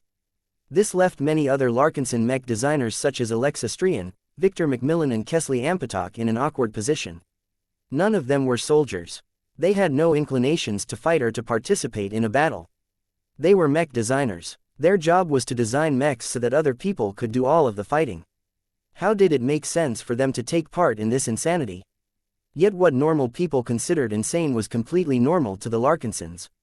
The mech designers could technically request a transfer. There was no compulsion for them to stay in the design department. Why not do their work in another location? They could transfer over to the expeditionary fleet where Ketty still made her home. Unfortunately, it was not much safer over there. Ketty's had no reason to avoid battle, and the expeditionary fleet would continue to involve itself in combat so long as its troops lasted.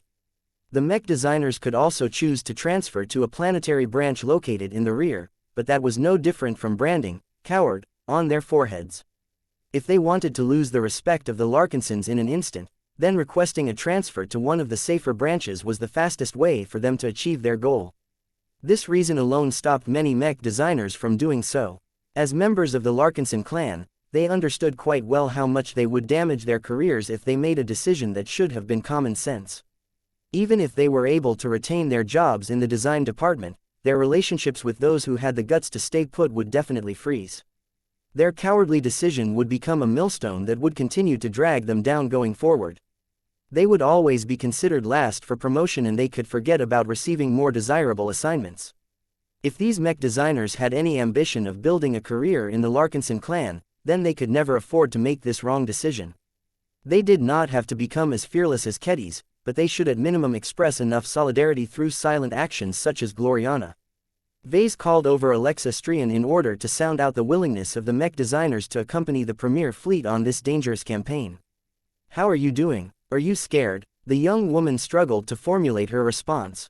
"If I am being honest, yes, but not as much as I should. My grandfather is a famous peak ace pilot. When I grew up, many Terrans assumed that I am a natural in combat. That does not mean that this is true, but I am not entirely unaccustomed with this sort of situation. The truth is that I am scared, but still committed to staying. Not only do I want to prove that I am a real Larkinson, but it is not as if it is much safer elsewhere. I have faith in the wisdom and judgment of the Saint Commander." Alexa calmly said. Unlike the Saint General, Kusela Ingvar has repeatedly shown that she cares about the lives of her clansmen. She knows how to achieve a balance between preservation and the mission. She is unlikely to favor one and lose sight of the other. Ves nodded in understanding. "The same goes for me. Of course, my ability to defend myself is a lot better than yours, so my opinion doesn't count for much." "What about the mech designers?" "It depends. The low-ranking mech designers know that they do not have many chances of advancement. They see this as one of the few opportunities to advance, knowing that the Larkinsons respect bravery and a willingness to confront one's own fears. Those who do not have the nerves to go on campaign have already been filtered out of our department ahead of time. It is not as if this is a surprise." That was true. "What about the high-ranking mech designers?" "Their opinions are also mixed," Alexa admitted. "It is difficult to get a read of them. I believe that there will be no problem so long as our fleet is doing well. If we happen to meet so much resistance that we have suffered heavy losses, their courage will waver. The same will happen if the tortuous scream has endured serious damage. Our inability to prevent the ship from getting struck by heavy attacks will lead to a drop in confidence in our ability to safeguard their lives." This was an understandable sentiment. Ves would feel the same way if he was in their place. "Keep an eye on them if that happens," he instructed her. "I don't think that Kusela will easily put the tortuous scream in serious danger, but she is a battleship after all. This ship is meant to be used in combat.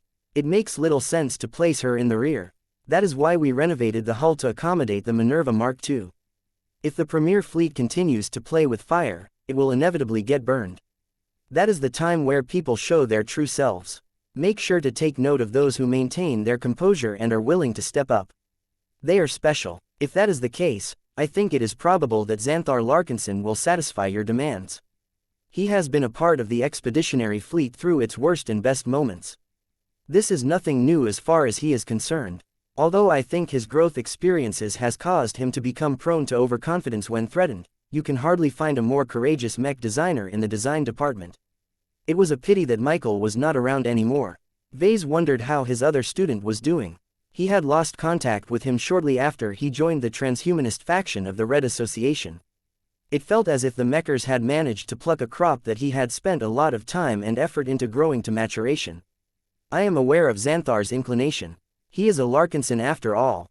Ves smirked as he thought how much the Larkinson name had become synonymous with courage, or foolhardiness. What I need you to do is keep an eye on the other journeyman mech designers. I recruited them, so I know what they are good at. My collaborations with them has also given me a good idea of their design capabilities, but that is not as important.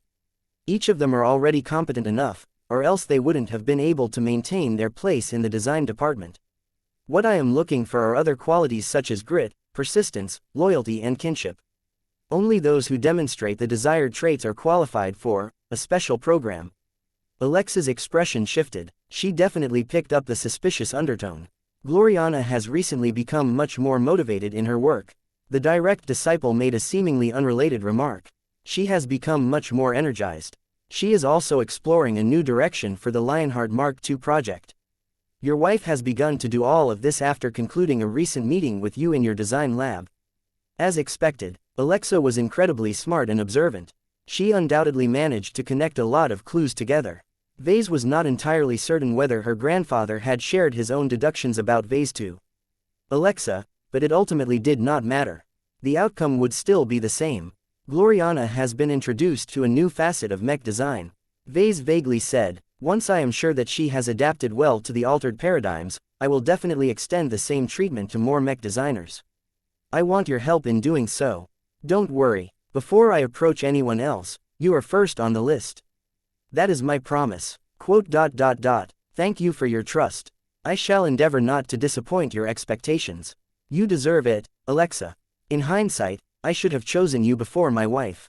Chapter 6971 Possible System Candidates. Ves gained a different outlook on the mech designer system after bringing Gloriana into the fold. If he was able to give Gloriana access to its powerful features, then why not other trusted mech designers? He might have known Alexa Strian for a lot less years than his wife, but his direct disciple had proven her loyalty, competence and diligence many times over. She should have been a prime recruit for the system as far as he was concerned. Then there were other promising candidates.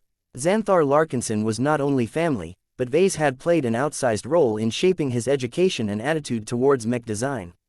Compared to Alexa, Xanthar also needed the system more.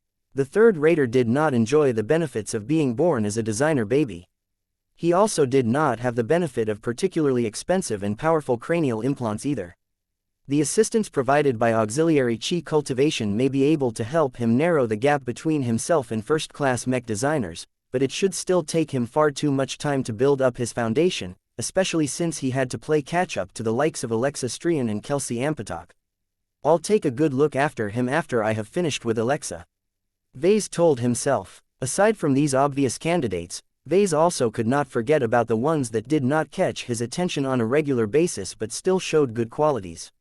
For example, there were dozens of apprentice mech designers who had been with the clan since the early days but never managed to break through for one reason or another. Perhaps their talent and ability may not be so stellar, but their loyalty and other qualities made up for their shortcomings. Ves did not really care too much about the former. Gaining access to the powerful features of the system could turn any average mech designer into a brilliant innovator.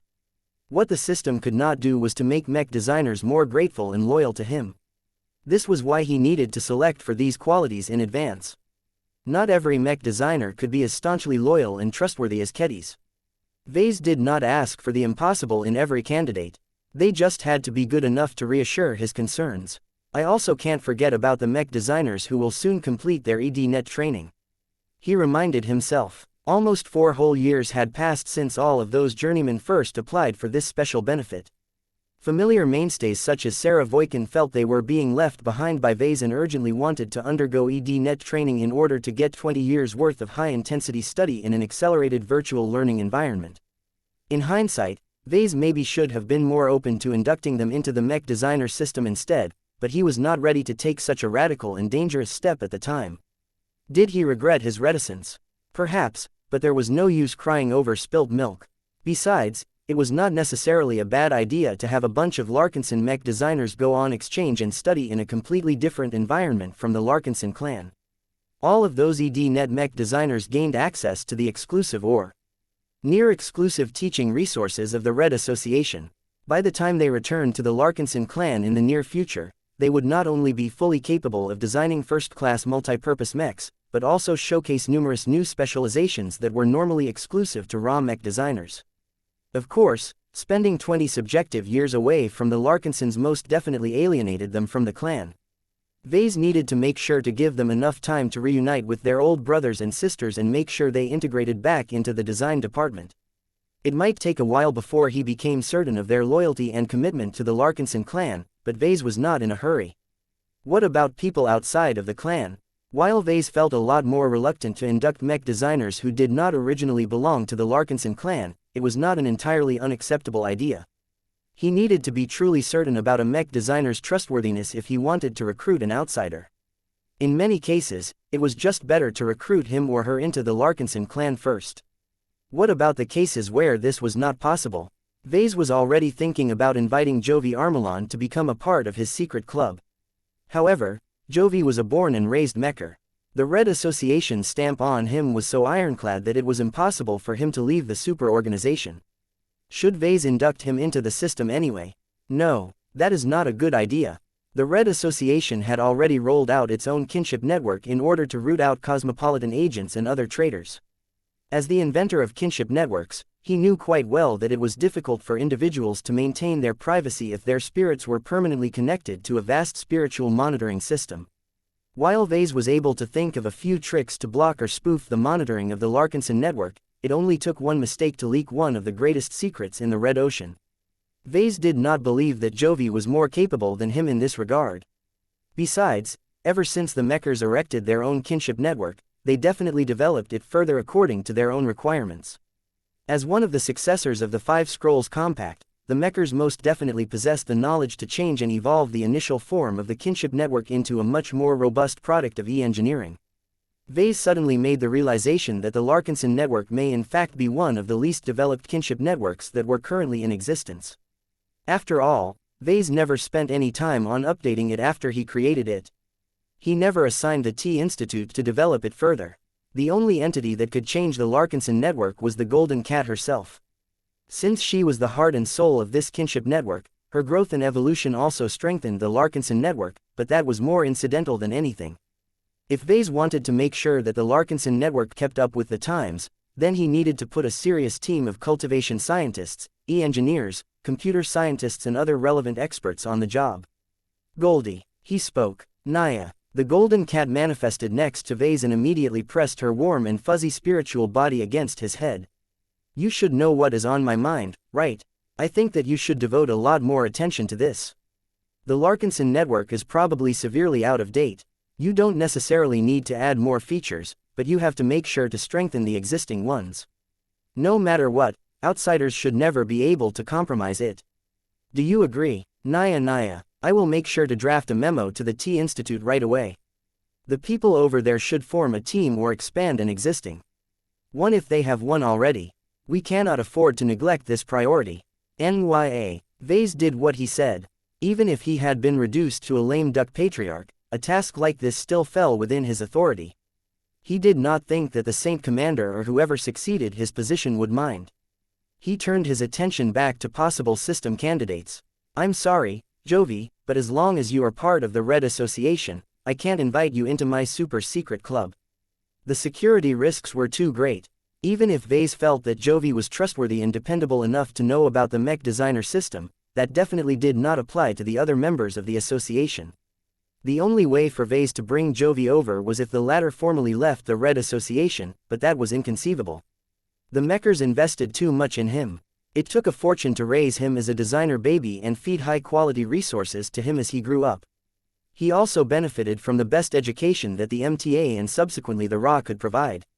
At this stage, Jovi was still horribly indebted to the association. Even if he made enough contributions to pay back the total cost of turning him into an incredibly competent mech designer, that was not the intention of the association. The mechers never suffered a loss when they engaged in trades.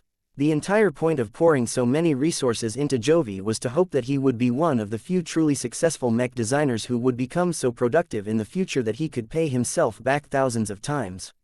After all, for every success case like Jovi, there were hundreds if not thousands of lesser mech designers who failed to live up to their potential. It was pretty much hopeless for these losers to pay back the cost of raising and educating them for so many years. If I was in the association's shoes, I would never let Jovi slip from my grasp. That was especially the case since Jovi's high-potential design philosophy was steadily beginning to realize its amazing potential. From what Jovi was able to do with the Chaos Armor of the Riot Mark III project, Ves simply could not understand how his fellow senior mech designer was able to contort the laws of reality to the point of actively weaponizing the power of luck. This was such a unique and amazing operation that anyone could see how much more frightening Jovi's design philosophy could become once he advanced to the rank of master mech designer. At that point, Jovi would probably be able to affect the probabilities of many more phenomena. This may even include the Holy Grail, which encompassed the chance of triggering the breakthrough of a mech pilot. Anyone with a brain would treat Jovi like a treasure. It was already generous that the survivalist faction allowed Jovi to continue to serve as a liaison to Ves. The mechers correctly assumed that Jovi would be able to make greater progress if he continued to stay by the side of his old friend. The only way I can recruit him is if the Red Association collapses. What was the probability of that happening? Close to zero. Ves pushed aside all thoughts of trying to induct Jovi into the system and began to think of other possible names. Tristan Wesseling. He shook his head. No, Tristan possessed a proud and independent streak. Ves had already invited the former Fredaman to join the Larkinson clan, but the journeyman mech designer still honored his oath to the Colonial Federation of Davut.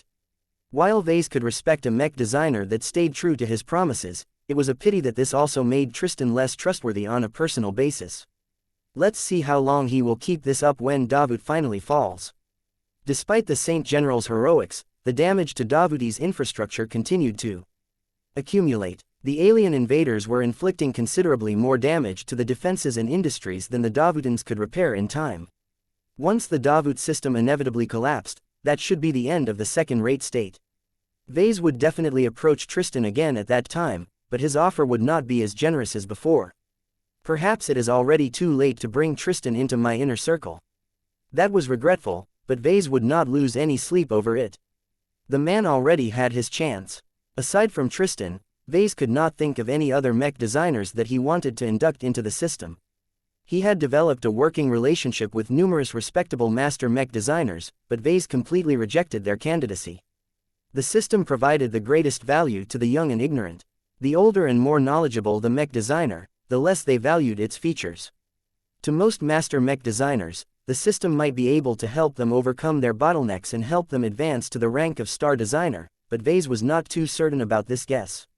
Besides, Ves did not have much confidence in his ability to control wily old masters. It was best not to tempt fate. I should stick to setting my sights on the young and impressionable low-ranking mech designers of the design department. They are much easier to fool than these old geezers. Chapter 6972. The body of the Woodsap mech. Ves ultimately concluded that if he wanted to expand the user base of the system, it was better to set his sights on his fellow Larkinsons. He did not know too many outsiders who he could trust with a secret of this magnitude. Rather than take any further unnecessary risks, it was best to keep this as in-house as possible. That came with several disadvantages. Ves feared that the lack of diversity in perspectives might cause his expanding club to still remain too insular and blind to other possibilities. However, this was an acceptable price to pay for a greater chance of maintaining confidentiality. He was quite aware that the probability of leaks increased by a considerable rate with the addition of every additional mech designer. From the moment he brought in Gloriana, Ves already knew in his heart that the secret would come out sooner rather than later. Ves did not mind this very much so long as he had enough time to stand his own ground.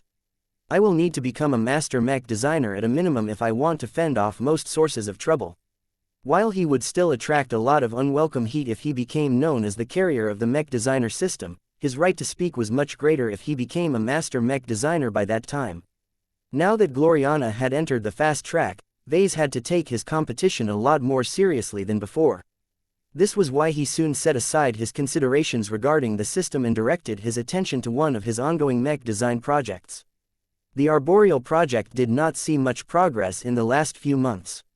The main reason why the biomech design still remained in a very unfinished state was because the elemental Carmen mech relied heavily on transphasic ebony wood or Te wood as its principal organic material. This was a new material derived from the ebony wood once produced by the Emperor tree. It possessed a lot of special properties that granted the first potential Woodsap mech a lot of unique advantages, but the problem was that the Larkinson clan and the Ves ancient clan first had to master this new type of wood. The biotech scientists of both organizations already spent months on researching, improving and optimizing Tay wood.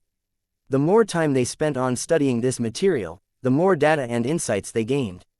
The most ideal scenario would be to give these biotech scientists several years to thoroughly understand every facet and trait of Te wood in exhaustive detail. Once they developed a fairly complete understanding of Te wood, Ves could obtain all of their research results and readily apply all of the valuable insights into designing a woodsap mech that fully utilized the advantages of this organic material. Unfortunately for Ves, he could not waste so much time. He may be willing to give the researchers more time to complete their studies if there was no hurry, but time had become especially valuable as of late. Therefore, against his better judgment, he transmitted a notification to the science teams to hurry up and summarize their findings regardless of their completeness. Ves could no longer wait any longer. He needed to make substantive progress in the arboreal project and strive to complete the design within a reasonable timeframe. Since he was cooperating with the Ves ancient clan, he should be able to rely on its formidable infrastructure in order to speed up the project, so the ideal scenario was to complete the first functional prototype within 4 to 6 months. It may take a few more months to test and refine the initial design until it reached an acceptable state of maturity. Even then, Ves was very much aware that this would amount to another rush job. This would not be the case if he designed an ordinary living mech, but the arboreal project was anything but normal. If the mech design met all of his expectations, then it would become the first truly advanced Karman mech in existence. Not only would it enable norms to become mech pilots, but they would become forever changed by the organic mech they had bonded. Based on what happened with Ves Larkinson, Ves expected this transformation to become so profound that it could give the Terrans what they need to slow down or even stall the native alien offensive. As Ves began to make the arrangements, he soon received a direct call request from a familiar collaborator. The physical projection of Master Layla Rebecca DeVos soon appeared inside his office compartment. "Good afternoon, Ves," she briskly greeted him. "You have decided to advance the timeline of the arboreal project." "Yes, you should understand why I have made this decision. We could wait longer to gain a more thorough understanding of Te wood, but by that time it is questionable whether the Terran alliance still remains standing." The Terran master mech designer frowned. She obviously did not like how defeatist that sounded. Fortunately, Ves was not a Terran, so he was allowed to make such remarks. "Your decision to speed up the arboreal project is inconvenient. It threatens to exclude a major advancement in the applicability of the first version of our Karman biomech."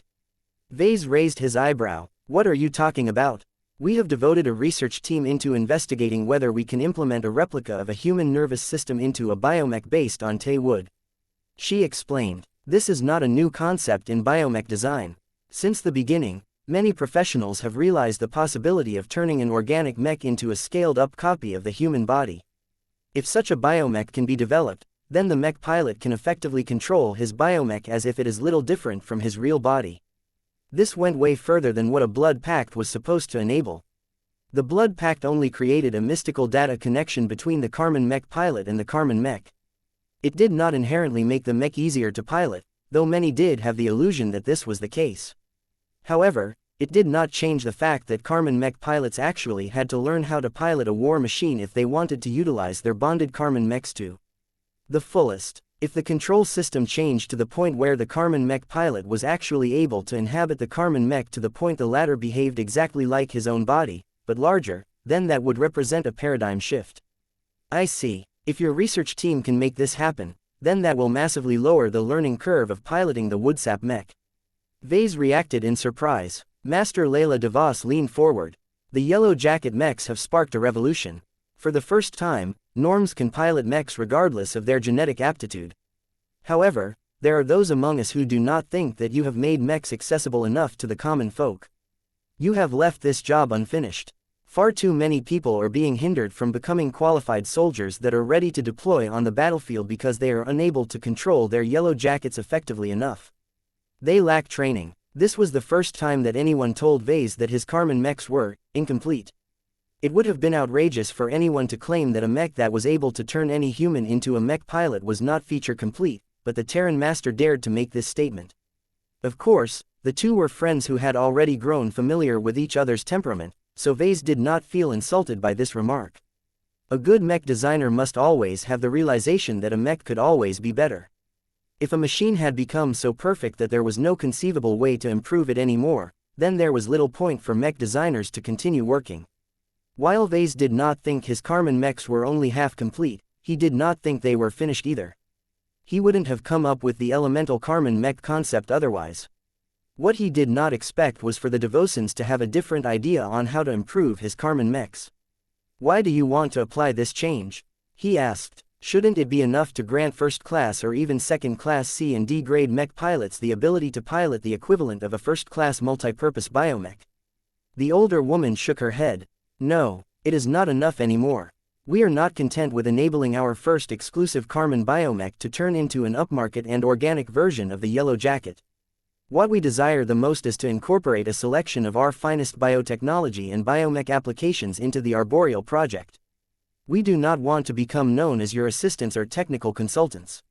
We want to be your true and equal partner, and that means that we must introduce enough innovations that people will not forget our contribution when we finally release the results of the Arboreal project."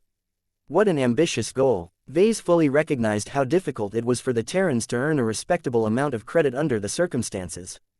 The star of the show was clearly the elemental Karman system.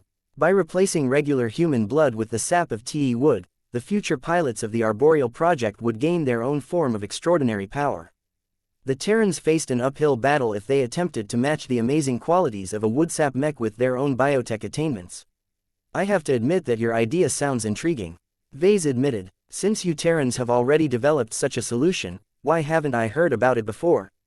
"There was little point to it at the time. Think about it, Ves. The reason for improving the control system of a biomech is to make it easier and faster for humans who are not trained in mech piloting to be able to move it as they desire right from the beginning. However, only potentates can pilot the modified biomechs. There was no reason in the past to treat them as conscripts and attempt to rush them into combat when they can all become proper mech pilots after a decade or longer of proper training." "I see. The modified biomechs ended up as a solution looking for a problem," Ves concluded. "Exactly. It is only now that the right problem has arrived. Karman mechs enable any human to pilot them, but they still need at least 4 to 5 years of intensive training at minimum to reach an acceptable standard, and that is when you have simplified the configurations of the machines in question. The solution that we are proposing will remove the need for all of this training. Our ultimate goal is to convert the best and most elite infantry soldiers in our service into woodsap mech pilots that can instantly translate their existing combat training into effectively using their new biomechs on the battlefield. They only require a handful of months of theoretical training courses that deal specifically with mech combat that can easily be completed in advance." Ves understood what the Terrans sought out of the Arboreal project. They recognized the potential of the Yellow Jacket and other Karman mechs to turn ordinary citizens into effective combatants. Yet they were too impatient to wait a handful of years for even the most prepared Karman mech pilots to get ready for battle. If the Arboreal project was able to incorporate a control system that turned the act of piloting a Karman mech into a more direct simulation of controlling a human body, then that could save the Terrans valuable time in raising large amounts of Karman mech units. This idea has a lot of potential. Ves grew awed by the audacity of this vision of the Arboreal project. As the father of Karman mechs, you are destined to develop many different variations of your greatest work up to this date. Master Layla Devos spoke. "Nevertheless, we believe that turning your only Karman biomech into a more accurate surrogate for the human body can turn into an unforgettable contribution to our society. Only biotechnology can make this happen, and we happen to excel in this field. Let us help you define the Arboreal project. We are merely asking you to be more patient and wait until we have developed a more refined control system that is compatible with Te wood." Chapter 6973 Terran Science. Ves decided to give the Terrans a chance. Although he could not tolerate a huge delay, it did not strain his patience too much if he delayed the project by 2 or so months. He already made an informal agreement with Master Layla Devos that if the Terrans failed to make substantive progress in their attempts to make their alternate control system compatible with Te wood, he may decide to go ahead with the Arboreal project without this key advancement. Mech design was not always about designing the best mech possible. It was about meeting the demand of the customers in a timely manner. Few people thought it was ideal if it took 5 or 10 years for them to finally get their hands on a product that could meet their requirements and solve their problems. Under certain circumstances, It was better to deliver a more rudimentary product within a year that only satisfied some, but not all of their requirements. So long as the product was good enough to help them complete their most urgent objectives, the shortcomings were not too critical. Ves now faced such a situation. He knew that with the way the Red War was unfolding, the Terran Alliance needed an effective solution sooner rather than later. How long could its frontlines last? Would a few months of delay cause the Caesarian upper zone to collapse before the Terrans could roll out enough wuxia mechs to reinforce the depleted defenders? The original plan called for designing wuxia mechs with the assumption of enabling mech pilots with lower than average genetic aptitude take control of more advanced war machines. What Master Layla Rebecca DeVos proposed to do instead represented a pretty radical change of plans. The revised vision of the Terrans admittedly made the arboreal project a lot more innovative and useful, but could Ves and everyone else afford to wait that long to realize this more perfect implementation of a wood elemental Karman system? That was the dilemma that Ves faced as a mech designer. He refused to believe that Master Layla DeVos failed to recognize this dilemma. When she became confronted by this junction, she resolutely chose to bet on the more promising but also time-consuming choice.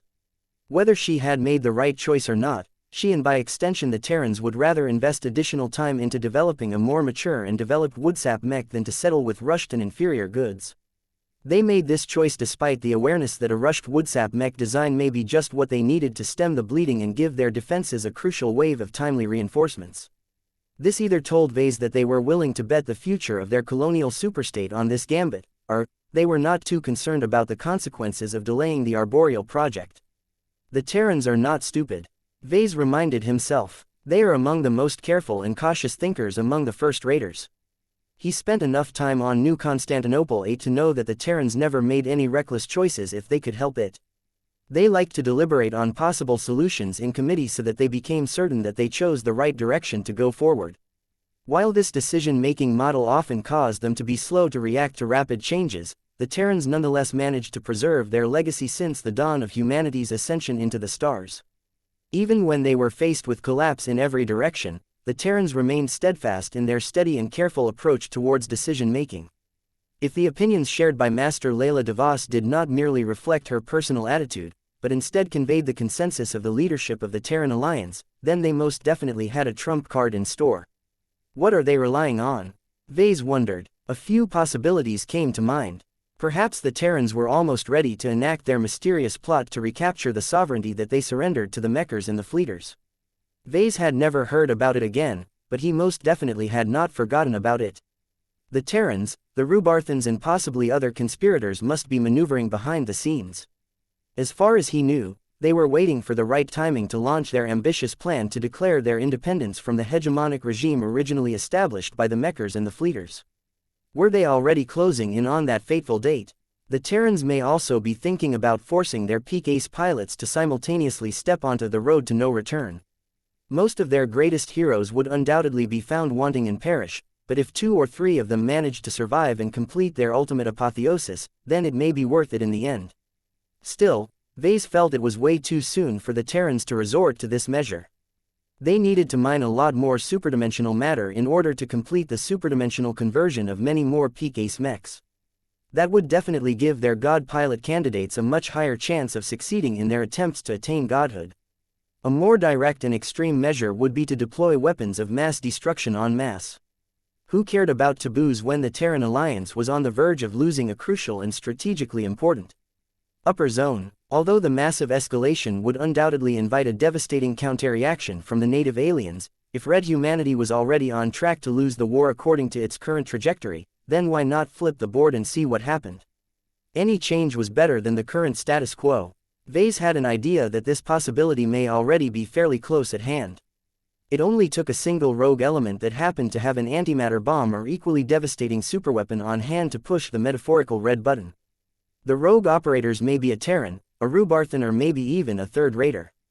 So long as they were humans and so long as they launched enough weapons of mass destruction to rule out accidents, then the native aliens would most definitely choose to reciprocate. This was despite the awareness that their own territories risked suffering much more harm in response. After all, human-occupied space was tiny compared to the territories originally occupied by the native aliens. If Red humans became vindictive enough, they could load their stealth vessels with as many antimatter bombs as they could fit before sending them off into alien space. These stealth vessels could sneak close to an important alien planet, discreetly drop their payloads before slipping away unnoticed. If they repeated this tactic enough times, they could unleash a wave of devastation that would end up killing tens if not hundreds of times more aliens than any humans that moved into the new frontier. This is an extreme solution. It is better if the Terrans do not open this particular Pandora's box. He may be overthinking the situation. Perhaps the simpler explanation was that the Terrans had enough faith in the defenders to hold the line long enough to wait for the arrival of the improved Woodsap mechs. This may especially be the case now that the Premier Fleet had launched and was even now entering the war theater. If the Saint Commander and the forces at her disposal managed to inflict enough damage to the native alien raiding operation in the surrounding regions, then that would definitely buy the Terrans a lot of additional time. This is an unexpected connection. This explained why the Terran Alliance offered such generous incentives to encourage the Premier Fleet to start its first campaign around the Caesarian Upper Zone. Ves did not realize that the Terrans tied these two events together. He found it absurd that he failed to recognize this chain despite the fact that he was directly involved in both affairs. Oh well, at least I eventually figured out this connection. The awareness brought him greater insight, but did not really change his outlook all that much. He just became a lot more invested in the success of the campaign that was about to kick off in a big way. Ves could still think of a few ways to increase the success rate of the Premier Fleet's intention to raise hell in alien space. However, all of this might not end up making much of a difference if the Terrans took too much time to make their special control system compatible with Tay Wood. In order to gain more insight on what the Terran biotech experts were up to, he decided to call Vice Director Maria Absalon. If possible, I highly recommend that you acquiesce to the Terrans and give them the time they need to develop a working implementation of their special tech. Are you telling me that because you used to be a Terran biotech researcher yourself? Ves suspiciously asked. Maria responded with a gracious smile. The Terrans exiled me from their scientific community, remember? I hardly have any goodwill left towards my former people. You cannot believe how much our science has become tainted by infighting, theft and political interference. It cannot be helped. Despite how wealthy we appear from the outside, our research eats funding and resources like voracious black holes. It takes an astronomical amount of funding to make significant advances at this level. The Terran ancient clans can only support so many research projects at a time. I went into this arena without sufficiently understanding all of the unspoken rules. I should have been more cautious and forbearing, but the Terrans ultimately could not tolerate my attempts to assert myself. Ves frowned in response. Her evaluation of the Terran scientific community was quite negative. If pure research had to make way for external interference to such an extent, then where did that leave his arboreal project? Do you think the Terrans will take longer than desirable to complete the revised control system for our collaboration project? Actually, no, Maria Absalon said. Despite my harsh words towards my former colleagues, their abilities should never be cast in doubt. If the Davos ancient clan and other ancient clans are united in their purpose, then this research project will receive an unprecedented amount of support as well as political protection. The biotech scientists will constantly have to account for their progress, but they do not have to fear any other form of interference. This is close to an ideal situation for them. Their productivity will most likely multiply by a factor of at least 3 in my estimation. Are you personally familiar with the special control system that the Terrans want to implement in the arboreal project? Not specifically, no. The vice director shook her head. I specialize in exo-beast research. The study of developing new ways to control a biomech falls into an entirely different specialization.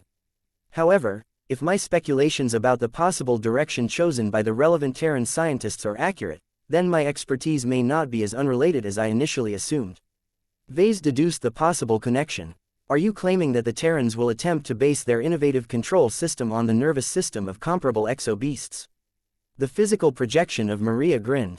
Not just exo-beasts, phase lords as well, particularly humanoid ones. The latter's multidimensional anatomy may involve several anomalies, but you cannot deny that the body of a human phase lord is the most suitable template for this research initiative. Ves blinked. Are you saying I should donate my body for Terran science? It may not be necessary, sir. The Terrans are resourceful. Even if they do not have access to the research data relating to human phase lords, they can still reference data related to Orvan phase lords. There is no shortage of that.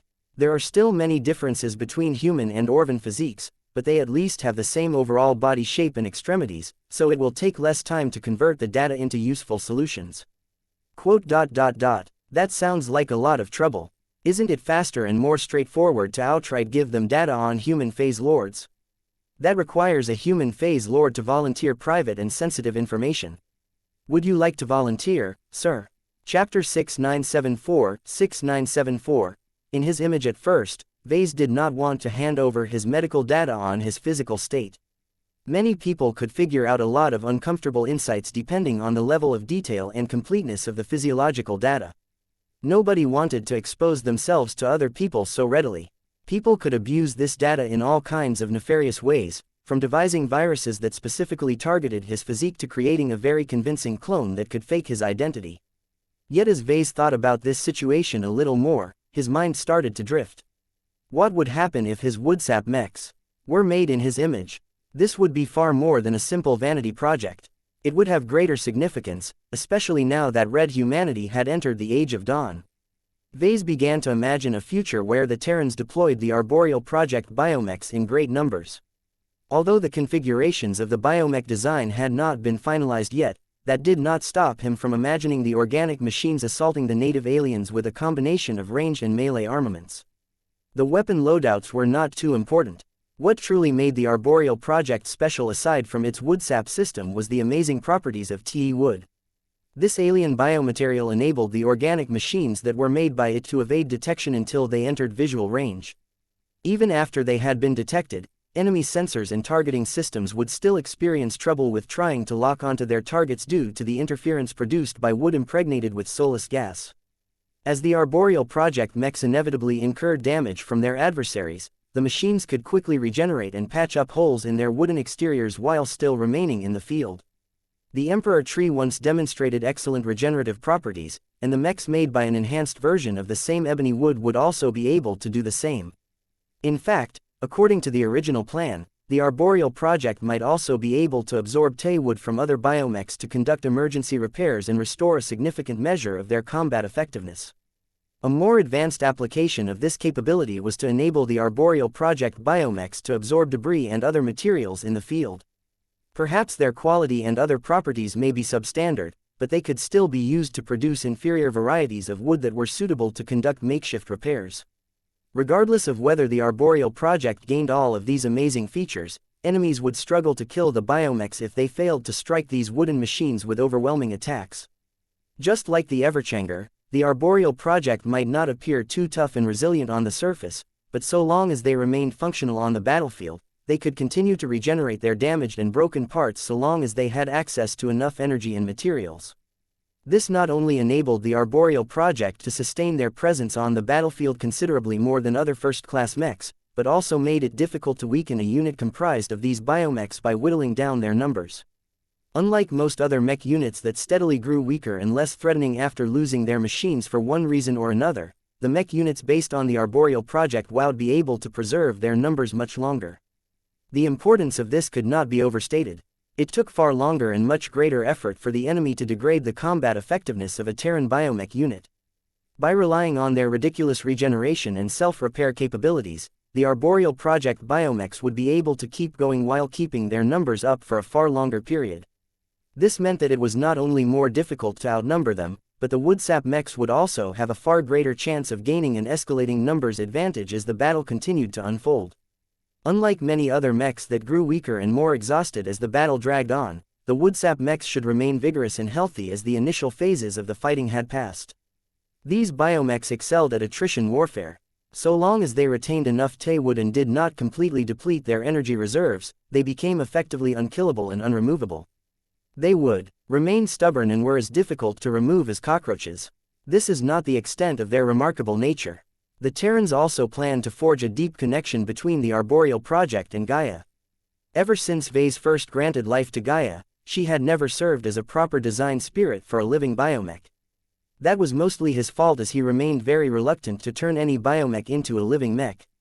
Now that he had decided to do this, Gaia finally had an opportunity to demonstrate her usefulness when tied to a biomech and more precisely a wooden mech. Ves expected this relationship to produce strong synergies, possibly surpassing the benefits attained by typical bonds between living mechs and design spirits. The Terrans had actually taken charge on this matter. Many of them already worshipped Gaia and could call upon her power to produce extraordinary outcomes. They definitely had a big ploy in mind for the arboreal project. Ves was glad to let them work their magic. He hadn't really done anything too remarkable with design spirits as of late. This was a waste, as the Age of Dawn opened up many more opportunities for spiritual entities to intervene in the material realm. Hopefully, the Terrans would succeed in surprising him. Their long heritage enabled them to preserve a lot of legacies. Ves never underestimated the methods that these proud but cautious people hid up their sleeves. All of these promised features already elevated the first Woodsap mech design beyond any normal limitations, but Ves still did not think it was enough.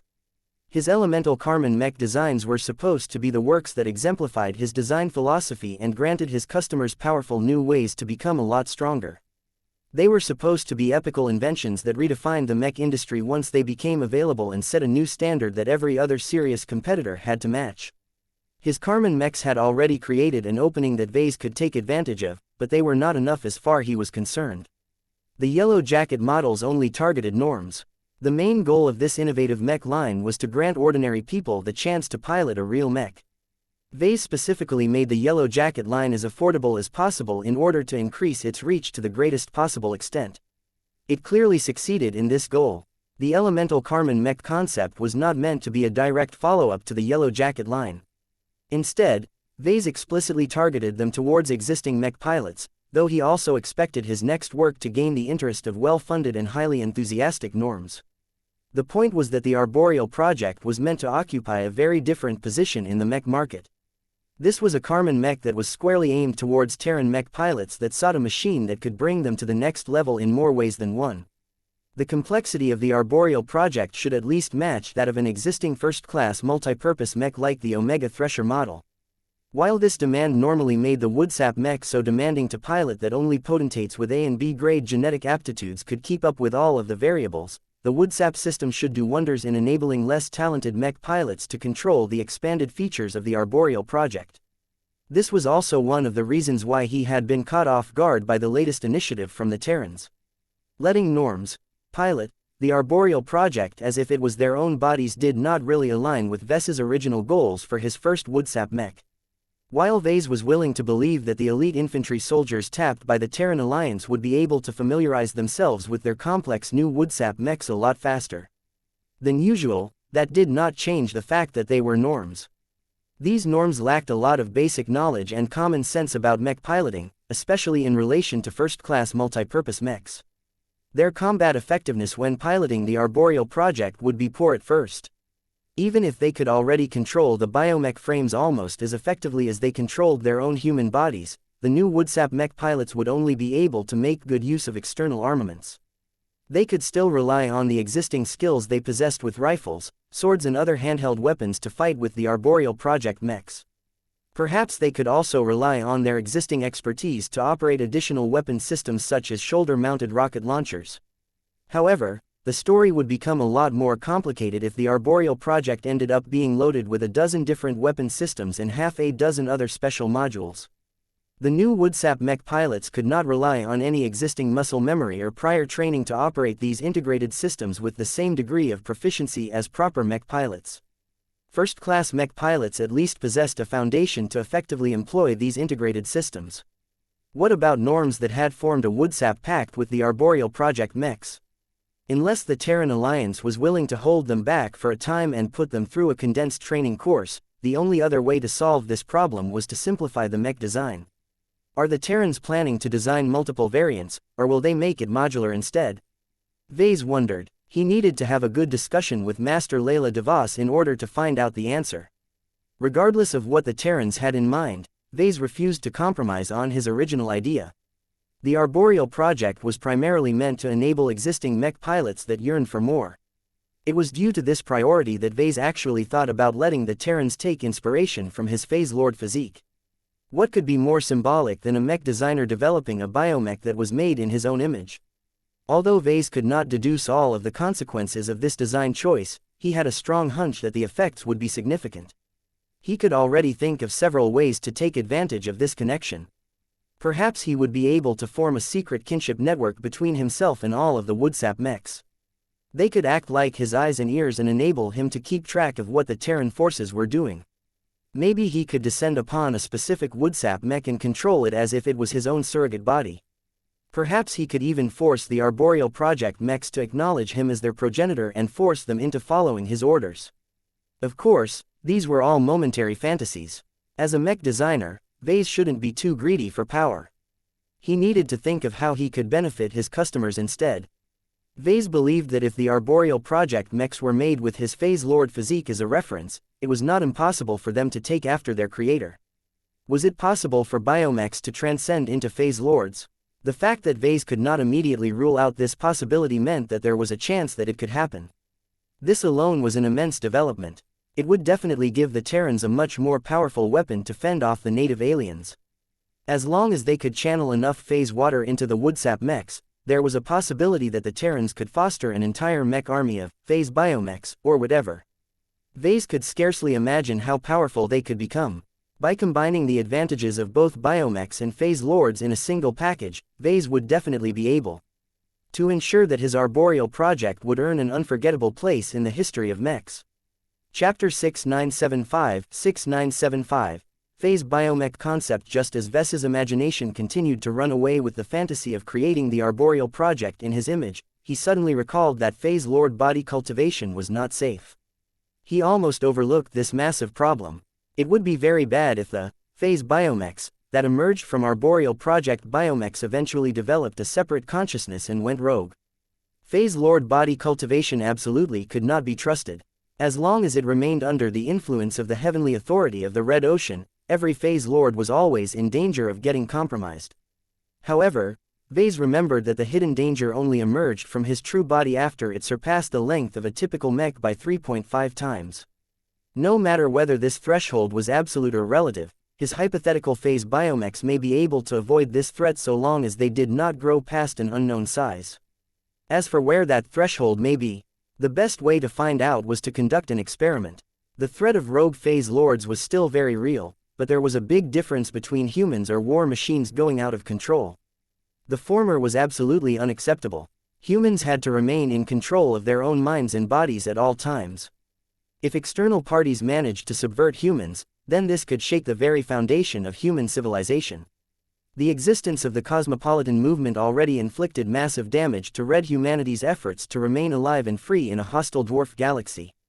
If not only human phase lords, but phase biomechs started to get compromised in large numbers, then that may very well spell the end of red humanity. Ves knew that he was definitely playing with fire just for contemplating this idea. Yet he could not let go of it. If humans found it necessary to leverage the power of phase lord body cultivation, then let them do so through their organic mechs rather than their own bodies. This would satisfy multiple demands at once. First, humans were able to acquire more champion units. Even if phase lord body cultivation was costly and wasteful in terms of phase water, it was still a viable option if better alternatives were not available. These days, the best way for human forces to acquire a lot of phase water was to kill a phase lord and extract all of the phase water that could be salvaged from the carcass. This was not an impossible task for the Terrans. The body of a typical lesser phase lord already satisfied the immediate needs of at least one human phase lord. The corpse of a greater phase lord yielded exponentially greater amounts of phase water. The only other requirement to securing all of these precious materials was to win the battle and take control of the battlefield. It took a lot of time and specialized hardware to efficiently harvest large quantities of phase water. Therefore, it was still possible for the Terrans to harvest just enough phase water to cultivate a large army of phase biomechs. Ves just had to supply the right organic mech that possessed the qualifications to turn into phase lords. While it was highly uncertain whether it was even possible for wood-based organisms to turn into phase lords, Ves felt it was still an idea worth exploring. The probability of success could definitely be raised if the arboreal project designs were based on his own true body. By developing these mechs in his image, Ves wanted his works to inherit his talent in phase lord body cultivation. There were definitely other factors that determined whether an organism could transform into phase lords. Ves could not control for all of these variables, and that was okay. If this idea failed to produce the desired result, then he would accept it with grace. The arboreal project should already be able to stand on its own 2 feet. The possibility of transforming into the biomech version of a phase lord should be considered a bonus feature. That did not mean that Ves intended to fail.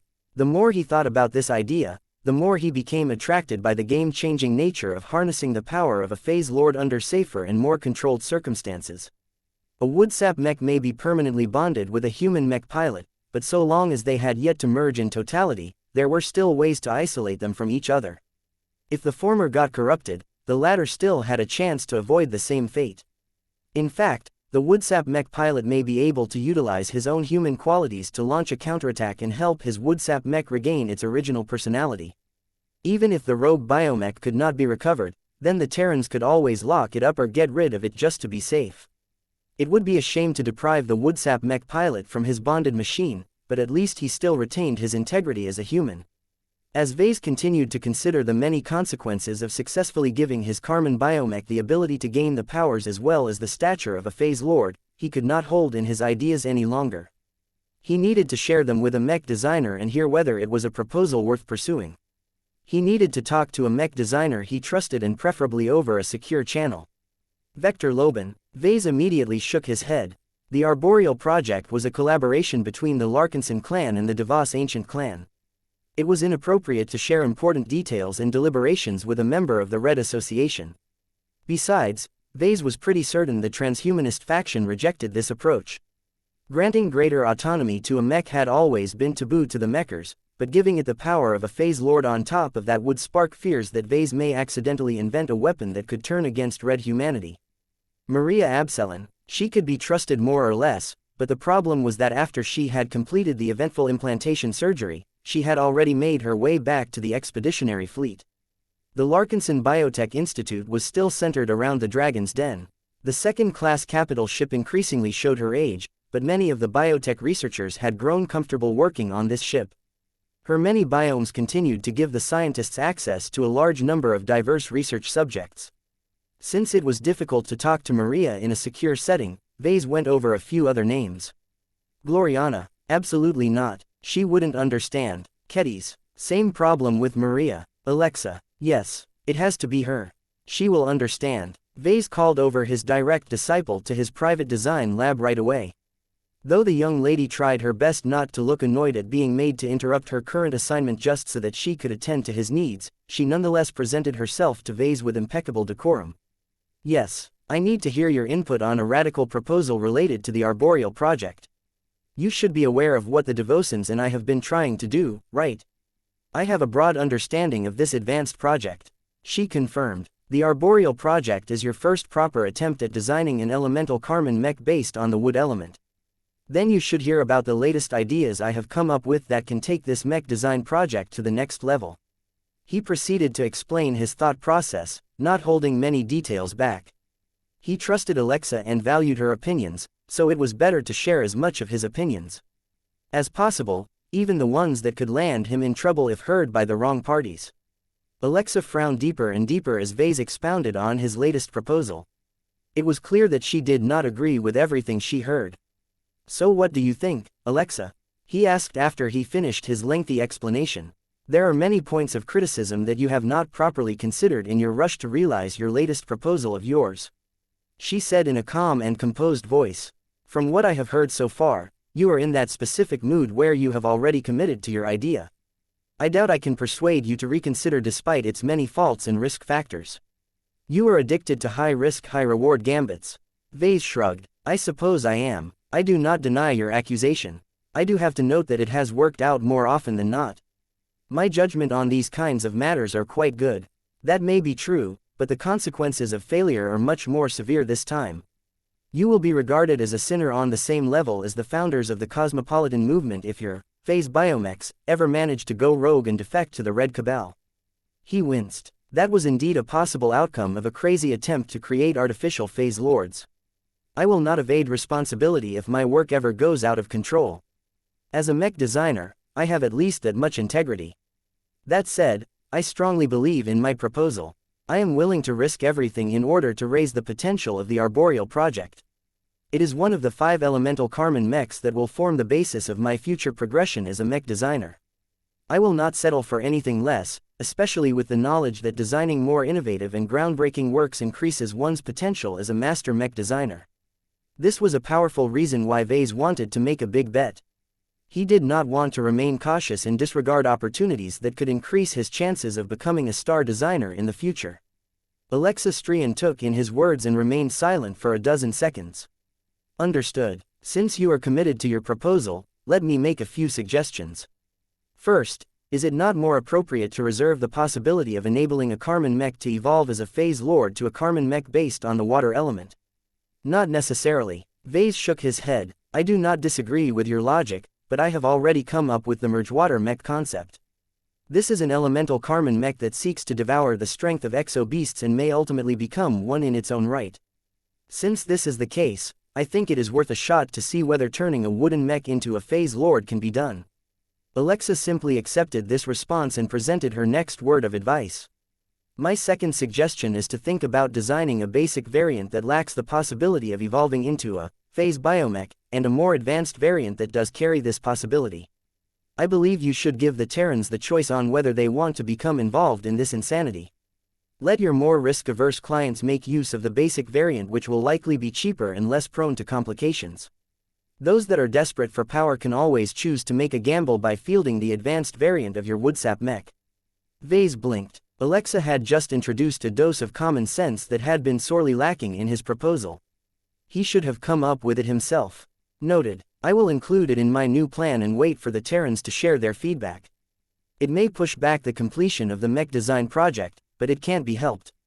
All of us have to do a lot of extra work in order to complete two related mech designs at the same time. As far as Ves was concerned, the advanced variant should be the true result of the arboreal project. The basic variant would probably end up as a dumbed-down version that lost several risky features in order to raise its stability. Chapter 6976-6976. Valid precautions. Ever since Alexa Strian came around, Ves gained an excellent sounding board for his ideas. Alexa had acquired a certain foundation into living mechs.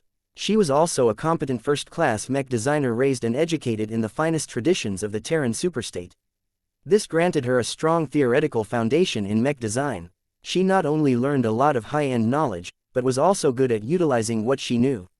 All of these factors made it so that Alexa was not only able to understand most of what Ves tried to accomplish with his work, but could also provide feedback from angles that he had not even considered. In short, Ves could always expect to receive useful feedback after discussing his ideas with her.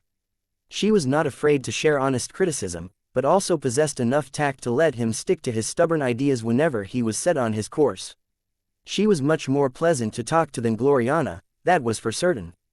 Normally, an experiment that comes with such enormous risk factors should never be rushed. Alexa continued to share her opinion about the latest proposal to the arboreal project. We know too little about the mental influence of phase lord cultivation. We do not know whether a wooden mech is more or less resistant to it, or whether a woodsap mech pilot can still effectively control a machine that has undergone such a transformation. All of this should ordinarily be investigated as part of an expansive multi-year or decade-long research project. Ves crossed his arms as he leaned back on his chair. The young journeyman clearly thought that Ves was being way too reckless and tried to persuade him to slow down. Failing that, Alexa at least wanted Ves to implement additional precautions. Her emphasis on prudence and redundancies were sound, but Ves could not afford to let them weigh down his project too much. I don't have time for all of this crap, and I don't think the Terrans who I am collaborating with have much patience either. He said with a sigh. It is impossible to follow standard scientific procedure. We need to complete our work on the move. This means that we have to compress all of that work that normally takes more than a decade into less than a year. Alexa sighed. I understand. I do not necessarily agree, but I understand the importance of delivering a working product in time. Your latest proposal does not make that easier. You are attempting to increase the complexity of the arboreal project when it is of vital importance that it releases as soon as possible. How do you intend to deal with this contradiction? I don't know if I am being honest. Ves shrugged. I will just proceed with my new plan and hope that it will progress faster than I anticipated. I am not ignorant of how my additional requirements increase the burden to the project, but I am more motivated than ever to complete it. Hopefully, the same goes for my Terran collaborators. In the best-case scenario, we may end up completing our project ahead of schedule. That is wishful thinking, sir. I know, but a mech designer can dream, right? Alexa didn't know whether she should further admonish her mentor. Assuming that the Devos ancient clan agrees with your insane but promising proposal, I suggest you implement additional precautions to limit the potential damage if anything goes awry. One of the most obvious ones is to implement a kill switch. That immediately caused Ves to drop his smile. You should be well aware of the controversial nature of what you just said. He previously thought that Alexa was kind of cute. Her concerns made her more endearing. This made it easier for him to disagree with her without generating any animosity. However, Ves feared that this may no longer be the case. He was no stranger to kill switches. He implemented plenty of them in his prototype mechs. Mech designers could justify the use of kill switches in those instances. Who knew whether a prototype would suddenly glitch out and crash into a wall or overheat to the point of melting? In case the mech pilot could not resolve these problems from the cockpit, outside intervention became necessary. Nobody understood a prototype mech better than the mech designer, so it made sense for him to be able to command a mech to forcibly shut itself down at any time. Implementing a kill switch into a finished product was a different story. Even if he insisted on calling the arboreal project mechs experimental, that did not change the reality that he was willing to let thousands if not tens of thousands of people make use of his new works. Alexa did not change her stance, though. I know, sir, but this is not a normal case. You should not blindly apply old rules to a new and deviating circumstance. Think about it. The mechs that people use today can always be depended upon. Even your living mechs which can think for themselves have proven to be unflinchingly loyal and sympathetic towards their mech pilots. A kill switch is unwarranted in most cases as the problem never lies with the mech, but rather the person that is piloting it. The MTA and the RA's stance towards this has always been clear.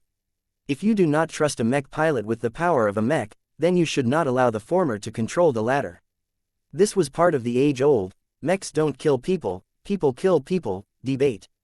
Many minds held different opinions on what was supposed to be the case, but the mechers had always maintained the unified stance that mechs were always innocent. If a mech ever became a hazard to innocence and the people it was supposed to protect, then either it was too flawed to be allowed to put into the field, or it was not piloted by the right individual. It was the job of the owner of the mech to make sure its design was sound and that it was being controlled by an honest and competent mech pilot. The mechers deliberately pushed this viewpoint in order to reduce the public's tendency to blame mechs themselves for any problems. It should also depress the demand for kill switches to the lowest possible extent. Yet now that Ves thought about what he tried to propose for the arboreal project, he had to admit that the old concord no longer applied.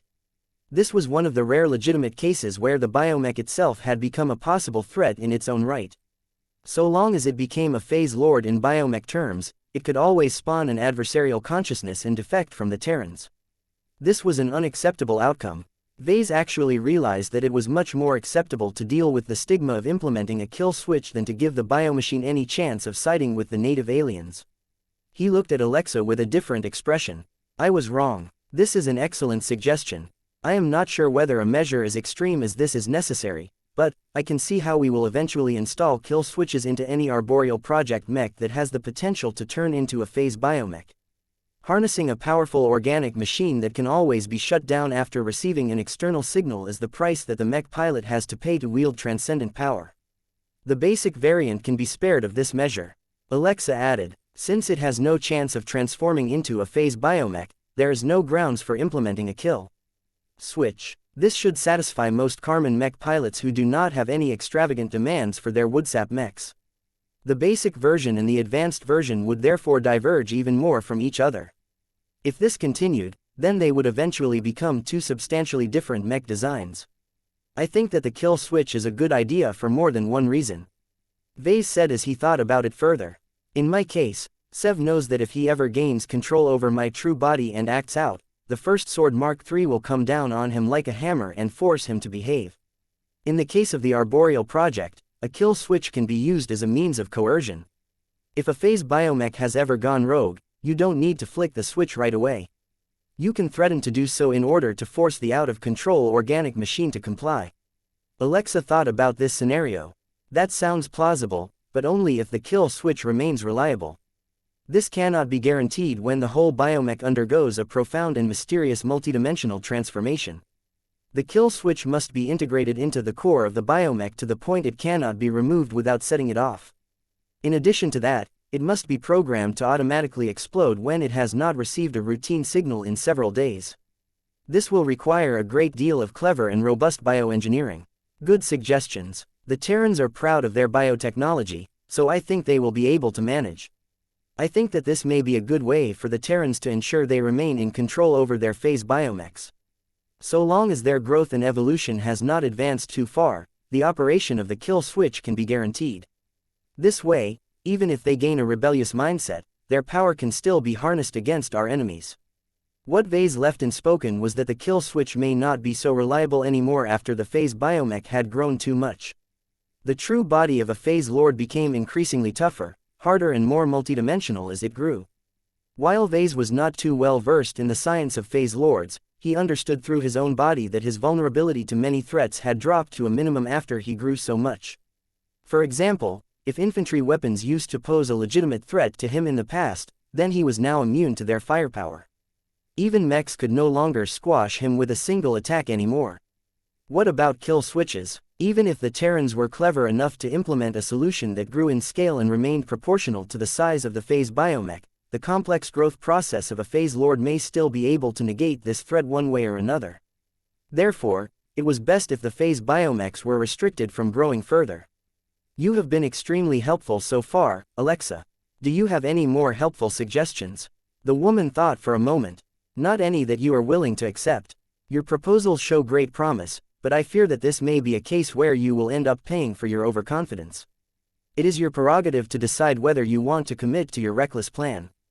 One more recommendation I have for you is to try and find a way to strengthen the design spirit's control over the arboreal project mechs. Ves's eyes lit up after hearing this suggestion.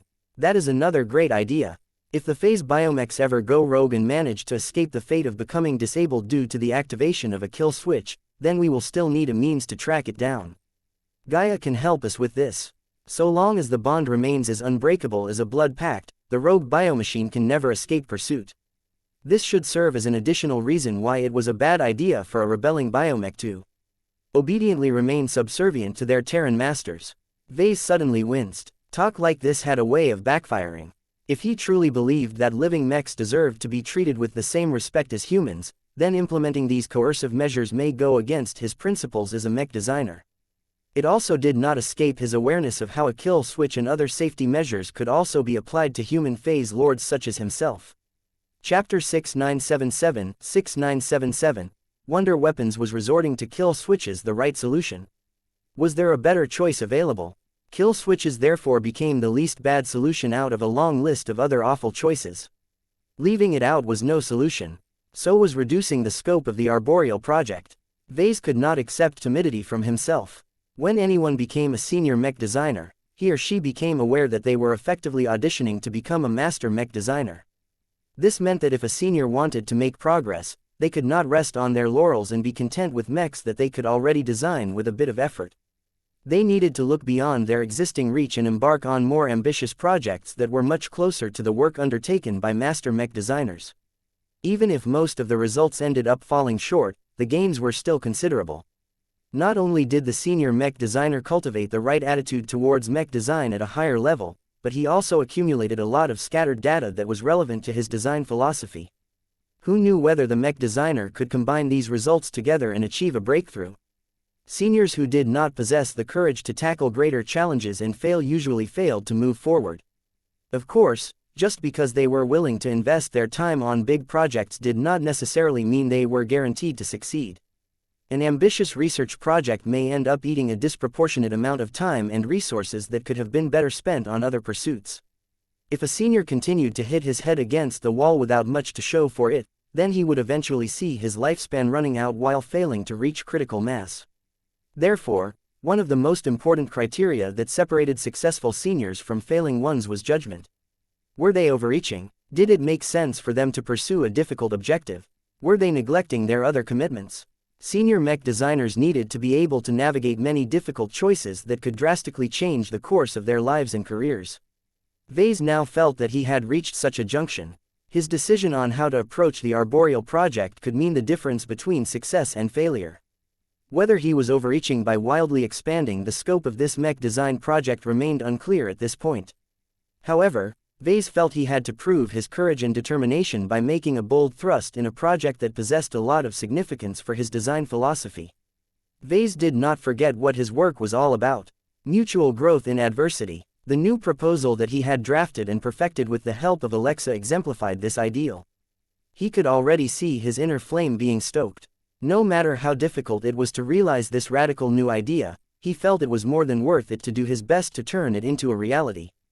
After he thanked Alexa for her advice and dismissed her from his design lab, he spent an hour writing up a detailed and structured proposal. He laid out his chains of logic and his speculations in a way that made this endeavor sound promising enough to explore. While success was anything but guaranteed, the chance to mass-produce artificial phase lords and mobilize them against the native aliens could be a game-changer for the Terran Alliance and Red humanity as a whole. Once he became satisfied with his report, he encrypted it with Terran ciphers before transmitting it to Master Layla Rebecca DeVos. This was not the most secure means of data transmission at his disposal, but it was adequate enough for his purposes. It took a few hours for the woman to respond to it by calling him directly. The old master mech designer did not waste any time. Ves, your creative suggestions have generated a considerable amount of interest and controversy among the mech designers and researchers that are currently involved in the Arboreal project. The promises contained within your proposal represent a significant paradigm shift in how we can wage war, but the added complexities and sharp increase in risk factors are highly detrimental. At best, the completion of the project will experience a delay of at least several months. At worst, the overreach in trying to explore how to turn a wooden mech into a phase lord may cause our progress to hit a bottleneck that cannot be overcome in several years. Ves did not show any overt sign of doubt and hesitation. Even if he harbored his own misgivings, he could not afford to show a lack of confidence in his own ideas. I cannot predict how likely it is for us to produce a successful result. I admit that my proposal will turn the Arboreal project from a somewhat reliable source of reinforcements into a fantastical if somewhat impractical wonder weapon. However, don't you think that this is exactly what the Terran Alliance needs? What do you think our colonial superstate needs? Master Layla DeVos shot back a question herself. The problem has never been the regular armed forces of our enemies, Master. They may outnumber us, but humans are the masters at war. It is their champions and more precisely their phase leaders that truly give us so much grief. Our ace pilots and ace mechs may be individually superior, but they are still outnumbered. The ability to deploy dozens if not hundreds of phase biomechs can hold the enemy phase lords back. Master Layla did not look entirely convinced. It is completely unknown whether it is possible to transform even a single woodsap mech into a phase biomech. Even if we are being optimistic and assume that we can raise 100 of them in a relatively short time frame, this will not change the fact that they are physically smaller, devoid of powerful phase water organs and lacking in their mastery over spatial manipulation. It is doubtful whether 10 of them can hold back a single greater phase lord. Ves smirked. If 10 isn't enough, then deploy 20. If 20 isn't enough, then deploy 40. Ves said, before you tell me that the cost in phase water is astronomical, you just need to tell one of your peak ace pilots to hunt down a single greater phase lord. As long as the carcass is mostly still intact, it should yield more than enough phase water to meet the needs of this initiative. The point is that we are not going to play by the enemy's rules. Don't forget that we are working with biomechs. If they are lacking in phase water organs, we can make up for it by stuffing their expanded mech frames with lots of upscaled weapons and modules. They have practically turned into juggernauts. Then why should we not design juggernauts directly? Master Layla DeVos played devil's advocate. You know as well as I do that juggernauts and phase lords are two very different kinds of existences. Ves said, juggernauts have a much lower threshold, but the absence of a multidimensional frame makes them much more vulnerable against damage. They cannot fight against a phase lord on an equal basis unless they are clad with superdimensional armor plating. The phase biomechs that I have envisioned for our project are much different. They not only retain the high regeneration factor of TE wood, but can also resist at least an order of magnitude more firepower due to dimensional shenanigans. Oh, and we also can't forget about the spatial barrier, which shouldn't be too strong if the phase biomechs have only just transformed into artificial phase lords. She responded, the spatial barrier was the strongest defensive measure of a phase leader. Although a phase lord only gained a truly resilient spatial barrier with the integration of a Kelsey's organ, its absence did not leave a phase lord completely defenses. Besides, the phase biomech could rely on an upscaled Azure Shield generator instead. Nothing is stopping you from developing phase water organs for the arboreal project. Ves pointed out, I think it is a worthwhile endeavor to dedicate a considerable amount of manpower and resources into this. If you can obtain the research results from the Phase Lord department of the Red Collective, then that is great. If not, you can still produce a batch of standardized low-end phase water organs that are specifically designed for our phase biomechs. We have been considering this course of action, but it is too premature to make this decision. We should first see whether your ambitious proposal to our collaborative effort can deliver on its promises. That is what is currently under discussion. Then what is the holdup? Ves asked. As I have mentioned in the beginning, opinions are split. She said, there are enough leaders among us who do not have a rosy outlook on your suggestions. They argue that it is better to invest into a safer, modest but more realistic outcome. Then there are people who argue that obsessing over incremental changes when the Caesarean upper zone is under heavy attack is folly. They believe it is better to invest in multiple radical projects that have a better chance of upending the war. Even if the expanded arboreal project has failed to deliver the most hopeful results, there is still a chance that one of our many other controversial projects can succeed. In other words, even if the Terrans agreed with his proposal, they would not bet everything on a single throw of the dice. It was safer and much more sensible to make dozens of bets at a time. The cost may be ruinous, but the chance of producing at least one successful wonder weapon rose sharply. However, the cost to the Terran Alliance was massive. A lot of existing research projects may be forced to shed valuable manpower and funding as they are being diverted to much more ambitious but wasteful endeavors. This would most definitely cause the Terran scientific community to fall behind compared to the other major powers. Ves still considered this to be a worthwhile risk, though. If the Terrans failed, then their precious colonial superstate was bound to collapse and lose the majority of its territories. By that time, maintaining a technological lead over other human groups was not important anymore. The Terrans most definitely understood this as well. The fact that Master Layla DeVos mentioned this already signified that the Terrans were already preparing to enact desperate measures. What Ves needed to do was to convince the Terrans that his proposal was promising enough to be added to the list of wonder weapon projects. Only by getting on this exclusive list would the arboreal project be able to benefit from the greater might of the Terran scientific community. The involvement of brilliant biotech researchers and so on would give their project a massive boost. The DeVos ancient clan may have to cede a lot of ground to the other Terrans because of this, but it was still worth it so long as the results were impressive enough. Do I need to do anything? Ves simply asked. Master Layla DeVos looked at Ves for several seconds before she inclined her head. A star designer has been put in charge of deciding which projects merit greater support from our science and development infrastructure. The older woman eventually revealed, if you are sincerely convinced that your proposal can not only succeed, but change the Terran Alliance for the better, then I can schedule a virtual meeting between you and the Grand Mander.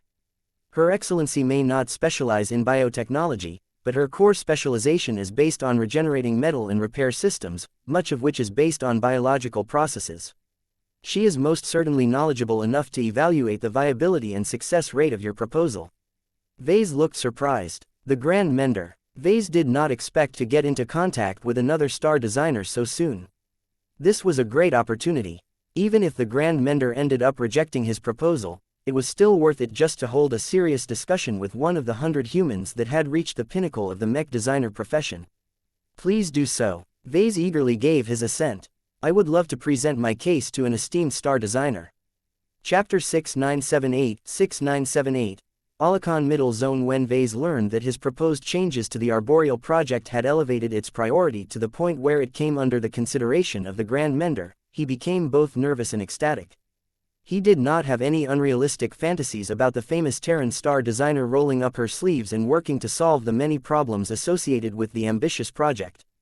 The arboreal project was one of Ves's most important mech design projects. It played a vital role in the progression of his design philosophy. Despite its heavy reliance on Terran biotechnology, the key elements that made the mech design project so innovative and unique still had to be based on his own contributions. The direct intervention of a star designer may end up doing the project a lot of good, but to the detriment of Ves. After all, If the Grand Mender utilized her vast knowledge and design capabilities to solve many different problems, then where would that leave Ves?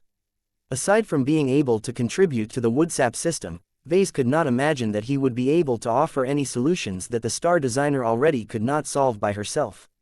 Having her take over a project that was supposed to belong to him would cause it to develop in a different direction, one that was dictated by the much more powerful mech designer as opposed to himself.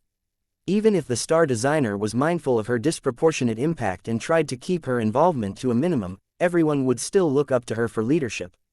This was in their nature. No one would look for Ves anymore. The presence of a star designer would instantly cause Ves to be reduced to a mere contributor to his own mech design project. This was why Ves did not react entirely positively to the intervention of the Grand Mender. If she was tactful enough to give Ves enough space to realize his own vision, then that would be best. A star designer shouldn't stoop so low that she felt the need to steal his thunder. Of course, the premise of this was that Ves could deliver on his promises. If he was able to complete his work by relying on his own efforts, then there was no need for a star designer to waste her time. If the arboreal project ever began to stall, then that might cause the Terrans to turn to a higher authority. If the Grand Mender found the project to be important enough for the Terran Alliance's strategic interests, then she may choose to intervene despite how much damage it would do to Ves's personal interests. That would be a devastating outcome to Ves. Even if the arboreal project ended up successful due to the timely assistance from a star designer, he would no longer possess a strong sense of ownership towards the outcome. Ves rubbed his face. Since I have decided to bet big, I have to make sure I can win. Alexa was right about his inclinations. He loved to engage in high-risk, high-reward ventures. Still, the reality was that most of the risky projects that he embarked upon in the past were not as unlikely to succeed as they appeared on the surface. Ves could usually rely on external consultants or a useful infusion of knowledge from the system to bail him out and overcome difficult bottlenecks. While there were definitely times where he relied on his own ingenuity to solve a difficult problem, he did not deny that there were occasions where he resorted to expedient means. Could he rely on that again in the arboreal project? Ves was not too sure. What he wanted to do clearly went beyond what anything Red Humanity and the native aliens had ever done. Red Humanity was still new to the Phase Lord phenomena. The Red Collective possessed the largest amount of expertise on the human side, but Ves had received so many warning signals about the increasingly more perplexing Phase Lord department that he did not even bother approaching it for help. As for the native aliens, the transformation of a mortal being into a Phase Lord was a sacred process. Every Phase Lord was a god to the aliens. A process that sought to transform biomechs into artificial Phase Lords was nothing less than sacrilege to the superstitious aliens. Therefore, neither side held all of the answers. Ves could not rely on stealing someone else's homework in order to realize his ambitious proposal. He needed to engage in original research and find a way to combine the strengths of both human and alien methods in a brand new package. This is not going to be easy, but that is just about right. Ves grinned. Knowing that his project might receive attention from the highest level of the mech industry invigorated him even further. He did not want to disappoint a star designer. If he wanted to make his arboreal project bigger, then he should definitely do so as best as possible. Ves proceeded to spend time on fleshing out his proposal further. He revised his original draft design for the arboreal project and duplicated it to serve as the basis of an advanced variant. Nobody ever came up with the concept of a phase biomech as far as he could tell. This meant that he had to persuade a large number of skeptical and doubtful Terrans that it was not only possible, but that it was also worth it to realize such an extravagant creation. Ves therefore decided to call upon Vulcan's extensive comprehension of art and craftsmanship to visualize several possible forms that this phase biomech could take. He started off with a vague image of himself before cladding with organic armor plating.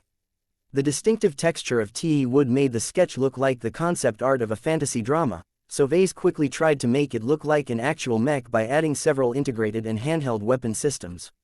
Once he was done with that, he began to reproduce several versions of it but at different scales. The initial one retained the proportions of a typical mech. The next one was 3 times taller. The one after that grew to the size of a medium-sized juggernaut. Although the 3 draft designs still looked awfully similar to each other, when they were placed next to a generic first-class multipurpose mech, their visual impact became completely different. The largest version of the biomech was supposed to represent the machine in its full phase Lord glory. In fact, Ves still remained doubtful whether a height of several hundred meters was able to represent the full height of a phase biomech, but he decided to be conservative in his estimates. Besides, the chosen height already looked dramatic enough. The phase biomech possessed the scale of a juggernaut, but could also fold in on itself until it has reached the standard proportions of a first-class mech. This was an important advantage. It made the phase biomechs a lot more compact when it was not in use. The Terrans would not have to use large and sluggish starships to transport any large and cumbersome war machines. They could just use a fast and convenient combat carrier to instantly drop several dozen devastating artificial phase lords in a location of their choosing. As Ves continued to touch up on the draft designs of the larger and more impressive versions of the phase biomechs, a shipwide alarm suddenly interrupted him from his current preoccupation. The voice of the Saint Commander spread across the Premier Fleet. "We have identified, selected and scouted our first target. We will be making our way over to the anti-spinward side of the Alicon Middle Zone. To be more specific, we are heading to a port system that has grown to become one of the central staging points of alien raids into the Caesarian Upper Zone. A combination of visual scouting, divination and information transmitted by surviving human guerrilla forces confirm the presence of large depots and repair facilities. We also have tentative confirmation that the star system is playing host to at least 3 greater phase lords, with a larger quantity of lesser phase lords hailing from different fleets. At least 3 greater phase lords. A typical junior ace pilot struggled to kill one, let alone push such a monstrous opponent back. However, the First Sword Mark III could not be measured by this old standard. As one of the first superdimensional ace mechs, the new machine possessed a full anti-phase lord configuration. Even if Saint Dice was not able to defeat all of those phase lords with such a massive hardware advantage, she should at least be able to retreat unhindered. Of course, there were far more enemies to worry about. Ves had participated in the design of the First Sword Mark III, so he knew quite well that it was not very good at eliminating large swarms of regular combat units, especially at ranges that fell outside of the operating distance of her sword Fae. Endurance was one of the First Sword Mark III's greatest shortcomings. She could fight hard, but did not possess the staying power to maintain an active presence on a large battlefield. This upcoming battle also served as a test for the Minerva Mark II and her empowered mechs. Everyone had high expectations for the command field that the Saint Commander could deploy without restrictions with her new machine. However, even if Ves added in the units of the Blue Jay fleet, it still sounded like a challenge to overcome all of the enemy forces stationed in the occupied star system.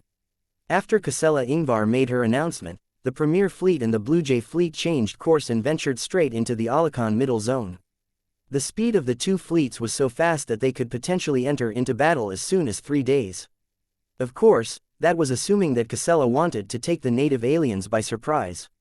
If the Saint Commander wanted to strike with speed, then the enemy would not have much time to prepare. Perhaps their divided command structure would cause the native aliens to spend more time arguing against each other than form a cohesive and united response. If the Larkinsons struck the enemy during this transition period, they could take advantage of the confusion of the native aliens and defeat a lot of units with much less resistance than normal. However, if Casella made the wrong judgment and threw her forces right into a prepared and fully organized line of defense, then it would become much harder for the Larkinsons to defeat the aliens and complete their mission goals. Ves had a decent enough understanding of the Saint Commander. He believed that she should have enough confidence in the strength of the new and improved First Sword and Minerva to opt for speed rather than caution. The latter may enable her forces to avoid a possible trap or ambush, but it would also cause them to waste a lot of time and miss valuable opportunities. This was the last thing the Premier Fleet needed. Many of the Larkinsons who joined the Premier branch had high hopes for their military venture. They did not want to initiate a campaign with lots of momentum, only to end up cowering before their alien foes. Casella needed to achieve a strong victory against a formidable adversary in order to start their campaign on a strong footing. The morale boost from a convincing victory would be massive. This is going to be exciting. He grinned. Ves soon thought about how he could take part in this battle. It was not in his nature to be reduced to an observer during a battle like his wife. If it was before, then Ves could still rely on his authority and leadership to issue orders and intervene whenever he wanted. Now that he was about to resign from his position as a patriarch, he feared that the Larkinsons would no longer allow him to mess around like he owned the place. That caused him to frown. I need to find a different way to get involved. There is no way I am sitting this battle out like I am an ordinary civilian. Chapter 6979-6979. New sword tricks. Shortly after the Saint Commander's announcement, the Larkinson serving on the tortuous scream looked visibly more nervous and excited. They all understood that they had not picked an easy first target. Yet they all believed that the Saint Commander would lead them to victory. Of course, not everyone reacted to the news with enthusiasm. Many of the mech designers of the design department did not look forward to remaining stuck on a warship that was certain to play an active role in the upcoming operation. Perhaps they could transfer to a different starship, but that was not that much of an improvement. The Turask and the Babylon Excavator were faster and more technologically advanced vessels belonging to the Red Association and the Red Fleet respectively. However, there were merely cruisers that were considerably smaller and weaker than a genuine capital ship. Perhaps these advanced human warships possessed superior mobility and escape capabilities, but if the native aliens managed to catch up to them, their defenses likely wouldn't last that long. The Vulcan's Glory was a decent alternative. Unfortunately, the dwarves liked to build their starships slow and sturdy. The recently built fleet carrier benefited from plenty of advanced human tech, but much of it was geared towards making her more resistant against damage. Transferring to the Vulcan's Glory therefore did not represent much of an improvement. The only advantage of staying on this vessel was that she would likely be stationed in the rear of the battlefield. The same could not be said for the tortuous Scream. She was an Orvan battleship. In order to make effective use of her formidable collection of primary gun batteries as well as her 155 artillery bunkers, she needed to occupy a more forward position so that she could effectively pummel the enemy with the help of her empowered bunker mechs. Ves knew that Casella and the other senior military officers of the two fleets had entered into strategy sessions. He tactfully declined to attend them. There was little point in participating in them as his expertise in this field was nothing impressive. He would only embarrass himself if he rashly tried to impose his own views on the upcoming operation. Attacking a native alien stronghold was no joke. This was especially the case when it likely played host to multiple fleets that were strong enough to engage in commerce raiding in the periphery of the Caesarian upper zone. The caliber of enemies was considerably stronger compared to the less well-equipped enemies assigned to attack the middle zones. This meant that the margin of error was not as generous as before. Mistakes could lead to much more devastating consequences. The more superior alien warships and starfighters could easily shred mech units that had been caught out of position. Much relied on the two ace pilots. The Saint Commander was supposed to be the answer to the vast disparity in numbers. Saint Dice was meant to be a killer weapon against all of the alien phase lords that the Larkinsons and their allies expected to encounter. If anything went wrong with the two ace pilots or their ace mechs, the two fleets immediately fell into a crisis. Everyone was aware of this fact. They all hoped that Casella and Dice knew their business and that they had spent enough time with their new machines to be able to use them to good effect in the coming battle. Ves grew curious whether Saint Dice had gained enough proficiency in the usage of her sword Fey to be able to utilize them effectively in the upcoming operation. He decided to call her up in case she needed assistance.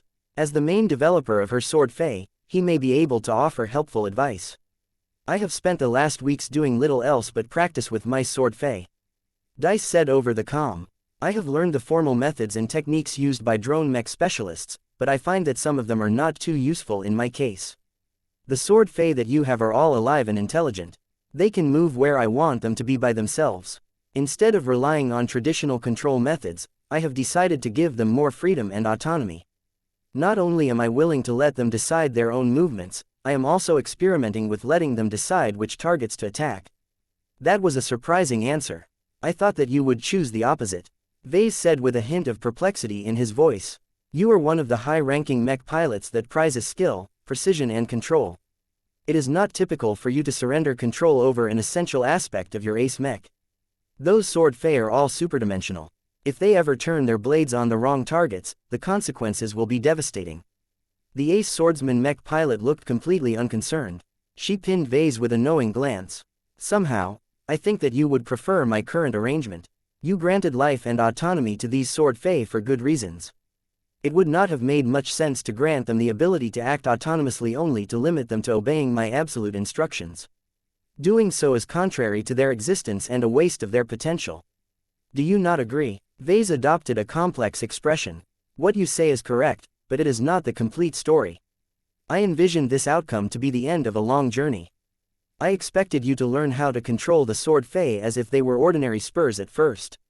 After several months or years of using them according to your intentions, you slowly begin to give the Fae more autonomy, not because you think that controlling them is a burden, but because they have learned so much of your style and techniques that they can execute parts of it on an independent basis.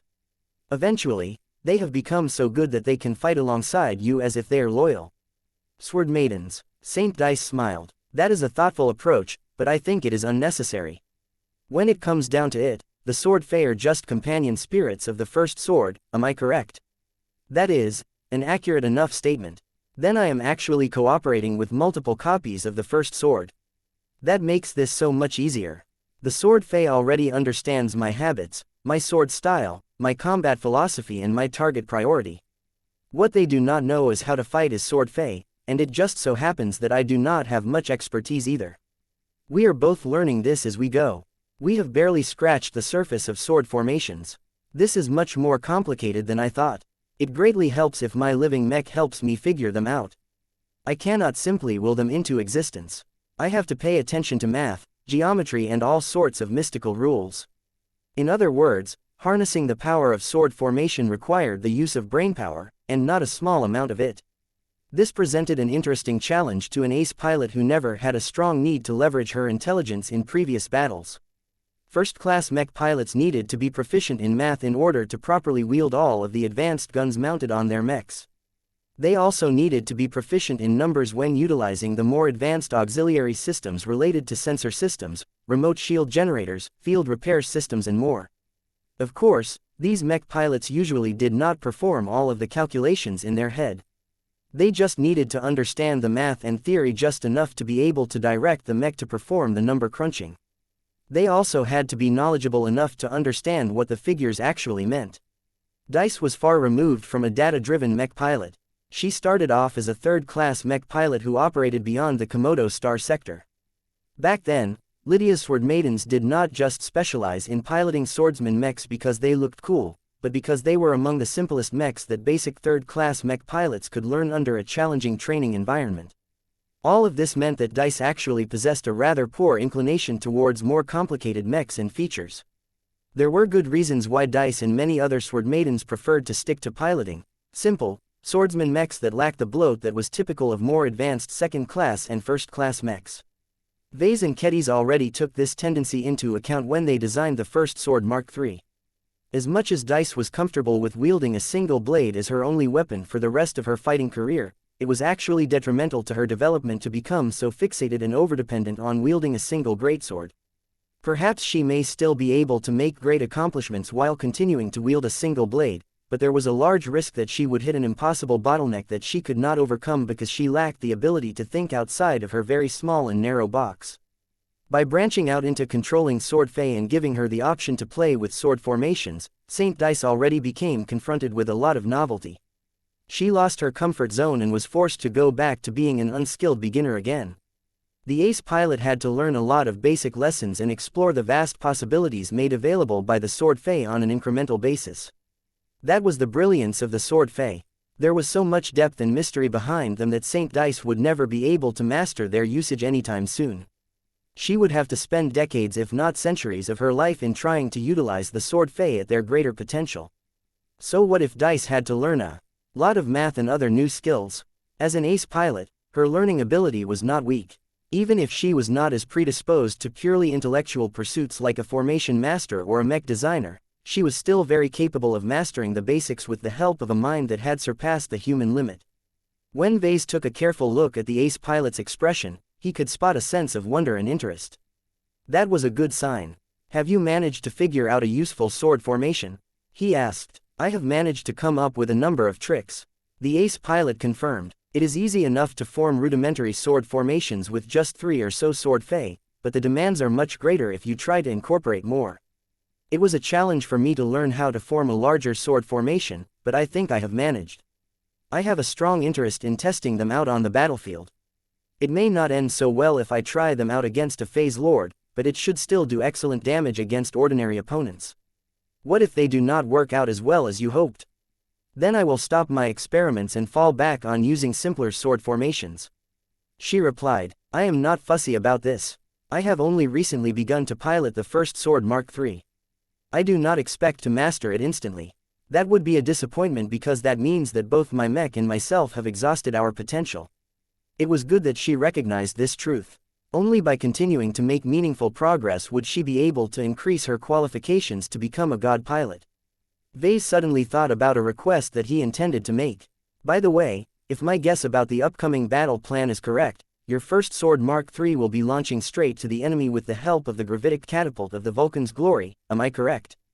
Dice raised her eyebrow. That insertion idea is being considered. I cannot say whether it is certain that this is how I will launch into the field. It's pretty much certain in my opinion. After all, the gravitic catapult is new. We just can't resist the urge to give it a try. Why did you bring this up, Ves? If you can, please do me a favor. I would like you to carry a piece of special cargo with you as your first sword Mark III arrives at the enemy's doorstep. Chapter 6980. Superdimensional crafting. The Premier Fleet and the Blue Jay Fleet arrived at the targeted star system in the blink of an eye. The two fleets had made their way over to the Screed Tanner system at their best sustainable pace. The Saint Commander, with the agreement of High Captain Gilbert de Ronvanches of the Tortuous Scream and Rear Admiral Gory Tenson of the Blue Jay Fleet, chose to believe in the collected intelligence and raced to Screed Tanner in order to catch the native aliens off guard. Even after they had translated to the edge of the star system, the arriving warships and carriers quickly engaged their warp drives and sought to head over to the sixth planet from the local star. Screed Tanner VIF used to be the capital moon of the port system of a now-fallen second-rate state that operated within the protective sphere of the Terran Alliance. The original pioneers who settled into the Alicon Middle Zone and occupied the surrounding regions believed that their forward position compared to the rest of human space would bring them a notable amount of prosperity over the ensuing decades. Located adjacent to the Caesarian Upper Zone, the second-class colonists who emigrated to the Alicon Middle Zone expected to generate a good amount of income from selling raw materials to the first-raters and serving as a vital conduit of trade due to its favorable positioning. The Great Severing in the blazing hot Red War had smashed all of those dreams into pieces. Upon the collapse of the 5 defensive bands, many of the second-rate states failed to put up sufficient resistance against the invading assault fleets. Although it was rather admirable that the human defenders managed to preserve at least a part of the Alicon Middle Zone, that did not give the others a lot of consolation. The native aliens had already plundered and razed the majority of human settlements in the Middle Zone. The ones that remained were too small to rank high in priority. The native aliens would get around to demolishing them sooner or later. One interesting phenomenon that emerged on a large scale was the rise of resistance movements. Many humans that ended up getting stuck on the planets lost to the invading aliens did not try to go out with a bang. After all, even if they possessed enough courage to go out with the enemy, they might not have access to mechs such as the Final Glory to inflict meaningful damage to the subsequent occupation forces. A lot of other humans simply prized their lives and the lives of their families and tried to flee to safety wherever possible. A minority of them could still board shuttles and rudimentary spacecraft that could allow them to escape the gravity well of their planet and hide out in the vast star system. So long as they picked a good planet, moon or asteroid to build a hideout, they may be able to survive for years if not decades without giving away their presence. Of course, there was no question that they no longer posed a significant threat to the alien occupiers, but they could still make themselves useful in other ways. Most of them engaged in long-range observation and signal analysis. They tracked the movement of alien starships and tried to pass on that information to the Terrans. Those that had chosen to remain behind on the planet did more than just collect information. They attempted to sabotage and hinder the alien operations whenever possible.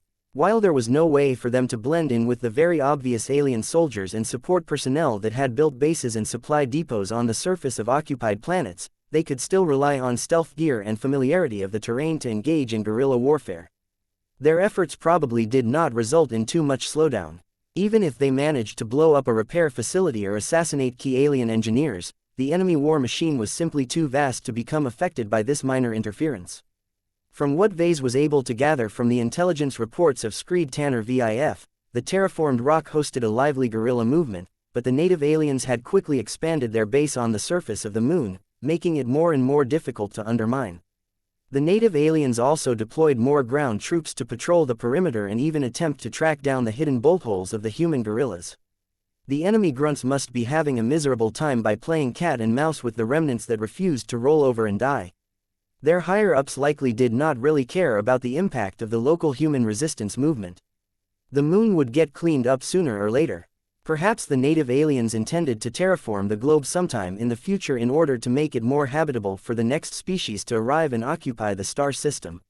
Ves was not sure whether the Saint Commander aspired to save these guerrillas from extermination. It would be impossible to evacuate the majority of survivors if the two fleets failed to crush the native aliens to the point of slaughtering or driving away their phase fighters and warships. Now that he thought about it, these guerrillas may make for great Larkinsons.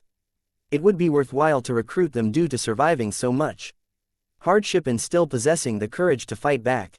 Of course, the Larkinson clan should only offer them invitations if it was possible to evacuate them in the first place. If the Larkinsons only managed to bloody the native aliens without defeating them entirely, then it would be difficult to bring them away. As the mood among most of the Larkinsons in the Premier Fleet rose to a crescendo, Ves spent what little time he had left on finalizing his own preparations for the upcoming operation. This was why he was currently in his private workshop putting together a small but surprisingly resilient piece of hardware. Vulcan had descended on Ves's body and helped to enhance the craftsmanship of their latest weapon.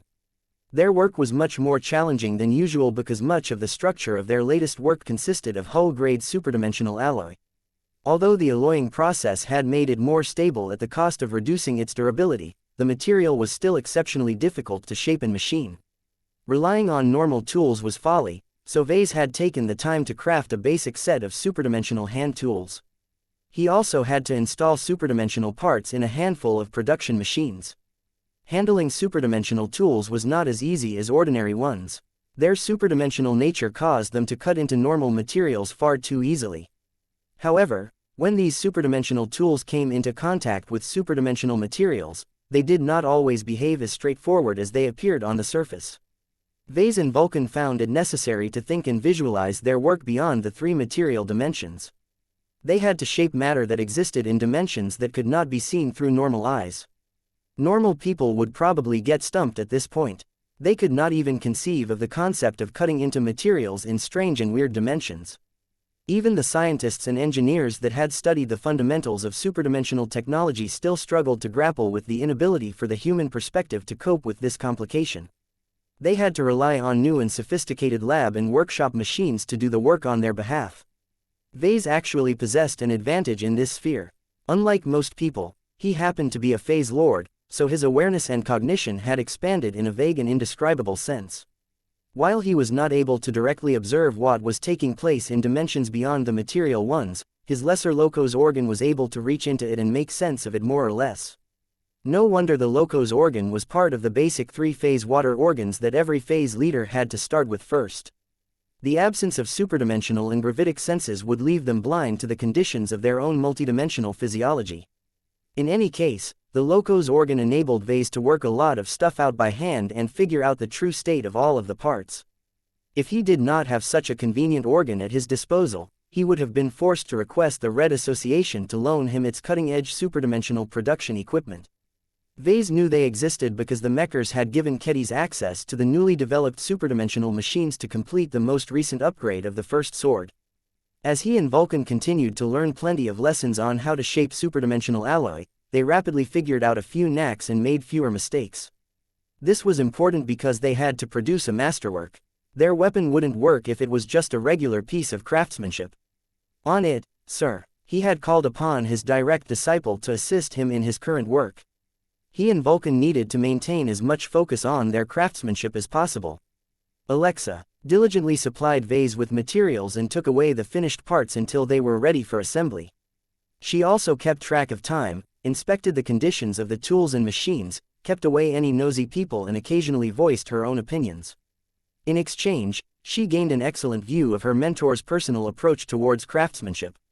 As an observant mech designer, she learned plenty of lessons just by watching him work. It is time to assemble all of the parts. This was delicate work, but it was much easier than producing all of the small parts. Slowly but surely, a metallic cat came into being. This mechanical avatar possessed a strong superdimensional skeletal frame and internal structure that was able to resist virtually any infantry-grade attacks. Ves loaded up with plenty of miniaturized components. Each of them comprised essential systems responsible for movement, detection and technology interfacing. As Ves continued to put together his latest mechanical avatar, it became obvious that he had designed it with a combination of combat as well as infiltration in mind. The gunmetal gray cat body made the mechanical avatar look a bit too conspicuous, but Ves eventually fixed that by wrapping it up in a shell made of transphasic hyper-alloy that was impregnated with soulless gas. Although this meant that the outermost layer was much less resistant against damage, it was nearly undetectable by most electronic detection methods. That was not all. The exterior armor plating was actually part of an active stealth system. The mechanical cat avatar could hide itself from sight. When combined with the properties of soulless gas, Ves believed that it had become practically impossible to detect its presence when it was trying its best to hide.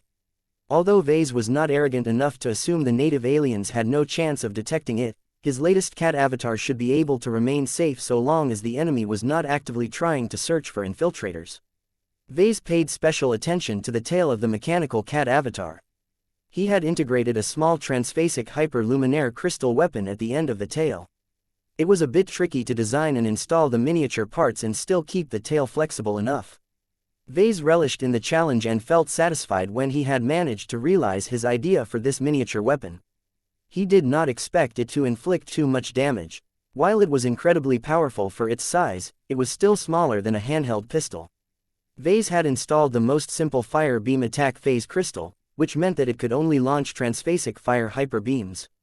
This was enough firepower to instantly kill most generic infantry targets, but it was quite underpowered when used against vehicles or larger hardware. If Ves wanted to inflict greater damage, then he did not intend to rely on this pitiful small luminaire crystal weapon, but instead on a much more primitive weapon. Bring me the fangs and claws. Alexa carefully brought over a lockbox that contained a set of small-scale superdimensional things that were nonetheless far more dangerous than they appeared. This was because Ves had made them all out of weapon-grade superdimensional matter.